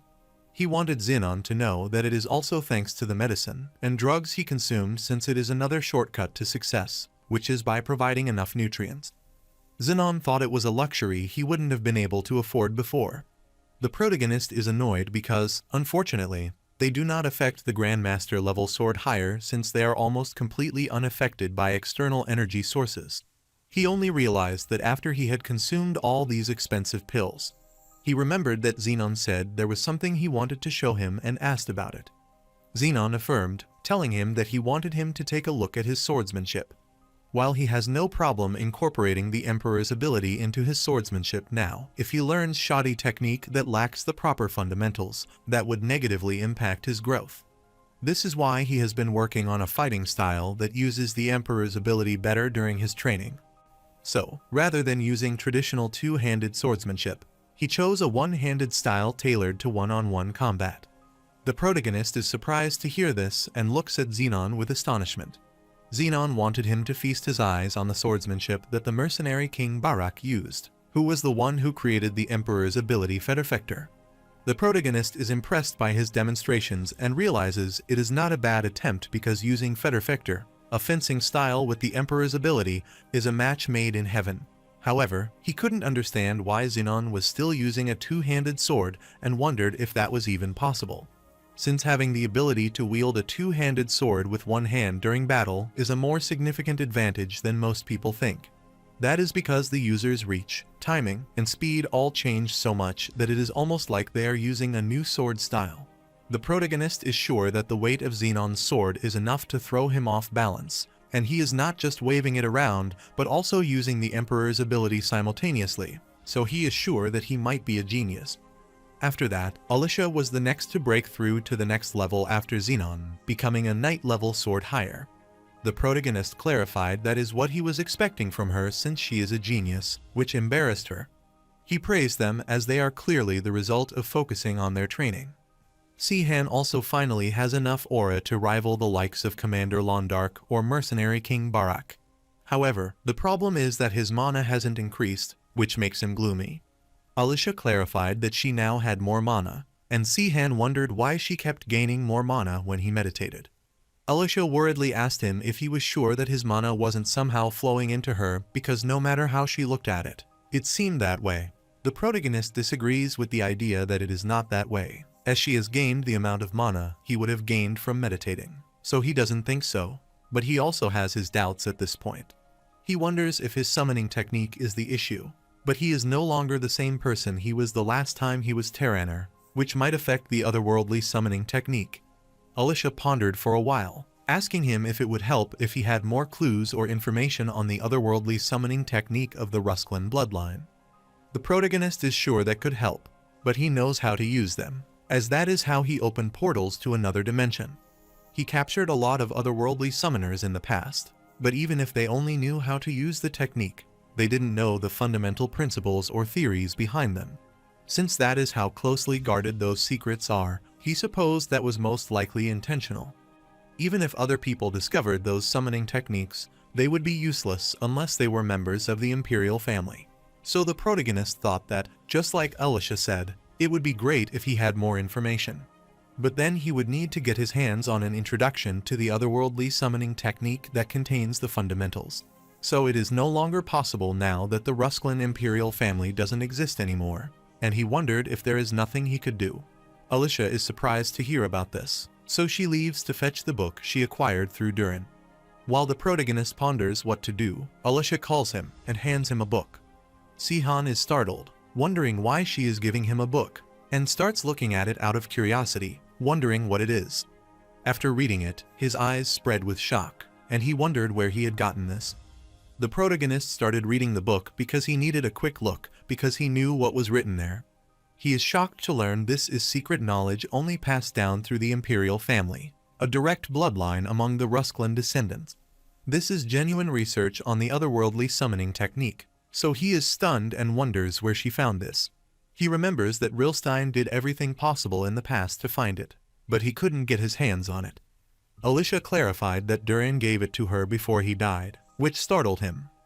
However, he couldn't believe that she had never mentioned this before, so he wondered if she had hidden it on purpose, and he inquired why he hadn't told her about it before. Alicia worriedly explained that she thought he would destroy it the moment he found out about it, especially since it's a book the Emperor left behind. So she glared at him, asking what he thought, and if that book could help him restore his mana. The protagonist is a bit confused because this book was written in ancient Estinian, a language that has not been used for over 1,000 years. He can tell it has something to do with otherworldly summoning spells, but he bets only the Imperial family can understand this language. Alicia understood, but she thought he could read it if it were Si-Han. She is worried as she was taught the language because she was too young at that time. The protagonist is mortified to hear this, telling her that he needs to be able to read it to understand it properly. He never thought the language would become an issue and is sure that Rilstein or Safarin would be able to read it. But it is not like he can ask them now. He wondered if he should tell Kelterin to find an expert on ancient languages. Alicia gets worried, asking if he plans to reveal the secrets of the Rusklin bloodline to a complete stranger. The protagonist thinks for a while and knows that nothing can change the fact that this is extremely valuable information. He never thought he would understand the theories behind the otherworldly summoning spells. Since some spells from the tower are still documented in ancient Estinian, he supposed he could figure something out by comparing the two. He told them that was enough for training today, as he needed to look appropriately through this book first. A few days later, Zinon is worried, as it has been a few days since Si-Han started training alone, and he wonders why he called them out there that day. Alicia looked at Si-Han, wondering if the reason could be that he had already figured out how to read the book. The protagonist is glad to see that Alicia and Zenon are already there. Alicia gladly asked him if he had finally figured out what was causing the bizarre issue with his mana.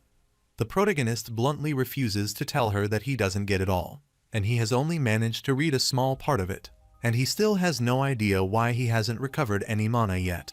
However, there was something else that he wanted to show them, so he raised his hand and emanated tremendous energy, which shocked both of them. Alicia realized that this incredible energy was identical to the energy produced by Arcane Blaze.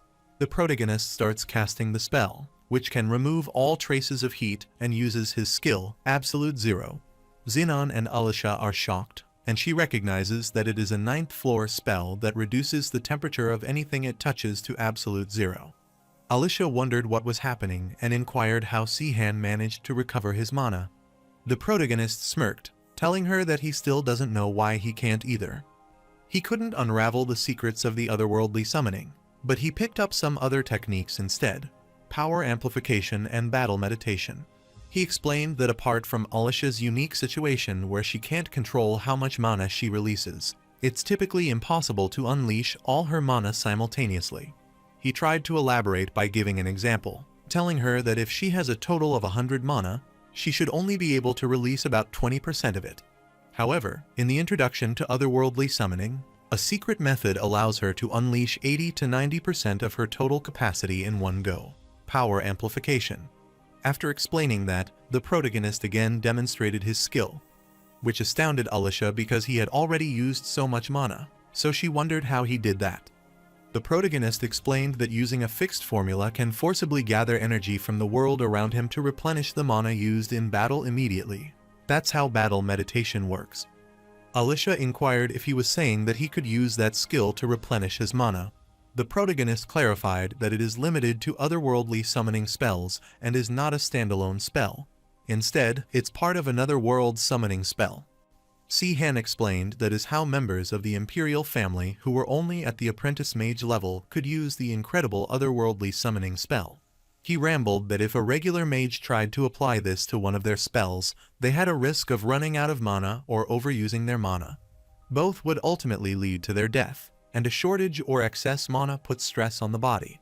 However, Sihan is delighted because that is not a problem since he is skilled as a floor master. He laughed cunningly because with this skill, he could gather far more mana than he originally possessed, and in some way, they could say this made him even stronger than he was before. He is so delighted that he welcomed himself back as the floor master, and Alicia is glad for him. However, Xenon raised his hand as he had a question and asked if that meant he couldn't use mana like before. This worried Alicia and Sihan as they forgot that they kept this a secret from Xenon. After some time, they explained everything to Xenon, who didn't believe that something like that happened. He gets so upset that he starts crying and asks why he kept this a secret. The protagonist is surprised to see that he is about that and apologizes to him, telling him that he didn't want to tell anyone at first. He thought he had already told him since he told him everything. Hearing this relieved Xenon, the protagonist, is glad he no longer looks upset. Xenon gets concerned about Sihan's health since the weather has been getting colder lately, so he wants him to head inside, and the protagonist agrees. After that, several seasons passed as Sihan continued training, and finally, he started using the warrior god aura technique, the 12 radiant swords, which split his swords into 12. The protagonist is pleased to see the 12 swords, which account for the skill, and it's the same number he had when he faced the Emperor. After that, he used the warrior god aura technique, the ultimate divine light that makes his sword glow and pierce through the mountain. The protagonist grins on seeing this tremendous strength, thinking this is excellent because he has finally reclaimed his true power. He has regained his full strength as the otherworldly savior, so he thinks it's time to start making his way to the Teorant Kingdom. After a while, Xenon realized that their next destination was the northernmost part of Terraner, Teorant Kingdom. The protagonist explained that the Teorant Kingdom is situated much farther north than the Sapphirine Kingdom. Not only is the country a vast expanse of desolate land due to the harsh cold climate, but it is also infested with powerful magical beasts. It is a tough place to live, so it has the lowest population among the 6 kingdoms of Terraner. However, he wanted them to know that doesn't mean it is a weak nation by any means. The Teorant Kingdom has been home to famous northern warriors since the days of the Empire. Even though the warrior might be a few in number, they possess enough military strength to hold their own. Xenon worriedly clarified that he knew they had a rough road ahead, but he thought this would be especially tough. The protagonist clarified that it doesn't matter where they go first now that he has regained his full strength.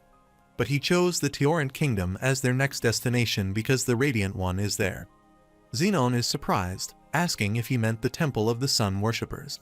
The protagonist affirmed, telling him that, according to Karen's information, that place has the item he has been searching for. He wanted to get his hand on, no matter what, since he needed to completely remaster the warrior god aura technique, the magical sword disaster. On the contrary, Kelterin is writing the report and sighs sadly because he has so much to do. He is annoyed at Sihan and hopes he won't make so much noise while training. He remembers that Sihan said he wanted to train in secret, but then he goes ahead and cleaves a mountain in two, which isn't something that he can cover up, so he is crying. Furthermore, only scumbags would try to keep people's mouths shut by using their money or authority. So, he is certain that no matter what he does, word is bound to get out, and he can't stop the rumors from spreading. Therefore, he supposed he just had to spread his rumors as well, and decided to spread false rumors everywhere so that no one could tell what was true or not. Kelterin is sure that if he spreads rumors that other mountains were also split into two, he is sure the current rumors circulating will be treated as nonsense. He wanted to hide the truth among countless groundless rumors, but he supposed Sihan must be incredibly powerful if he managed to split a mountain in half. He started smiling cunningly as he realized that he had chosen the right side. Kelterin is pleased because every move that Sihan makes has the power to determine Terranor's fate. Therefore, if he decided to become the new Emperor of Terranor, it would be a dream come true for someone like him who is in his good books. It is not a problem even if Sihan decides to go back to Earth, but simply knowing in advance that the leaders of the Six Kingdoms will disappear puts him in a very advantageous position. However, Kelterin worries that if Sihan fails, he might end up in a tight spot. However, it is not possible to live a completely risk-free life if he takes into account how powerful Sihan is, and it can't even be considered that big of a risk. He is thinking of changing his side if he finds himself in a tight spot, but he thinks it would be nice if Sihan managed to succeed. While he was pondering, the maid knocked at the door and informed him that Sword Higher Sihan is requesting an audience with him. Kelterin is glad he is there and instructs the maid to send him in. After Sihan entered the room, Kelterin asked if he could complete his mission successfully. The protagonist annoyingly stared at him, telling him to drop his act because no servants were nearby. Kelterin happily asked him if he was pleased with the hideout that he prepared for him. The protagonist can't help but admire Kelterin's acting skills and remarked that there is no doubt he would be voted Best Actor in the Blue Dragon Film Award if he were in Korea. Kelterin is confused when hearing this, wondering what it is and if dragons give people awards in Korea. The protagonist wanted him to forget about it, telling him that he didn't come there to chit-chat and asked if he gathered any information on the sun worshipper. Kelterin clarified that it was all right there, as not only did he have the latest information on the sun worshippers, but he has also compiled details on the Radiant One's interior structure, military strength, security layout, and even his travel arrangements. Kelterin shuddered to think how powerful Sihan would become once he was reunited with the three legendary pieces of equipment. He wondered if the protagonist would be strong enough to utterly wipe out the mountain instead of cleaving through it. The protagonist grabbed the documents, telling him they wouldn't strengthen his skills or increase his power, but wielding disaster again would give him more attack options. He looked at the information and clarified that he has to prepare for anything if he will hunt down all the people who betrayed him. After checking all the information, he praised Kelterin for his great work, as he was quick and thorough. Kelterin happily thanked him, and Sihan asked if he had prepared multiple sets of these documents for all the potential destinations he could have chosen. Kelterin affirmed, telling him that he did, and the protagonist supposed those documents had been rendered useless now that he had chosen to go to the sun worshippers. Kelterin affirmed that that was true, but wondered what the matter was. Sihan wanted him not to bother with those extra preparations from that moment onward, because he didn't always expect him to be perfect. Kelterin happily clarified that he is his faithful servant, so it would not be a waste if those preparations were for him. The protagonist reminds him that he swore his allegiance to him, so he has the right to give him orders to do things he needs. It also means that it is his duty to ensure he does nothing unnecessary. Since those with a right must also carry out their duty, he has not upheld this duty until now. He was unaware of this until Alisha told him so he apologized to Kelterin. Kelterin is surprised to learn this, telling him that he is doing all of this for his sake. Sihan assures him that he will not punish him for not giving him exactly what he wants because it is not a crime and wouldn't be his fault. Furthermore, he wouldn't blame him for anything as long as Kelterin didn't betray him, and Kelterin was speechless on hearing this all. After telling him everything, the protagonist wanted to leave first as he needed to get ready to leave. While the protagonist is about to leave, Kelterin accosts him and wants to tell him the truth that there is something he needs to tell him. He clarified that he had not mentioned it because he could not confirm its authenticity. However, he planned to inform him once he had verified the information. If this is what he wants from him, he should be honest about it. The protagonist grabbed the document that Kelterin handed him, wondering what he wanted to say, and after reading it, he was shocked. He started sweating worriedly, asking if that was true, and kept reading the documents. Kelterin worriedly clarified that he was unsure, which is why he kept it from him, but it is the kind of information he can't simply ignore. He assured Sihan that he would send him a report as soon as he gathered more information and validated it. The protagonist agreed, so he told him he was counting on him. Kelterin thinks for a while, accosted him, and uttered that he swore to pledge his loyalty to him. The protagonist smirked at hearing this, thinking Kelterin had always been loyal to him. Kelterin thinks for a while and clarifies that he feels he needs to make that clear again. Meanwhile, Dina is fighting with a boar, giving her all to defeat it and improve her skills. Alicia instructed her not to let her guard down as she could beat it now, and Dina affirmed her master's command. After that, they make all the necessary preparations that are required before their departure, and they begin making their way to the Teorant Kingdom. After the struggle for a while, Dina finally defeated the boar and is pleased that she did it. The protagonist praised her as she had finally improved and assured her that no one her age would stand a chance against her. Dina couldn't believe it as she barely managed to take one down. Alicia thought it was a shame they didn't encounter any bandits on the way there because killing people is much better for training than defeating magical beasts. Xenon agreed because Dina needs more experience in one-on-one combat if she wants to enhance her swordsmanship. The protagonist gets annoyed as they say such disturbing things, as if they are nothing, and know it's savage. But he supposes the people of Terraner have always been like this because their thinking is brutal. Alicia couldn't believe that he said that, but he was the youngest among all of them to gain real-life combat experience. The protagonist realizes that Alicia gained her experience at 17 years old and Xenon at 18 years old, but he did so at the age of 16, leaving him with nothing to argue about. He gets mortified, so he wants to change the subject and clarifies that it's time to go as they must cross the border before the sun sets. He told them that the border city Ropal lies beyond this mountain, so they are about to enter the Teorant Kingdom. Later at night, they are at the inn when the protagonist sees Alicia and asks about Dina's whereabouts. Alicia clarified that she fell asleep the moment she got into bed. The protagonist supposed she might be exhausted, so he wanted to let her rest. She would be fine once she had a proper breakfast, so he wanted Alicia to have dinner. After looking at the dinner, Sihan was slightly disappointed, but it was quite late, so he guessed he couldn't complain about the food. He happily looked at Xenon as he wanted to borrow some of his special sauce, Xenon's sauce. Xenon took out the sauce, but was astounded to hear the name, and asked what he had just called it. The protagonist wondered what was wrong, as there were all kinds of sauces out there, and now they have Xenon sauce, so he couldn't understand what the matter was. Xenon gets annoyed as he doesn't understand what Sihan is trying to say, but sticking his name in front of the word sauce makes it sound like he only has one special type of sauce. The protagonist started pouring his sauce on the food, thinking it was delicious. Xenon is still pissed as he can make plenty of other tasty sauce, not just Xenon sauce, and cursed himself as he couldn't believe he called it that as well, and the protagonist agreed. Alicia asked the protagonist if he wanted to retrieve the otherworldly savior's 3 legendary items, but wondered what was so special about those magical items. The protagonist supposed she might not know, and he thought some books explained their abilities. Alicia knew there were books about it, but she couldn't grasp the exact details just by reading them.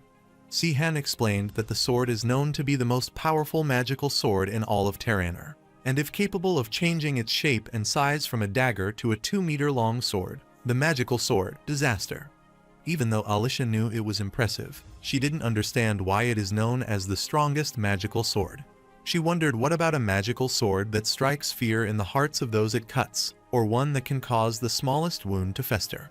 She is sure there are a lot of other swords that better embody the essence of a magical sword. The protagonist smiled as he was sure it might not be useful to her at her current level. But the true worth of disaster is only revealed when wielded by a warrior god, sword higher. Since most of the abilities that the magical sword possesses can be unlocked once a person reaches the warrior god level. So, if she looks at it like that, the magical sword disaster is the unique weapon that can grant the user a combat advantage in a battle between two warrior gods, sword higher. Only a warrior god, sword higher, will need a magical sword like disaster. So if a warrior god sword higher decides to unleash their full power, they can destroy their surrounding using the sword alone.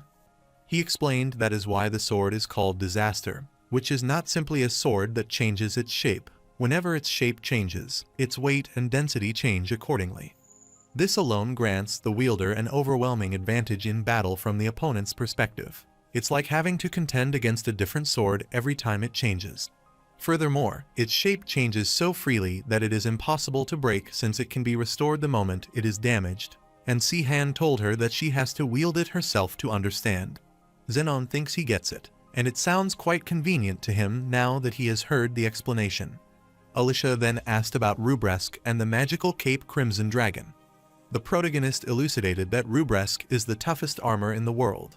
Not only does it boast high defensive stats, but it can also be equipped automatically. Its size can be adjusted, and it has the ability to repair itself. Since metal armor is the most difficult and tedious to maintain, that is what makes Rubresk the best magical armor in the world. After that, he started stating the benefit of the magical cape, Crimson Dragon, which is said to block a dragging flame and has the damage dealt by magical attacks. However, what truly makes it impressive is its ability to block half the damage dealt by the flames of the otherworldly beings. And the truth is it wasn't created from a crimson dragon, but from the hide of an otherworldly being. But it can only reduce the flames of a crimson dragon by half. Therefore, both of those pieces of equipment would be nice to have, but he can live without them. But he can't say the same about disaster. Therefore, Si-Han wanted to get them back, even if it was to stop those who betrayed him from getting their hands on it. The following day, the Si-Han party crossed over the border and continued to head north. It was technically too early for winter, but the weather there was so cold that the lake had already frozen over, which made Alicia freeze because of her cold armor. They toughed it out through temperatures that kept dropping and eventually they made it to Eek City. After entering the city, Alicia is amazed to see many more people than she expected, as she thinks people wouldn't want to live somewhere so cold. Eek City is a bustling metropolis that serves as a hub for high-ranking princes and pilgrims traveling to the sun worshipper Radiant One. It is a city comprised of merchants transporting various goods used by the worshipper, and due to its significant mobile population, it also functions as a bustling trade hub. The protagonist is amazed to see the city as he thought it would be a cold, gloomy, snow-covered city, but it is quite busy. Dina affirmed, telling him this is where her mother's side of the family and the Celette noble settled down. She has already let them know that she is coming, so she wanted to head over to the Eek's office building. After a while, Alicia asks the protagonist when he will tell Dina the truth. Si-Han can't seem to find the right time to mention it, but he wonders whether he should have told her from the start. He supposed it would be far too sudden if he told her that he was the otherworldly savior after everything they had been through, and Zenon agreed with him that that was true. Si-Han placed the map on the table, urging them to concentrate on the current task. He explained that he received a map of the temple interior layout from Karen. Alicia inquired if he could use the stealth skill to sneak in like he did last time. The protagonist clarified that it is impossible because the barrier there is a lot stronger, so there is no way to slip past undetected and infiltrate the temple using that stealth skill. Alicia is surprised, wondering how their barrier could be even stronger than the one of the Obsidian Eye. He explained this barrier was initially set up by one of the 6 Revolution heroes, specifically designed to ward off the other heroes of the Revolution, the strongest people in Terraner.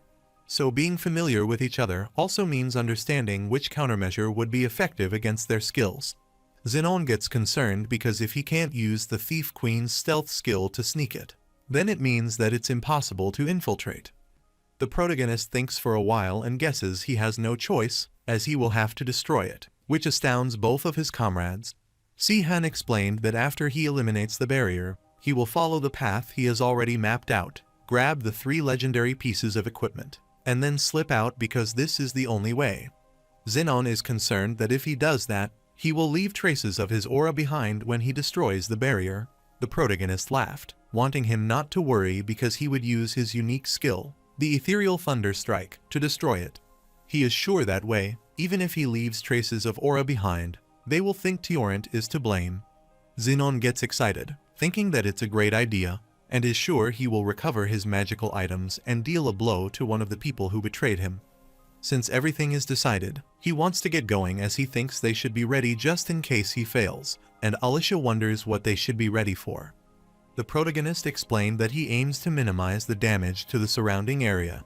So, if they see a sudden column of fire erupting in the temple and a massive explosion, they will know he has failed, since that is one of the defensive systems that is triggered when the barrier is forcibly broken, and if that happens, they should be alert.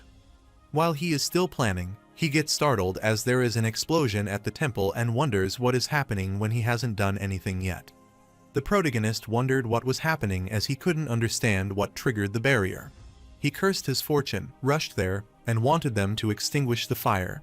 He started accumulating his energy and wanted the heavy rain to descend upon this land and summon a squall. After the rain began, Alicia was relieved because the flames were getting weaker. Xenon gets worried as he looks at the entrance and realizes the people are inside. He rushed there to evacuate everyone inside and help them. One of the priests came out. Alicia helped him and asked if he was all right. The priest clarified that he is not concerned about himself, but a wicked thief has come to steal the Order's sacred artifacts. Soon, there was another explosion that concerned Aisha, so she covered the priest to prevent any harm to him. Shortly after, a knight came out, which startled Si-Han as he rushed toward him to strike.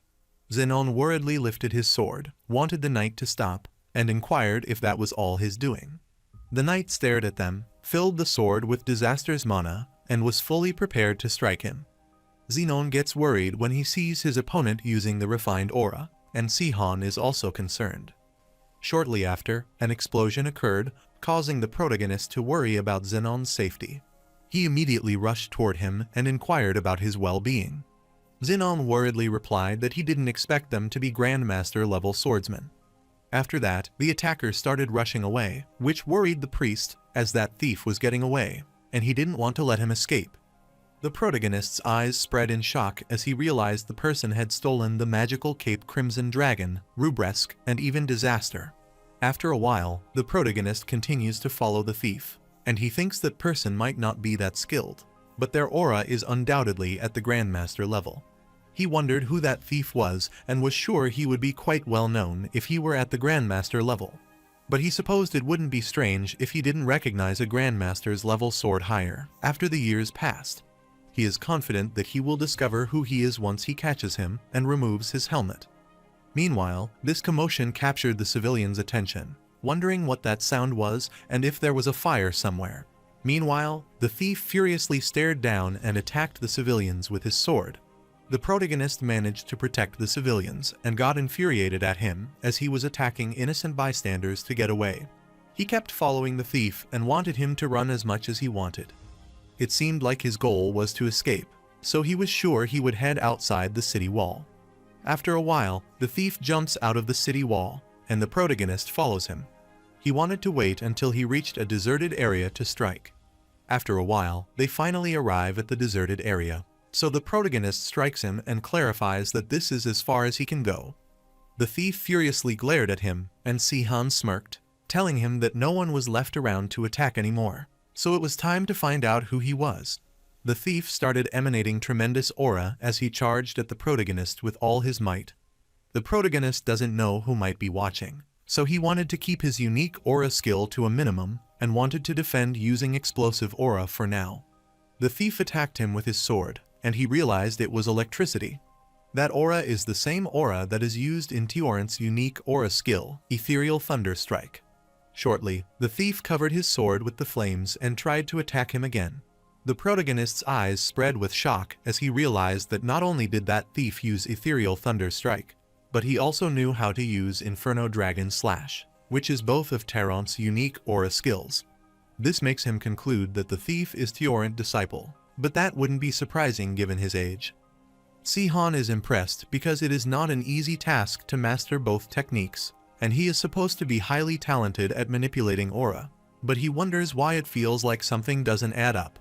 The protagonist felt like he was witnessing the strength from back in the day because their aura use is flawless. Abruptly, the thief struck him again, but Si-han knew he posed no threat. However, he could sense that something was a bit off earlier. He knew it was because his attacks were just too basic, but he wondered why his swordsmanship was so poor compared to his skillful use of aura. It was just sloppy. Abruptly, he started attacking the thief, and with just a few strikes, he threw him away. The protagonist is astounded to know that the thief is just a weakling, and he doesn't think he's faking it either, so he wonders if that is the best he can do. He gets annoyed because even if he wasn't that bad in the past when he could rely on his overwhelming aura, he wondered why his skill was so one-sided. He put his sword back in the sheath because he is worried that he will end up destroying Rubresk at this rate. As soon as he put his sword back, the thief lunged at him to strike again. But the protagonist attacked him with bare-handed technique Lycidarin and managed to inflict severe damage. He grabbed there uttered that his bare-handed technique might be a bit unrefined compared to Karen's, but it was good enough to show him how outmatched they were, so he wanted him to give up. Suddenly, the thief released overwhelming flames that astounded Si-han, and he got out of his grasp and rushed away. The protagonist brushed off the dust from his cape, telling the thief he is tough, and asked if he just broke his arm to get himself out of that bind. He gets on his fighting stance, telling the thief that doesn't change anything because picking up that sword wouldn't make him any stronger because he needs the right skill to use it properly. He clarified that he would have already been defeated if it weren't for Rubresk. Suddenly, he saw the thief planning something, so he was shocked. Immediately, the thief threw away the sword. The protagonist worries about the disaster getting away, so he rushes to grab it and inquires about what he is doing. He immediately grabbed the sword, looked back, and was annoyed because he never thought the thief would do something like this to escape. This took him by surprise, so the thief managed to escape with Rubresk and the magical cape Crimson Dragon, but he didn't expect him to use disaster as a decoy. However, he was so relieved because he still managed to retrieve the most important piece of equipment and is glad to see his sword after a while. Later, Zenon is surprised to see Si-han as he realized that he went back to the inn. The protagonist is wiping his sword and asks him how things are at the temple. Zenon explained that they had put out the fire and would start looking for survivors. Alicia worriedly asked what happened to the thief, and Si-han clarified that he had escaped as he couldn't find out who he was. He got away with Rubresk and the magical cape, Crimson Dragon, but he managed to recover disaster, so although it is disappointing, it is not a problem. Zenon's eyes sparkled with excitement as he realized he had finally seen one of the 3 legendary items in real life and wanted to look at it. The protagonist certified that he is looking at it right now. Zenon is surprised because that is the same sword Si-han has been carrying until now. Then he looked back, saw the identical sword there, and wondered what it was. The protagonist smiled, reminding him that he had told him he could change its shape and appearance, and even disguise it as a common sword like this. However, there is something that Si-han doesn't understand. That mysterious thief used Tioran's aura skills, so there is no doubt that they are affiliated with Tioran somehow. However, Tioran knows the true value of disaster better than anyone else, so he wonders why the thief abandoned the sword without a second thought. Zenon thought that it could be that the thief wasn't a Tioran student because Si-han mentioned that the 7 heroes of the revolution shared their skills. After all, he taught Zenon how to use Eruption Aura and trained Alicia in stealth. The protagonist knows that other people may know how to use Ethereal Thunderstrike and Inferno Dragon Slash, but there is a difference between knowing how to use a skill and truly mastering it. Once a person reaches Grandmaster level as a sword higher, the aura flowing through their body becomes tailored to their own unique skills. So, a person can use the same skill and end up with completely different results, unless they come from Earth and can clearly feel the flow of aura. However, the skill that the intruder used was the Ethereal Thunderstrike, and he is sure that the thief who destroyed the Radiant One must have been someone from the Torrent group. Meanwhile, Rilstein is looking out the window, sure that everyone might think the Torrent student did that. He laughed wickedly as he was sure that no one would believe that an entire nation's king would venture out to another distant kingdom himself. He is sure that Torrent would be furious if he found out, but the risk is worth it. So he instructed his man to remove his armor, and the man removed his armor as he was instructed. Rilstein clarified that he might be a test subject that he threw together quickly with no free will, but he is still a Grandmaster level sword higher, so he wondered how he beat so ably. He supposed that might be because that place was the home to the Northern Warriors, and he guessed that they had no shortage of powerful warriors. He supposed there would be much room for improvement and is glad he told his man to use disaster as a decoy if he found himself in a pinch. He grabbed the cape and couldn't believe that he nearly lost his chance to get his hands on the magical cape Crimson Dragon. He is sure that should be enough to replace it, so he appreciates his man for his great work and wants him to get some rest, and his man affirms that, after some time, the tribe headed somewhere, and the noble thought he had gotten a dozen elite soldiers from the Torrent Kingdom with him. That carriage had a steel frame reinforced with protective magic. 18 sword higher also accompanies him, so he supposed this should be enough to deter people like them from considering an attack. A bald man named Woodrow was watching them from above, and the man at the carriage thought they were a bunch of fools because their actions were only causing the people more suffering. Woodrow pointed his arrow at them, while the knight laughed and wanted his lord not to fear. The knights thought they were just thieves at the end of the day, so they are powerless against the true might of knights like them, so he wanted him to rely on them. Before the knight could even complete his sentence, his head got pierced through with the arrow, which concerned the noble. All the sword higher get startled as they realize it is an ambush, so they want to get into defensive formation and find out where the attackers are. After a while, the sword higher finally found the attacker's position, so he immediately blocked the arrow with his shield, informed everyone, and clarified that it wouldn't work again. However, as soon as the arrow strikes their shield, it causes an explosion, which astonished them as they never thought their shields were useless, so they wondered how a single arrow can do so much damage. The sword higher wanted his comrade to stand their ground because there is no way they can keep launching such powerful attacks at them. After some time, they saw several men wearing the masks rushing at them to strike. They were startled to see that mask as they recognized that they are the spirits of the snowfield and started attacking them. Flag gets concerned on seeing that the No Guard is a match for them and wonders why they would resort to acts of thievery when they are this skilled. While pondering the thief's identity, he gets struck and thrown back. The golden-haired girl rushed there, asking where he thought he was going, and she took off the mask because she was pleased to see Flag after a while. Flag gets startled after seeing that the attacker is sword higher Beretta and supposed that she leads the spirit of the snowfield. While he is about to ask about that, she immediately strikes him and kills him. Soon she told them they had dealt with everyone there, and her comrade thought it was time to take the carriage.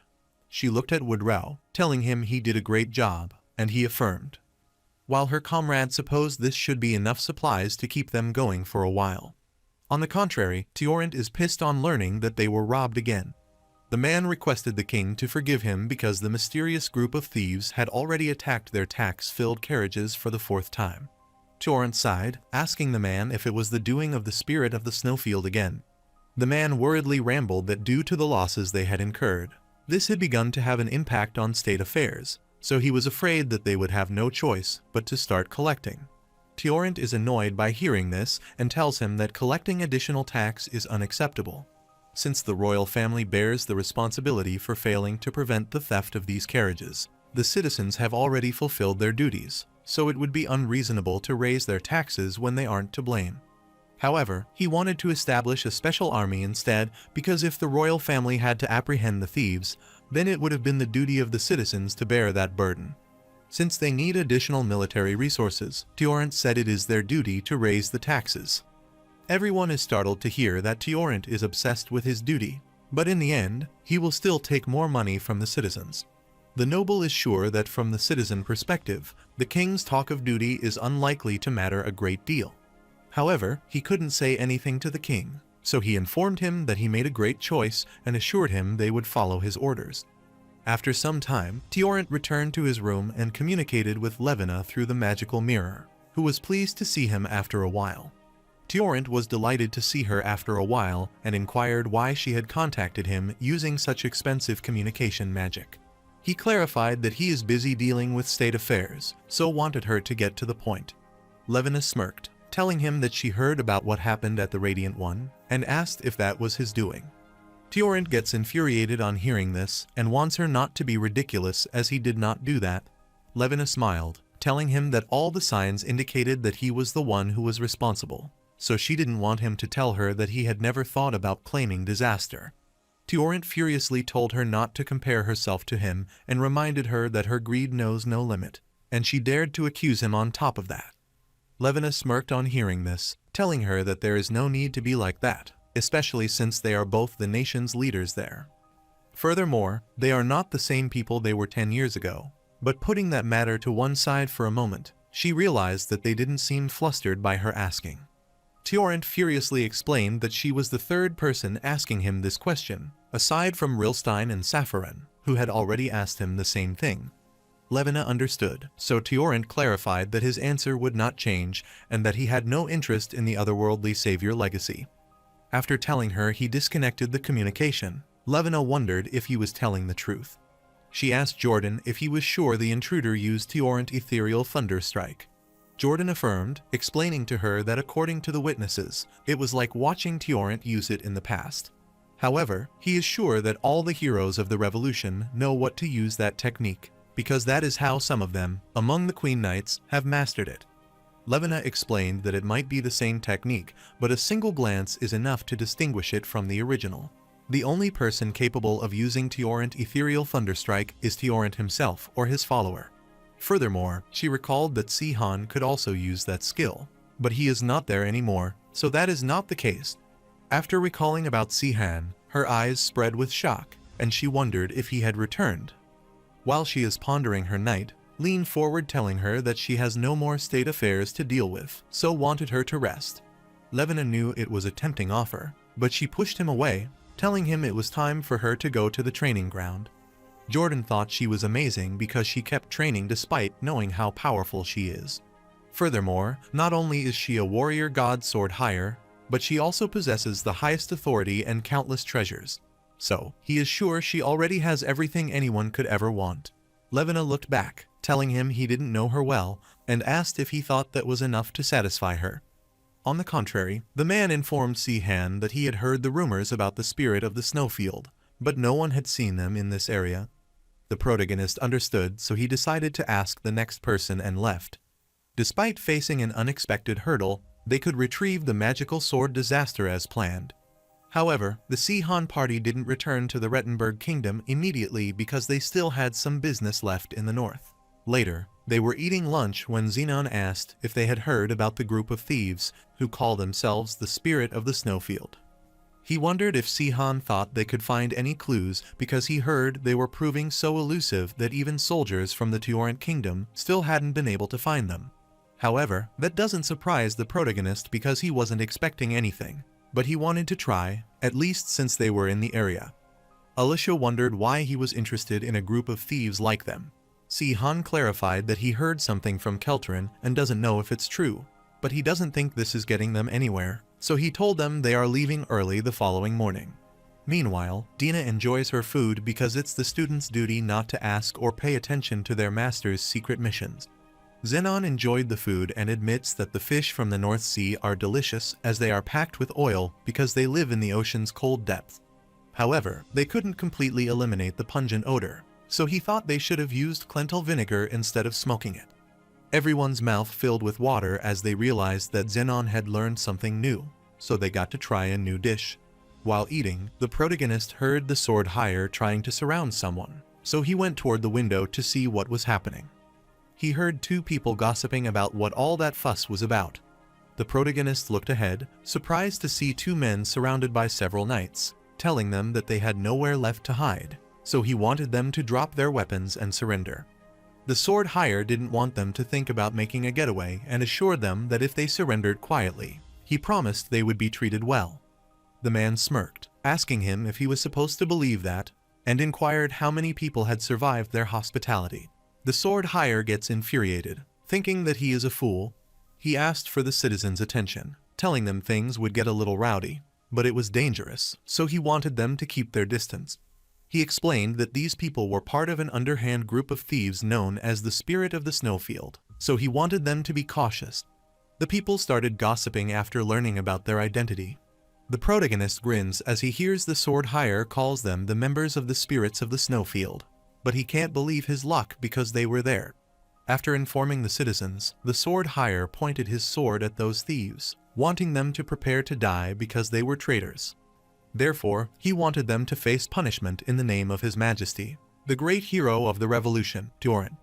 The thief furiously grits his teeth and then points his sword toward the knight. But suddenly, he gets startled as he senses the cool breeze near himself.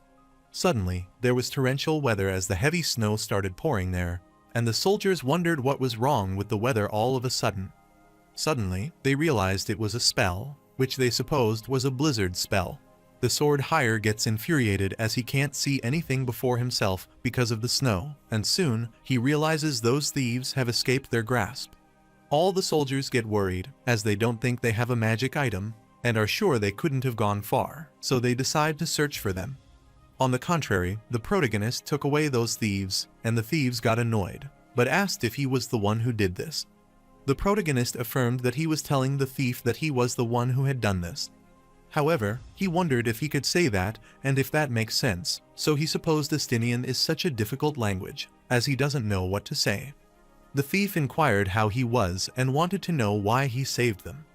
The protagonist sighed, telling him that he could say that he was someone who had been searching for the spirits of the snowfield. But even if he told them who he was sure they wouldn't believe him, so he wondered what he should do. Suddenly, he got an idea, so he told them he could prove he was someone they could trust.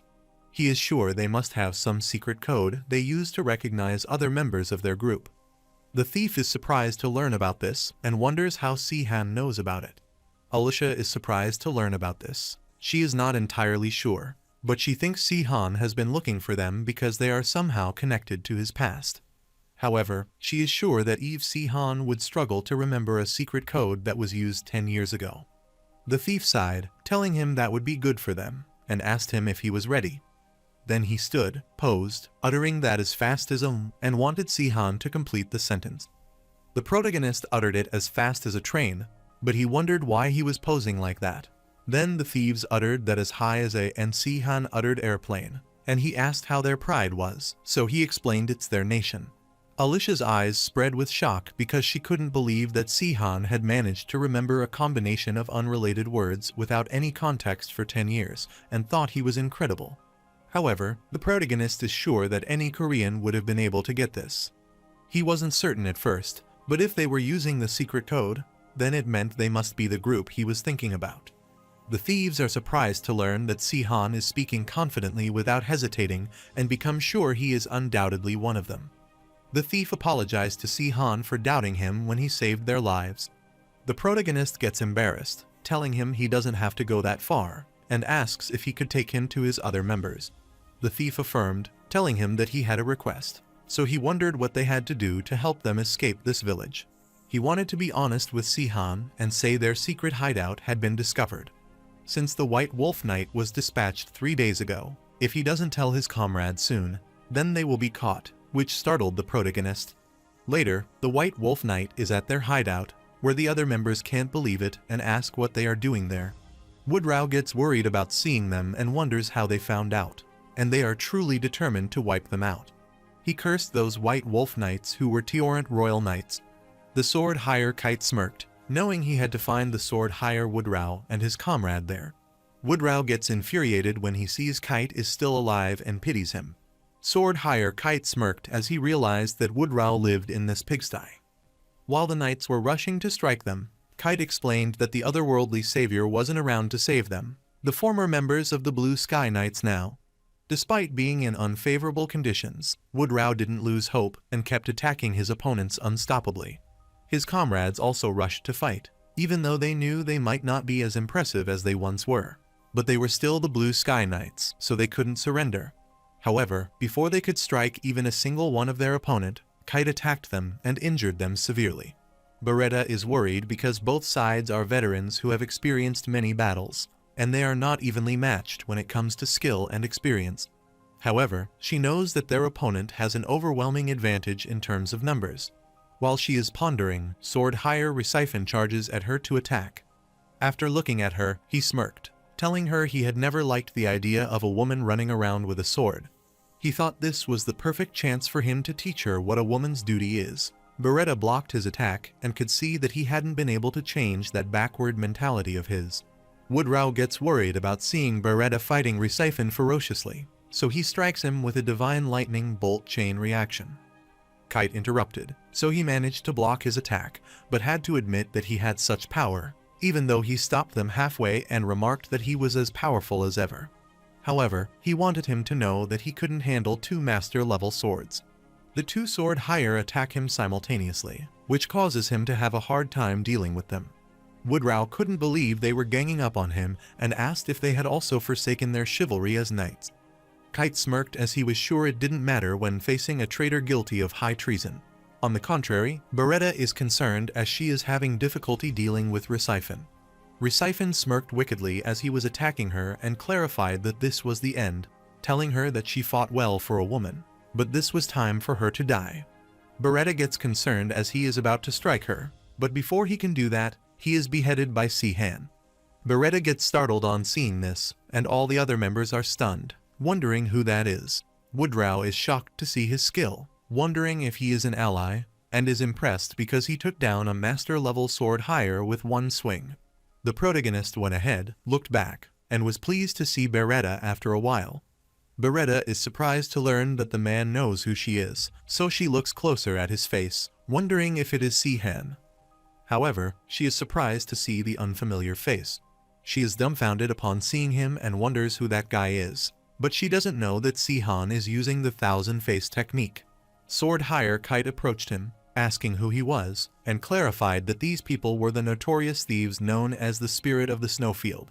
His Majesty Tiorent, the great hero of the revolution, ordered them to wipe out and asked if he would get involved in this fight. While knowing this, he inquired if Si-Han was one of their accomplices regardless of his reason, and he wanted him to see that he wouldn't get away with this.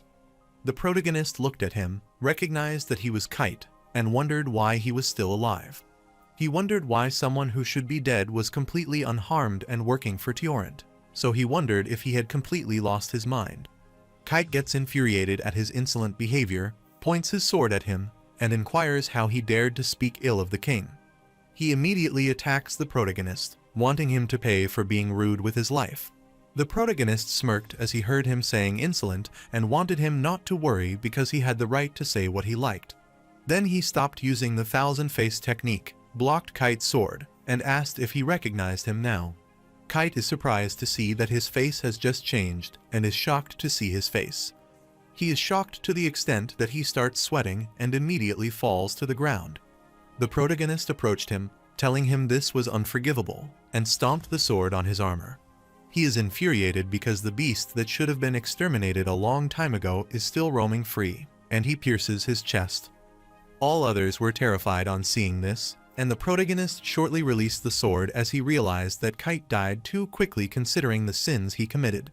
All the knights were scared to see this and started running away to save themselves, while Beretta looked at him and supposed she might be right about his identity. The protagonist gets annoyed when he sees the knights running away because he has never really pursued enemies who decided to make a run for it for as long as he can remember.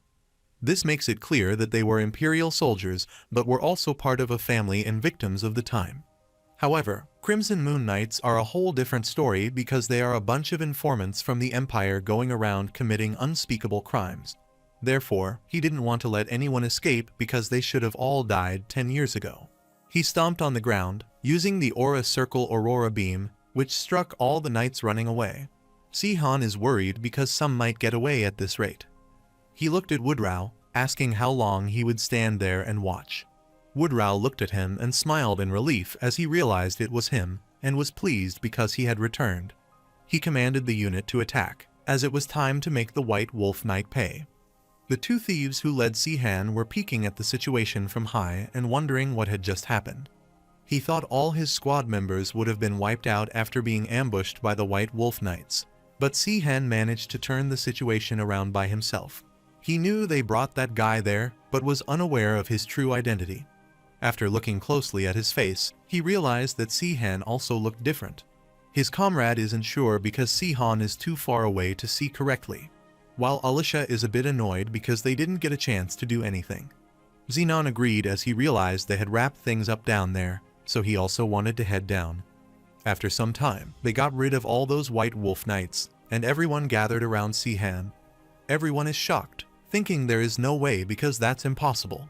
However, there is no issue because that face is the one of their captain, Si-han, and Woodrow accosted him.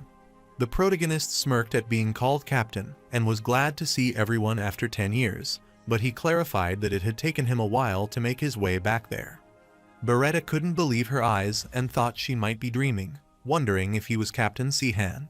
She tried to reach out, immediately slapped him on the face, and inquired what had taken him so long. The protagonist is shocked as he wasn't expecting such a harsh welcome. Beretta started crying, telling him that he was irresponsible and wondering why her hand hurt when she was the one who hit him, telling him he should never stand there and take a hit. The protagonist smiled as he realized Beretta hadn't changed and supposed her hand might be painful. All other knights excitedly gathered around him, asking if he was their captain, Si-han. Dina is surprised to hear that everyone is calling him Si-han and that they keep getting his name wrong. She is astonished to see all the knights joyfully tossing Si-han into the air while cheering. Dina accosted everyone who wanted them to know that his name is Sean, not Si-han. She smiled because she knew they sounded familiar, but wondered how they got the two mixed up. She is sure that everyone in Terraner knows who Si-han is, so she wonders why they are mixing it. She is aware that he might have used the Emperor's ability, which is one of the otherworldly savior's unique aura skills, just now, but the mercenary King Barak was the original founder of that skill. Xenon and Alisha were both guilty and couldn't explain anything to Dina. While Dina rambled that she knew there were times when Si-han felt like a completely different person when they traveled together. But she only had eyes for her master, so she thought she was seeing things. After looking at how Xenon and Alisha weren't clarifying this misunderstanding, she supposed he might be the otherworldly savior. Xenon is relieved that Dina has finally figured it out, and he feels so refreshed now. Alisha sighed with relief because she could finally relax and told Dina she was right because he was Si-han Seong, the otherworldly savior in the flesh. On the contrary, Torrent looked at the metal arm turning dark and realized that the kite was dead. His man inquired about the metal arm warmer, and Torrent explained it's a magical item that goes black when its owner dies. He is sure the Blue Sky Knight might be responsible for Kite's death. His man is confident that Kite might have let his guard down, but is sure that even if he had, Woodrow is extremely dangerous. He is sure that Woodrow might be strong enough to kill Kite, but there is no way the White Wolf Knights could lose. The Blue Sky Knights were once considered the strongest 10 years ago, but there is no way they could defeat the White Wolf Knights after losing half of their members, including Est, Conrad, and Sylphis. Torrent agreed with his man, but he had a bad feeling about this for some reason and wanted him to send some riders there to check on their status. On the other hand, Saffron communicates with Levina and smirks upon seeing that she is still as beautiful as ever. Levina smiled, wanted him not to make her laugh, and knew he was considered the most beautiful man in the entire continent.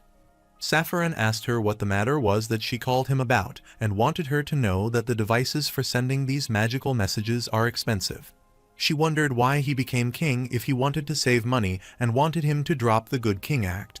She is sure he could buy a dozen devices with the money he spends on his beautician. This pissed Saffron, but he wanted to put that aside and asked why did she call him. Levina asked him if he thought that Torrent was behind the incident at the Radiant One. Saffron sits on the stool, telling her Torrent denied it, and that he doesn't think he is lying. Levina knew he was not like Sech Sengard, who wasn't smart enough to lie, but it was unlikely that someone as uptight as him would lie. Saffron wanted to be honest and said that he thought Levina was behind it because it is possible to completely mimic aura skills once she has reached warrior god level. Levina gets infuriated, telling him that the warrior god sword higher can't do everything, and is sure that he is only saying that after seeing what Si-han could do. But that was because he came from Earth. Saffron was sure about that, but he knew that the warrior god sword higher was made up of monstrous beings who acted unpredictably. Levina sighed as she could see why he thought it could have been her, as she would have suspicions as well if their situation had been reversed. However, she wanted him to hear her out and told him it wasn't her. She is sure that anyone could have the motive for trying to divide the 6 kingdoms. Regardless of the motives, it's the important method. She uttered that among the people who can use Ethereal Thunder Strike, only Maluf, Samud, and Lapel can use Refined Aura, and whoever manages to bribe them could be the culprit. However, Safarin and Karen don't have a way to bribe any of them. But if Levina or Rilstein were plotting something, then he would have framed her as the culprit, not Tiorent, who can't tell a lie. Safarin realized that she was well informed and uttered that if they had used stealth or invisibility, then there would be no doubt that she was the one who was responsible. Levina laughed, telling him that was so mean, and judging by the evidence presented to them, everything pointed to Tiorent being the culprit. But it was suspicious how obvious it was. Safarin gets annoyed, asking if she can contact him using this magic communication to say that she wants her to go and play detective on her own. Levina uttered that there was one other possibility. If it was Sihan, then it would explain everything. Safarin thinks for a while sure that would be the case, but he knows no way it could happen. He is confident that Sihan can't return to Terraner, and it might be possible if someone summoned him. But there is no way Rilstein, or he wouldn't have found out about it. He explained that even the Emperor had to sacrifice his own bloodline and barely managed to open a dimensional gate to Earth. Therefore, there is no way such a powerful descendant of Rusklin would still be alive to this day. So, he asked her if she was sure she hadn't done it, and now she is trying to confuse them. Levina wants him to think what he wants, but she is sure he would not believe her no matter what she says. Safarin stood, telling her that he wouldn't because he is not a moron like Sihan, who will blindly go along with everything she said. After the call ended, Levina sighed as she was sure Safarin might have said that to emphasize his belief that Sihan wouldn't be able to come back. But it also implies that either he or Rilstein would be able to hide any traces of otherworldly summoning. She wanted to be honest because it's doubtful that Sihan is responsible, and he is not the type of person who sacrifices innocent people for his own gain. There is also no reason for Rilstein or Safarin to take the risk of summoning him again either. But something about that still doesn't add up. Meanwhile, at Burbolt Canyon, the protagonist entered the cave and was surprised to see that the place was amazing. He praised Woodrow as he and his comrades have done this place nicely because it looks pretty comfortable. He is sure they don't have to worry about getting discovered, considering how rough the terrain is, and he wonders why they moved to a forest like Gwalord instead of staying there. Beretta clarified that they initially got set up in this spot, but it got damp and started leaking water because it is a cave. Woodrow explained that the important point is that staying there was riskier than their hideout in the forest because it might be well hidden, but there was no way out if they got caught. Sihan still thinks it is a nice place to stay and wants him to take a look, as even Xenon isn't making a fuss for once and is at peace. While progressing, he looked at Woodrow and asked what happened over the last 10 years. He also wanted to know how the Crimson Moon Knights ended up serving Tiorent. There is no surety that joy will return to the world when evil is vanquished because it is not straightforward. Woodrow explained that a new order and different governance structures had been established for the nations formed after the revolution, and that there was a need to manage and control people. There was a severe shortage of personnel compared to the days of the revolution.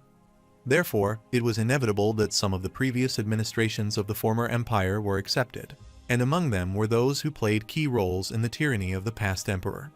The strongest sword hire of the Rusklin Empire and loyal followers of the tyrant, known as the 6 barbarian leaders, were real in them. Woodrow clarified that 2 of the 6 families perished at their hands, but not Droton, Centron, Triast, and Carnivan. These 4 families survived the empire's downfall and maintained a considerable degree of influence despite their losses. By contrast, the Rilstein kingdom dealt strictly with the sins of the past empire, leaving no room for the survivors among the 6 barbarian leaders to interfere. The religious kingdom of Ignatius also took the same approach as the Sech Sengard kingdom. Sech Sengard furiously clarified that he hates them the most and doesn't want them anywhere near his kingdom. So, he uses this simple reason to reject them, and the protagonist is relieved to know that he did something right. Woodrow uttered that. Consequently, the knights of the remaining 4 families ended up in Safarin, Follows, and Tiorent kingdoms under the pretext that they would redeem themselves by serving the people rather than facing punishment. The protagonist understood the entire situation, but thought it was a load of rubbish and supposed they might have thought it was too much of a waste to eliminate them. He could see that Safarin and Levina were doing that, but he didn't expect someone as uptight as Tiorent to go along with it. Woodrow annoyingly explained that his personality became a curse when trying to strike a compromise between the various trade-offs needed, and his stubbornness became conceit. After Sihan returned to Earth, The Blue Sky Knights had no option but to defend him with a sword like himself. That inevitably led to a clash with the remnants of the Empire, the White Wolf Knights who also served the Tyrant. However, Tyrant viewed them as a thorn in his side and resorted to extreme measures under the pretext that they had committed treason, and he gave the order to purge the Blue Sky Kingdom. The protagonist is startled on learning this, so supposed that the Blue Sky Knights must have been an even bigger eyesore from Tyrant's perspective. Woodrow's gaze started burning with the fumes of anguish as he told Si-Han that day they lost almost half of their companion to avenge their fallen comrades, so they had no choice but to stay in this country. The protagonist could sense how resentful he was, but he was apologetic to hear that and realized that they went through a lot after he left. Beretta wanted to ask Si-Han something about the day he disappeared and inquired what happened.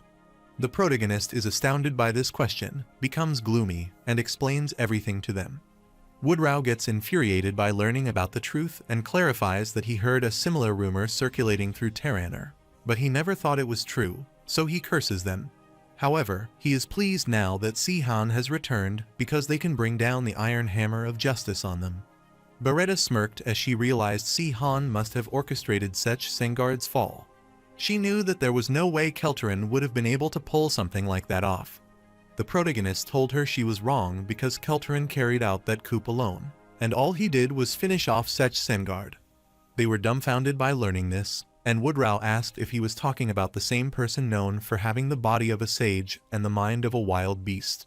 The protagonist affirms by telling him that he is talking about him because he does not like what the rumors say. Beretta is shocked because Kelterin is the man who bolts at the first sign of danger, just looking out for his safety, and pathetically tries to suck up to the people around him, so he wonders how he did do that. The protagonist is startled, wondering how their impression of Kelterin is so spot on, even though they last met him 10 years ago, and thought it was quite impressive. Si-Han explained that by steering clear of danger, Kelterin mapped out a comprehensive set of routes, gathered intel, and generously supplied the mercenaries with all the food and drinks they desired to boost their morale. Now that he thinks about it, Kelterin has proven to be a highly capable commander. He guesses a person's true value becomes evident when they take the right role. Since Kelterin's collaborations are proving invaluable to him at the moment, he needs them to put aside any preconceived notions they might have and accept him for who he is. Woodrow thinks for a while and agrees with Si-Han since that is what he said, and he has no choice but to accept it. Beretta is a bit confused, wondering if they could trust him even if that is true. The protagonist affirmed excitedly, telling her that he used his destination skill on him.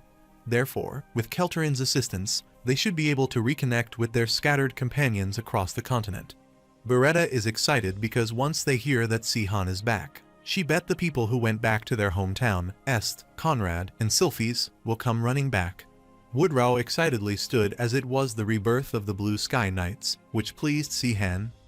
After that, he wanted them to get some rest for the day since it would get busier from that moment onward. He clarified that they have made arrangements to make him stay there more comfortably. The protagonist looked around the books and inquired if they had brought all kinds of things into this cave. However, Woodrow mentioned that it was humid there, so he couldn't understand why he had brought books there. Zenon looked at the book excitedly as he realized that it was the memories of a hero, the story of Si Hanseong. He uttered that the book felt like it was written by someone who witnessed these events firsthand, which created a vivid sense of realism, and he owns a copy as well. The protagonist looked at the book embarrassingly, asking Woodrow if he was serious and if he had been reading this sort of stuff because he left. He is sure Woodrow already knows what happened since they experienced it together. Woodrow wanted to be honest with him and say that he wrote that book, which thrilled Zenon. Zenon excitedly asked him if that meant that he was the mysterious author Agrius. Woodrow is a bit embarrassed to tell him that he has just written down some of his experiences with Si-Han in his spare time. Zenon excitedly approached him as he wanted his autograph and asked for it. Woodrow becomes happy, telling him he would be honored to do that and giving him an autograph. Si-Han shivers down his body at the thought of witnessing something like that. He grabbed his head as he supposed he should have expected this from Zenon and wanted Alicia to do something about him. However, he is dumbfounded on seeing that Alicia also went to Woodrow, asking to have his autograph. The protagonist couldn't believe that she was behaving that way and wondered when she had been a fan of the books. Alicia explained that she bought all of his books as well. The protagonist wondered when she did that, and Alicia annoyingly explained that when she lived in a little cabin before her home was burned down due to a couple of people she knew. The protagonist and Xenon remembered the time when Alicia's house got burned because of them, leaving them mortified. As it turned out, most of the books containing Si-han's childish remarks and movie liner were published by Woodrow as well, and the protagonist gets pissed off.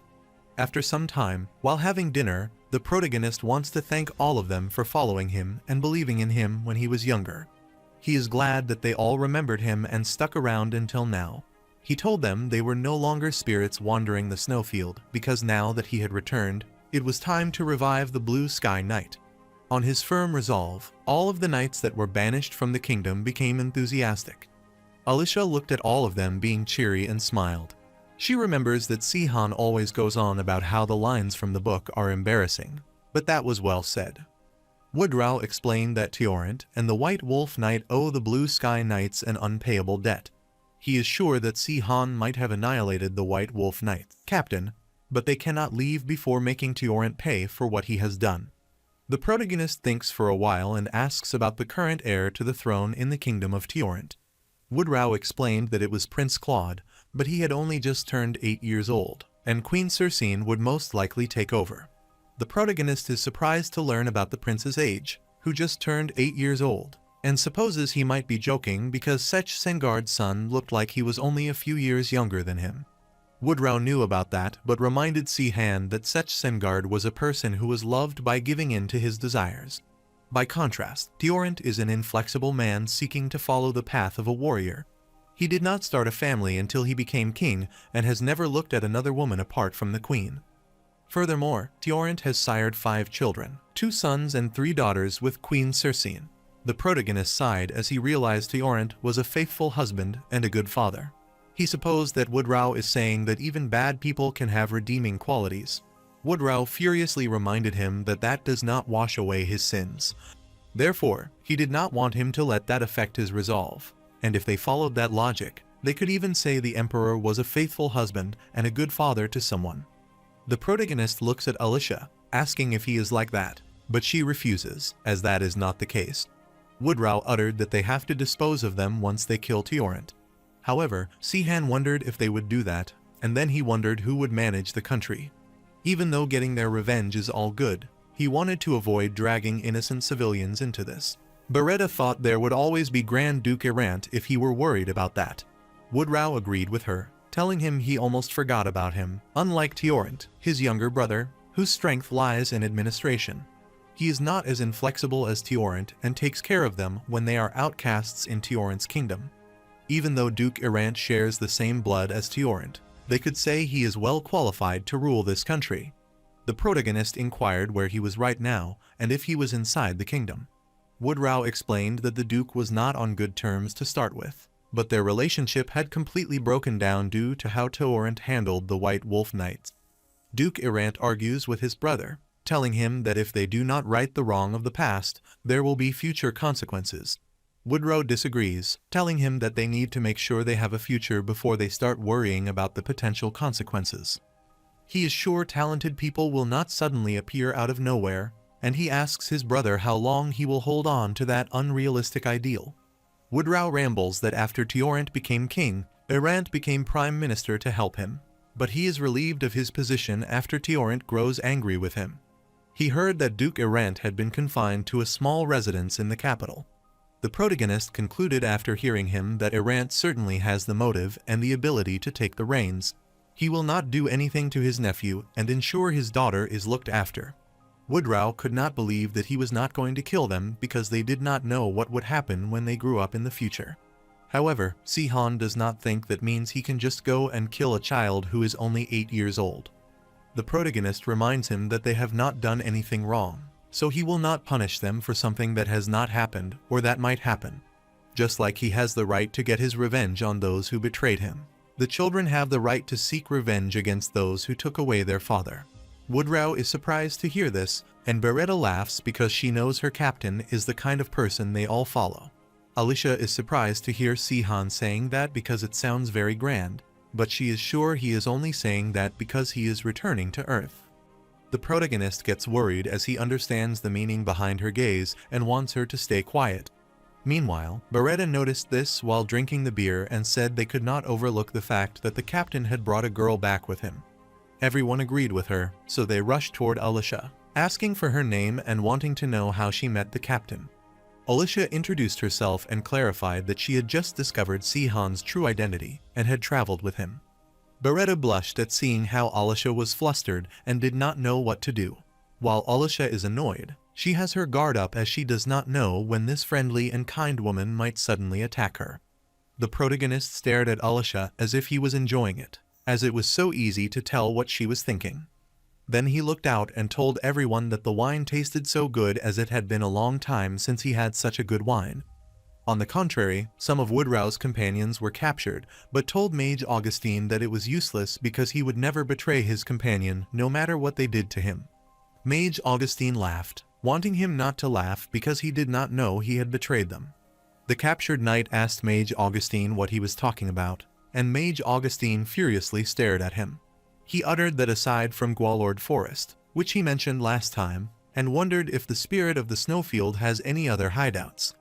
He wanted to know everything from the captured member of the Spirit of Snowfield, that he knew where they would be, how they could find them, and also the traps they had prepared in advance as well. Mage Augustine used the dark powder so that he could speak the truth, and the captured knights started explaining about their hideouts. It was like the defiance he just showed was a lie as he slowly started telling Mage Augustine everything he knew, which is impossible using ordinary confession magic. Mage Augustine is shocked upon hearing this confession, so he wonders what this powder King Rilstein gave him is and thinks it is amazing. After telling the man everything, the captured knight lost consciousness and fell. After a while, Tiorant told Sword Hire Maluf that he received a report from Mage Augustine. After interrogating the prisoners using confession magic, Augustine extracted details of several new hideouts used by the spirits of the snowfield. Sword Hire Maluf is worried as he never thought they could wipe out the White Wolf Knights and wonders how they did that with such a small number. Tiorant uttered that they just needed to see for themselves, so he wanted his man to assemble the Royal White Knights because he would deal with this himself. He wanted to annihilate the ghosts of the past for sure this time so that he would lead the knights. Meanwhile, Kelterin communicated with Si-Han using a magical device, asking if he could hear him. Since this is his first time using a one-way communication magic circle, he is not used to just talking to himself. Kelterin gave him the report that there was no doubt that the group of thieves called the Spirits of the Snowfield were members of the Blue Sky Knights. He further explained that eyewitnesses say that Woodrow is currently leading them. He uttered that judging by the amount of damage done to the upper class of the Tiorant Kingdom, he wanted to say they currently consist of around 30 to 40 sword higher. They also contain 200 lower-ranking members, but there is a problem as it looks like the Tiorant Kingdom is getting ready to subjugate the Blue Sky Knights. Kelterin explained that their forces seem to consist of Tiorant himself, the Sword, Hire Maluf, captain of the Royal White Knights, and Tiorant student Samid, along with the 60 Royal White Knights, 10 members of the Magical Corps, and around 1,000 soldiers from the army. Considering how little food and supplies they have prepared, Kelterin supposed they must know where the Blue Sky Knight's hideout is. He is sure that within the 5-day march from the royal capital Glacier, and if he considers the places with the best terrain for hiding. Keltron believes their hideout should be in the Burbolt Canyon Paraman Woods or the Rappel Lake. He told Si-Han he did not have much time, so he advised him to find them quickly and wished him the best of luck. The protagonist smirked upon hearing Kelterin say that and clarified that he had already found them. But he was sure there was no way of letting him know about that since it was one-way communication. Alicia is surprised to discover they can use communication magic without a mage.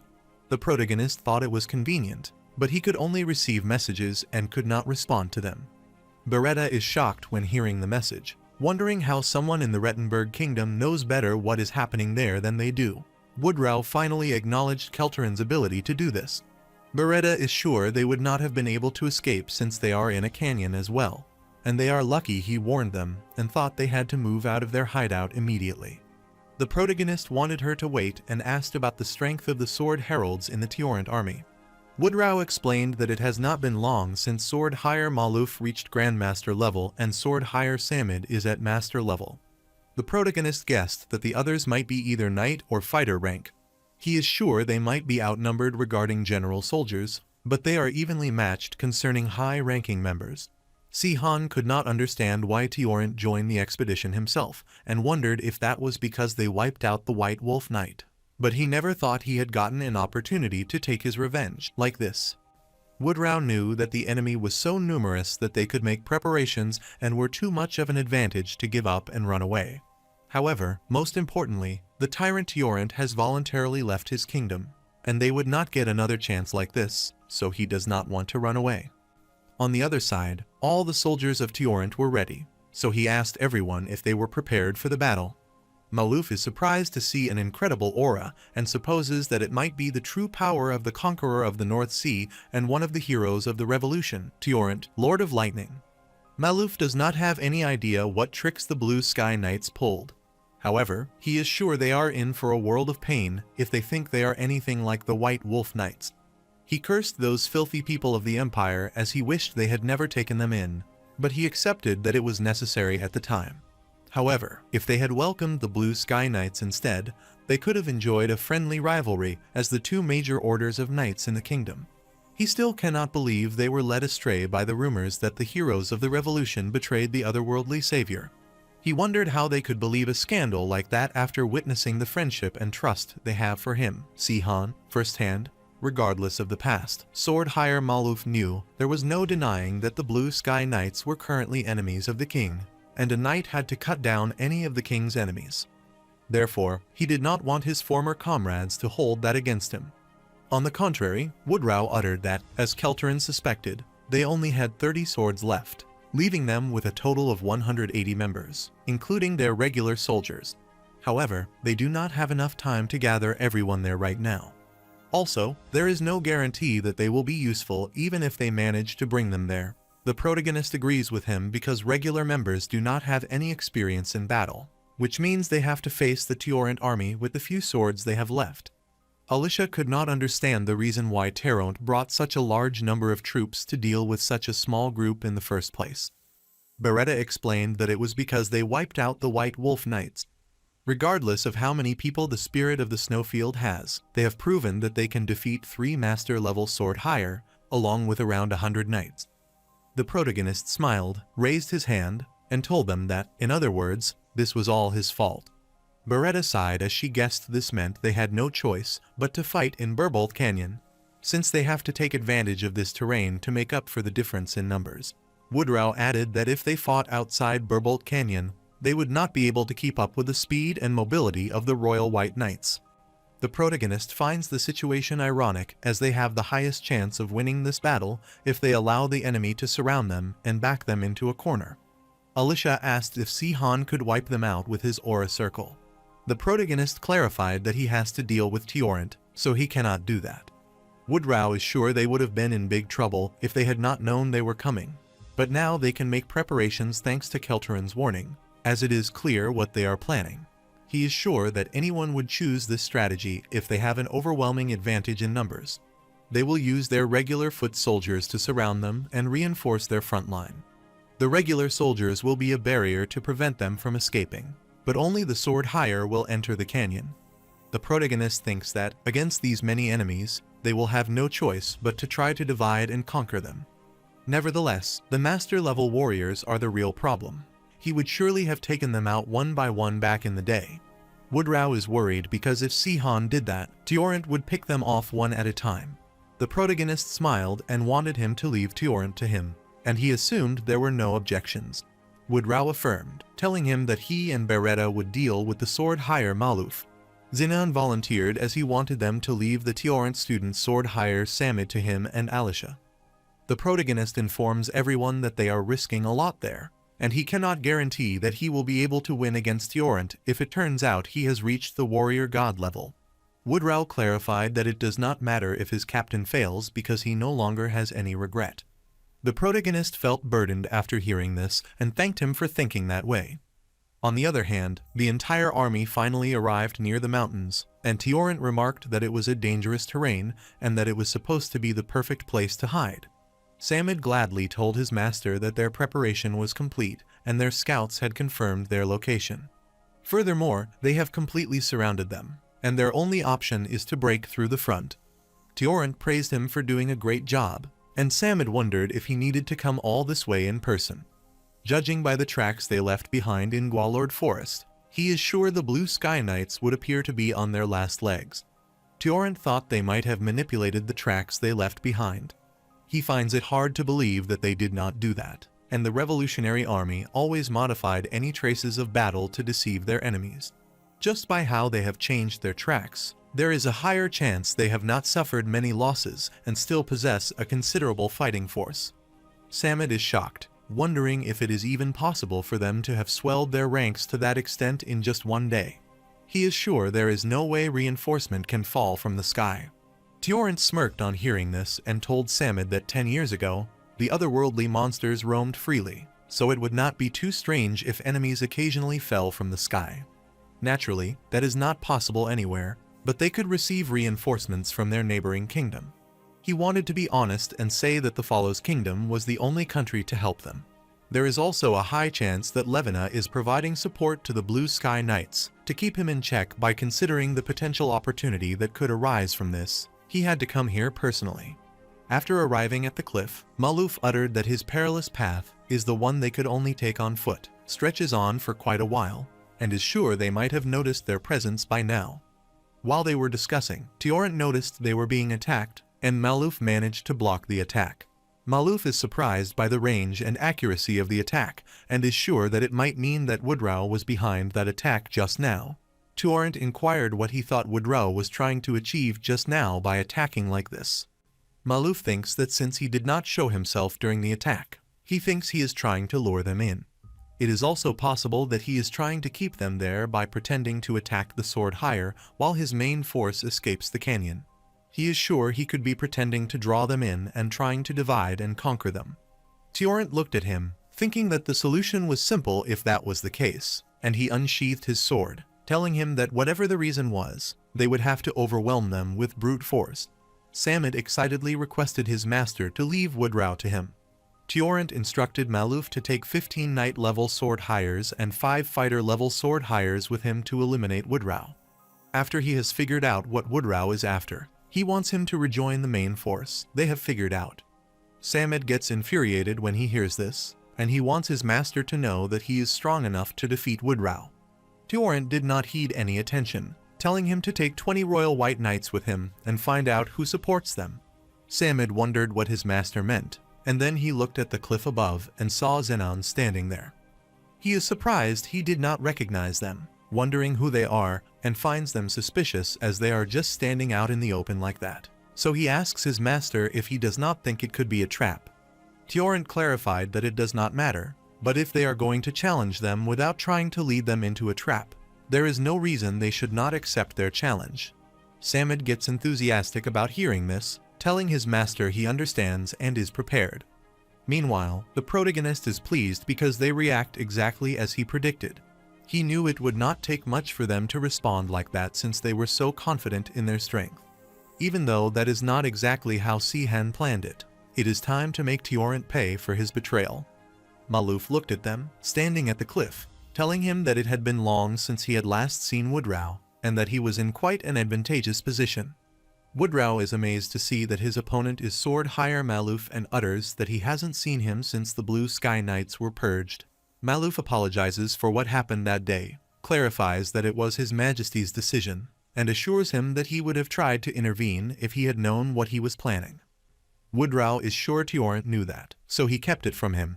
However, since Maluf still follows his order, he must pay for what happened that day. He grabbed his bow and arrow, targeting Maluf, and clarified that he would get his revenge for his fallen comrades. On the other hand, Samad is chasing after Zenon and Alisha, and is concerned as he thinks they will have stopped and faced them by now. But that is not happening, so he wondered if they were trying to separate them from the main army. But they have nothing to gain if he stopped pursuing them and headed back. After covering some distance, Zenon decided to stop, and Samad was surprised, as he knew it would happen. He accosted Zenon, telling him he didn't recognize their faces, but they were too young to be members of the Blue Sky Knights. He is sure that Zenon might be at master level, and Alisha seems at knight level. They are too skilled to be recruited, and they pick up while running away, which means they might be with the Follow Kingdom. Samid confidently uttered that just as he thought, his master was correct, as they were the members of the Queen Knights, and asked if he was right. Zenon is annoyed at hearing that he is correlating them with that group of knights in the Follow's Kingdom and asks what he is talking about. Samid laughed while summoning his flames. He supposed Zenon might be surprised, so he thought he guessed correctly. He told him there was no point in denying it because he would know for sure once he made him kneel before him. Zenon lifted his sword, but he wasn't sure what Samid was talking about, as he was the one who was going to kneel before them. Samid smirked as he had never seen that aura skill before, so he wondered if the Queen Knights knew how to use that kind of aura skill. However, he guessed that didn't matter because, judging by Zenon's appearance, he looks like he prioritizes strength above everything else. Samid is most confident when facing an opponent who relies on their strength and charges in. On the other side, Teorant arrived at the cave entrance but couldn't sense anything there and thought it was empty. He doesn't understand the Blue Sky Knight as he thought they wanted him, but he still hasn't received a signal from Maluf or Samid yet. He supposed that meant they were confident they could handle the situation by themselves, so he wondered where the people responsible for wiping out the White Wolf Knights were. Abruptly, the protagonist emerges from the cave, startling the knight and telling their king that someone is there. Teorant is startled to see someone coming out, so he wonders if he is there this whole time, and he can't believe that he doesn't sense his presence despite being close enough to see him. He wondered if the Queen Knights had a sword higher than skilled, but wondered why he was alone. He lifted his sword, wondering if that person thought he could face him without anyone's help. He thought he was foolish, but was shocked to see his face. The knights were also shocked to see Si-Han's face and recognized that he was the captain of the revolution. But they couldn't believe their eyes, thinking it wasn't possible. The protagonist looked at Teorant, smirked, and told him they hadn't seen each other for a long time, as it had already been 10 years. Teorant inquired if that was Si-Han because it was impossible for him to come, and asked if someone had summoned him there again. As he returned by himself, the protagonist wondered what he was talking about to make them pay for betraying him 10 years ago. The knights are surprised to learn that Si-Han was betrayed and wonder if that meant the rumors were true about how the heroes of the revolution conspired against him and then betrayed him. Teorant felt awkward after hearing this and could see why Si-Han might have misunderstood their intentions. The protagonist is startled upon hearing this, asking what was there to misunderstand. Teorant wanted him to talk about this somewhere alone as he tried to explain once they were alone. The protagonist gets startled on hearing this. He saw Teorant vanishing before his eyes and wondered with astonishment if he had lost his mind. He couldn't believe Teorant left his men behind and wondered what he would do if he didn't follow him. He supposed that Teorant didn't care about what happened to his knights even now. The knight worriedly accosted Si-Han, asking if he had returned and what they should do now. The protagonist is startled to hear that, remembering that Teorant is the only one who betrayed him, so these knights aren't his enemies. He furiously grits his teeth because if he stays there, Teorant will get away, and he is sure he is just trying to avoid spilling secrets in front of other people.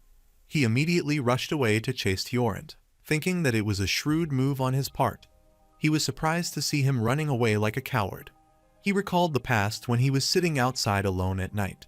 Teorant came to him, asking what he was doing all by himself in this place. The protagonist clarified that he couldn't shake off these thoughts about the soldiers he killed that day. He is feeling guilty because they might have been a father or son, so he wonders if he has the right to end their lives. So he couldn't sleep once he started having those thoughts about killing those people. Teorant sat beside him, telling him he had the right mindset, but those who spilled the blood had to bear the weight of that responsibility. However, it would be foolish to be crushed by it, so he tells the protagonist there is nothing wrong with using a sword to survive. He wanted Si-Han to be mindful of the weight of the sword he carried and act according to its will because only people can judge other people's sins. Si-Han smiled upon hearing this because, despite Teorant's stubbornness, he was undeniably the eldest brother among the 7 heroes of the revolution. They could only overcome the challenges they faced because they kept their spirits up. That is why Si-Han couldn't understand that not only did he forgive the dogs of the Empire, but he even tried to purge the Blue Sky Knights completely. Teorant that Si-Han knew would never do something like that, so he wondered how far he had fallen. After some time, they arrived at a secluded place. Teorant looked around and supposed this should be far enough. The protagonist asks him if this is where he wishes to die. Tjorent stared at him, asking what was happening because both Safarin and Rilstein said he couldn't return. He inquired if someone summoned him there and wondered what he meant by when he said they betrayed him. He wondered if the remnants of the Rusklin family summoned him and tried to manipulate him. The protagonist is startled on hearing this, gets infuriated, curses him, and asks what he is trying to pull there. He inquired if Tjorent thought he had returned to reminisce about old times and remarked that he was truly shameful, even for someone who betrayed him. Tjorent is startled when he hears that Si-han thinks he betrayed him and asks if he still holds a grudge about what happened that day. Before the rise of the 7 heroes of the revolution, numerous resistance movements scattered across Terraner opposed the Rusklin Empire. One group that stood out was the Royal White Knights, who were active in the western region of Terraner. Si-han first encountered Tjorent in a small town in the west. Tjorent is surprised to learn that Si-han is suggesting they should join forces and wonders why he should agree to ally with him. Although he values him and sees his men as important comrades opposing the Empire, he wants the protagonist to prove his worth if he wants him to get alongside him. Tjorent Lancid, leader of the Royal White Knights, was genuinely thoughtful and honest. To prove his worth, the protagonist had a duel with him and trounced him. Tjorent thought it was impossible because Si-han should be a Grandmaster level sword higher with the ability to cast the same spells as a high-level mage. He found that impossible to believe and was startled as he had no idea someone like Si-han would be fighting against the Emperor. He guesses the heavens haven't abandoned Terraner just yet, and it seems like he was the one who had to prove his worth. The protagonist is glad things are going his way, and Tjorent finally agrees to join his team. Tjorent was a genuine man who could acknowledge his opponent, and it was the first time Si-han had met someone he felt he could truly respect. He was someone with more life experience, whom he trusted and looked up to, but he ended up betraying him. At this very moment, Tjorent never thought he would see him in Terraner again. He furiously tells the protagonist that he doesn't think he has the right to complain to them, especially considering they sent him back to the people who loved him. The protagonist's eyes spread with astonishment as he realizes that Tjorent is saying he expects him to be grateful for sending him back to his world. Tjorent said that he could understand why Si-han thought they betrayed him, considering how young he was back then. But it has already been 10 years since then, so he is sure he is old enough to understand why they sent him back. The protagonist furiously stares at him, finally knowing why Karen told him everything. Tjorent is surprised to learn about Karen and inquires if he is also responsible for Sech Singard's disappearance. He gets infuriated at him, telling him it is even more unforgivable, and asks how he could still act like this after hearing the truth. It's clear what would have happened if Si-han had stayed behind in Terraner, as he possesses immense power but lacks maturity. Therefore, handling the weight of his reputation and status would have proven challenging. All those factors would have turned into nothing but daggers on his side, and they would have ruined his future and led him to destroy Terraner. Tjorent furiously asked him if he denied that they didn't solve all these problems by sending him back to Earth. The protagonist furiously clenched his fist on hearing this and asked if he was suggesting that lying and manipulating him before sending him back to Earth was all for his sake. Tjorent affirmed, telling him that it was right without even any guilt. The protagonist sighed as he couldn't believe that Tjorent was being so brazen. Since all of them criticized him for ignoring the norms in Terraner, none of them ever tried to understand his perspective. He wondered why they didn't say anything to him if they did it for his sake. Tjorent is sure that Si-han wouldn't have achieved much, and he is a lot older and more experienced than him, so he knows exactly how he would have reacted. As time passed, the protagonist's anger increased, and Tjorent asked Tjorent why he had taken in the Crimson Moon Knights. Tjorent explained that they were a necessary evil. Though they may have committed grave crimes, they were also very skilled. The protagonist wanted to know the justification for his attempts to purge the Blue Sky Knights. Tjorent gets annoyed and wonders what he is talking about, as he has no reason to justify that, since they tried to spread false rumors and sow discord throughout the kingdom. He made an example out of them to show what happens to those who dare to challenge the king's authority. The protagonist starts laughing when hearing this, which makes Tjorent wonder what is so funny about that. The protagonist uttered something about how he talked, felt familiar to him, and then realized that he reminded him of someone he knew. The way Tjorent only sees things from his point of view is just like his father's. He started releasing a tremendous aura, which intimidated Tiorent. So he started using his flames as well, and thought he was a fool because he still didn't understand. The protagonist clarified that he was right about one thing. He was truly a fool forever, thinking he was worth trusting and looking up to. Tiorent furiously charges at him, telling him he is just as arrogant as ever. But he is not the same person he once knew. Therefore, he shows the protagonist that his title as the otherworldly savior is worth nothing now. On the contrary, Maluf used an ethereal thunder strike lightning cascade to attack Woodrow, but he managed to evade the attack. Then he rushed away, using a divine lightning bolt and radiant burst to strike him. Even though he managed to block that arrow, he was startled as Beretta immediately struck him and pushed back. Woodrow looked at him and thought he had let his guard down a bit too much. Even though these are 2 against 1, they are not strong enough to fight on equal footing against Maluf. Maluf clarified that he is doing his best to take him alive right now, and he doesn't believe this battle is necessary, and he doesn't need any unnecessary bloodshed either. He is sure that it is clear who will win, so he tells Woodrow that it is not too late to surrender. Furthermore, he reminded Woodrow that the Blue Sky Knights were destroyed for disrupting order in the kingdom. He supposed he didn't understand that he was betrayed by the otherworldly savior, not the 6 heroes of the revolution. Woodrow is not surprised that Maluf believes that, but he doesn't think he can convince him with words alone, so he wants to knock some sense into him, so he wants him to fight. Maluf is startled to see how confident he is and wonders where he is getting this form, as it is almost like he believes they can still win. On the other side, Zenon struck Samid with his sword and threw him away. Samid hardly managed to stop being dragged away and wondered why he was so strong. He furiously swore at him, telling him that anyone can swing a sword around like that, so it's time he showed him what true swordsmanship looks like. Samid rushed toward Zenon, telling him that even the 6 heroes of the revolution recognized his skills. Zenon swung his sword in the air, asking if that was the case, and told him that was good for him because he would also get serious. He immediately struck Samid, which shocked him as Zenon used to thrust with his 2-handed sword, as he had never seen someone wield a sword like this before. Zenon kept attacking Samid with his thrusts without giving him time to counterattack. Samid is worried as he has been cornered, and that reminds him of Federfechter, a sighting style used in the western region of Terraner. He has undoubtedly come across this fighting style before, but he had no idea it could be executed with a great sword.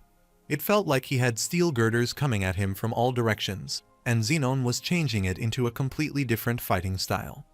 After being pushed back for a while, he tried to strike Zenon with his lightning bolt but failed. Zenon smirked, asking him what the matter was as he said the greatest swordsman on the continent had taught him, and he was sure that he might be ashamed of himself for using aura. Samid gets infuriated by such a harsh remark, asking how he dared insult him and wondering if he knows who he is. While conversing, he didn't pay much attention to Alicia, but he was soon startled when he noticed her presence behind her. Alicia tried to attack him, but Samid managed to evade it in time, but he wondered how she just jumped out of a shadow, as that is Levena's stealth skills.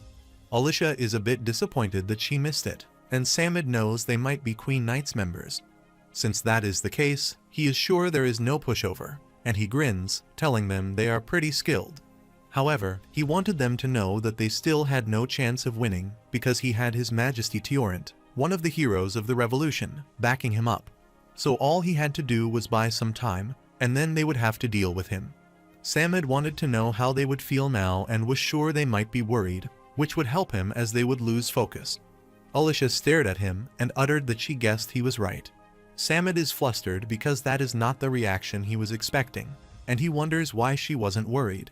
He wondered how she was so calm after hearing Tiorent's name, and if she had something up her sleeve that was even greater than that of the heroes of the revolution. Abruptly, the knights rushed toward Samid, accosting him and wanting him to look at the other side. Samid looked the other way, and his eyes spread with shock as he saw a bright light on that side and wondered what that was. Meanwhile, Maluf is also stunned to see that tremendous energy, and he can sense the familiar energy, but he doesn't want to believe that it could be what he is thinking, but wonders if that is the energy of Captain of the Revolution Sihan. Since Tiorent is known as the strongest swordsman on the continent, but he possesses the unique ability to master any swordsmanship and understand its core principles.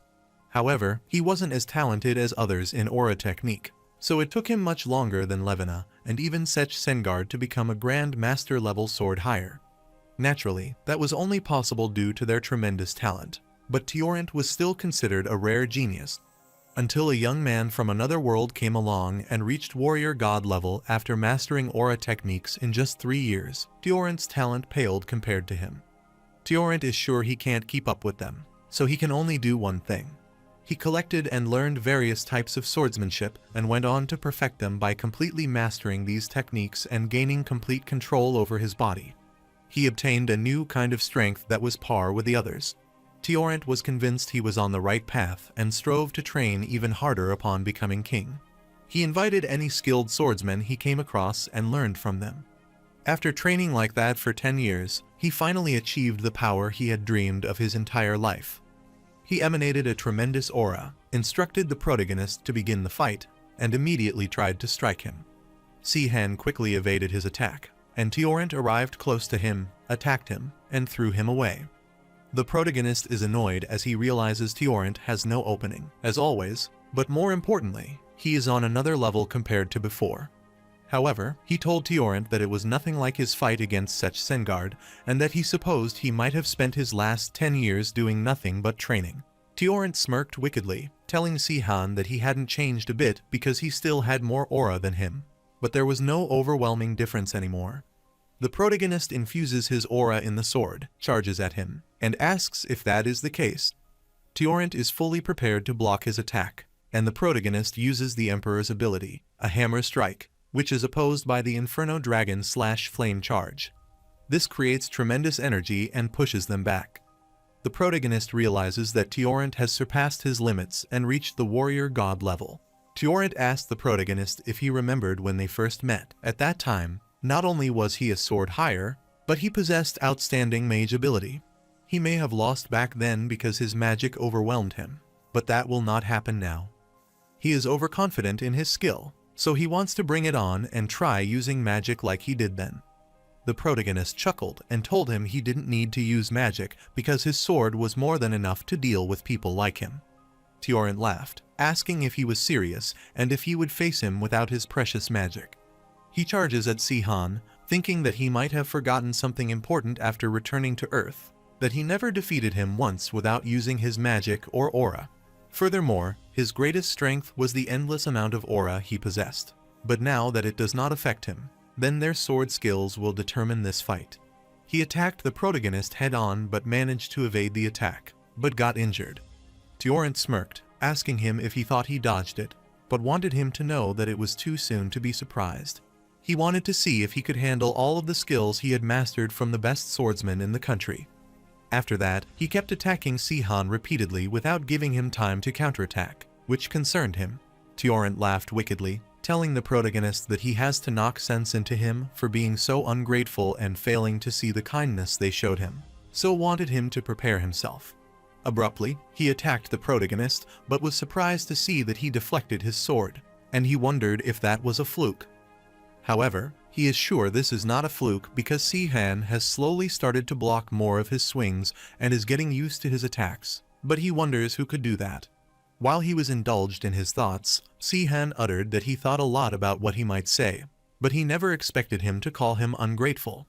He furiously charged at him and asked how he dared to act all high and mighty when he was wrong. In Terraner, numerous clans are devoted to the sword, so the deep knowledge and refined style of swordsmanship passed down within these clans have all been absorbed by one man.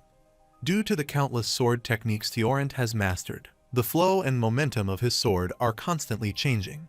Therefore, unless Tyorant's opponent is as skilled with a blade as he is, they cannot keep up with these constant changes.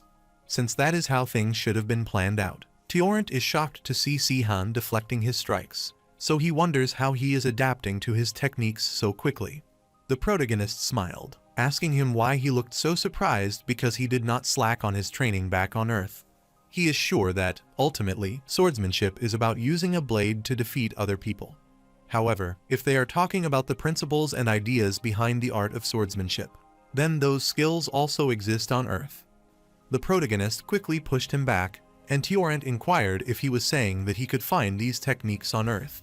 He could not believe that something like that was possible when his world didn't even have an aura. The protagonist agrees since he is right because people from Earth cannot rely on their sword skills. They have to be even more advanced. However, he is sure that fighting on the battlefield and sports are very different. So it took him some time to get used to the Tyorant style of fighting.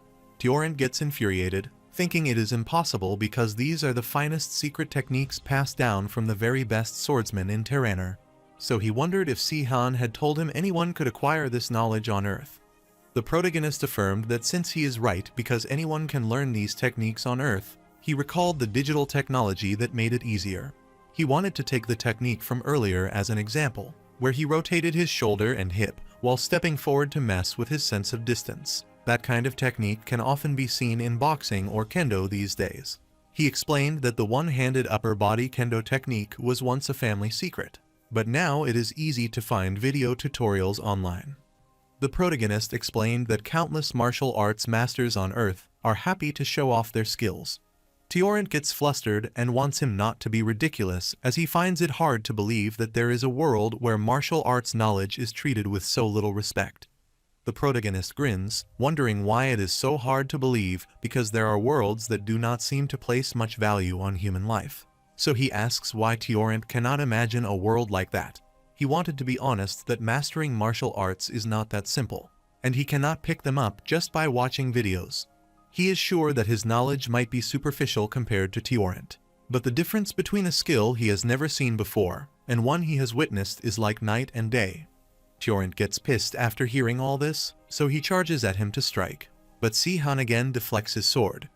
This added more flames to Tyorant's anguish, so he attacked more vigorously. In the past, Tyorant did not stand a chance against the otherworldly savior when using aura. However, he has narrowed the gap between them by refining his skills. On the flip side, Si-han's skills were no match for Tyorant's, but he has closed the gap to take advantage of his mastery of aura. Tyorant furiously grits his teeth as he used to think Levina was his only rival, but now Si-han has suddenly shown up and is getting in his way, making him wonder if Levina summoned him. The protagonist is dumbfounded by learning this, wondering suddenly what he is talking about. By seeing how Si-han froze at his place after learning this, Tyorant supposed that might be true, and that was the only way to explain why this was happening to him. He cannot believe that the protagonist has sided with her and gone up against him. He thinks he is a fool as he succumbs to her temptations again. The protagonist sighed because he could not believe him and asked if it had never occurred to him that this could be a consequence of his actions. Tyorant agreed to admit that he did not expect this, but it does not mean he lost. He started releasing a tremendous aura, which shook the ground and startled Si-han as he sensed his aura. The protagonist gets worried because this is not good, as Tyorant could use the warrior god aura technique. Tyorant instructed him to surrender his sword because he would forgive him. The protagonist smirked as he thought all the flattery he had gotten used to after becoming king had gone to his head, so he wanted him to know that he did not scare him. Tyorant supposed that might be his answer, so he infused his aura into the sword and wrapped himself in it as well. The protagonist is stunned to see that he has wrapped himself in a shining aura, and he wants to be ready for anything because he does not know anything about his warrior god's aura technique. Suddenly, he saw several aura daggers aiming at him. Tyorant clarified that he did not want to do this, but it was time for him to die. The protagonist is concerned about seeing so many swords charging at him simultaneously, so it is supposed that might be his technique. The warrior god aura technique, embodied by the sword, creates several aura swords. The protagonist is worried because, unlike his technique, where the sword reflects his power, Tyorant becomes the sword itself. He must admit that Tyorant has reached a new height as a swordsman. Therefore, the protagonist decided to use his warrior god aura technique, 12 blades of light, and he started breaking the Tyorant aura blade. The protagonist is relieved to see that, so he thinks Tyorant might have many swords, but they are so weak, so he asks if that is the best he can do. Tyorant clarified that he was testing it out as he prepared this skill to use against Levina. Therefore, it is not a good match against someone like him with a ridiculous amount of aura. So, if his sword could not face him directly, he wanted to avoid them altogether. The protagonist does not believe him, thinking he is all talk, so he wants to break them again.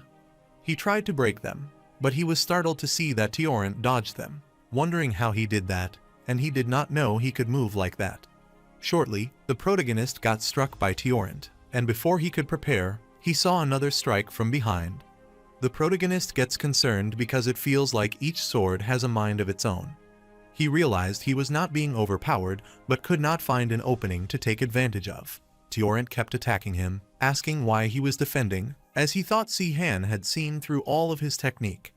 While defending himself, the protagonist supposed that might be swordsmanship at its finest, and is concerned because, at this rate, he will barely be able to protect himself without counterattacking. He had to admit that Torrent's technique is incredible, as it is like multiple masters are attacking him simultaneously. He could not believe that he could not win against him, and Torrent was pleased, telling him it was over. But suddenly his sword started cracking. Si-Han smirked, telling him he would resort to brute force if he were not skilled enough to beat him using his swordsmanship alone. Torrent is unable to land any other strike on Si-Han. Soon, his sword starts breaking, and he wonders what is going on as he is the one taking damage when he is the one attacking him. He asked if Si-Han would overpower the technique, which he had honed to the highest level using brute force, and how he dared to do that. Shortly, all the swords shattered and transformed back into Torrent. The protagonist looked at him, asking if that was all he had to show him. Torrent furiously uttered that he should be ashamed of himself, as he could not believe that he was resorting to such petty tricks. Since reaching the warrior god level is the pinnacle that all sword hiders on the continent regard with reverence, as a respected warrior, Si-Han should carry himself in a manner befitting his status. The protagonist thought he might think of him as a moron because he knew that he could not defeat him if he relied solely on his skills. Furthermore, Torrent is so fixated on that belief that he does not even know what to say. He smirked, asking if that was what he wanted so badly, and then he would do just that and use his warrior god aura technique. However, he told Torrent that if he wanted to survive this technique, he would have to gather all his remaining aura to use his warrior god aura technique again, but that was his problem. While Torrent is concerned, Si-Han uses the warrior god aura technique, Solar Flare Blast, telling him it is time to end this fight. Solar Flare Blast is a basic skill Si-Han uses to bend his 12 blades of light and fuse them together. Its destructive power is unparalleled since it is essentially just a giant aura ball. However, it takes an equally long time to execute, and its trajectory is evident as it is easy to disrupt or dodge this technique. However, Torrent had used up all his aura and could not stop it. Therefore, he gets infuriated by asking if he is looking down on him because that skill has so many flaws that it only works on magical creatures. He shouted that it was not over yet as he still had some fight left in him and started releasing his aura. The protagonist is shocked to see Torrent forcefully drawing out the aura from within himself. After forcefully drawing out his aura, Torrent again used his warrior god technique, embodiment of the sword, to attack him. The protagonist could not believe that he managed to execute that technique multiple times in a row, and remarked that it was an incredible level of focus. Even though Torrent was having a hard time, he kept attacking the Si-Han Solar Flare Blast and managed to get rid of it. Torrent started laughing wickedly after seeing that he was victorious and got rid of it. The protagonist's eyes spread with shock as he realized Torrent shattered his technique. Torrent laughed wickedly, telling him he was a fool, as he could have finished him off quickly with his 12 blades of light earlier.